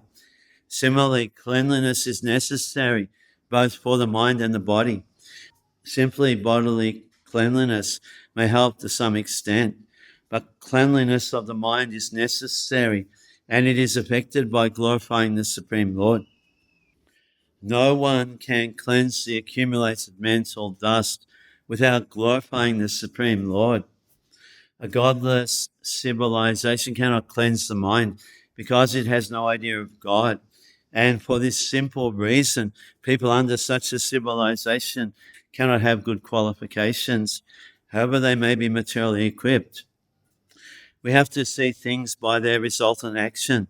The resultant action of human civilization in the age of Kali is dissatisfaction. So everyone is anxious to get peace of mind. This peace of mind was complete in such an age because of the existence of the above-mentioned attributes of the human being. Gradually, these attributes have diminished in the Treta Yuga to 3/4, in the Dwapara to half, and in this age of Kali, they are diminished to 1/4, which is also gradually diminishing on account of prevailing untruthfulness. By pride, either artificial or real, the resultant action of austerity is spoiled. By too much affection for female association, cleanliness is spoiled. By too much addiction to intoxication, mercifulness is spoiled. And by too much lying propaganda, truthfulness is spoiled. The revival of Bhagavatam can save the human civilization from falling a prey to evils of all description. Yam cha bhumi bhagavata nyasitaro varasati Srimad-Bhagavatam padanyashai sabataha krita kutuka. The burden of the earth was certainly diminished by the personality of Godhead and by others as well. When he was present as an incarnation, all good was performed because of his auspicious footprints. Sochatya shukala sadbi dubhage bhojita hasati abhamanyan vipavajaha sudra bhakshanti mam iti. Now she, the chaste one, being unfortunately forsaken, as it were, by the personality of Godhead, laments her future with tears in her eyes, for now she is being ruled and enjoyed by lower class men who pose as rulers. The Kshatriya, or the man who is qualified to protect the sufferers, is meant to rule the state. Untrained lower class men, or men without ambition to protect the sufferers, cannot be placed on the seat of an administrator. Unfortunately, in the age of Kali, the lower class of men without training occupy the post of a ruler by strength of popular votes, and instead of protecting the sufferers, such men create a situation quite intolerable for everyone. Such rulers illegally gratify themselves at the cost of all comforts of the citizens, and thus the chaste Mother Earth cries to see the pitiable condition of her sons, both men and animals. That is the future of the world in the age of Kali, when irreligiosity prevails most prominently, and in the absence of a suitable king to curb irreligious tendencies, educating the people systematically in the teaching of Srimad-Bhagavatam will clear up the hazy atmosphere of corruption, bribery, blackmailing, etc. Iti dhammam mahim chaiva santvayitva maharataha nishantam adadek hangam kalaye adama hetave. Maharaj Parikshit, who could fight 1,000 enemies single-handedly, thus pacified the personality of religion and the earth. Then he took up his sharp sword to kill the personality of Kali, who is the cause of all irreligion. As described above, the personality of Kali is he who deliberately commits all kinds of sinful acts which are forbidden in the revealed scriptures. The stage of Kali will certainly be full of all activities of Kali, but this does not mean that the leaders of society, the executive heads, the learned and intelligent men, or above all the devotees of the Lord, shall sit down tight and become callous to the reactions of the age of Kali. In the rainy season, certainly there will be profuse rainfalls, but that does not mean that men should not take means to protect themselves from the rains. It is the duty of the executive heads of state and others to take all necessary actions against the activities of Kali or the persons influenced by the age of Kali. And Maharaj Parikshit is the ideal executive head of the state, for he became at once ready to kill the personality of Kali with his sharp sword. The administrators should not simply pass resolutions for anti-corruptional steps, but they must be ready with sharp sword to kill the persons creating corruptions from the angle of vision of the recognized Shastras. The administrators cannot prevent corrupt activities by allowing wine shops. They must at once close all shops of intoxicating drugs and wine and force punishment, even by death, for those who indulge in the habit of intoxication of all description. That is the way of stopping the activities of Kali, as exhibited herein by Maharaj Parikshit, the Maharath. Tam jigham shum abhipretya vihaya nripalanshanam tatparamulam shirasha samagadvaya vibalaha. When the personality of Kali understood that the king was willing to kill him, he at once abandoned the dress of a king and, under pressure of fear, completely surrendered to him, bowing his head. The royal dress of the personality of Kali is artificial. The royal dress is suitable for a king or kshatriya, but when a lower class man artificially dresses himself as a king, his real identity is disclosed by the challenge of a bona fide kshatriya like Maharaj Parikshit. A real kshatriya never surrenders. He accepts the challenge of his rival kshatriya and he fights either to die or to win. Surrender is unknown to a real kshatriya. In the age of Kali, there are so many pretenders dressed and posed like administrators or executive heads, but their real identity is disclosed when they are challenged by a real kshatriya. Therefore, when the artificially dressed personality of Kali saw that to fight Maharaj Parikshit was beyond his capacity, he bowed down his head like a subordinate and gave up his royal dress. Patitam paraya viryaha kripaya dinabatsalaha sharanyo nabhadik chalokya ahachedam hasan iba. Maharaj Parikshit, who was qualified to accept surrender and worthy of being sung in history, did not kill the poor, surrendered, and fallen Kali, but smiled compassionately, for he was kind to the poor. Even an ordinary Kshatriya does not kill a surrendered person. And what to speak of Maharaj Parikshit, who was by nature compassionate and kind to the poor. He was smiling because the artificially dressed Kali disclosed his identity as a lower class man. And he was thinking how ironic it was that no one was saved from his sharp sword when he desired to kill, but the poor lower class Kali was spared by his timely surrender. Maharaj Parikshit's glory and kindness is therefore sung in history. He was a kind and compassionate emperor, fully worthy of accepting surrender even from his enemy. Thus, the personality of Kali was saved by the will of providence. Rajobacha nate gura kesha yashodaranam Barhanjali bhai bhayamasti kinchit Nabati tabyam babatakat hanshana kshetre mariye twamabdama bandhu. The king thus said, we have inherited the fame of Arjuna. Therefore, since you have surrendered yourself with folded hands, you need not fear for your life. But you cannot remain in my kingdom, for you are the friend of irreligion.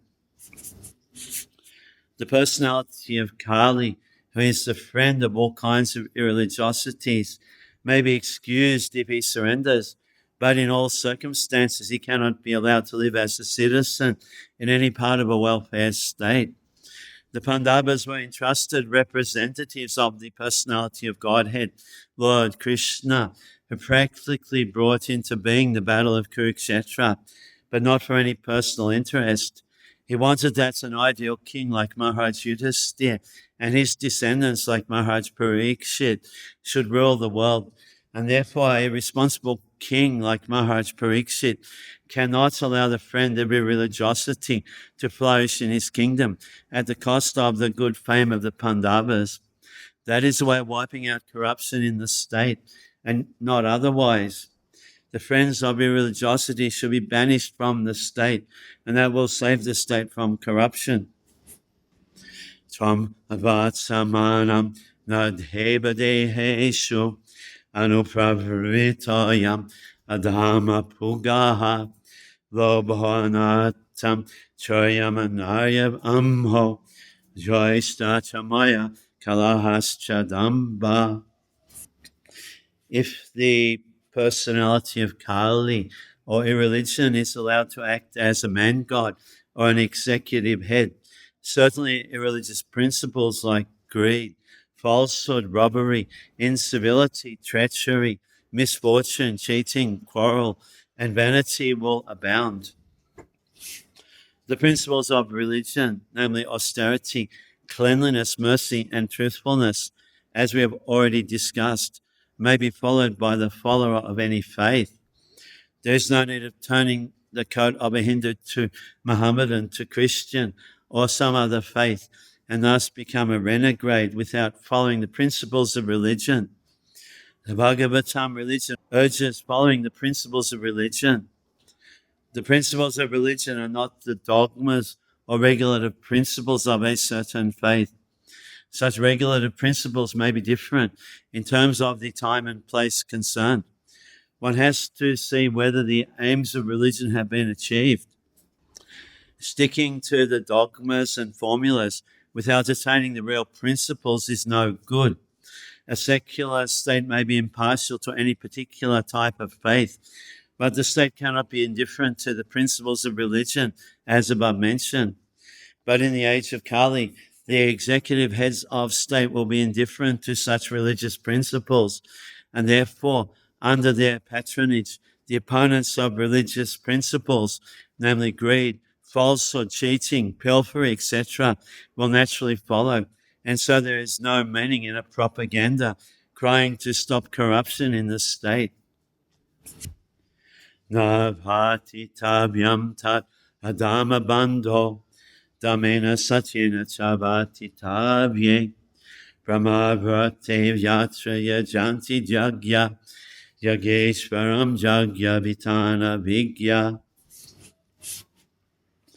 Therefore, O friend of your religion, you do not deserve to remain in a place where experts perform sacrifices according to truth and religious principles for the satisfaction of the Supreme Personality of Godhead. Yogeshvara, or the Supreme Personality of Godhead, is the beneficiary of all kinds of sacrificial ceremonies. Such sacrificial ceremonies are prescribed differently in the scriptures for different ages. In other words, sacrifice means to accept the supremacy of the Lord and thereby perform acts by which the Lord may be satisfied in all respects. The atheists do not believe in the existence of God, and they do not perform any sacrifice for the satisfaction of the Lord. Any place or country where the supremacy of the Lord is accepted and thus sacrifice is performed is called Brahmavad. There are different countries in different parts of the world, and each and every country may have different types of sacrifice to please the Supreme Lord. But the central point in pleasing Him is ascertained in the Bhagavatam, and it is truthfulness. The basic principle of religion is truthfulness, and the ultimate goal of all religions is to satisfy the Lord. In this age of Kali, the greatest common formula of sacrifice is the Sankirtan Yajna. That is the opinion of the experts who know how to propagate the process of Yajna. Lord Chaitanya preached this method of Yajna, and it is understood from this verse that anywhere and everywhere the sacrificial method of Sankirtan Yajna may be performed in order to drive away the personality of Kali and save the human society from falling prey to the influence of the age. Yasmin Hari Bhagavanitямana Idyatma Murti Yajatam Sham Tanoti Kaman Amoghan Stirajangamanam Antabahi Vayu Ivaisha Atma. In all sacrificial ceremonies, although sometimes the demigod is worshipped, the Supreme Lord, Personality of Godhead, is worshipped because He is the supersoul of everyone and exists both inside and outside like the air. Thus, it is He only who awards all welfare to the worshipper. It is even sometimes seen that demigods like Indra, Chandra, etc. are worshipped and offered sacrificial awards. Yet the rewards of all such sacrifices are awarded to the worshipper by the Supreme Lord, and it is the Lord only who can offer all welfare to the worshipper. The demigods, although worshipped, cannot do anything without the sanction of the Lord, because the Lord is the supersoul of everyone, both moving and non-moving. Shri Suto Vacha Parikshitai Brahmadishtaha Sakali Jata Vepatu Tamudyata Sim Ahedam Dandapanimi Bodhyatam. Sri Sutta Goswami said, the personality of Kali, thus being ordered by Maharaj Parikshit, began to tremble in fear. Seeing the king before him like Yamaraj, ready to kill him, Kali spoke to the king as follows. The king was ready to kill him at once, as soon as the personality of Kali would disobey his order. Otherwise, the king had no objection to allowing him to prolong his life. The personality of Kali also, after attempting to get rid of the punishment in various ways, decided that he must surrender unto him, and thus he began to tremble in fear of his life. The king or the executive head must be so strong as to stand before the personality of Kali as the personality of death, Yamaraj. The king's order must be obeyed, otherwise the culprit's life is in risk.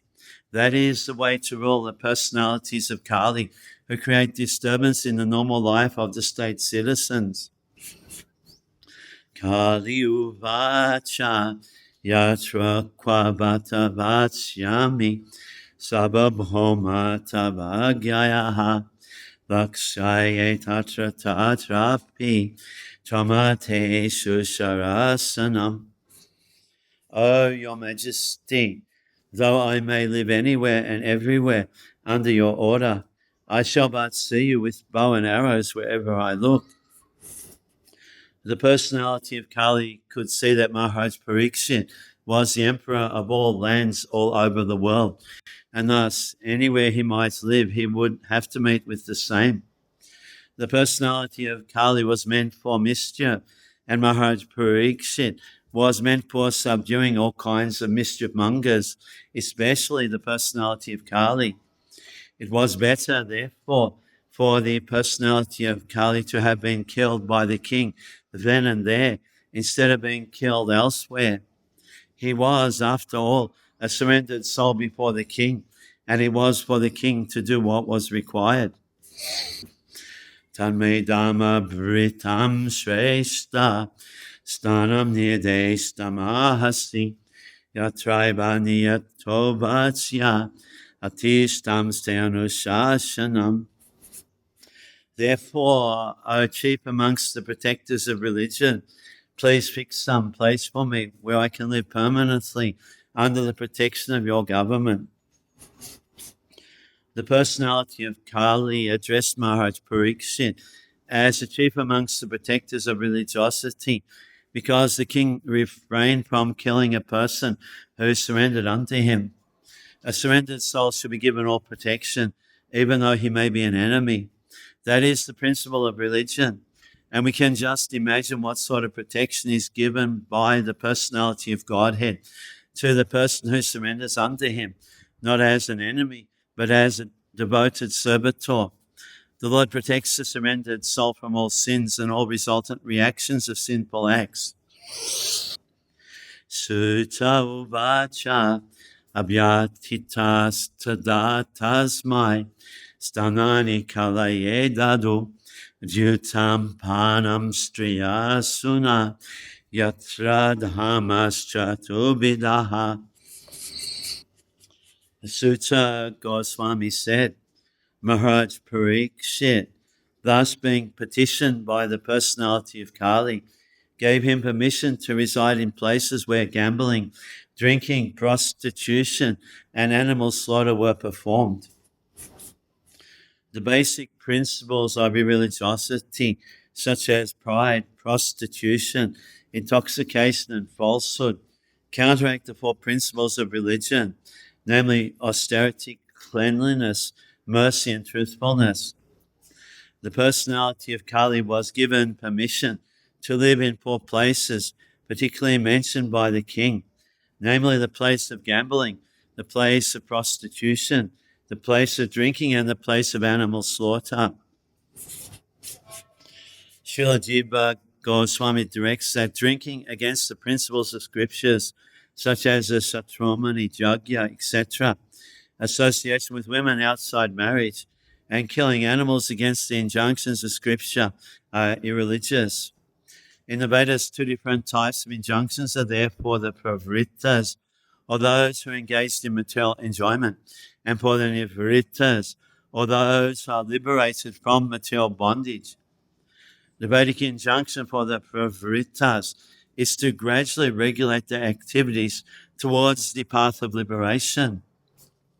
Therefore, for those who are in the lowest stage of ignorance and indulging in wine, women, and flesh, drinking by performing Satromani Jagya, association of women by marriage, and flesh eating by sacrifices are sometimes recommended. But such recommendations in the Vedic literature are meant for a particular class of men and not for all.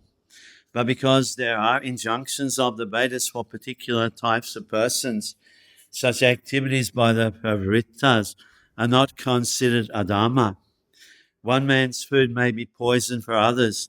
Similarly, what is recommended for those in the modes of ignorance may be poison for those in the modes of goodness. Srila Jiva Goswami Prabhu therefore affirms that recommendations in the scriptures for a certain class of men are never to be considered adharma or irreligious. But such activities are factually adharma, and they are never to be encouraged. The recommendations in the scriptures are not meant for encouragement of such adharmas, but for regulating the necessary adharmas gradually toward the path of dharma. Following in the footsteps of Maharaj Parikshit, It is the duty of all executive heads of states to see that the principles of religion, namely austerity, cleanliness, mercy, and truthfulness, are established in the state. And the principles of irreligion, namely pride, illicit female association or prostitution, intoxication, and falsity, be checked by all means. And to make the best use of a bad bargain, the personality of Kali may be transferred to the places of gambling, drinking, prostitution, and slaughterhouses, if there are any places like that. Those who are addicted to these irreligious habits may be regulated by the injunctions of the scripture. In all circumstances, they should not be encouraged by any state. In other words, the states should categorically stop all sorts of gambling, drinking, prostitution, and falsity. The state which wants to eradicate corruption by a majority may introduce the principles of religion in the following manner. 1. 2 compulsory fasting days in a month, if not more, austerity.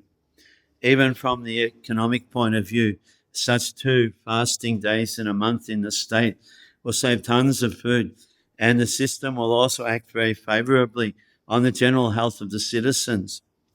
2. There must be compulsory marriage of young boys and girls attaining 24 years of age and 16 years of age respectively. There is no harm in coeducation in the schools and colleges, provided the boys and girls are duly married.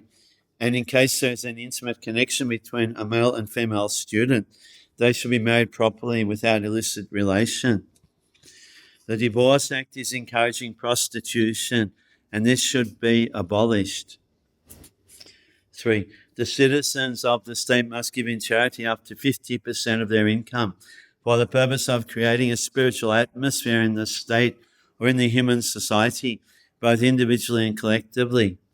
They should preach the principles of Bhagavatam by A. Karma Yoga, or doing everything for the satisfaction of the Lord. B. A regular hearing of the Srimad-Bhagavatam from authorized persons or realized souls. C. Chanting of the glories of the Lord congregationally at home or at places of worship. D. Rendering all kinds of service to the Bhagavats engaged in preaching Srimad-Bhagavatam. And E. Residing in a place where the atmosphere is saturated with God consciousness. If the state is regulated by the above process, naturally there will be God consciousness everywhere. Gambling of all description, even speculative business enterprises, is considered to be degrading, and by encouraging gambling in the state, there is a complete disappearance of truthfulness. Allowing young boys and girls to remain unmarried more than the above-mentioned ages and license for animal slaughterhouses of all description should be at once prohibited.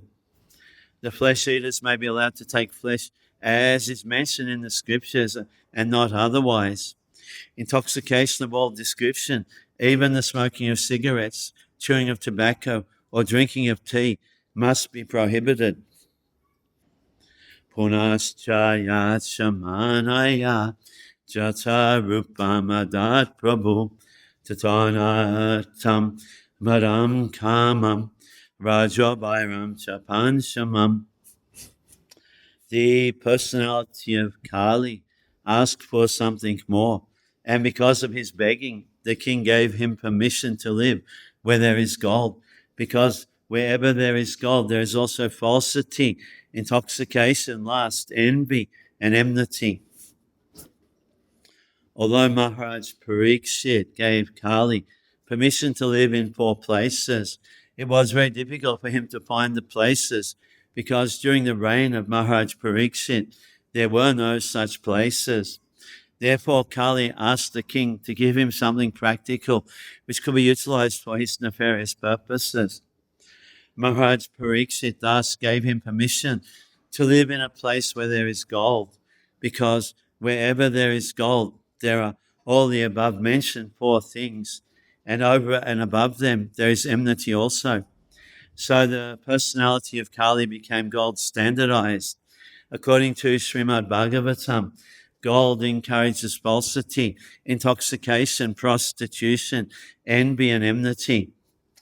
Even a gold standard exchange and currency is bad. Gold standard currency is based on falsehood because currency is not on a par with the reserved gold. The basic principle is falsity because currency notes are issued more in value than the actual reserved gold. This artificial inflation of currency by the authorities encourages prostitution of state economy. The price of commodities becomes artificially inflated because of bad money or artificial currency notes. Bad money drives away good money. Instead of paper currency, actual gold coins should be used for exchange, and this will stop prostitution of gold. Gold ornaments for women may be allowed by control, not by quality but by quantity. This will discourage lust, envy, and enmity. When there is actual gold currency in the form of coins, the influence of gold in producing falsity, prostitution, etc. will automatically cease. There will be no need of an anti-corruption ministry for another term of prostitution and falsity of purpose. Amuni Pancha Stananihi Adama Prabhavahakali Uttarena Datani Navasatani Deshakrit. Thus, the personality of Kali, by the directions of Maharaj Pariksit, the son of Uttara, was allowed to live in those 5 places. Thus, the age of Kali began with gold standardization, and therefore falsity, intoxication, animal slaughter, and prostitution are rampant all over the world, and the Sena section is eager to drive out corruption. The counteracting process is suggested above, and everyone can take advantage of this suggestion. Ahaitani na seveta bhushaha purushaha kvachit visheshato damashilo rajaloka pati guru. Therefore, whoever desires progressive well-being, especially kings, religionists, public leaders, brahmanas and sannyasis, should never come in contact with the 4 above-mentioned irreligious principles. The brahmana is the religious preceptor for all other castes, and the sannyasis are the spiritual masters for all the castes and orders of society. So also are the kings and the public leaders, who are responsible for the material welfare of all people. The progressive religionists and those who are responsible human beings, or those who do not want to spoil their valuable human lives, should refrain from all the principles of irreligiosity, especially from illicit connection with women. If a brahmana is not truthful, all his claims as a brahmana at once become null and void. If a sannyasi is illicitly connected with women, all his claims as a sannyasi at once become false. Similarly, if the king and the public leader are unnecessarily proud or habituated to drinking and smoking, certainly they become disqualified to discharge public welfare activities. Truthfulness is the basic principle for all religions. The 4 leaders of the human society, namely the sannyasi, the brahmana, the king, and the public leader, must be tested crucially by their character and qualification. Before one can be accepted as a spiritual or material master of society, he must be tested by the above-mentioned criteria of character. Such public leaders may be less qualified in academic qualifications, but it is necessary primarily that they are free from the contamination of the 4 disqualifications, namely gambling, drinking, prostitution, and animal slaughter. Vrishashanastam strin padam tapaha socham dayamiti prati sandadha ashvasya mahimshasam avadhaya. Thereafter, the king re-established the lost legs of the personality of religion, the bull, and by encouraging activities, he sufficiently improved the condition of the earth. By designating particular places for the personality of Kali, Maharaj Pariksit practically cheated Kali. In the presence of Kali Dharma in the shape of a bull and the earth in the shape of a cow, he could actually estimate the general condition of his kingdom, and therefore he at once took proper steps to re-establish the legs of the bull, namely austerity, cleanliness, and mercy. And for the general benefit of the people of the world, he saw that the gold stock might be employed for stabilization. Gold is certainly a generator of falsity, intoxication, prostitution, enmity, and violence. But under the guidance of a proper king or public leader, or a brahmana or sannyasi, the same gold can be properly utilized to re-establish the lost legs of the bull, the personality of religion.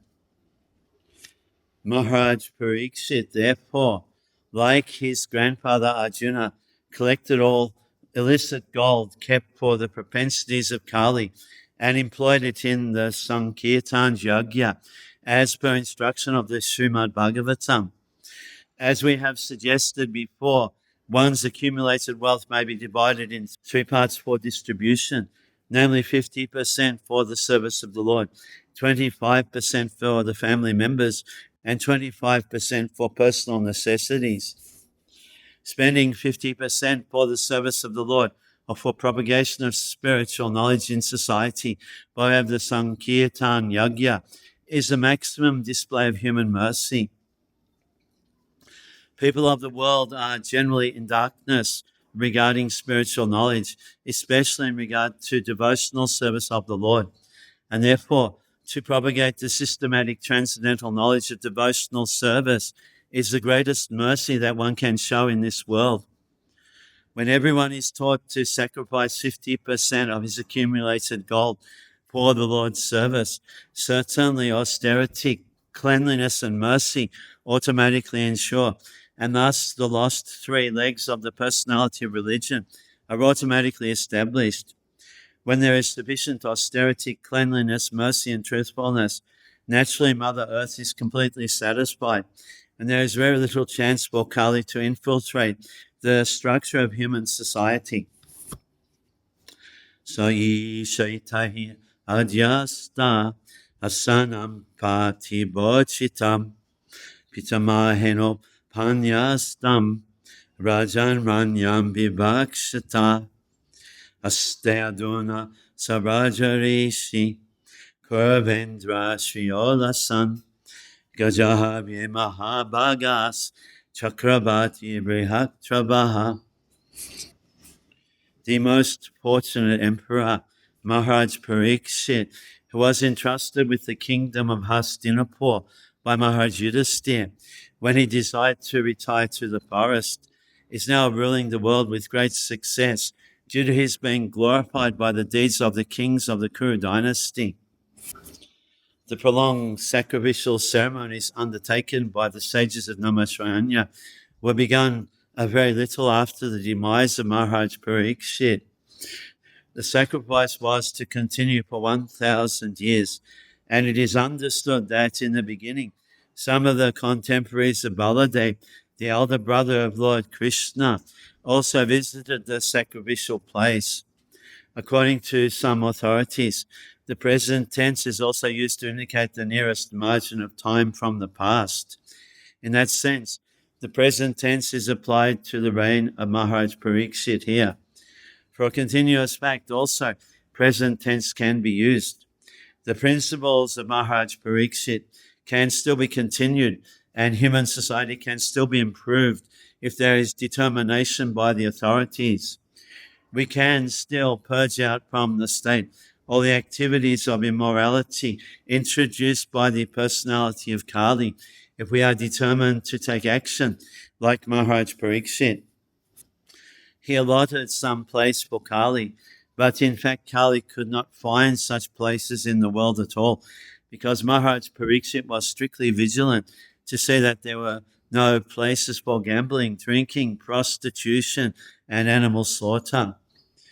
Modern administrators want to banish corruption from the state, but fools as they are, they do not know how to do it.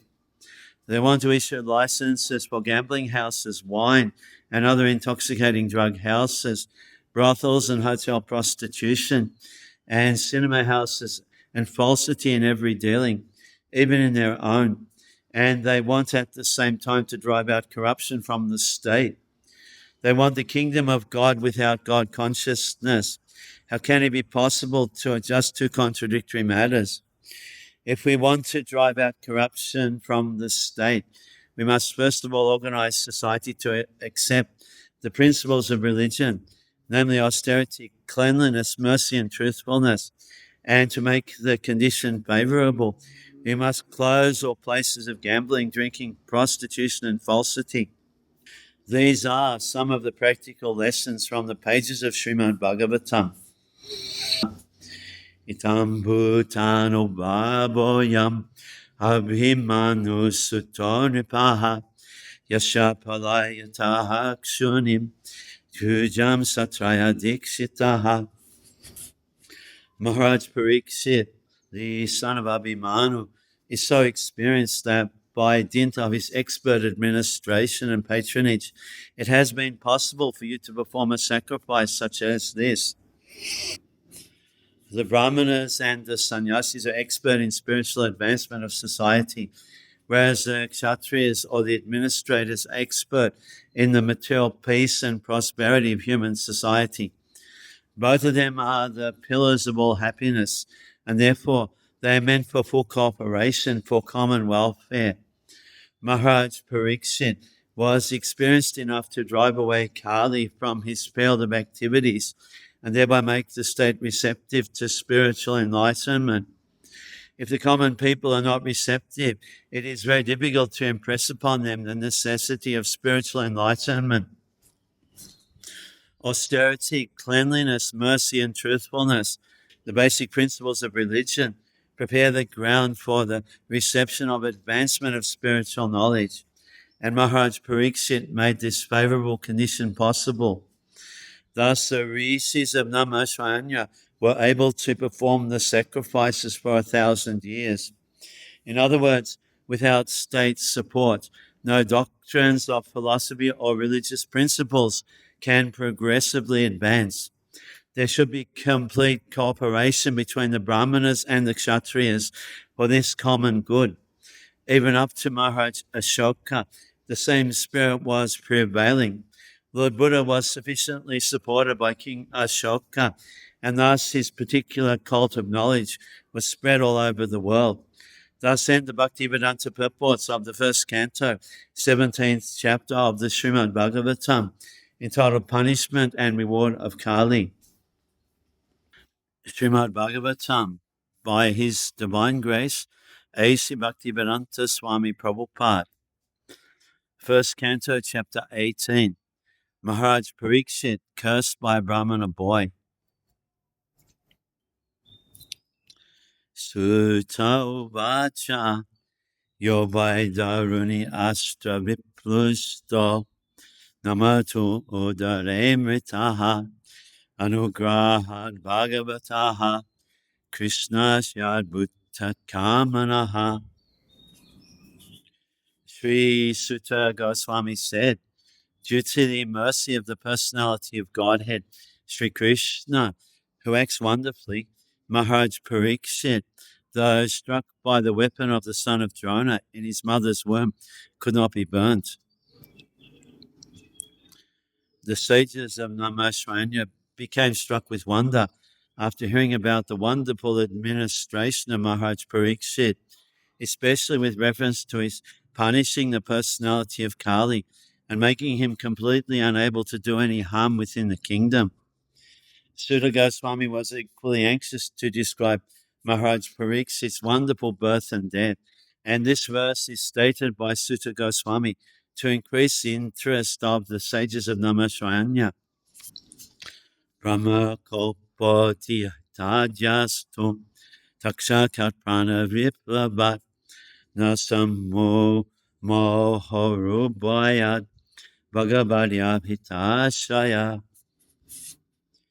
Furthermore, Maharaj Pariksit was always consciously surrendered to the personality of Godhead, and therefore he was neither afraid nor overwhelmed by fear due to a snake bird which was to bite him because of the fury of a Brahmana boy. A self-surrendered devotee of the Lord is called Narayana Parayana. Such a person is never afraid of any place or person, not even of death. For him, nothing is as important as the Supreme Lord, and thus he gives equal importance to both heaven and hell. He knows well that both heaven and hell are creations of the Lord, and similarly, life and death are different conditions of existence created by the Lord. But in all conditions and in all circumstances, remembrance of Narayan is essential. The Narayana Parayana practices this constantly. Maharaj Pariksit was such a pure devotee. He was wrongfully cursed by an inexperienced son of a Brahmana who was under the influence of Kali, and Maharaj Pariksit took this to be sent by Narayan. He knew that Narayan, Lord Krishna, saved him when he was burnt in the womb of his mother, and if he were to be killed by a snake bite, it would also take place by the will of the Lord. The devotee never goes against the will of the Lord. Therefore, anything sent by God is a blessing for the devotee.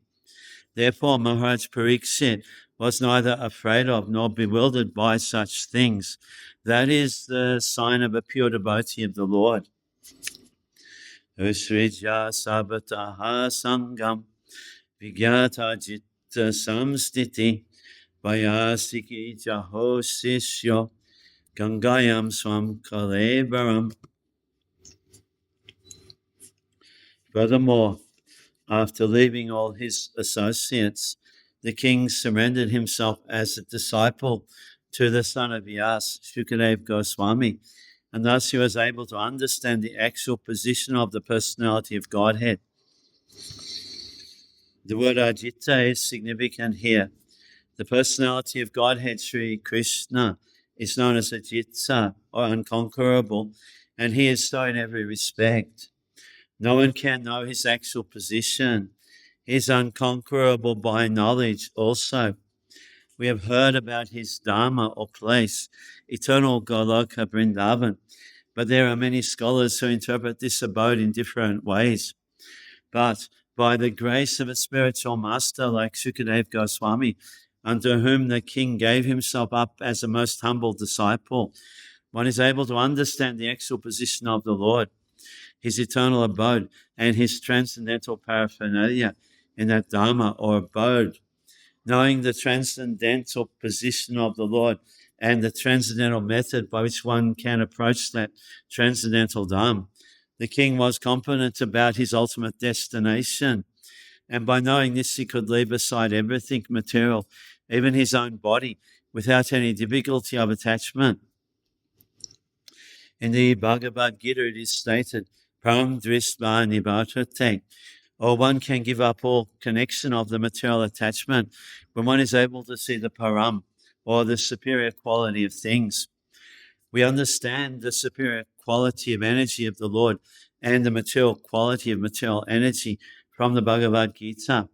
And by the grace of a bona fide spiritual master like Shukadeva Goswami, it is quite possible to know everything of the superior energy of the Lord, by which the Lord manifests his eternal name, quality, pastimes, paraphernalia, and variegatedness. Unless one thoroughly understands this superior or eternal energy of the Lord, it is not possible to leave the material energy. However, one may theoretically speculate on the true nature of the absolute truth. By the grace of Lord Krishna, Maharaj Pariksit was able to receive the mercy of a personality like Shukadeva Goswami, and thus he was able to know the actual position of the unconquerable Lord. It is very difficult to find the Lord from the Vedic literatures, but it is very easy to know him by the mercy of a liberated devotee like Shukadeva Goswami.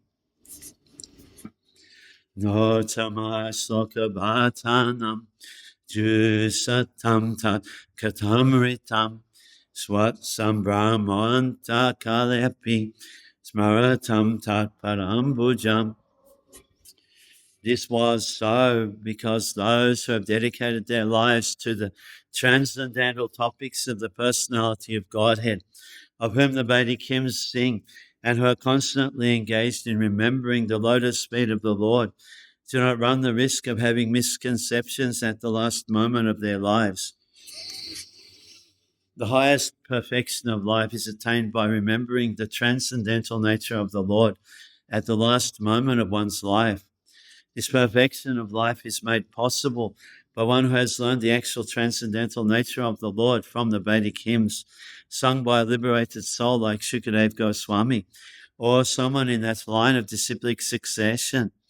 There is no gain in hearing the Vedic hymns from some mental speculator when the same is heard from an actual self-realized soul and is properly understood by service and submission. Everything becomes transparently clear. Thus, a submissive disciple is able to live transcendentally and continue to the end of life. By scientific adaptation, one is able to remember the Lord even at the end of life when the power of remembrance is slackened due to the derangement of bodily membranes. For a common man, it is very difficult to remember things as they are at the time of death, but by the grace of the Lord and his bona fide devotees, the spiritual masters, one can get this opportunity without difficulty. And it was done in the case of Maharaj Pariksit. Tabat kalina prabhave prabhishta piha sabataha yavarisho mahanuvyam abhimanyaiva ikara. As long as the great powerful son of Abhimanyu remains the emperor of the world, there is no chance of the personality of Kali flourishing. As we have already explained, the personality of Kali had entered the jurisdiction of this earth long ago, and he was looking for an opportunity to spread his influence all over the world. But he could not do so satisfactorily due to the presence of Maharaj Pariksit. That is the way of good government. The disturbing elements like the personality of Kali will always try to extend their nefarious activities, but it is the duty of the able state to check them by all means. Although Maharaj Pariksit allotted places for the personality of Kali, at the same time he gave no chance to the citizens to be swayed by the personality of Kali.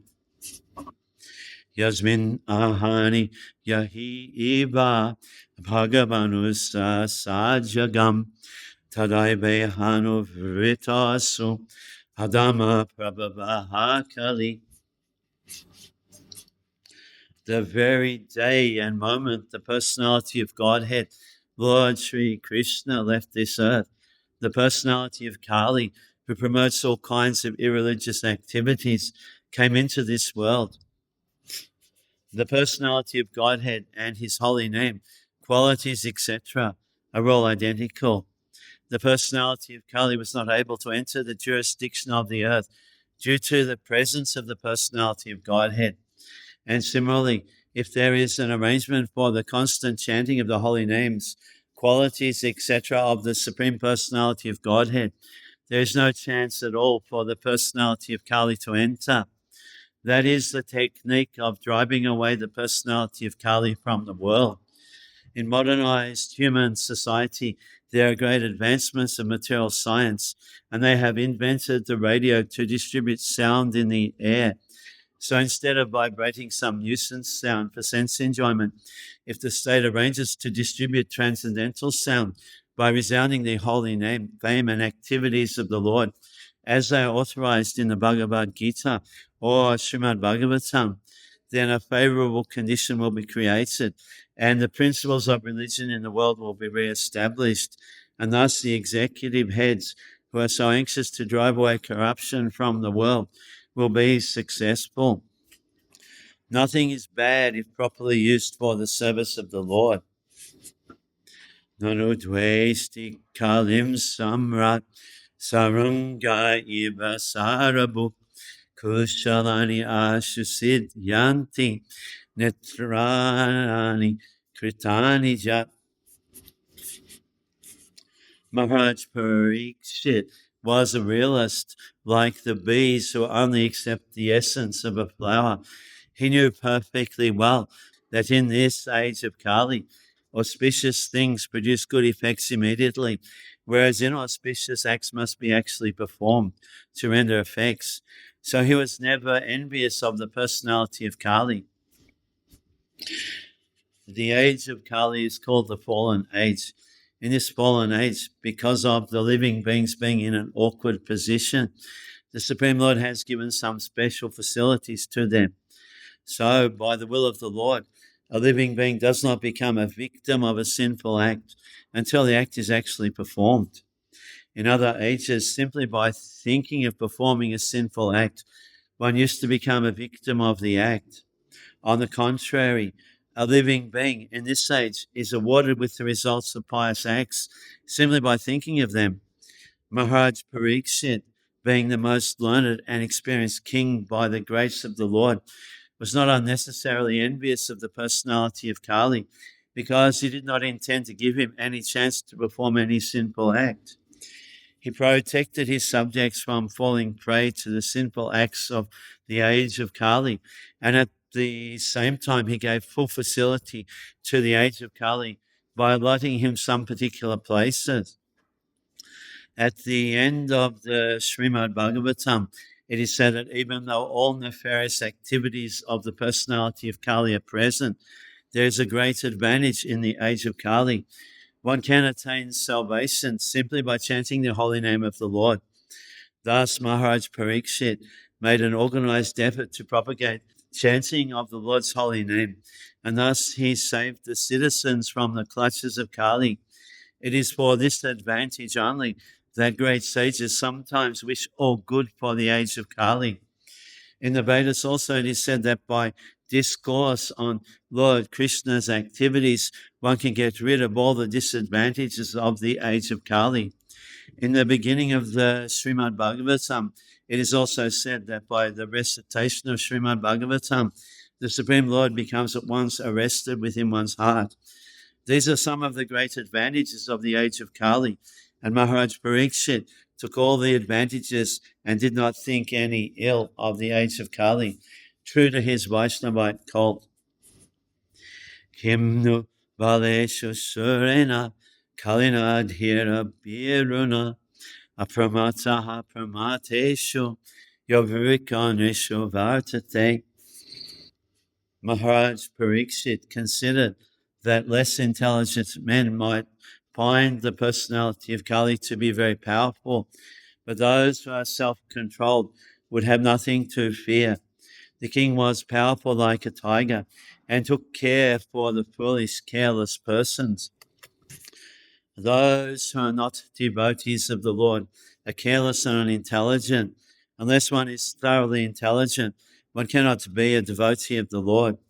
Those who are not devotees of the Lord fall prey to the actions of Kali. It will not be possible to bring about a saner condition in society unless we are prepared to accept the modes of action adopted by Maharaj Parikshit, i.e. propagation of devotional service of the Lord to the common man. Upabhanitam itadvaha punyam parikshitam maya vasudeva katohopetam akyanam yara prichyata. O sages, as you did ask me, now I have almost described everything regarding the narrations about Lord Krishna in connection with the history of the pious Maharaj Parikshit. Srimad-Bhagavatam is the history of the activities of the Lord, and the activities of the Lord are performed in relation with the devotees of the Lord. Therefore, the history of the devotees is not different from the history of the Lord's activities. A devotee of the Lord regards both the activities of the Lord and those of his pure devotees on an equal level, for they are all transcendental.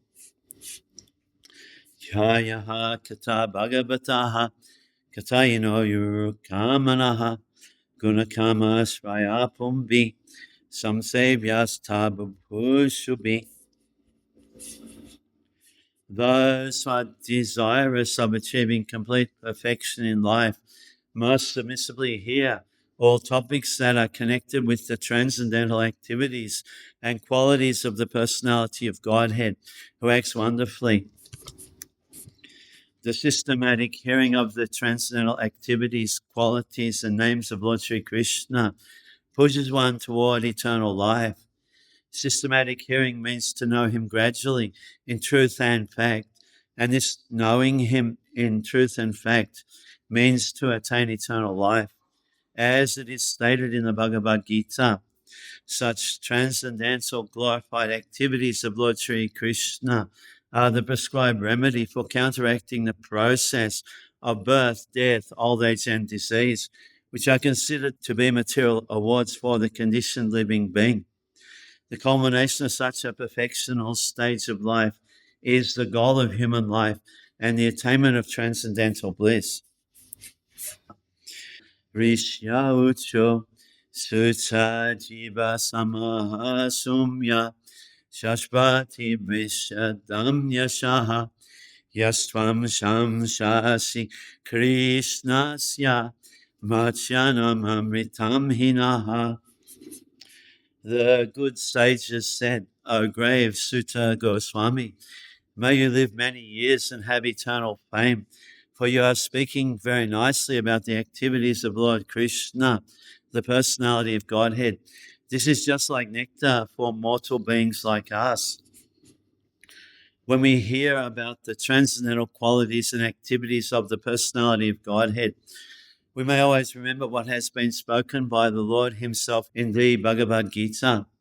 His acts, even when he acts in human society, are all transcendental, for they are all accentuated by the spiritual energy of the Lord, which is distinguished from his material energy.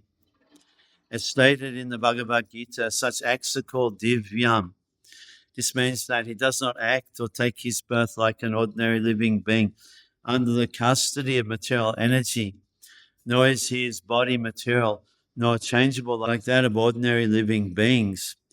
And one who understands this fact, either from the Lord or from authorized sources, is not reborn after leaving the present material body. Such an enlightened soul is admitted into the spiritual realm of the Lord and engages in the transcendental loving service of the Lord. Therefore, the more we hear about the transcendental activities of the Lord, as they are stated in the Bhagavad Gita and Srimad-Bhagavatam, the more we can know about his transcendental nature and thus make definite progress on the path back to Godhead. Kamani asmin anasvase drumma drumratamanam bhavan appayayati govinda parapadma savam madhu. We have just begun performance of this fruitive activity, a sacrificial fire, without certainty of its result due to the many imperfections in our action. Our bodies have become black from the smoke, but we are factually pleased by the nectar of the lotus feet of the personality of Godhead, Govinda, which you are distributing. The sacrificial fire kindled by the sages of Namashranya was certainly full of smoke and doubts because of so many flaws.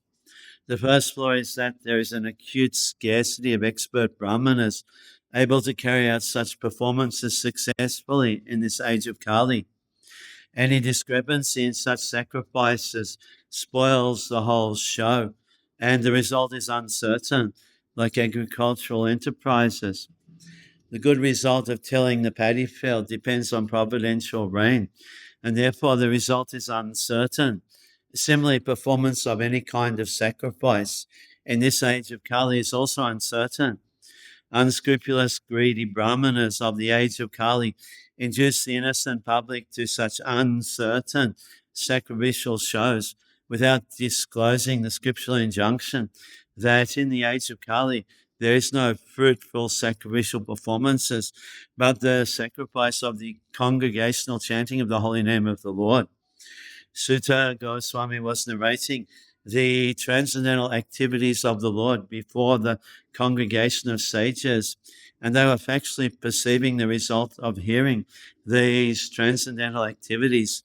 One can feel this practically as one can feel the result of eating food. The spiritual realization acts in that way.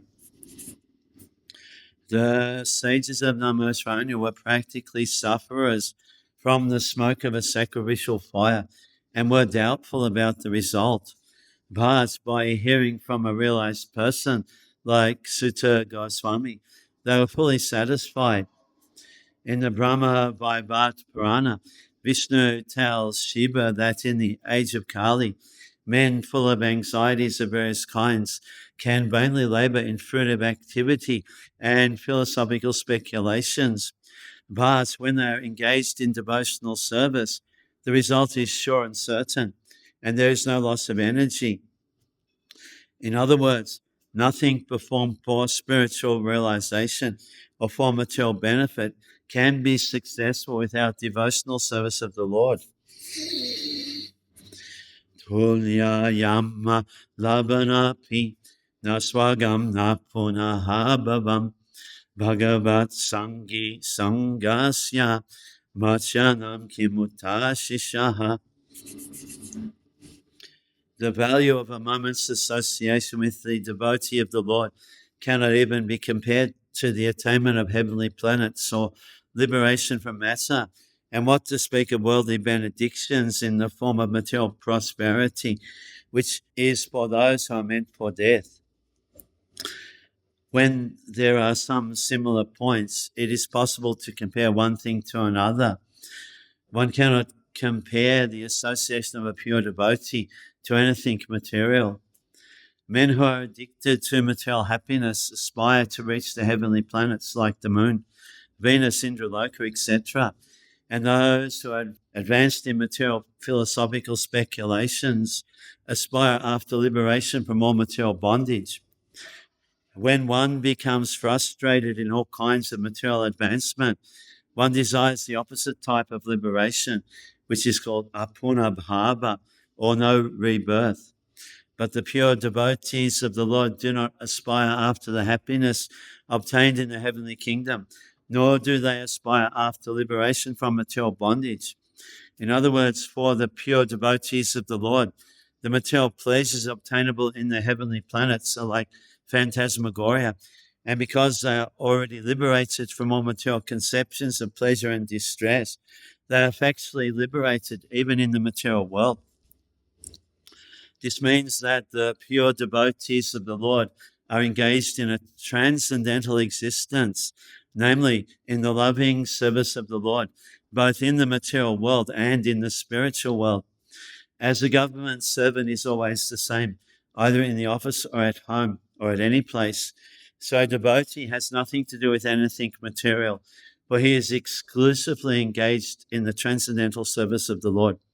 Since he has nothing to do with anything material, what pleasure can he derive from material benedictions like kingship or other overlordships, which are finished quickly with the end of the body? Devotional service is eternal, and it has no end because it is spiritual. Therefore, since the assets of a pure devotee are completely different from material assets, there is no comparison between the two. Sutta Goswami was a pure devotee of the Lord, and therefore his association with the rishis in the Namasranya is unique. In the material world, association with gross materialists is veritably condemned. The materialist is called Yoshit Sangi, or one who is much attached to material entanglement, women and other paraphernalia. Such attachment is conditioned because it drives away the benedictions of life and prosperity.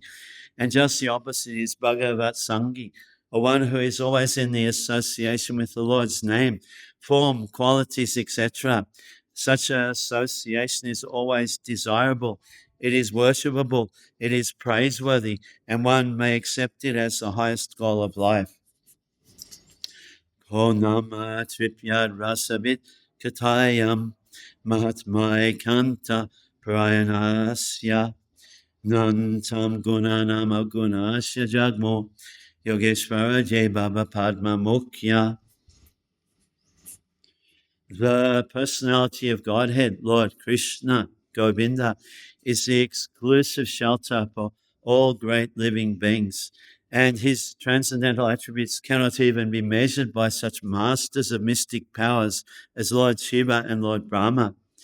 Can anyone who is expert in relishing nectar, rasa, ever be fully satiated by hearing topics about him?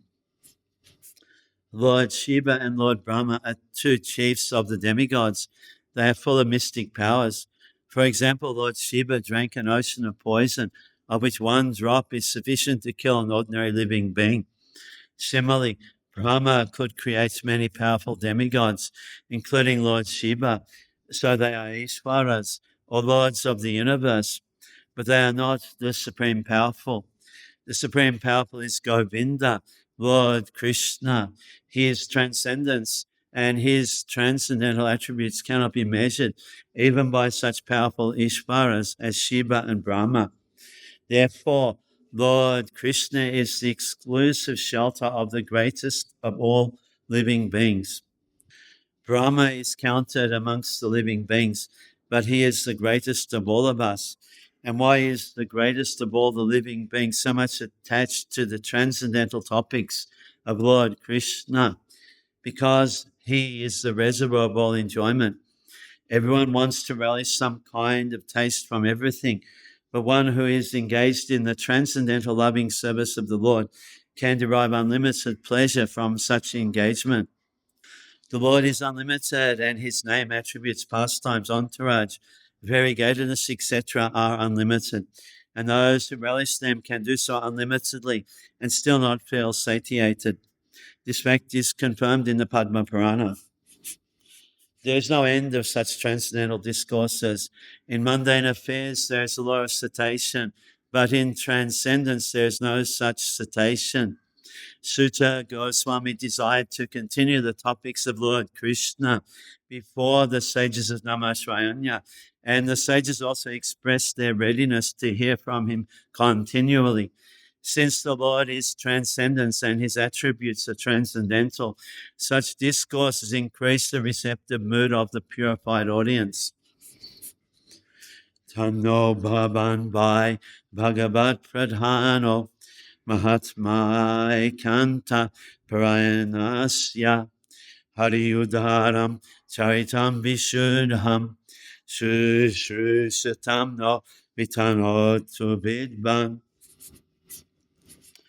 Oh, Sutta Goswami, you are a learned and pure devotee of the Lord, because the personality of Godhead is your chief object of service.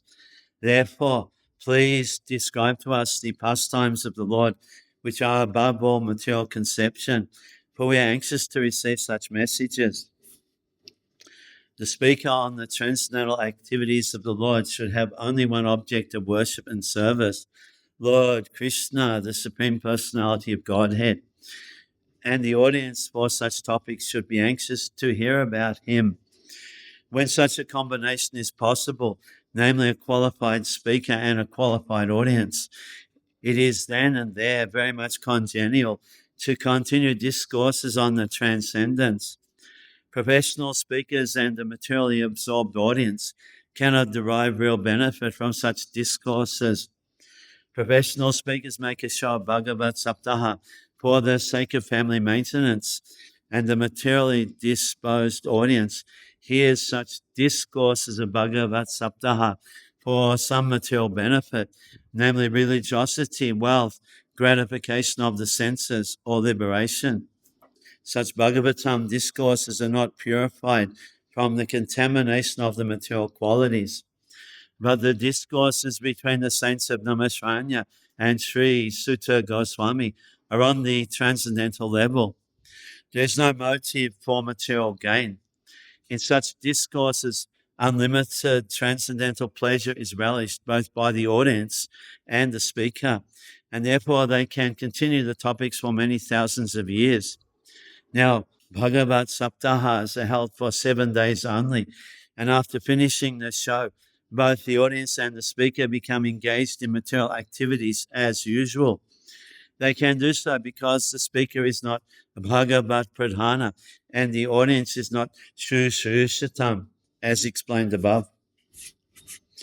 Sabhai Mahabhagavataha Parikshit Yenapabhagyakyam Adhabra Buddhi Jnanena Vayasiki Shabditena Vajeka Gendra Dvaja Paramulam. Oh, Sutta Goswami, please describe those topics of the Lord by which Maharaj Parikshit, whose intelligence was fixed on liberation, attained the lotus feet of the Lord, who is the shelter of Garuda, the king of birds. Those topics were vibrated by the son of Vyas, Srila Shukadev. There is some controversy amongst the students on the path of liberation. Such transcendental students are known as impersonalists and devotees of the Lord. The devotee of the Lord worships the transcendental form of the Lord, whereas the impersonalist meditates upon the glaring effulgence or the bodily ray of the Lord, known as the Brahmajyoti. Here, in this verse, it is said that Maharaj Parikshit attained the lotus feet of the Lord by instructions in knowledge delivered by the son of Vyasadeva, Srila Shukadev Goswami. Shukadev Goswami was also an impersonalist in the beginning, as he has admitted himself in the Bhagavatam. But later on, he was attracted by the transcendental pastimes of the Lord and thus became a devotee. Such devotees with perfect knowledge are called Mahabhagavat, or first-class devotees. There are three classes of devotees, namely the Prakat, Madhyam, and Mahabhagavat. The Prakat, or third-class devotees, are temple worshippers without specific knowledge of the Lord and the Lord's devotees. The Madhyam, or the second-class devotee, knows well the Lord, the Lord's devotee, the neophytes and the non-devotees also. But the Mahabhagavat, or the first-class devotee, sees everything in relation with the Lord and the Lord present in everyone's relation. The Mahabhagavat, therefore, does not make any distinction, particularly between a devotee and non-devotee. Maharaj Parikshit was such a Mahabhagavat devotee because he was initiated by a Mahabhagavat devotee, Shukadev Goswami. He was equally kind even to the personality of Kali, and what to speak of others. So there are many instances in the transcendental histories of the world of an impersonalist who has later become a devotee. But a devotee has never become an impersonalist. This very fact proves that on the transcendental steps, the step occupied by a devotee is higher than the step occupied by an impersonalist. It is also stated in the Bhagavad Gita that persons stuck on the impersonal step undergo more sufferings than achievement of reality. Therefore, knowledge imparted by Shukadev Goswami unto Maharaj Parikshit helped him attain the service of the Lord. And to attain this stage of perfection is called apavaga, or the perfect stage of liberation. Simple knowledge of liberation is material knowledge. Actual freedom from material bondage is called liberation. But to attain the transcendental service of the Lord is called the perfect stage of liberation. Such a stage is attained by knowledge and renunciation, as we have already explained. And perfect knowledge, as delivered by Srila Shukadev Goswami, results in the attainment of transcendental service of the Lord. Tanaha param punyam asamvritatam akyanamati adbhuta yoganishtam akyahyananta charitopapanam parikshitam bhagavata abhiramam. Thus, please narrate to us the narrations of the Unlimited, for they are purifying and supreme. They were spoken to Maharaj Parikshit, and they are very dear to the pure devotees, being full of bhakti yoga. What was spoken to Maharaj Parikshit and what is very dear to the pure devotees is Srimad-Bhagavatam. Srimad-Bhagavatam is mainly full of the narrations of the activities of the Supreme Unlimited, and therefore it is the science of bhakti yoga, or devotional service of the Lord. Thus it is para, or supreme, because although it is enriched with all knowledge and religion, it is specifically enriched with the devotional service of the Lord. Sutta uvacha ahobayam janma brita jahasma vidhana vritya pibilom jataha Dushkulyam adhim vidhunoti shrigram Mahatamananam abhidhana yogaha. Sri Sutta Goswami said, O God, although we are born in a mixed caste, we are still promoted in birthright simply by serving and following the great who are advanced in knowledge. Even by conversing with such great souls, one can, without delay, clean up all disqualifications resulting from lower births. Sutta Goswami did not take his birth in a Brahmana family. He was born in a family of mixed caste or an uncultured low family. But because of higher association, like Sri Shukadev Goswami and the great rishis of Namashrayanya, certainly the disqualification of inferior birth was washed off. Lord Sri Chaitanya Mahaprabhu followed this principle in pursuance of the Vedic usages, and by his transcendental association, he elevated many lowborn or those disqualified by birth or action to the status of devotional service, and thus established them in the position of acharyas or authorities. He clearly stated that any man, whatever he may be, whether a Brahmana or a Sudra by birth, or a householder or mendicant in the order of society, if he is conversant with the science of Krishna, he can be accepted as an acharya or guru, a spiritual master. Sutta Goswami learned the science of Krishna from great rishis and authorities like Shukadev, Vyasadeva, etc. And he was so qualified that even the sages of Namashrayanya eagerly wanted to hear from him the science of Krishna in the form of Srimad-Bhagavatam. So he had the double association of great souls by hearing and preaching. Transcendental science, or the science of Krishna, has to be learned from the authorities. And when one preaches the science, he becomes still more qualified. So Sutta Goswami had both the advantages, and thus undoubtedly he was completely freed from all disqualifications of low birth and mental agonies. This verse definitely proves that neither Srila Shukadev Goswami refused to teach Sutta Goswami about the transcendental science, nor the sages of the Namashrayanya refused to hear lessons from him because of his inferior birth. This means that thousands of years ago, there was no bar in learning or preaching the transcendental science because of inferior birth. The rigidity of the so-called caste system in Hindu society became prominent within only 100 years or so, when the number of Dvijabandhus, or disqualified men in the families of higher castes, increased. Lord Sri Chaitanya revived the original Vedic system, and he elevated Thakur Haridas to the position of Namacharya, or the authority in the preaching of the glories of the holy name of the Lord. Although His Holiness Srila Haridas Thakur was pleased to appear in a family of Mohammedans, such is the power of pure devotees of the Lord. The Ganges water is accepted as pure, and one can become purified after taking a bath in the waters of the Ganges. But as far as the great devotees of the Lord are concerned, they can purify a degraded soul, even by being seen by the low-born. And what to speak of association? Lord Sri Chaitanya Mahaprabhu wanted to purify the whole atmosphere of the polluted world by sending qualified preachers all over the world. And he remains with the Indians to take up this task scientifically, and thus to do the best kind of humanitarian work. The mental diseases of the present generation are more acute than bodily diseases.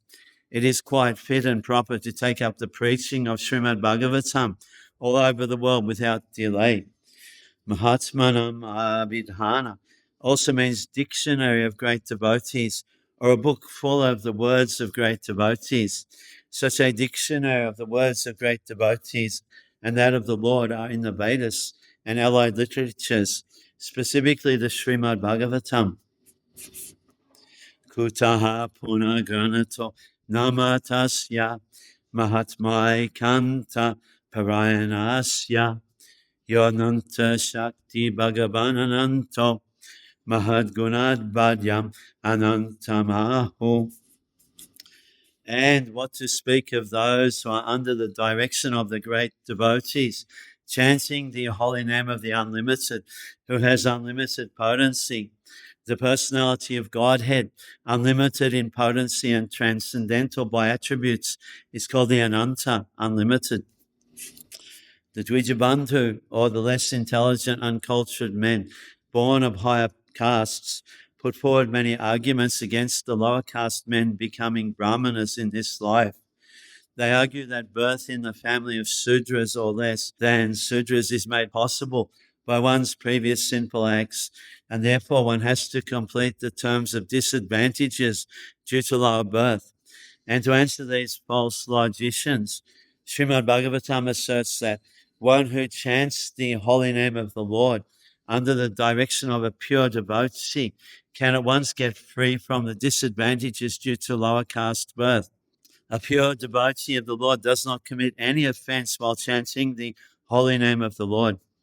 There are 10 different offenses in the chanting of the holy name of the Lord. To chant the holy name under the direction of a pure devotee is offenseless chanting. Offenseless chanting of the holy name of the Lord is transcendental, and therefore such chanting can at once purify one from the effects of all kinds of previous sins. This offenseless chanting indicates that one has fully understood the transcendental nature of the holy name and has thus surrendered unto the Lord. Transcendentally, the holy name of the Lord and the Lord himself are identical, being absolute. The holy name of the Lord is as powerful as the Lord. The Lord is the all-powerful personality of Godhead, and he has innumerable names which are all non-different from him and are equally powerful also. In the last word of the Bhagavad Gita, the Lord asserts that one who surrenders fully unto him is protected from all sins by the grace of the Lord. Since his name and he himself are identical, the holy name of the Lord can protect the devotee from all effects of sins. The chanting of the holy name of the Lord can undoubtedly deliver one from the disadvantages of a lower caste birth. The Lord's unlimited power is extended on and on by the unlimited expansion of the devotees and incarnations, and thus every devotee of the Lord and incarnations also can be equally surcharged with the potency of the Lord.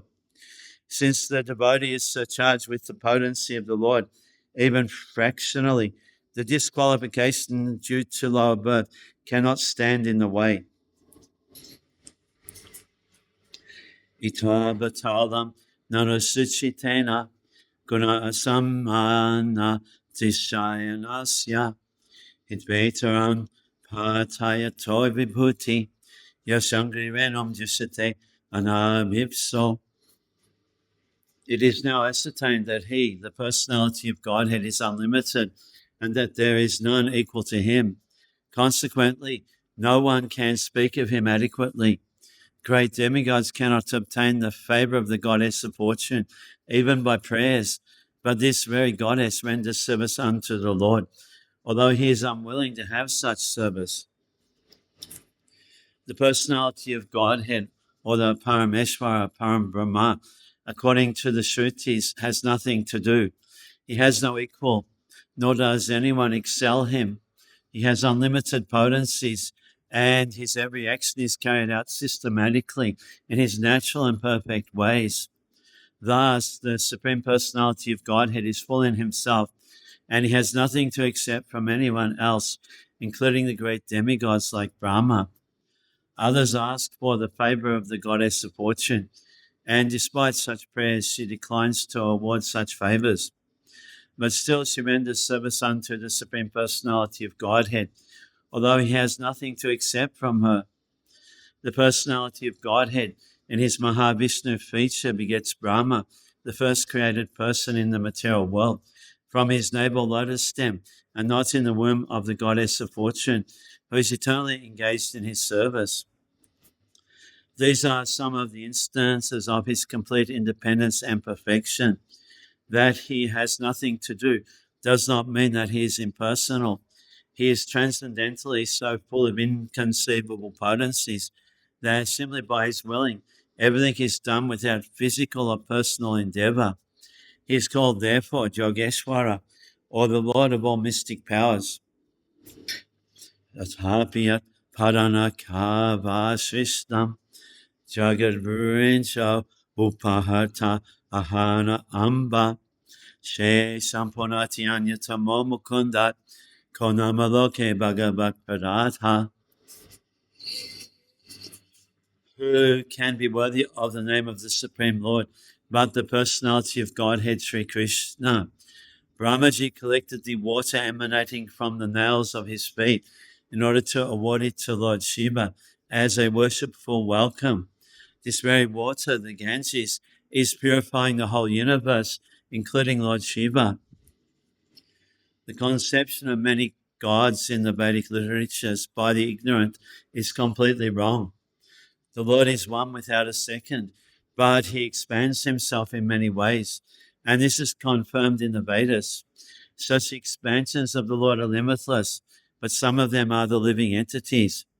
The living entities are not as powerful as the Lord's plenary expansions, and therefore there are two different types of expansions. Lord Brahma is generally one of the living entities, and Lord Shiva is the biomedium between the Lord and the living entities. In other words, even demigods like Lord Brahma and Lord Shiva, who are the chief amongst all demigods, are never equal to or greater than Lord Vishnu, the Supreme Personality of Godhead.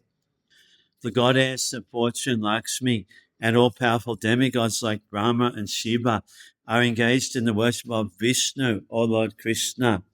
Therefore, who can be more powerful than Mukunda, Lord Krishna, to be factually called the Supreme Personality of Godhead?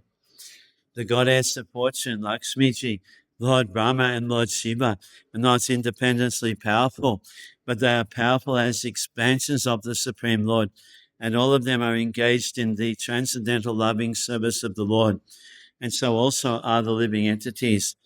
There are 4 sects of worshipful devotees of the Lord, and the chief amongst them are the Brahma Sampradaya, Rudra Sampradaya, and Sri Sampradaya, descending directly from Lord Brahma, Lord Shiva, and the goddess of fortune Lakshmi, respectively. Besides the above-mentioned 3 Sampradayas, there is the Kumara Sampradaya, descending from Sanat Kumara. All of the 4 original Sampradayas are still scrupulously engaged in the transcendental service of the Lord up to date, and they all declare that Lord Krishna, Mukunda, is the Supreme Personality of Godhead, and no other personality is equal to him or greater than him.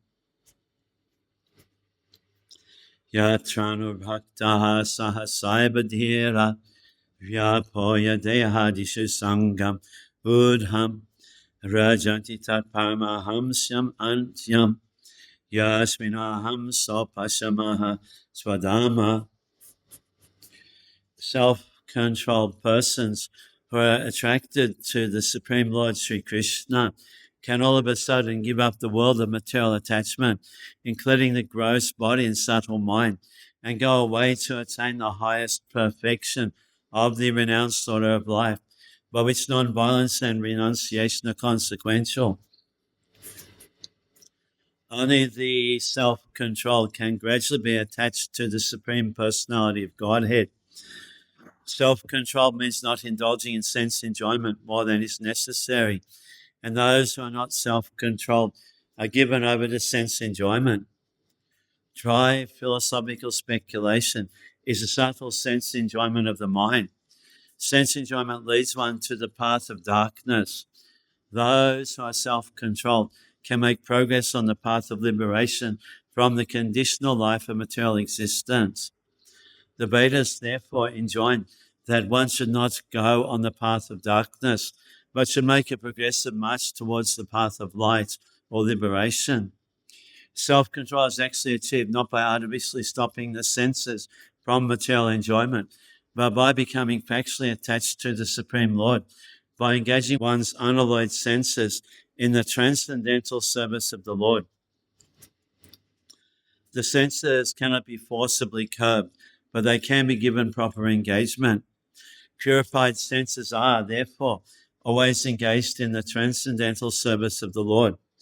This perfectional stage of sense engagement is called Bhakti Yoga. So those who are attached to the means of Bhakti Yoga are factually self-controlled and can all of a sudden give up their homely or bodily attachment for the service of the Lord. This is called the Paramahamsa stage. Hamsas or swans accept only milk out of a mixture of milk and water. Similarly, those who accept the service of the Lord instead of Maya's service are called the Paramahamsas. They are naturally qualified with all the good attributes, such as pridelessness, freedom from vanity, non-violence, tolerance, simplicity, respectability, worship, devotion, and sincerity. All these godly qualities exist in the devotee of the Lord spontaneously. Such Paramahamsas who are completely given up to the service of the Lord are very rare. They are very rare even amongst the liberated souls. Real non-violence means not to be envious. In this world, everyone is envious of his fellow being, but a perfect Paramahamsa, being completely given up to the service of the Lord, is perfectly not envious. He loves every living being in relation with the Supreme Lord. Real renunciation means to have perfect dependence on God. Every living being is dependent on someone else because he is so made. Actually, everyone is dependent on the mercy of the Supreme Lord. But when one forgets his relation with the Lord, he becomes dependent on the conditions of material nature and thus becomes completely dependent on the mercy of the Lord. Real independence means to have complete faith in the mercy of the Lord without being dependent on the conditions of matter. This Paramahamsa stage is the highest perfectional stage in Bhakti Yoga, the process of devotional service to the Supreme Lord. Aham hi Prishto ayamano bhavanbi achaksha admavagamo atrajabam nabaha patanti atma samampat tatrinas tatasamam vishnugatim vipaschitaha. Are rishis who are as powerfully pure as the sun. I shall try to describe to you the transcendental pastimes of Vishnu as far as my knowledge is concerned. As the birds fly in the sky as far as their capacity allows, so do the learned devotees describe the Lord as far as their realization allows. The Supreme Absolute Truth is unlimited. No living being can know about the unlimited by his limited capacity. The Lord is impersonal, personal, and localized. By his impersonal feature, he is all-pervading, Brahman. By his localized feature, he is present in everyone's heart as the Supreme Soul. And by his ultimate personal feature, he is the object of transcendental loving service by his fortunate associates, the pure devotees. The pastimes of the Lord in different features can only be estimated partially by the great learned devotees. So, Srila Sutta Goswami has rightly taken this position in describing the pastimes of the Lord as far as he has realized. Factually, only the Lord himself can describe himself, and his learned devotee also can describe him as far as the Lord gives him the power of description. Ikadadanu ujamya richaran mrigayam bane mrigan anugataha shanta kshuditas trishitobrisham jalashayama chakshanaha prabhiveshatamashramam dadashamonimasinam shantamilita lochanam. Once upon a time, Maharaj Parikshit, while engaged in hunting in the forest with bow and arrows, became extremely fatigued, hungry, and thirsty while following the stags. While searching for a reservoir of water, he entered the hermitage of the well-known Shamika Rishi and saw the sage sitting silently with closed eyes. The Supreme Lord is so kind to his pure devotees that in proper time he calls such devotees up to him and thus creates a circumstance auspicious for the devotee. Maharaj Pariksit was a pure devotee of the Lord, and there was no reason for him to become extremely fatigued, hungry, and thirsty, because a devotee of the Lord never becomes perturbed by such bodily demands. But by the desire of the Lord, even such a devotee can become apparently fatigued and thirsty, just to create a situation favorable for his renunciation of worldly activities. One has to give up all attachment for worldly relations before one is able to go back to Godhead. And thus, when a devotee is too much absorbed in worldly affairs, the Lord creates a situation to cause indifference. The Supreme Lord never forgets his pure devotee, even though he may be engaged in so-called worldly affairs. Sometimes he creates an awkward situation, and the devotee becomes obliged to renounce all worldly affairs. The devotee can understand by the signal of the Lord, but others take it to be unfavorable and frustrating. Maharaj Pariksit was to become the medium for the revelation of Srimad-Bhagavatam by Lord Sri Krishna, as his grandfather Arjuna was the medium for the Bhagavad Gita. Had Arjuna not been taken up with an illusion of family affection by the will of the Lord, the Bhagavad Gita would not have been spoken by the Lord himself for the good of all concerned. Similarly, had Maharaj Pariksit not been fatigued, hungry, and thirsty at this time, Srimad-Bhagavatam would not have been spoken by Srila Shukadev Goswami, the prime authority of Srimad-Bhagavatam. So this is a prelude to the circumstances under which Srimad-Bhagavatam was spoken for the benefit of all concerned. The prelude therefore begins with the words, once upon a time.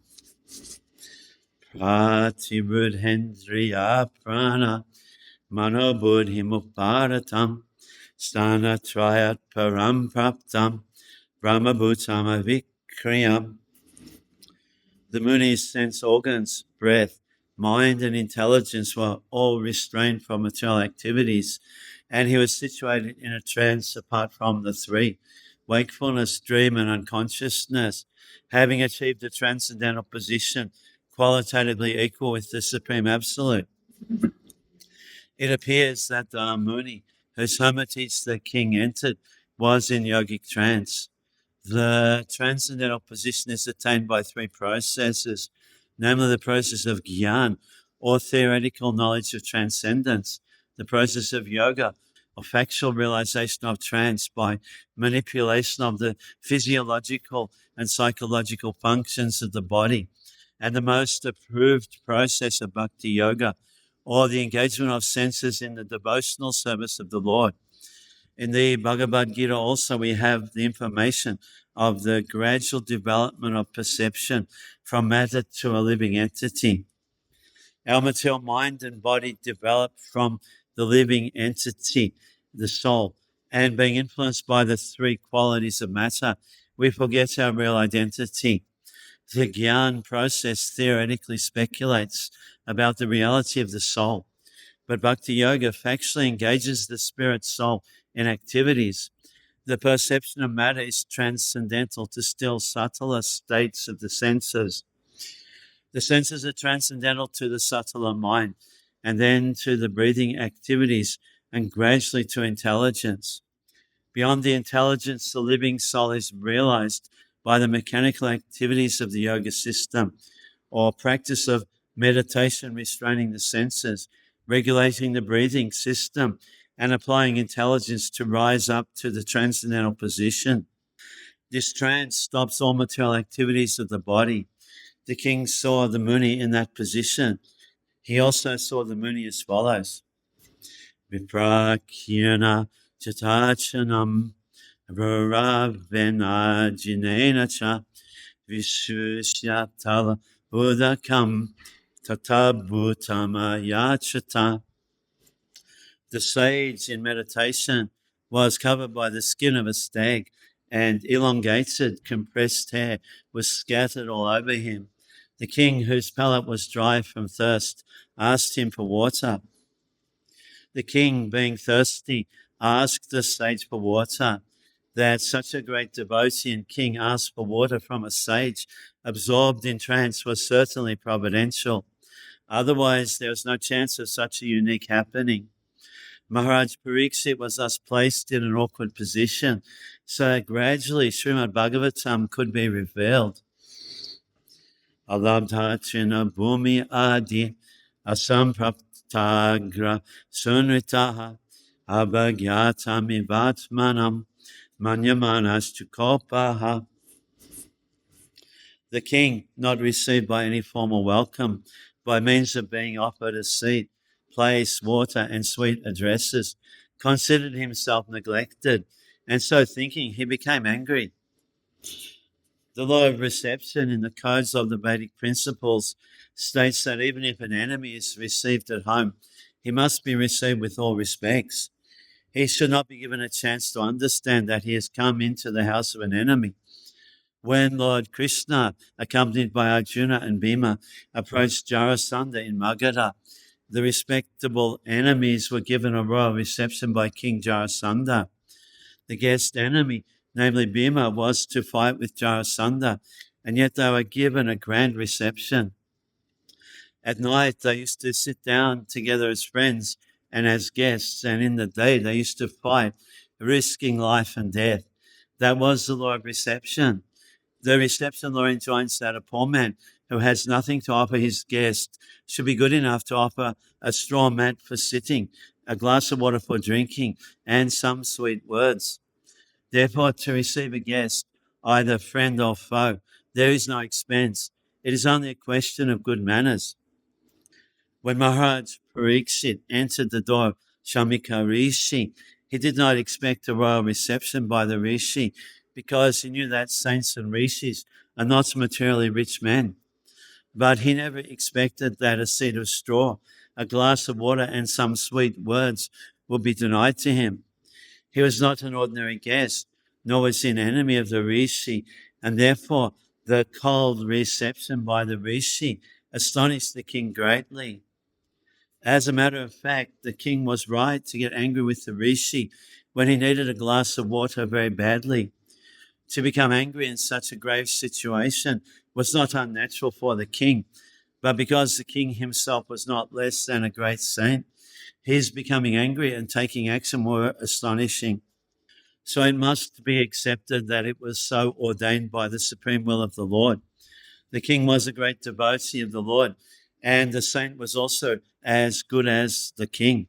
But by the will of the Lord, the circumstances were so created that they became ways to the king's becoming unattached to family connection and governmental activities, and thus becoming a completely surrendered soul unto the lotus feet of Lord Krishna.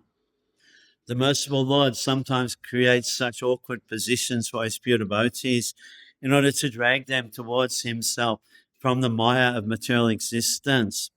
But outwardly, the situations appear to be frustrating to the devotees. The devotees of the Lord are always under the protection of the Lord, and in any condition, frustration or success, the Lord is the supreme guide for the devotees.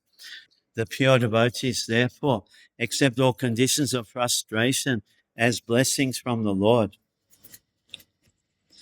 Abhuta puvaha sahasa kshutribhyam arditatmanaha brahmanam pratyabhut brahman matsramanyo ibacha. O Brahmanas, the king's anger and envy directed toward the Brahmana sage were unprecedented, being that circumstances had made him hungry and thirsty. For a king like Maharaj Pariksit to become angry and envious, especially at a sage and Brahmana, was undoubtedly unprecedented. The king knew well that the Brahmanas, sages, children, women, and old men are always beyond the jurisdiction of punishment. Similarly, the king, even though he commits a great mistake, is never to be considered a wrongdoer. But in this case, Maharaj Pariksit became angry and envious at the sage due to his thirst and hunger by the will of the Lord. The king was right to punish his subject for coldly receiving him or neglecting him. But because the culprit was a sage and a Brahmana, it was unprecedented. As the Lord is never envious of anyone, so also the Lord's devotee is never envious of anyone. The only justification for Maharaj Parikshit's behavior is that it was ordained by the Lord. Satu Brahma Rishi Amshe Kata Samuragam Rusha Vinirgachan Danuskatya Nidhaya Puramagataha. While leaving, the king, being so insulted, picked up a lifeless snake with his bow and angrily placed it on the shoulder of the sage. Then he returned to his palace. The king thus treated the sage tit for tat, although he was never accustomed to such silly actions. By the will of the Lord, the king, while going away, found a dead snake in front of him, and he thought that the sage had coldly received him, thus might be coldly rewarded by being offered a garland of a dead snake. In the ordinary course of dealing, this was not very unnatural. But in the case of Maharaj Parikshit's dealing with a Brahman, a sage, this was certainly unprecedented. It so happened by the will of the Lord. Isha kim nivrita shesha karuna militekshanaha mrisha samadhya hoswe kim nusha kshatra bandhubi. Upon returning, he began to contemplate and argue within himself whether the sage had been actually in meditation with senses concentrated and eyes closed, or whether he had just been feigning trance just to avoid receiving a lower kshatriya. The king, being a devotee of the Lord, did not approve of his own action, and thus he began to wonder whether the sage was really in a trance or was just pretending in order to avoid receiving the king, who was a kshatriya and therefore lower in rank. Repentance comes in the mind of a good soul as soon as he commits something wrong. Srila Vishwanath Chakravarti Thakur, as well as Srila Jiva Goswami, do not believe that the king's action was due to his past misdeeds. The arrangement was so made by the Lord, just to call the king back home, back to Godhead. According to Srila Vishwanath Chakravarti, the plan was made by the will of the Lord, and by the will of the Lord, the situation of frustration was created. The plan was that by his so-called misdeed, the king could be cursed by an inexperienced Brahmin, a boy, infected by the influence of Kali, and thus the king would leave his hearth and home for good. His connections with Srila Shukadev Goswami would enable the presentation of the great Srimad-Bhagavatam, which is considered to be the book incarnation of the Lord.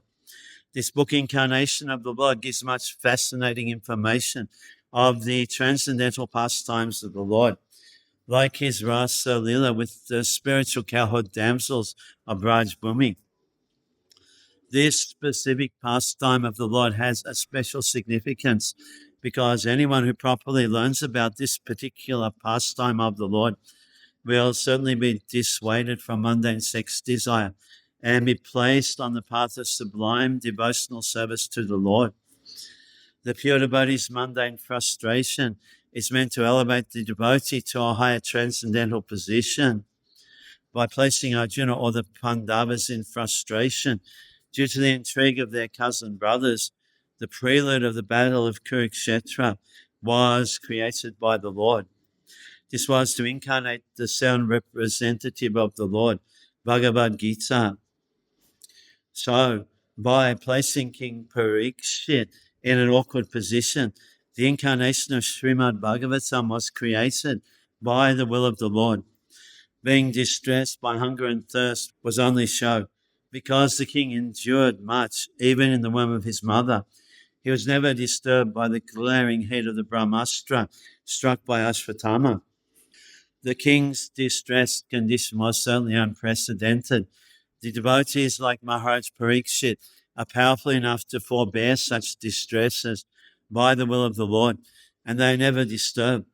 The situation in this case is therefore all planned by the Lord. Tasya putrati tejasvi viharan bhalakarbhakahai ragyagam prapitam tatam Shrutva Tatredam Abravit. The sage had a son who was very powerful, being a Brahmana's son. While he was playing with inexperienced boys, he heard of his father's distress, which was occasioned by the king. Then and there the boy spoke as follows. Due to Maharaj Parikshit's good government, even a boy of tender age who was playing with other inexperienced boys could become as powerful as a qualified Brahmana. This boy was known as Shringi, and he achieved good training in Brahmachari by his father so that he could be as powerful as a Brahmana, even at that age. But because the age of Kali was seeking an opportunity to spoil the cultural heritage of the four orders of life, the inexperienced boy gave a chance for the age of Kali to enter into the field of Vedic culture. Hatred of the lower orders of life began from this Brahmana boy under the influence of Kali, and thus cultural life began to dwindle day after day. The first victim of Brahminical injustice was Maharaj Parikshit, and thus the protection given by the king against the onslaught of Kali was slackened. Aho adhamaha palanam pivanam bali bhujami ba swamini aghamya dhashanam dwarapanam shunami ba. The Brahmana's son Shringi said, "Oh, just look at the sins of the rulers who, like crows and watchdogs at the door, perpetrate sins against their masters, contrary to the principles governing servants." The Brahmanas are considered to be the head and brains of the social body, and the Kshatriyas are considered to be the arms of the social body. The arms are required to protect the body from all harms, but the arms must act according to the directions of the head and brain. That is the natural arrangement made by the Supreme Order, for it is confirmed in the Bhagavad Gita that four social orders or castes, namely the Brahmanas, the Kshatriyas, the Vaishyas, and the Sudras, are set up according to quality and work done by them. Naturally, the son of a Brahmana has a good chance to become a Brahmana by the direction of his qualified father. As the son of a medical practitioner has a very good chance to become a qualified medical practitioner. So the caste system is quite scientific. The son must take advantage of the father's qualification and thus become a Brahmana or medical practitioner and not otherwise. Without being qualified, one cannot become a Brahmana or medical practitioner, and that is the verdict of all scriptures and social orders. Here in Shringi, a qualified son of a great Brahmana attained the required Brahminical power both by birth and training. But he was lacking in culture because he was an inexperienced boy. By the influence of Kali, the son of a Brahmana became puffed up with Brahminical power and thus wrongly compared Maharaj Parikshit to crows and watchdogs. The king is certainly the watchdog of the state in the sense that he keeps vigilant eyes over the border of the state for its protection and defense. But to address him as a watchdog is a sign of a less cultured boy. Thus, the downfall of the Brahminical powers began as they gave importance to birthright without culture. The downfall of the Brahmana caste began in the age of Kali, and since Brahmanas are the heads of the social order, all other orders of society also began to deteriorate. This beginning of Brahminical deterioration was highly deplored by the father of Shringi, as we will find. Brahmana ekshatra bandhuhi griha palo nirupitaha sakatam ta grihe dvastaha sabandam bhaktamahati. The descendants of the kingly orders are definitely designated as watchdogs, and they must keep themselves at the door. On what grounds can dogs enter the house and claim to dine with the master on the same plate? The inexperienced Brahmana boy certainly knew that the king asked for water from his father and the father did not respond. He tried to explain away his father's inhospitality in an imperfect manner befitting an uncultured boy. He was not at all sorry for the king's not being well received. On the contrary, he justified the wrong act in a way characteristic of the Brahmanas of Kali Yuga. He compared the king to a watchdog, and so it was wrong for the king to enter the home of a Brahmana and ask for water from the same pot. The dog is certainly reared by its master, but that does not mean that the dog shall claim to dine and drink from the same pot. This mentality of false prestige is the cause of the downfall of the perfect social order. And we can see that in the beginning it was started by the inexperienced son of a Brahmana. As a dog is never allowed to enter within the room and hearth, although it is reared by the master. Similarly, according to Shringi, the king had no right to enter the house of Kushika Rishi. According to the boy's opinion, the king was on the wrong side and not his father, and thus he justified his silent father. Krishna Gate Bhagavati Shastaryupata Gaminam Tadbina Setanajaham Shashmi Pasyata Me Balam. After the departure of Lord Sri Krishna, the personality of Godhead and supreme ruler of everyone, these upstarts have flourished, our protector being gone. Therefore, I myself shall take up this matter and punish them. Just witness my power. The inexperienced Brahmana, puffed up by a little Brahma Teja, became influenced by the spell of Kali Yuga.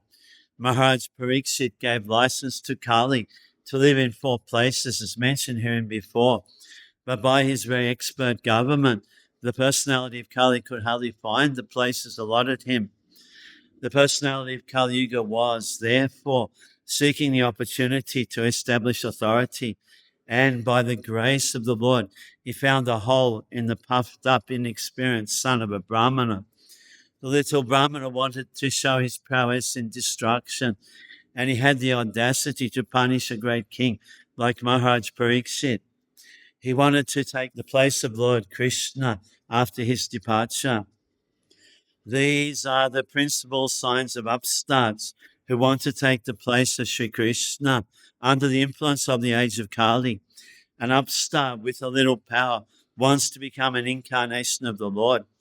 There are many false incarnations after the departure of Lord Krishna from the face of the globe, and they are misleading the innocent public by accepting the spiritual obedience of the general mass of people to maintain false prestige.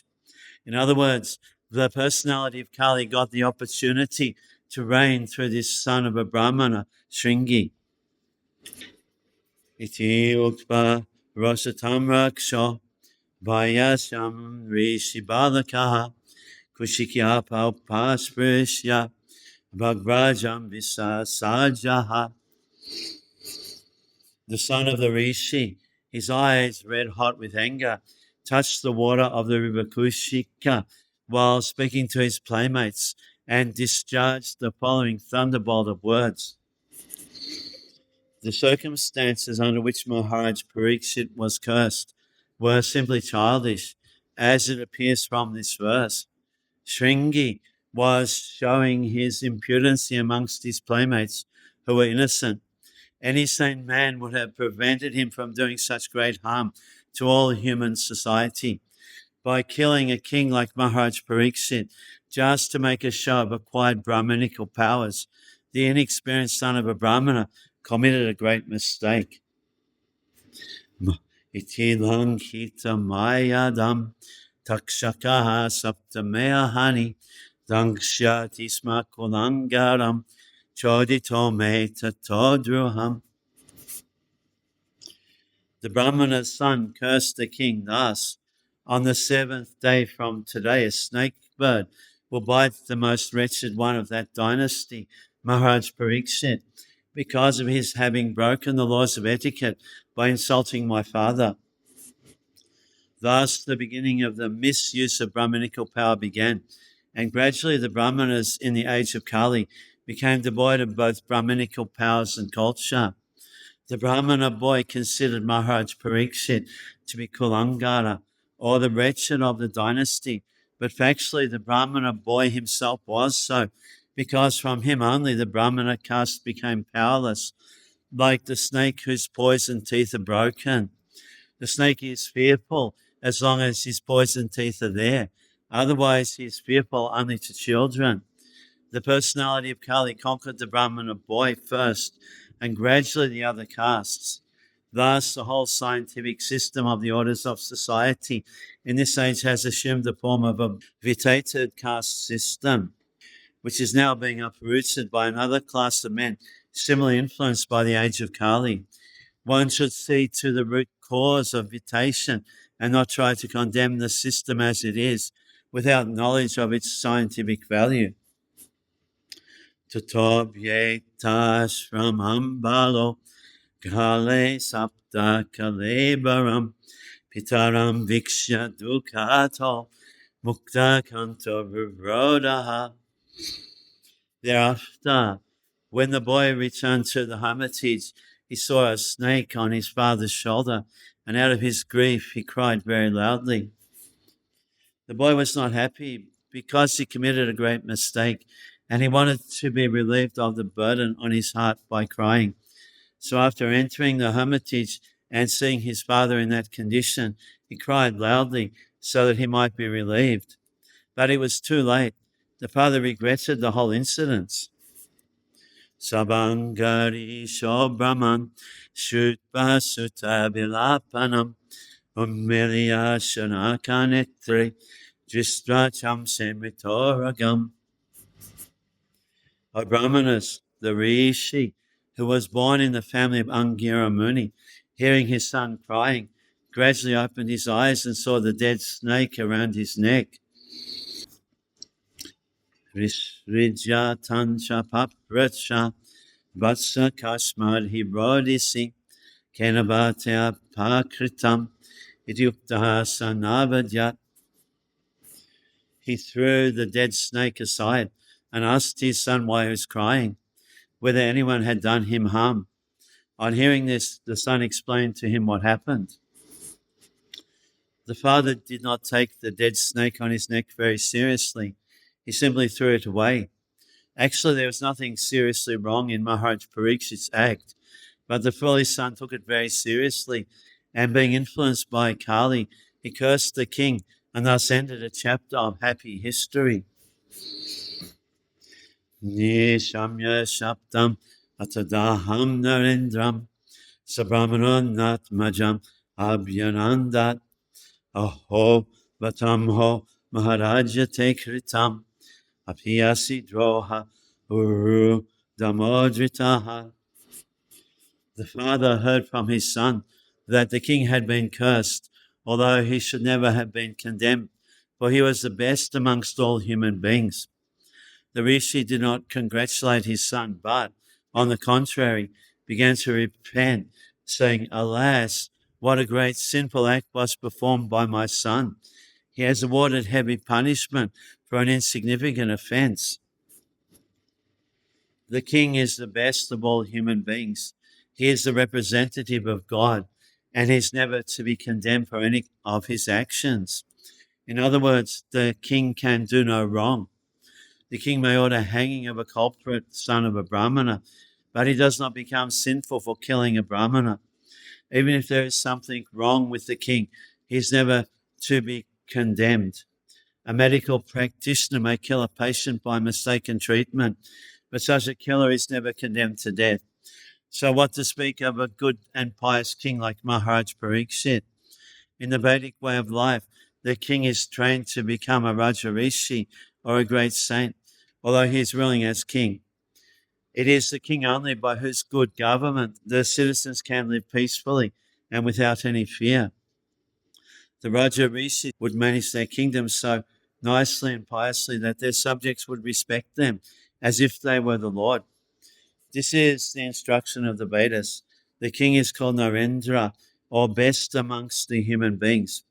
How then could a king like Maharaj Parikshit be condemned by an inexperienced, puffed up son of a Brahmana, even though he attained the powers of a qualified Brahmana? The Swami Rishi, since he was an experienced, good Brahmana, did not approve of the actions of his condemned son. He began to lament for all that his son had done.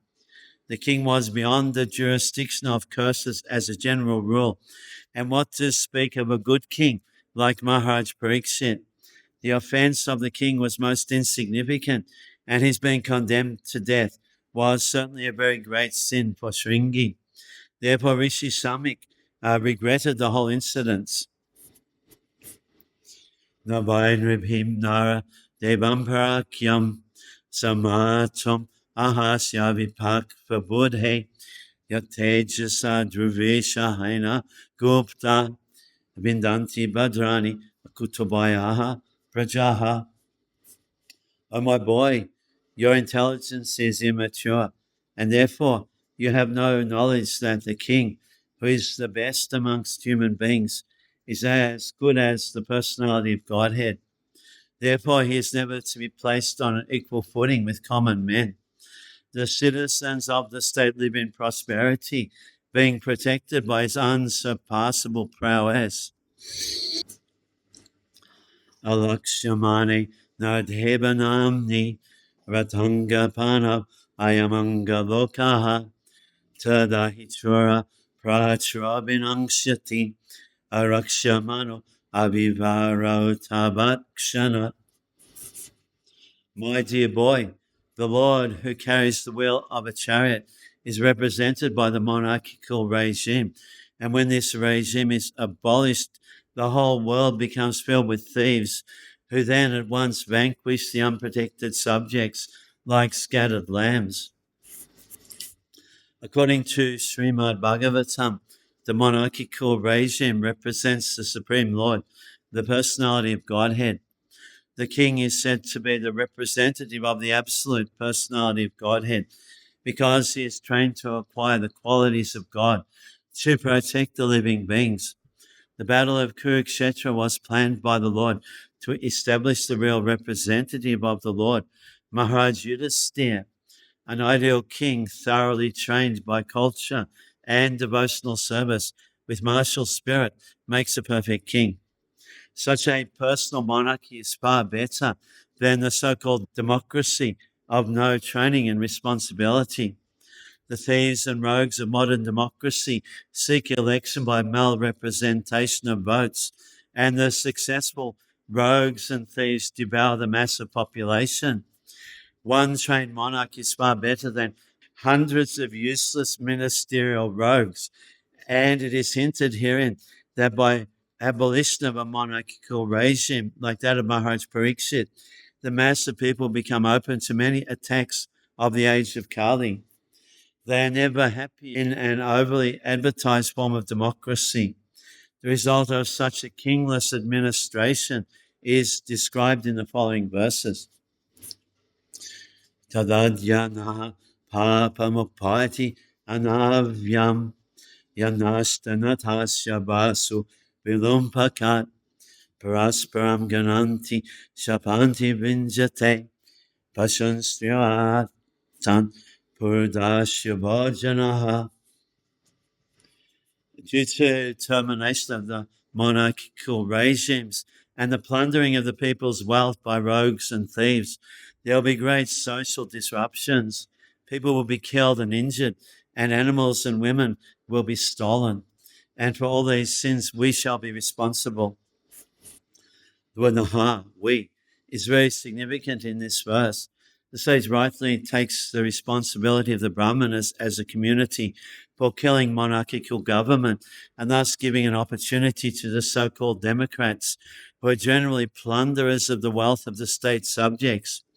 The so-called Democrats capture the administrative machine without assuming responsibility for the prosperous condition of the citizens. Everyone captures the post for personal gratification, and thus instead of one king, a number of irresponsible kings grow up to tax the citizens. It is foretold herein that in the absence of good monarchical government, everyone will be the cause of disturbance for others by plundering riches, animals, women, etc. Tadarya damaha pravilyate nrinam vanashramacharya yutastraimayaha tatvata kama biniveshitatman Shunam kapinam ibabana shankaraha. At that time, the people in general will fall systematically from the path of a progressive civilization in respect to the qualitative engagements of the castes and the orders of society and the Vedic injunctions. Thus, they will be more attracted to economic development for sense gratification. And as a result, there will be an unwanted population on the level of dogs and monkeys. It is foretold herein that in the absence of a monarchical regime, the general mass of people will be an unwanted population like dogs and monkeys. As the monkeys are too sexually inclined and dogs are shameless in sexual intercourse, the general mass of population born of illegitimate connection will systematically go astray from the Vedic way of good manners and qualitative engagements in the castes and orders of life. The Vedic way of life is the progressive march of the civilization of the Aryans. The Aryans are progressive in Vedic civilization. The Vedic civilization's destination is to go back to Godhead, back home, where there is no birth, no death, no old age, and no disease. The Vedas direct everyone not to remain in the darkness of the material world, but to go towards the light of the spiritual kingdom, far beyond the material sky. The qualitative caste system and the orders of life are scientifically planned by the Lord and his representatives, the great rishis. The perfect way of life gives all sorts of instruction in things both material and spiritual. The Vedic way of life does not allow any man to be like the monkeys and dogs. A degraded civilization of sense gratification and economic development is the byproduct of a godless or kingless government of the people, by the people, and for the people. The people should not, therefore, begrudge the poor administrations they themselves elect. Dhamma palo narapati satu samradriya trabaha sakshan maha bhagavato raja rishihaya medhaya shutrit shramayito dino navas makchapa mahati. The Emperor Parikshit is a pious king. He is highly celebrated and is a first-class devotee of the personality of Godhead. He is a saint amongst royalty, and he has performed many horse sacrifices. When such a king is tired and fatigued, being stricken with hunger and thirst, he does not at all deserve to be cursed. After explaining the general codes relating to the royal position and asserting that the king can do no wrong and therefore is never to be condemned, the sage Shamik wanted to say something about Emperor Parikshit specifically. The specific qualification of Maharaj Parikshit is summarized herein. The king, even calculated as a king only, was most celebrated as a ruler who administered the religious principles of the royal order. In the Shastras, the duties of all castes and orders of society are prescribed. All the qualities of a Kshatriya mentioned in the Bhagavad Gita were present in the person of the emperor. He was also a great devotee of the Lord and a self-realized soul. Cursing such a king when he was tired and fatigued with hunger and thirst was not at all proper. The Shamika Rishi thus admitted from all sides that Maharaj Parikshit was cursed most unjustly. Although all the Brahmanas were aloof from the incidents, still for the childish action of a Brahmana boy, the whole world's situation was changed. Thus the Rishi Shamik, a Brahmana, took responsibility for all deterioration of the good orders of the world. Apapeshu sabhrityeshu balina pakpa buddhina papam kritam tad bhagavan sabatmakshan tamahati.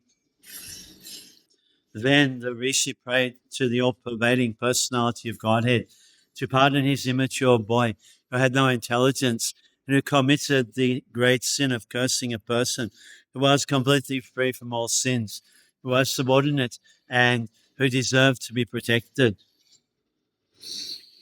Everyone is responsible for his own action, either pious or sinful. the Rishi Shamik could foresee that his son had committed a great sin by cursing Maharaj Parikshit, who deserved to be protected by the Brahmanas, for he was a pious ruler and completely free from all sins, because of his being a first-class devotee of the Lord. When an offense is done unto the devotee of the Lord, it is very difficult to overcome the reaction. The Brahmanas, being at the head of the social orders, are meant to give protection to their subordinates and not to curse them. There are occasions when a Brahmana may furiously curse a subordinate Kshatriya or Vaishya, etc. But in the case of Maharaj Parikshit, there was no grounds, as already explained. The foolish boy had done it out of sheer vanity in being a Brahmana's son, and thus he became liable to be punished by the law of God. The Lord never forgives a person who condemns his pure devotee. Therefore, the foolish Shringi had not only committed a sin by cursing a king, but also the greatest offense. Therefore, the Rishi could foresee that only the Supreme Personality of Godhead could save his boy from his sinful act. He therefore directly prayed for a pardon from the Supreme Lord, who alone could undo a thing which is impossible to change. The appeal was made in the name of a foolish boy who had developed no intelligence at all. A question may be raised here that since it was the desire of the Lord that Parikshit Maharaj was put into that awkward position so that he might be delivered from material existence, then why was a Brahmana's son made responsible for this offensive act? The answer is that the offensive act was performed by a child only, so that he could be excused very easily, and thus the prayer of the father was accepted. But if the question is raised why the Brahmana community as a whole was made responsible for allowing Kali into the world affairs, the answer is given in the Varaha Purana that the demons who acted inimically toward the personality of Godhead, but were not killed by the Lord, were allowed to take birth in the families of the Brahmanas to take advantage of the age of Kali. The all-merciful Lord gave them a chance to have their births in the families of the pious Brahmanas so that they could progress towards salvation. But the demons, instead of utilizing the good opportunity, misused the Brahminical culture due to being puffed up by vanity in becoming Brahmanas. The typical example is the son of Samika Rishi, and all the foolish sons of Brahmanas are warned hereby not to become as foolish as Shringi and be always on guard against the demoniac qualities which they had in their previous births. The foolish boy was, of course, excused by the Lord, but others who may not have a father like Shamika Rishi will be put into great difficulty if they misuse the advantages obtained by birth in a Brahmana family. Tiraskrita vipralabdha shaptaha kshipta hatapi nasya tat pratikubanti tadbhaktaha prabhabhopihi. The devotees of the Lord are so forbearing that even though they are defamed, cheated, cursed, disturbed, neglected, or even killed, they are never inclined to avenge themselves. Rishi Shamik also knew that the Lord does not forgive a person who has committed an offense at the feet of a devotee. The Lord can only give direction to take shelter of the devotee only. He thought within himself that if Maharaj Parikshit would counter-curse the boy, he might be saved. But he knew also that a pure devotee is callous about worldly advantages or reverses. As such, the devotees are never inclined to counteract personal defamation, curses, negligences, etc. As far as such things are concerned, in personal affairs, the devotees do not care for them. But in the case of their being performed against the Lord and his devotees, then the devotee takes very strong action. It was a personal affair, and therefore Shamika Rishi knew that the king would not take counteraction. Thus, there is no other alternative than to place an appeal to the Lord for the immature boy. It is not that only the Brahmanas are powerful enough to award curses or blessings upon their subordinates, but the devotee of the Lord, even though he may not be a Brahmana, is more powerful than a Brahmana. But a powerful devotee never misuses the power for personal benefit. Whatever power the devotee may have is always utilized in service towards the Lord and his devotees only. Iti putraha kritaghena sanutapto mahamuni swam vipra krito ragya navangham tarachintayat. The sage thus regretted the sin committed by his own son. He did not take the insult paid by the king very seriously. The whole incident is now cleared up. Maharaj Parikshit's garlanding the sage with a dead snake was not at all a very serious offence, but Shringi's cursing the king was a serious offence. The serious offence was committed by a foolish child only. Therefore, he deserved to be pardoned by the Supreme Lord. Although it was not possible to get free from the sinful reaction, Maharaj Parikshit also did not mind the curse offered to him by a foolish Brahmana. On the contrary, he took full advantage of the awkward situation, and by the great will of the Lord, Maharaj Parikshit achieved the highest perfection of life through the grace of Srila Shukadev Goswami. Actually, it was the desire of the Lord, and Maharaj Parikshit, Rishi Shamik, and his son Shringi were all instrumental in fulfilling the desire of the Lord. So none of them were put into difficulty because everything was done in relation with the Supreme Person. Prayashaha sarvoloke paradvandvesha jojitaha navyatanti nahrishyanti yatatma gunashrayaha. Generally, the transcendentalists, even though engaged by others in the dualities of the material world, are not distressed, nor do they take pleasure in worldly things, for they are transcendentally engaged. The transcendentalists are the empiric philosophers, mystics, and the devotees of the Lord. Empiric philosophers aim at the perfection of merging into the being of the Absolute. The mystics aim at perceiving the all-pervading supersoul, and the devotees of the Lord are engaged in the transcendental loving service of the personality of Godhead. Since Brahman, Paramatma, or Bhagavan are different phases of the same transcendence, all these transcendentalists are beyond the three modes of material nature. Material distresses and happinesses are products of the three modes, and therefore the causes of such material distress and happiness have nothing to do with the transcendentalists. The king was a devotee and the rishi was a mystic. Therefore, both of them were unattached to the accidental incidents created by the supreme will. The playful child was an instrument in fulfilling the Lord's will. Thus end the Bhaktivedanta purports of the first canto, 18th chapter of the Srimad-Bhagavatam, entitled Maharaj Parikshit cursed by a Brahmana boy. Srimad-Bhagavatam, by His Divine Grace, A.C. Bhaktivedanta Swami Prabhupada, first canto, chapter 19, appearance of Shukadev Goswami. Sutta uvacha mahipatistuata tatkama garyam vichintayanatma kritam sudurmanaha ahomayani samanaya vatkritam nirhagasi brahmani gutatejasi. Sri Sutta Goswami said, while returning home, the king, Maharaj Parikshit, felt that the act he had committed against the faultless and powerful Brahmana was heinous and uncivilized. Consequently, he was distressed. The pious king regretted his accidental improper treatment of the powerful Brahmana who was faultless. Such repentance is natural for a good man like the king, and such repentance delivers a devotee from all kinds of sins accidentally committed. The devotees are naturally faultless. Accidental sins committed by a devotee are sincerely regretted, and by the grace of the Lord, all sins unwillingly committed by a devotee are burned in the fire of repentance. Dhruvam tatome kritadeva halanad durachyayam vyasanam nati drighat tadastu kamam yaghanisktayam me yatana kuyam puna ibamadha.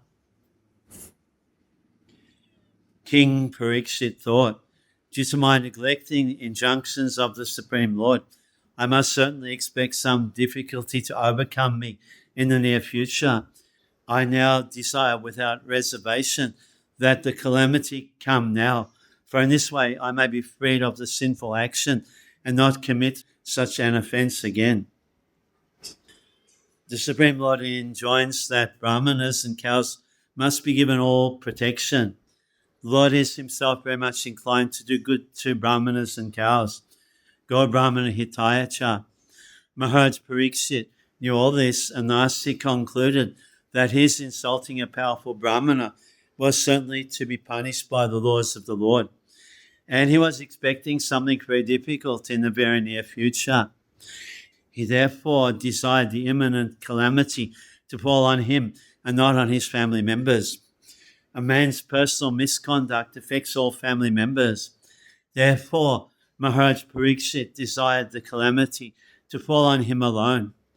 By suffering personally, he would be restrained from future sins, and at the same time, the sin which he had committed will be counteracted so that his descendants would not suffer. This is the way a responsible devotee thinks. The family members of a devotee also share the effects of a devotee's service unto the Lord. Maharaj Prahlad saved his demon father by his personal devotional service.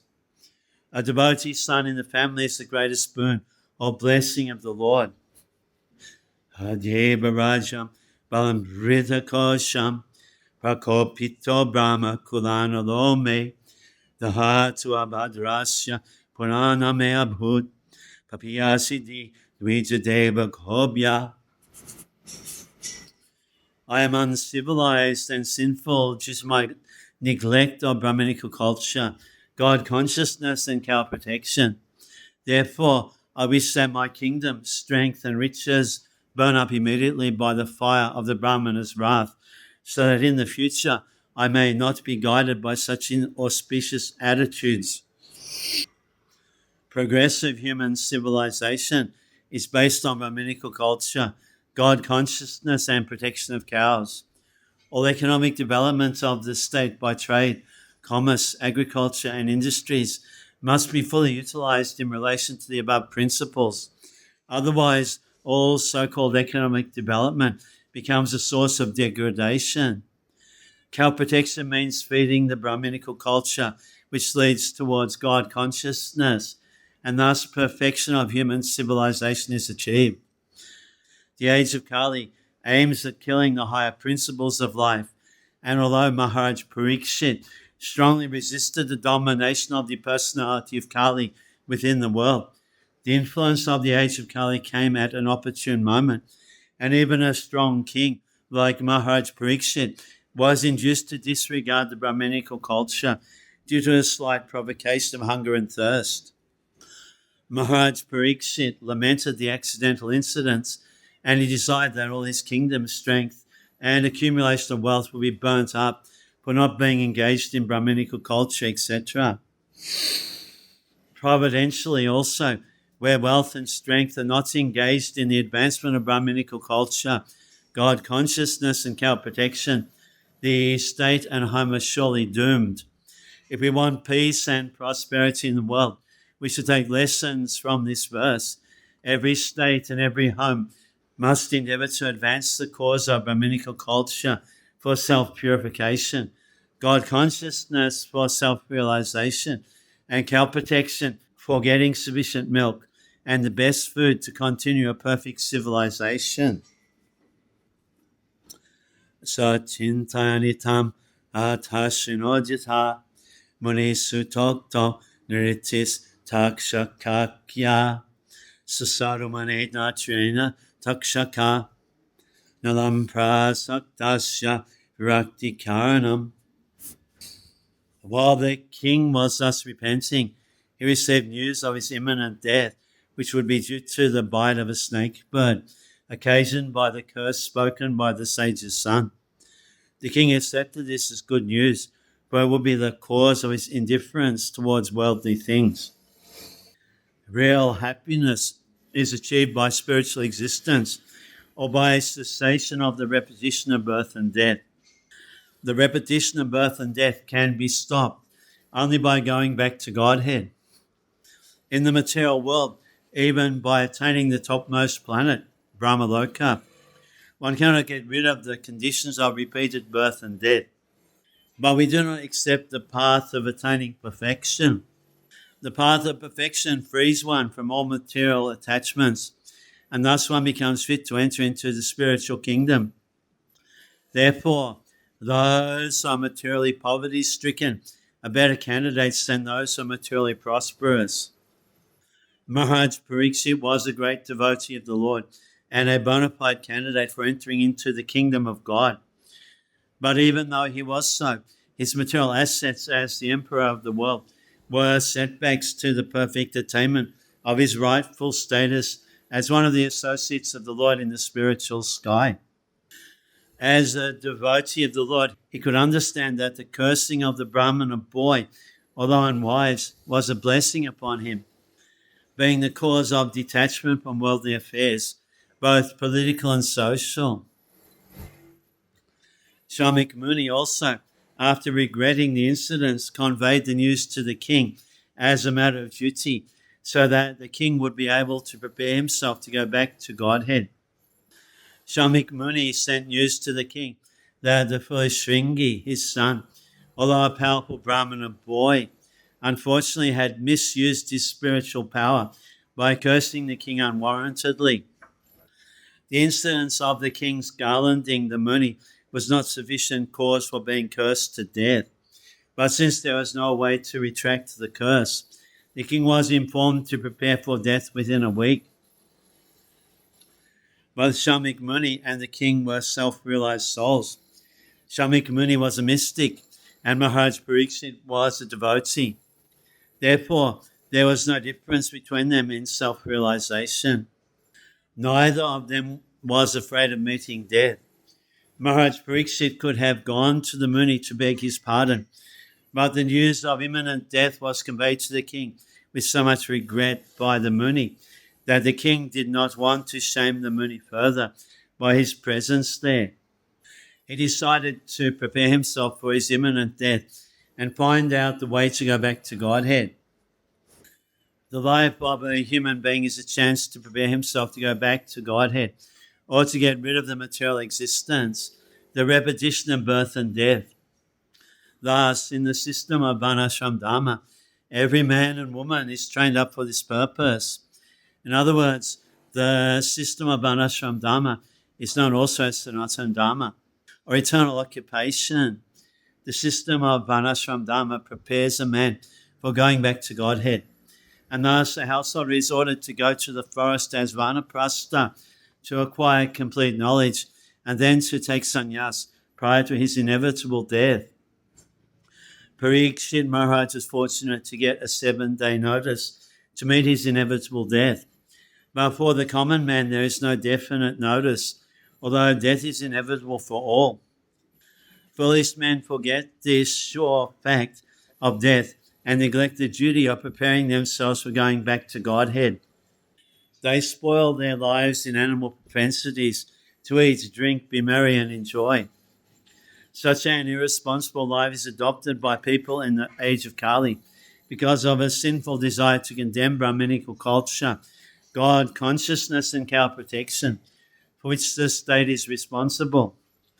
The state must employ revenue to advance these 3 items and thus educate the populace to prepare for death. The state which does so is the real welfare state. The state of India should better follow the examples of Maharaj Pariksit, the ideal executive head, than to imitate other materialistic states which have no idea of the kingdom of Godhead, the ultimate goal of human life. Deterioration of the ideals of Indian civilization has brought about the deterioration of civic life, not only in India but also abroad. Atobi hayemam amum shalokam vimashito hayataya parashtat krishnangri sevam arimanyamana upabhishat prayam amachanadyam. Maharaj Pariksit sat down firmly on the banks of the Ganges to concentrate his mind in Krishna consciousness. rejecting all other practices of self-realization, because transcendental loving service of Krishna is the greatest achievement, superseding all other methods. For a devotee like Maharaj Pariksit, none of the material planets, even the topmost Brahmaloka, is as desirable as Goloka Vrindavan, the abode of Lord Sri Krishna, the primeval Lord and original personality of Godhead.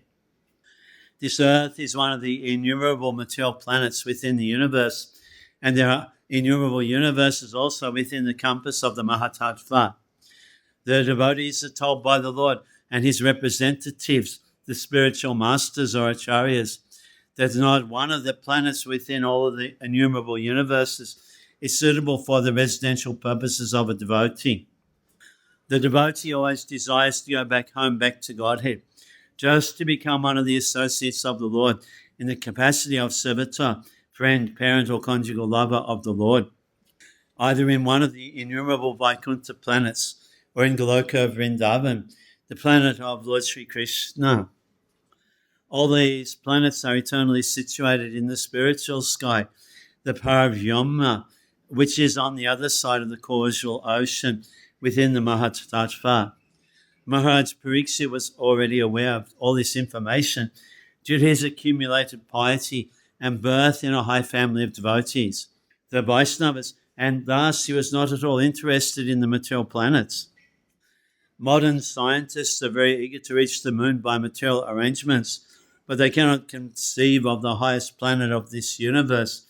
But a devotee like Maharaj Pariksit does not care a fig for the moon, or for that matter, any of the material planets. So when he was assured of his death on a fixed date, he became more determined in the transcendental loving service of the Lord Krishna by complete fasting on the bank of the transcendental river Yamuna, which flows down by the capital of Hastinapur in the Delhi state. Both the Ganges and the Yamuna are Amarcha, transcendental rivers, and Yamuna is still more sanctified for the following reasons. Ya Vaila Sakshri Tulasi Mishra Krishnangri Renu Abhyadikam Bunetri Punati Lokan Abhayatra Sheshan Kastam Nasebeta Marishamanaha. The river Ganges, by which the king sat to fast, carries the most auspicious water, which is mixed with the dust of the lotus feet of the Lord and tulsi leaves. Therefore, that water sanctifies the three worlds, inside and outside, and even sanctifies Lord Shiva and other demigods. Consequently, everyone who is destined to die must take shelter of this river. Maharaj Pariksit, just after receiving the news of his death within 7 days, at once retired from family life and shifted himself to the sacred bank of the Yamuna River. Generally, it is said that the king took shelter on the bank of the Ganges, but according to Srila Jiva Goswami, the king took shelter on the bank of the Yamuna. Srila Jiva Goswami's statement appears to be more accurate because of the geographical situation. Maharaj Pariksit resided in his capital Hastinapur, situated near present Delhi, and the river Yamuna flows down past the city.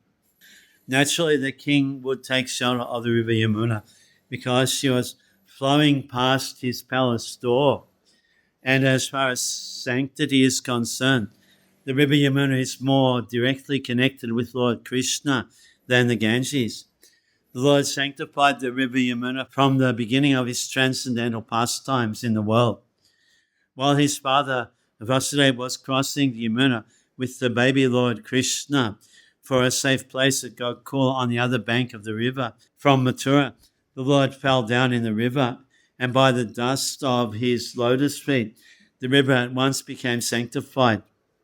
It is especially mentioned herein that Maharaj Pariksit took shelter of that particular river, which is beautifully flowing, carrying the dust of the lotus feet of Lord Krishna, mixed with tulsi leaves. Lord Krishna's lotus feet are always besmeared with the tulsi leaves, and thus as soon as his lotus feet are contacted with the water of the Ganges and the Yamuna, the rivers become at once sanctified. The Lord, however, contacted the river Yamuna more than the Ganges. According to the Braha Purana, as quoted by Srila Jiva Goswami, there is no difference between the water of the Ganges and the Yamuna. But when the water of the Ganges is sanctified 100 times, it is called the Yamuna. Similarly, it is said in the scriptures that 1,000 names of Vishnu are equal to one name of Ram, and 3 names of Lord Ram are equal to one name of Krishna. Iti bhai bhachidya sapandabheya prayopavesham prativishnupadyam tadho mukundangrim ananya bhavo muribrato mukta samasta sangaha. Thus the king, the worthy descendant of the Pandavas, decided once and for all and sat on the Ganges banks to fast until death and give himself up to the lotus feet of Lord Krishna, who alone is able to award liberation. So, freeing himself from all kinds of associations and attachments, he accepted the vows of a sage. The water of the Ganges sanctifies all the 3 worlds, including the gods and the demigods, because it emanates from the lotus feet of the personality of Godhead, Vishnu. Lord Krishna is the fountainhead of the principle of Vishnu Tattva, and therefore shelter of his lotus feet can deliver one from all sins, including an offence which was committed by the king unto a Brahmana. Maharaj Pariksit therefore decided to meditate upon the lotus feet of Lord Sri Krishna, who is Mukunda, or the giver of liberation of all description. The banks of the Ganges or the Yamuna give one a chance to remember the Lord continuously. Maharaj Pariksit freed himself from all sorts of material association and meditated upon the lotus feet of Lord Krishna, and that is the way of liberation. To be free from all material association means to cease completely from committing any further sins. To meditate upon the lotus feet of the Lord means to become free from the effects of all previous sins. The conditions of the material world are so made that one has to commit sins willingly or unwillingly, and the best example is Maharaj Pariksit himself, who was a recognized sinless pious king. But he also became a victim of an offense, even though he was ever unwilling to commit such a mistake. And he was cursed also, but because he was a great devotee of the Lord, even such reverses of life became favorable. The principle is that one should not willingly commit any sin in his life and should constantly remember the lotus feet of the Lord without deviation. In such a mood only, the Lord will help the devotee to make regular progress towards the path of liberation and thus attain the lotus feet of the Lord. Even if there are accidental sins committed by the devotee, the Lord saves the surrendered soul from all sins, as it is confirmed in all scriptures. Swapadamulam bhajataha priyasya tvaitvanya bhavasya haripareshaha vikamayacho patitam katanchid dunati sabam hridisani vishtaha tatrupa jagmu bhuvanam punana mahanubhava moraya sashisya prayanatitaha bigama padeshai swamhitirtani punati santaha. At that time, all the great minds and thinkers, accompanied by their disciples, and sages who could verily sanctify a place of pilgrimage just by their presence, arrived there on the plea of making a pilgrim's journey. When Maharaj Pariksit sat down on the bank of the Ganges, the news spread in all directions of the universe, and the great-minded sages who could follow the importance of the occasion all arrived there on the plea of pilgrimage. Actually, they came to meet Maharaj Pariksit and not to take a bath of pilgrimage, because all of them were competent enough to sanctify the pilgrimages. Common men go to pilgrimage sites to get themselves purified of all sins. Thus, the place of pilgrimage becomes overburdened with the sins of others. But when such sages visit overburdened places of pilgrimage, they sanctify the place by their presence. Therefore, the sages who came to meet Maharaj Pariksit were not very much interested in getting themselves purified like other common men. But on the plea of taking a bath in that place, they came to meet Maharaj Parikshit because they could foresee that Srimad-Bhagavatam will be spoken by Shukadeva Goswami. All of them wanted to take advantage of the great occasion. Atriba Shistas Chaibanaha Sadvan Aristanemi Brigo Angirascha Parasro Gadi Suto Atarama Utatya Indra Pramadhe Damavaho Medhatiti Deba Aristaseno Bharadwajo Gutama Pipaladya Maitreya Kavasha Kumbhayano Dvapayano Bhagavan Naradascha. From different parts of the universe, there arrived great sages like Atri, Chaibana, Saradvan, Aristanemi, Brigu, Vasishta, Parashara, Vishwamitra, Angira, Parashram, Utachya, Indrapramada, Idhamavahu, Medhatiti, Devala, Aristasena, Bharadwaj, Gotama, Pipalad, Maitreya, Auva, Kavasha, Kumbhayani, Dvaipayana, and the great personality Narad. Chaibana, a great sage and one of the sons of Brigamuni. He was born prematurely when his pregnant mother was kidnapped. Chaibana is one of the 6 sons of his father. Brigu, when Brahmaji was performing a great sacrifice on behalf of Varuna, Maharishi Brigu was born from the sacrificial fire.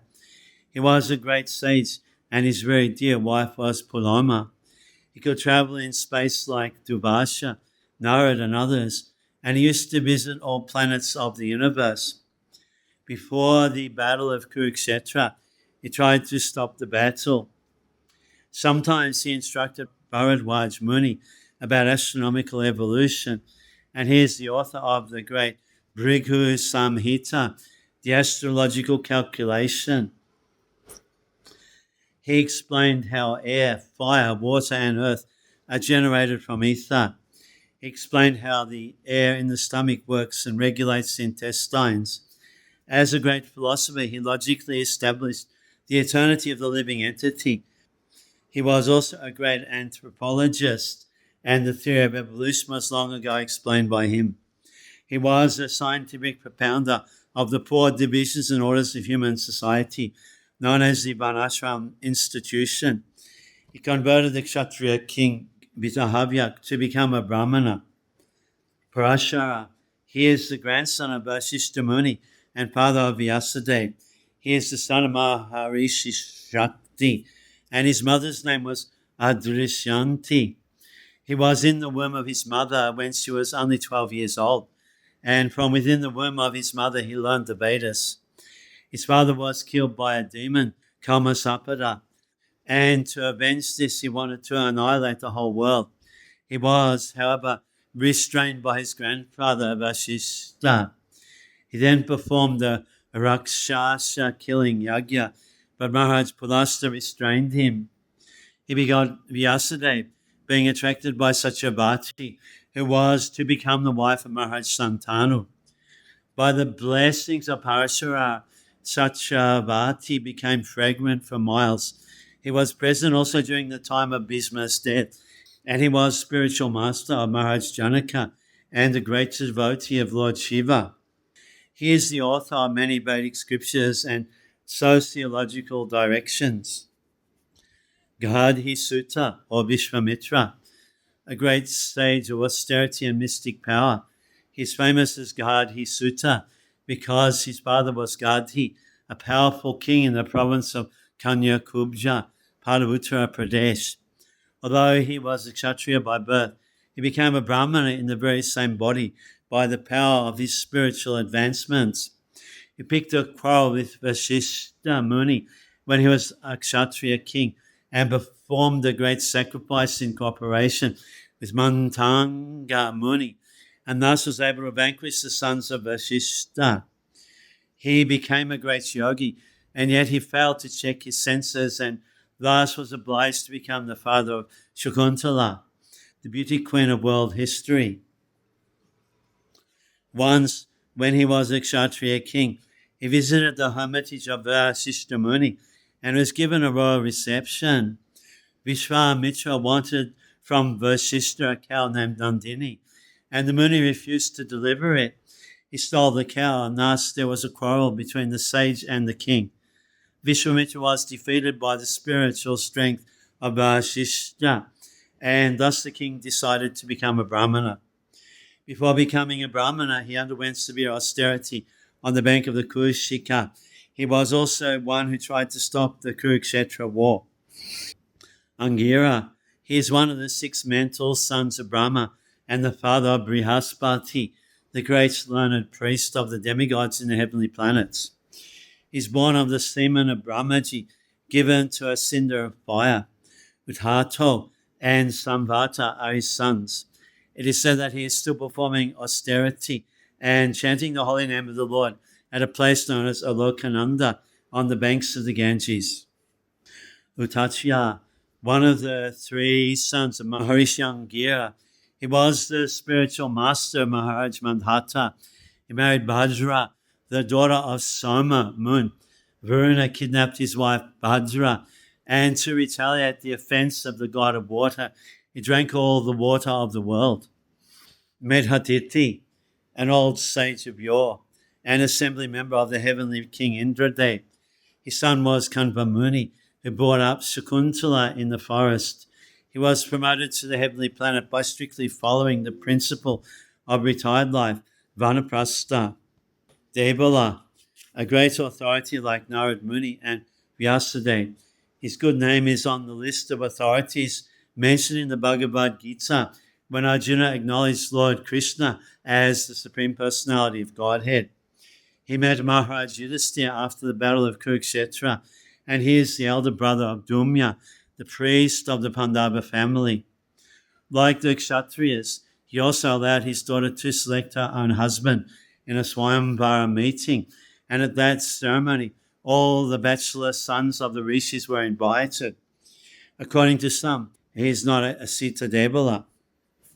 Gautama, one of the 7 great sages of the universe, Saradwan, Gautama is one of his sons. Persons in the Gautama Gotra dynasty today are either his family descendants or in his disciplic succession. The Brahmanas who profess Gautama Gotra are generally family descendants, and the Kshatriyas and Vaishyas who profess Gautama Gotra are all in the line of his disciplic succession. He is the husband of the famous Ahalaya, who turned into stone, and Indradev, the king of heaven, molested her. Ahalaya was delivered by Lord Ramachandra. He is the grandfather of Kripacharya, one of the heroes of the Battle of Kurukshetra. Maitreya, a great rishi of yore, he was spiritual master of Vidura and a great religious authority. He advised Dhritarashtra to keep good relations with the Pandavas. Duryodhana disagreed and thus was cursed by him. He met Vyasadeva and had religious discourses with him. Anye cha deva rishi, brahma rishi bharya, raja rishi bharya, arundadayascha, nanarishya pravan sametan, abhyachya raja shirasabhavande. There are also many other saintly demigods, kings, and special royal orders called Arunadayas, a special rank of Rajarishis from different dynasties of sages. When they all assembled together to meet the emperor, Parikshit, he received them properly and bowed his head to the ground. The system of bowing their head to the ground to show respect to superiors is an excellent etiquette which obliges the honoured guest deep into the heart. Even the first-grade offender is excused simply by this process, and Maharaj Parikshit, although honoured by all the rishis and kings, welcomed all the big men in that humble etiquette in order to be excused from any offences. Generally, at the last stage of one's life, this humble method is adopted by every sensible man in order to be excused before departure. In this way, Maharaj Parikshit implored everyone's goodwill for going back home, back to Godhead.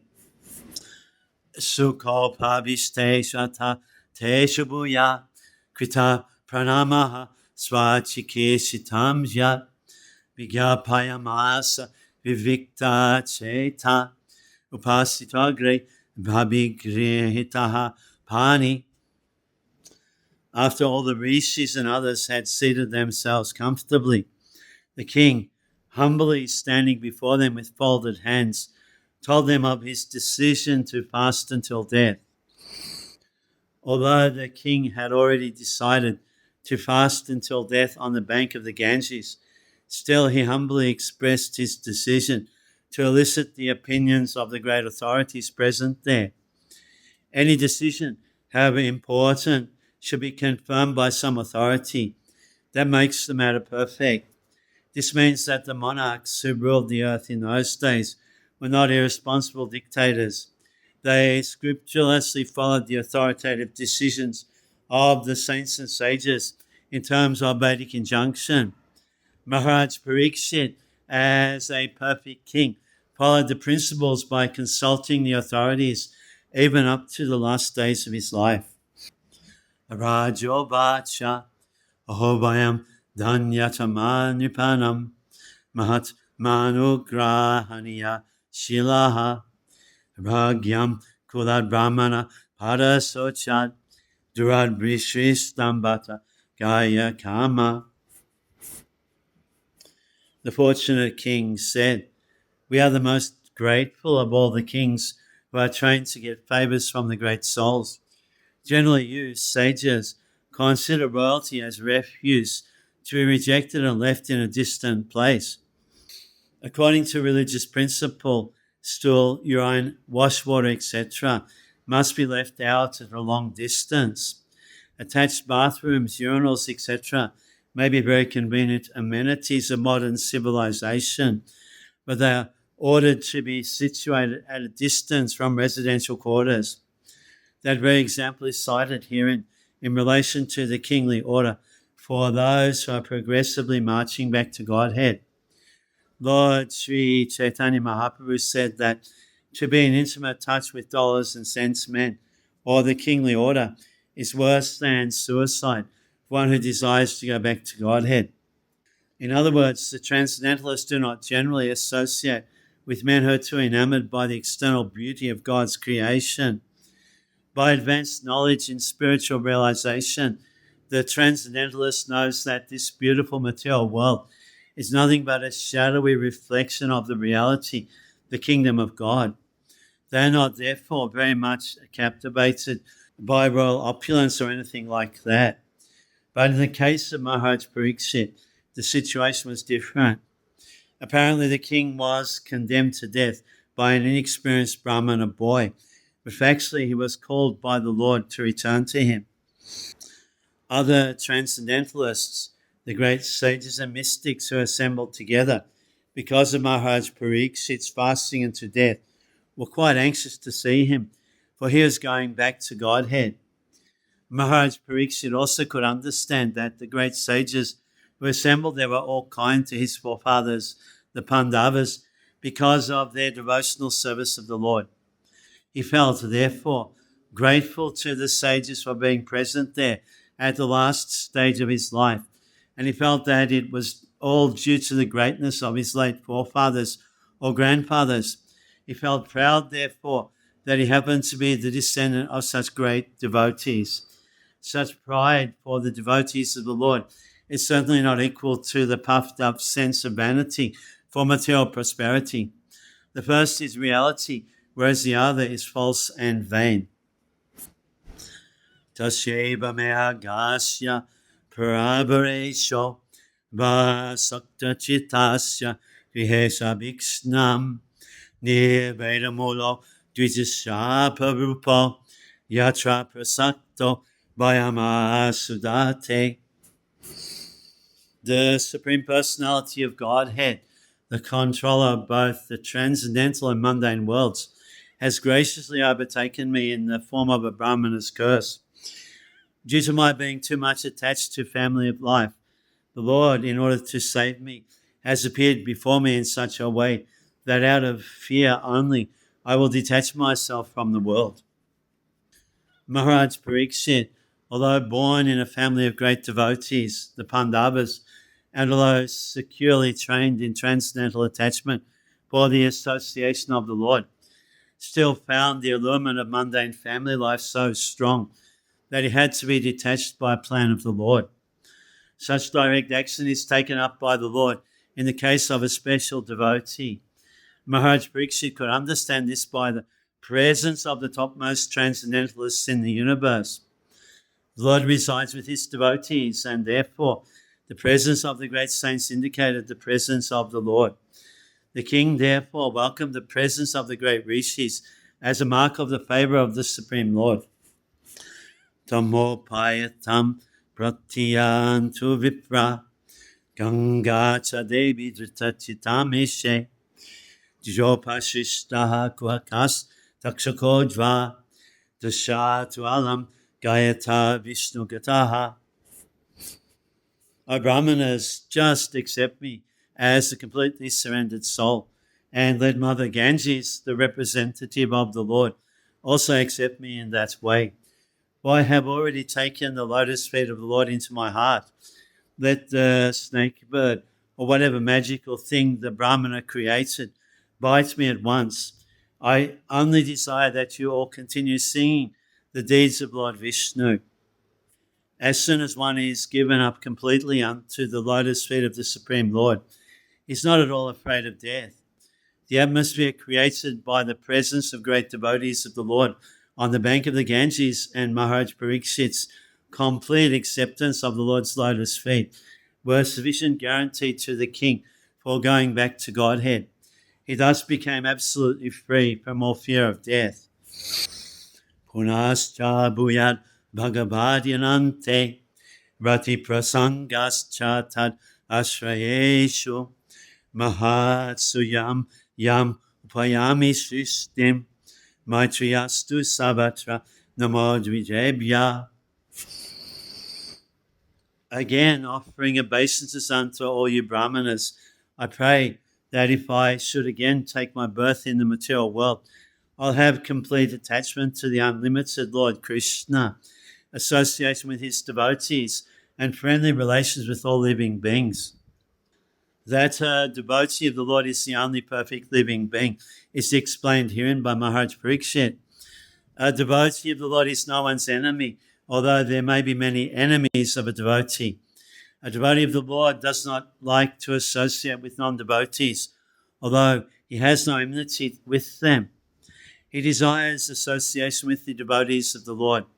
This is perfectly natural because birds of the same feather mix together.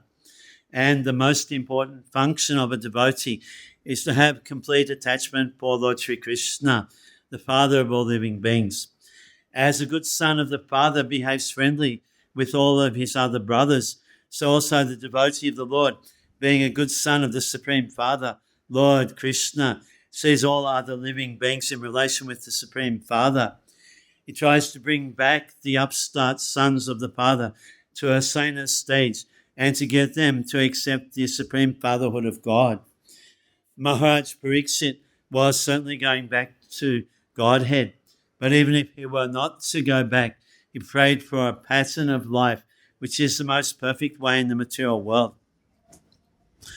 A pure devotee does not desire the company of a personality as great as Brahma, but he prefers the association of a petty living being, provided he is a devotee of the Lord. Iti smarajadya vashaya juktaha prachina muleshu kusheshu dhira udanmukha dakshina kula aste samudrapanya swasutanyasta bharaha. In perfect self-control, Maharaj Parikshit sat down on a seat of straw, with straw roots facing the east, placed on the southern bank of the Ganges, and he himself faced the north. Just previously, he had given charge of his kingdom over to his sons. The river Ganges is celebrated as the wife of the sea.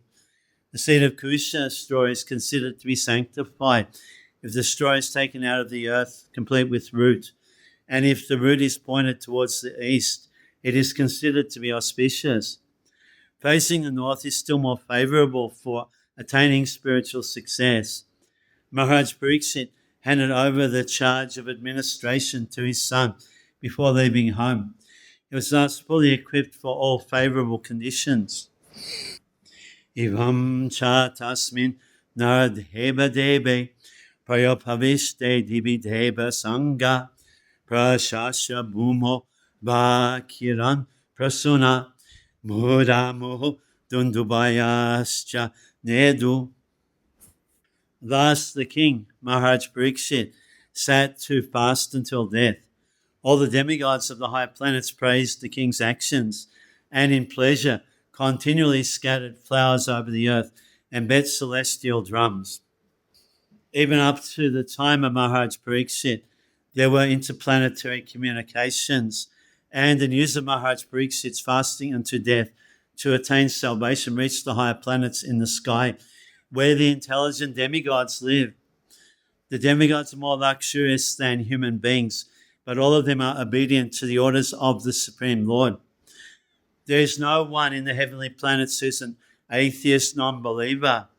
Thus, any devotee of the Lord on the service of the earth is always praised by them. And in the case of Maharaj Pariksit, they were greatly delighted and thus gave tokens of honor by scattering flowers over the earth and by beating celestial drums. A demigod takes pleasure in seeing someone go back to Godhead. He's always pleased with a devotee of the Lord, so much so that by his Adidevic powers he may help the devotees in all respects. And by their actions, the Lord is pleased with them. There is an invisible chain of complete cooperation between the Lord, the demigods, and the devotee of the Lord on earth. Maharishayo Vaisamupagataje Prashasya Saru Iti Anumodamanaha Uchoha Prajanugraha Shilasara Yadutama Sloka Gunabhirupam. All the great sages who are assembled there also praised the decision of Maharaj Pariksit, and they expressed their approval by saying, "Very good." Naturally, the sages are inclined to do good to common men, for they have all the qualitative powers of the Supreme Lord. Therefore, they were very much pleased to see Maharaj Pariksit, a devotee of the Lord, and they spoke as follows. The natural beauty of a living being is enhanced by rising up to the platform of devotional service. Maharaj Pariksit was absorbed in attachment for Lord Krishna. Seeing this, the great sages assembled were very pleased, and they expressed their approval by saying, "Very good." Such sages are naturally inclined to do good to the common man, and when they see a personality like Maharaj Pariksit advance in devotional service, their pleasure knows no bound, and they offer all blessings in their power. Devotional service of the Lord is so auspicious that all demigods and sages, up to the Lord himself, become pleased with the devotee, and therefore the devotee finds everything auspicious. All inauspicious matters are removed from the path of a progressive devotee. Meeting all the great sages at the time of death was certainly auspicious for Maharaj Pariksit, and thus he was blessed by the so-called curse of a Brahmana's boy. Na vaidam rajarishi bhaya chitram bhavatsu krishnam samanubhrateshu yajhasanam rajakirita justam sajajahu bhagavat prashrakamaha. The sages said, "O chief of all the saintly kings of the Pandu dynasty who are strictly in the line of Lord Sri Krishna, it is not at all astonishing that you give up your throne, which is decorated with the helmets of many kings, to achieve eternal association with the personality of Godhead. Foolish politicians who hold political administrative posts think that the temporary posts they occupy are the highest material gain of life, and therefore they stick to that post even up to the last moment of life, without knowing that achievement of liberation as one of the associates of the Lord in his eternal abode is the highest gain of life. The human life is meant for achieving this end. The Lord has assured us in the Bhagavad Gita many times that going back to Godhead, his eternal abode is the highest achievement. Prahlad Maharaj, while praying to Lord Nrsimha, said, "O my Lord, I am very much afraid of the materialistic way of life, and I am not the least afraid of your present ghastly, ferocious feature as Nrsimhadev. This materialistic way of life is something like a grinding stone, and we are being crushed by it. We have fallen into this horrible whirlpool of the tossing waves of life, and thus, my Lord, I pray at your lotus feet to call me back to your eternal abode as one of your servitors. This is the summit liberation of this materialistic way of life. I have very bitter experience of the materialistic way of life. In whichever species of life I have taken birth, compelled by the force of my own activities, I have very painfully experienced two things, namely separation from my beloved and meeting with what is not wanted. And to counteract them, the remedies which I undertook were more dangerous than the disease itself. So I drift from one point to another, birth after birth, and I pray to you, therefore, to give me shelter at your lotus feet." The Pandava kings, who are more than many saints of the world, know the bitter results of the materialistic way of life. They never captivated by the glare of the imperial throne they occupy, and they seek always the opportunity of being called by the Lord to associate with him eternally. Maharaj Parikshit was a worthy grandson of Maharaj Yudhisthira. Maharaj Yudhisthira gave up the imperial throne to his grandson, and similarly Maharaj Parikshit, the grandson of Maharaj Yudhisthira, gave up the imperial throne to his son Janamejaya. That is the way of all the kings in the dynasty, because they are all strictly in the line of Lord Krishna. Thus, the devotees of the Lord are never enchanted by the glare of materialistic life, and they live impartially, unattached to the objects of the false, illusory, materialistic way of life. Sabe bayam tabat ihasmaheta kalebaram yabat asubihaya lokam param virajaskam vishokam yasatyayam bhagavat pradhana. We shall all wait here until the foremost devotee of the Lord, Maharaj Parikshit, returns to the Supreme Planet, which is completely free from all mundane contamination and all kinds of lamentation. Beyond the limitation of the material creation, which is compared to the cloud in the sky, there is the power of Yama, or the spiritual sky, full of planets called Vaikunthas. Such Vaikuntha planets are also differently known as the Purushottama Loka, Achyuta Loka, Trivikram Loka, Rishikesh Loka, Keshava Loka, Aniruddha Loka, Madhava Loka, Pradyumna Loka, Sankarsana Loka, Sridhar Loka, Vasudev Loka, Ayodhya Loka, Dwarka Loka, and many other millions of spiritual lokas wherein the personality of Godhead predominates. And all the living entities there are liberated souls with spiritual bodies as good as that of the Lord. There is no material contamination.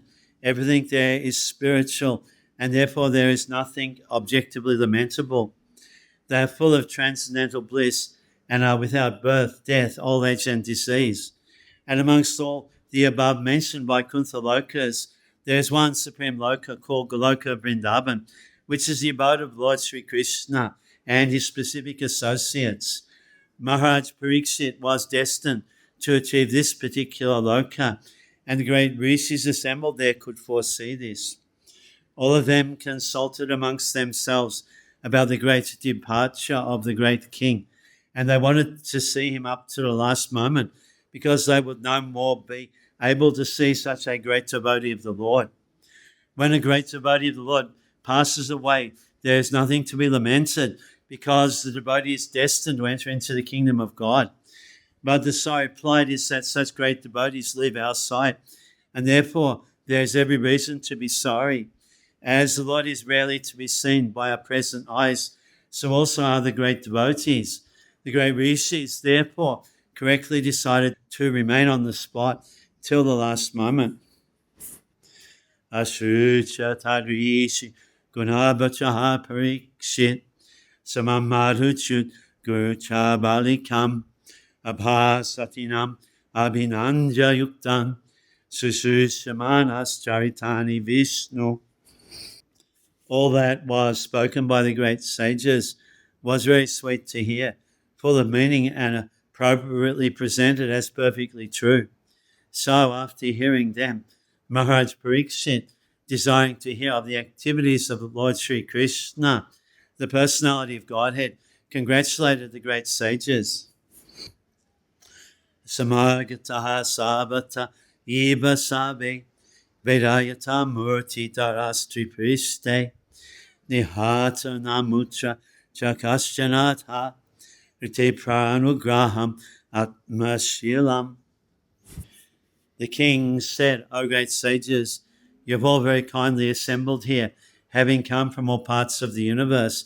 You are all as good as the Supreme Knowledge personified, who resides in the planet above the three worlds, Satyaloka. Consequently, you are naturally inclined to do good to others. And but for this, you have no interest, either in this life or the next.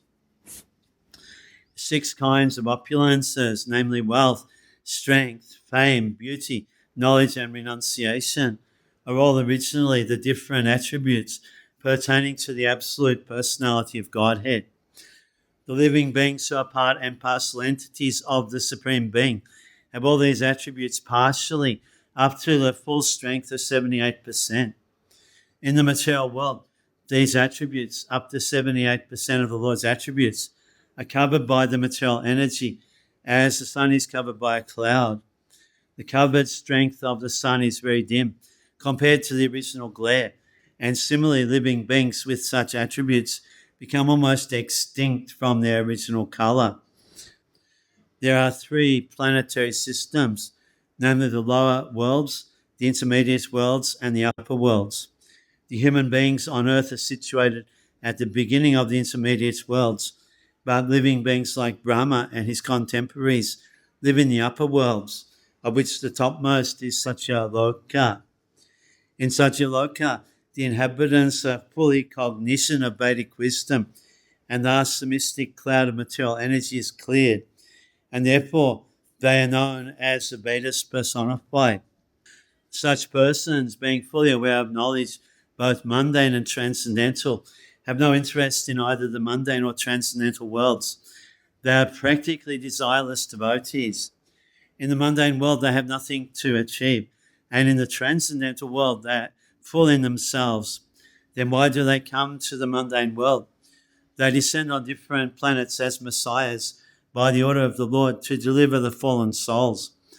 On the earth, they come down and do good to the people of the world in different circumstances under different climatic influences. They have nothing to do in this world, save and except reclaim the fallen souls, writing in material existence, deluded by material energy.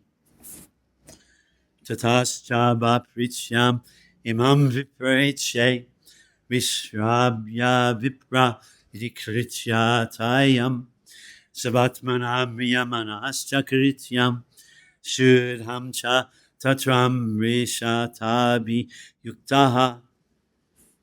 O trustworthy Brahmanas, I now ask you about my immediate duty. Please, after proper deliberation, tell me of the unalloyed duty of everyone in all circumstances, and specifically of those who are just about to die.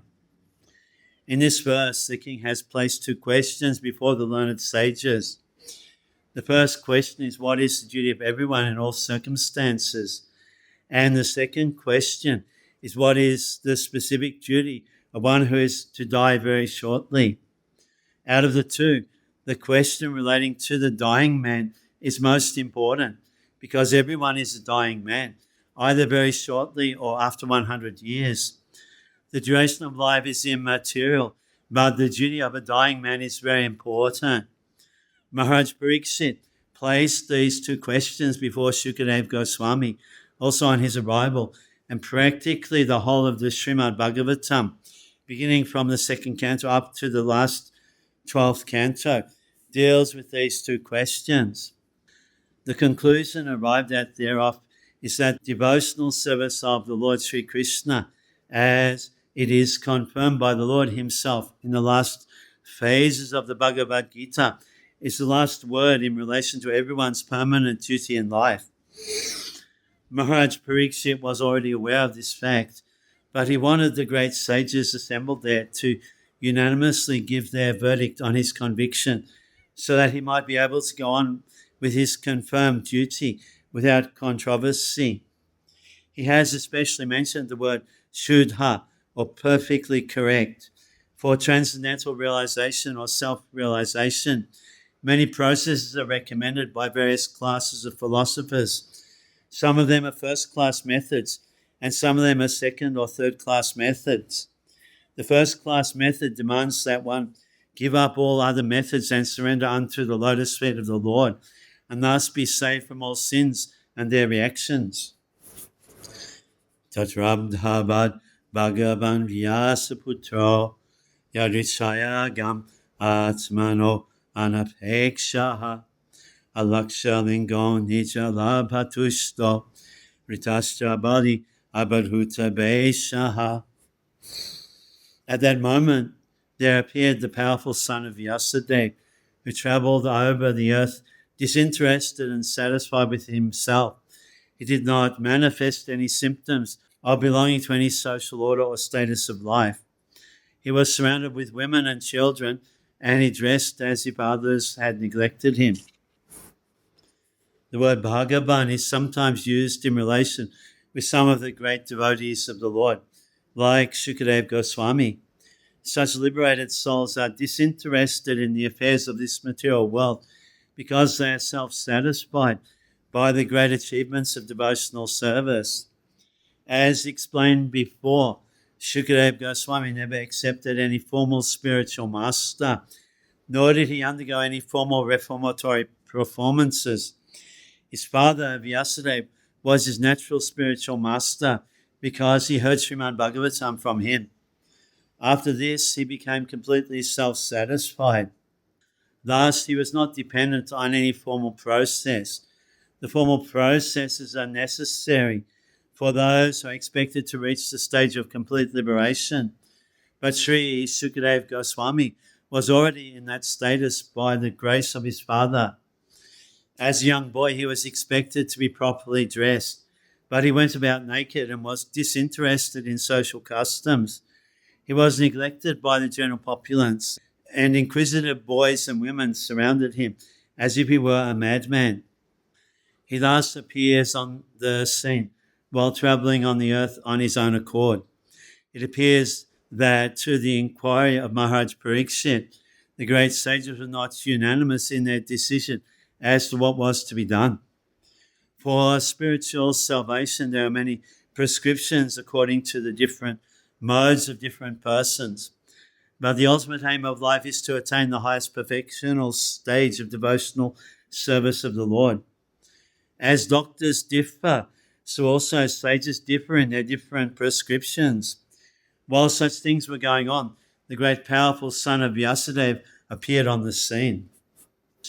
Tam dvayastavarsham sukumara pada karorubahu amsakapolagatram Churayukta sonasatulya karana sabhru anam kambu sujata kantam. This son of Vyasadeva was only 16 years old. His legs, hands, thighs, arms, shoulders, forehead, and the other parts of his body were all delicately formed.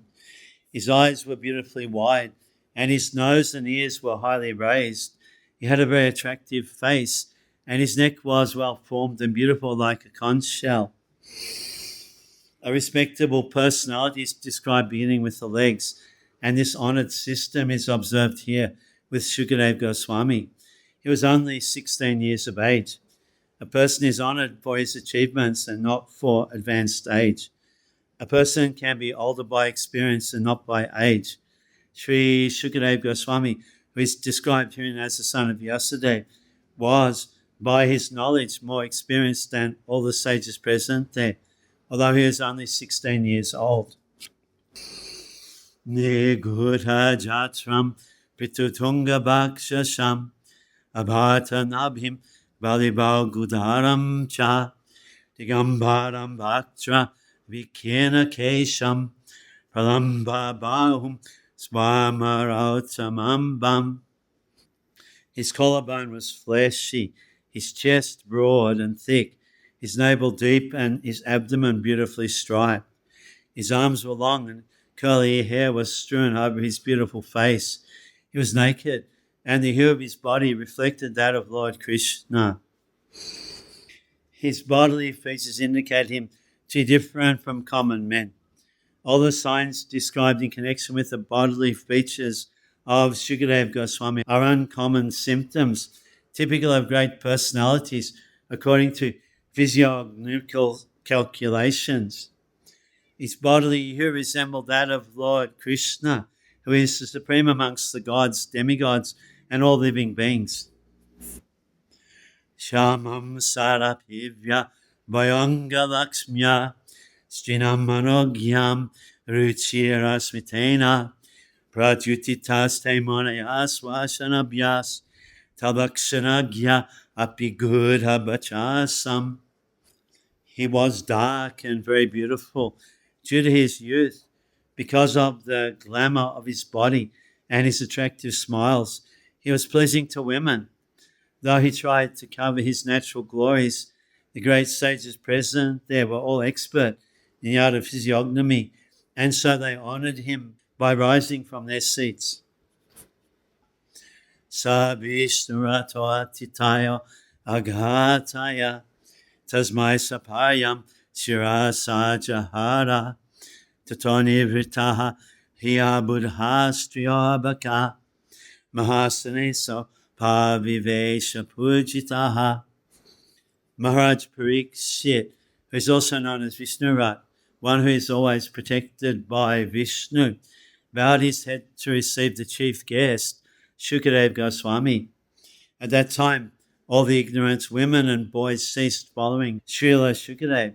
Receiving respect from all, Shukadeva Goswami took his exalted seat.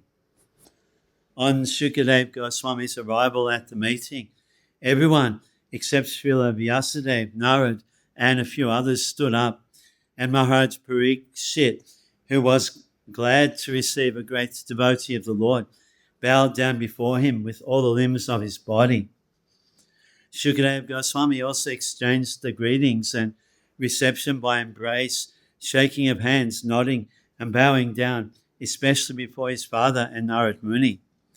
Thus he was offered the presidential seat at the meeting.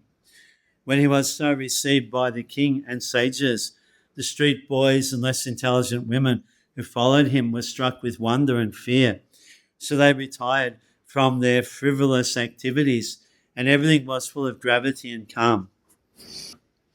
Sasamvritas tatra mahanmahiyasam Brahma Rishi, Raja Rishi, Deva Rishi, Sangai Parochitalam Bhagavanyatendo Gahaksha Taranya Karaha Paritaha.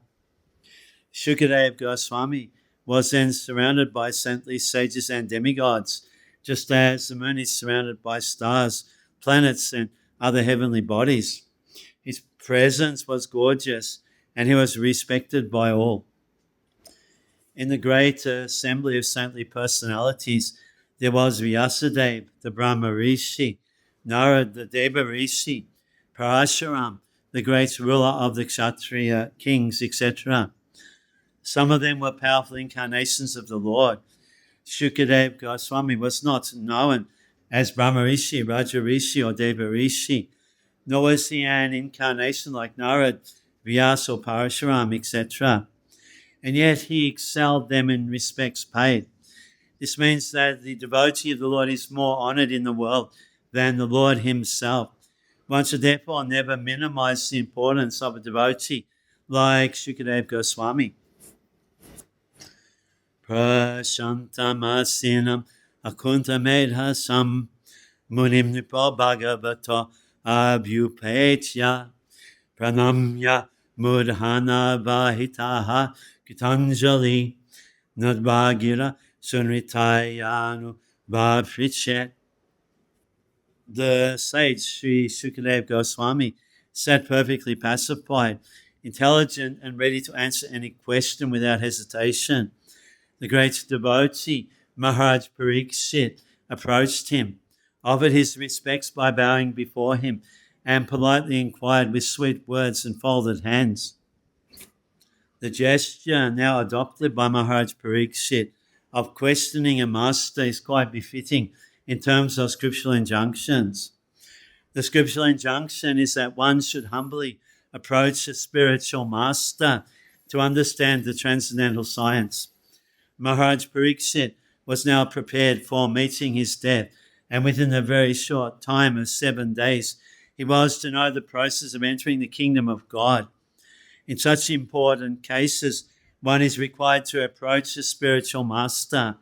There is no necessity of approaching a spiritual master unless one is in need of solving the problems of life. One who does not know how to put questions before the spiritual master has no business to see him. And the qualification of the spiritual master is perfectly manifested in the person of Sukadeva Goswami. Both the spiritual master and the disciple, namely Sri Sukadeva Goswami and Maharaj Parikshit, attained perfection through the medium of Srimad-Bhagavatam. Sukadeva Goswami learned Srimad-Bhagavatam from his father Vyasadeva, but he had no chance to recite it.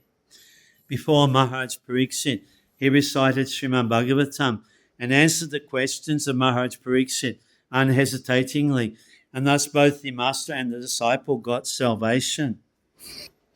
Parikshit uvacha ahojabayam brahman satsevya ksatra bandavaha kripaya titi rupena bhavad vistirtakaha kritaha.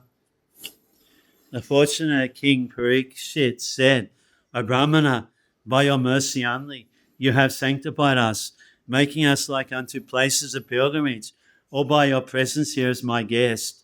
By your mercy, we, who are but unworthy royalty, become eligible to serve the devotee. Saintly devotees like Sukadeva Goswami generally do not approach worldly enjoyers, especially those in royal orders. Maharaj Prataparudra was a follower of Lord Chaitanya, but when he wanted to see the Lord refused to see him because he was a king. For a devotee who desires to go back to Godhead, 2 things are strictly prohibited: worldly enjoyers and women. Therefore, devotees of the standard of Sukadeva Goswami are never interested in seeing kings. Maharaj Parikshit was, of course, a different case. He was a great devotee, although a king, and therefore Sukadeva Goswami came to see him in his last stage of life. Maharaj Parikshit, out of his devotional humility, felt himself an unworthy descendant of his great Kshatriya forefathers, although he was as great as his predecessors. The unworthy sons of the royal orders are called Kshatrabandhavas, as the unworthy sons of the Brahmanas are called Dvijabandhus or Brahmabandhus. Maharaj Parikshit was greatly encouraged by the presence of Sukadeva Goswami.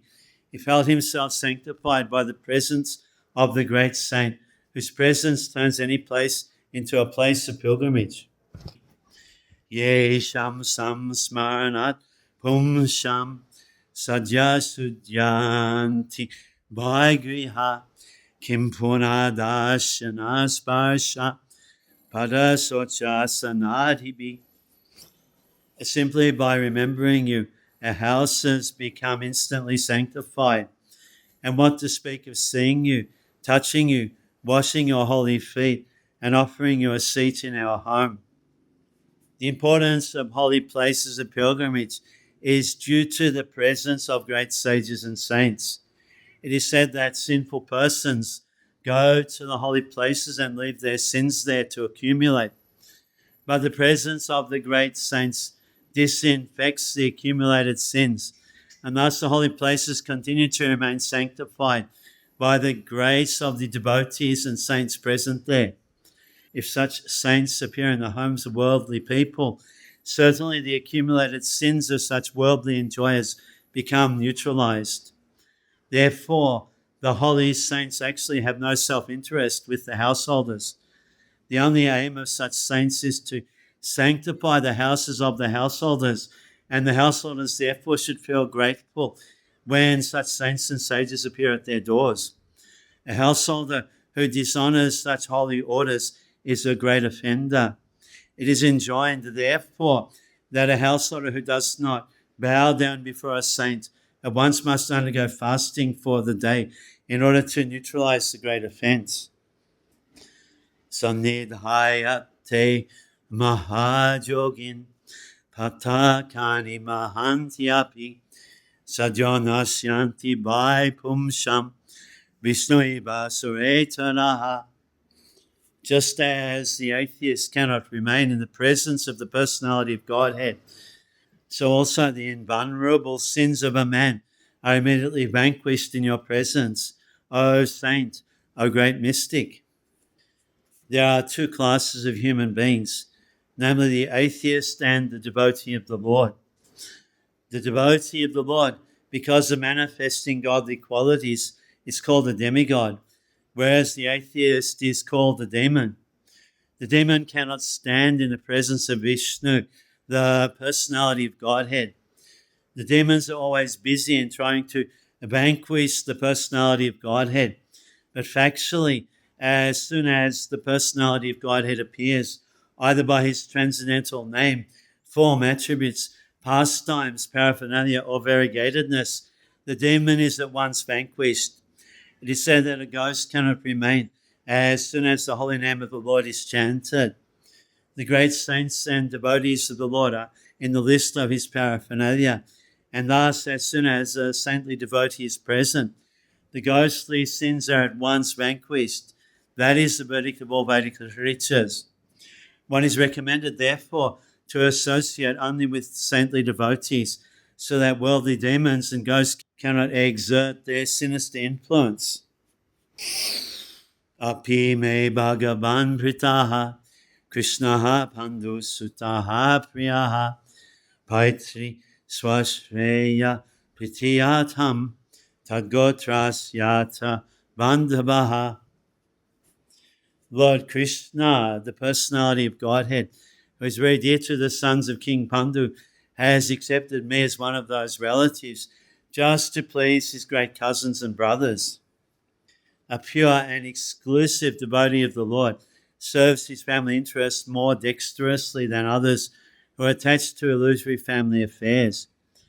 Generally, people are attached to family matters, and the whole economic impetus of human society is moving under the influence of family affection. Such deluded persons have no information that one can render better service to the family by becoming a devotee of the Lord. The Lord gives special protection to the family members and descendants of a devotee, even though such members are themselves non-devotees. Maharaj Prahlad was a great devotee of the Lord, but his father, Hiranyakashipu, was a great atheist and declared enemy of the Lord. But despite all this, Hiranyakashipu was awarded salvation due to his being the father of Maharaj Prahlad. The Lord is so kind that he gives all protection to the family members of his devotee, and thus the devotee has no need to bother about his family members, even if such family members are left aside to discharge devotional service. Maharaj Yudhisthira and his brothers were the sons of Kunti, the paternal aunt of Lord Krishna, and Maharaj Pariksit admits the patronage of Lord Krishna because of his being the only grandson of the great Pandavas. Anyata teava tagati darshanam nakatam vinam nitaram riyamananam samsidhasya vaniyasaha. Otherwise, without being inspired by Lord Krishna, how is it that you have voluntarily appeared here, though you are moving incognito to the common man and are not visible to us who are on the verge of death? The great sage Sukadeva Goswami was certainly inspired by Lord Krishna to appear voluntarily before Maharaj Parikshit, the great devotee of the Lord, just to give him the teachings of Srimad-Bhagavatam. One can achieve the nucleus of devotional service of the Lord by the mercy of the spiritual master and the personality of Godhead. The spiritual master is the manifested representative of the Lord to help one achieve ultimate success. One who is not authorized by the Lord cannot become a spiritual master. Srila Sukadeva Goswami is an authorized spiritual master, and thus he was inspired by the Lord to appear before Maharaj Parikshit and instruct him in the teachings of Srimad-Bhagavatam. One can achieve the ultimate success of going back to Godhead if he is favored by the Lord's sending his true representative. As soon as a true representative of the Lord is met by a devotee of the Lord, the devotee is assured a guarantee for going back to Godhead just after leaving the present body. This, however, depends on the sincerity of the devotee himself.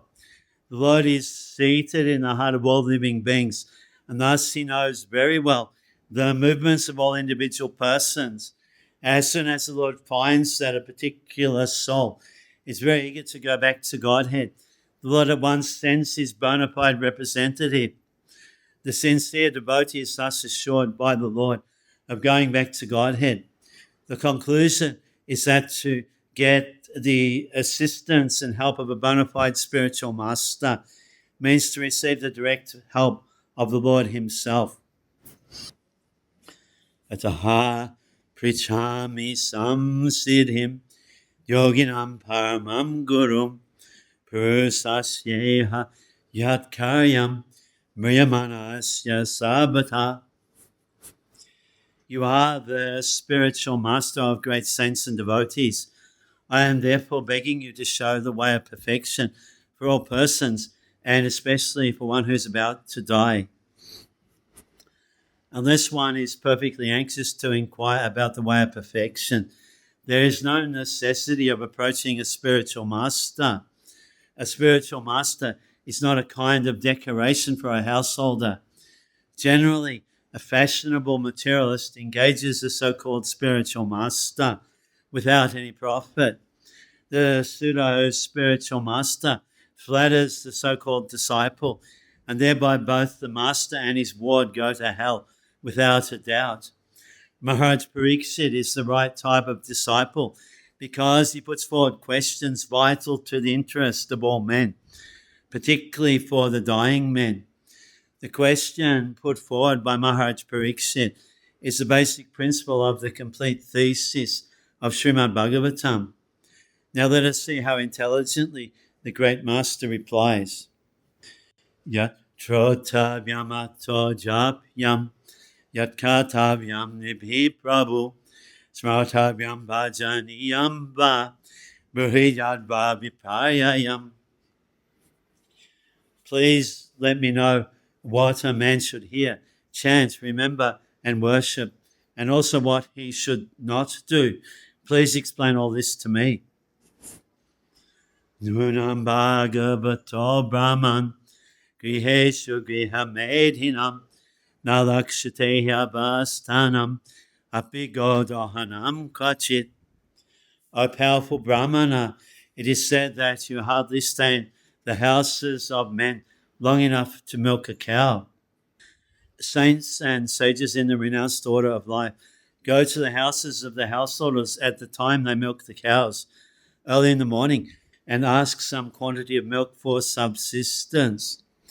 A pound of milk fresh from the milk bag of a cow is sufficient to feed an adult with all vitamin values, and therefore saints and sages live only on milk.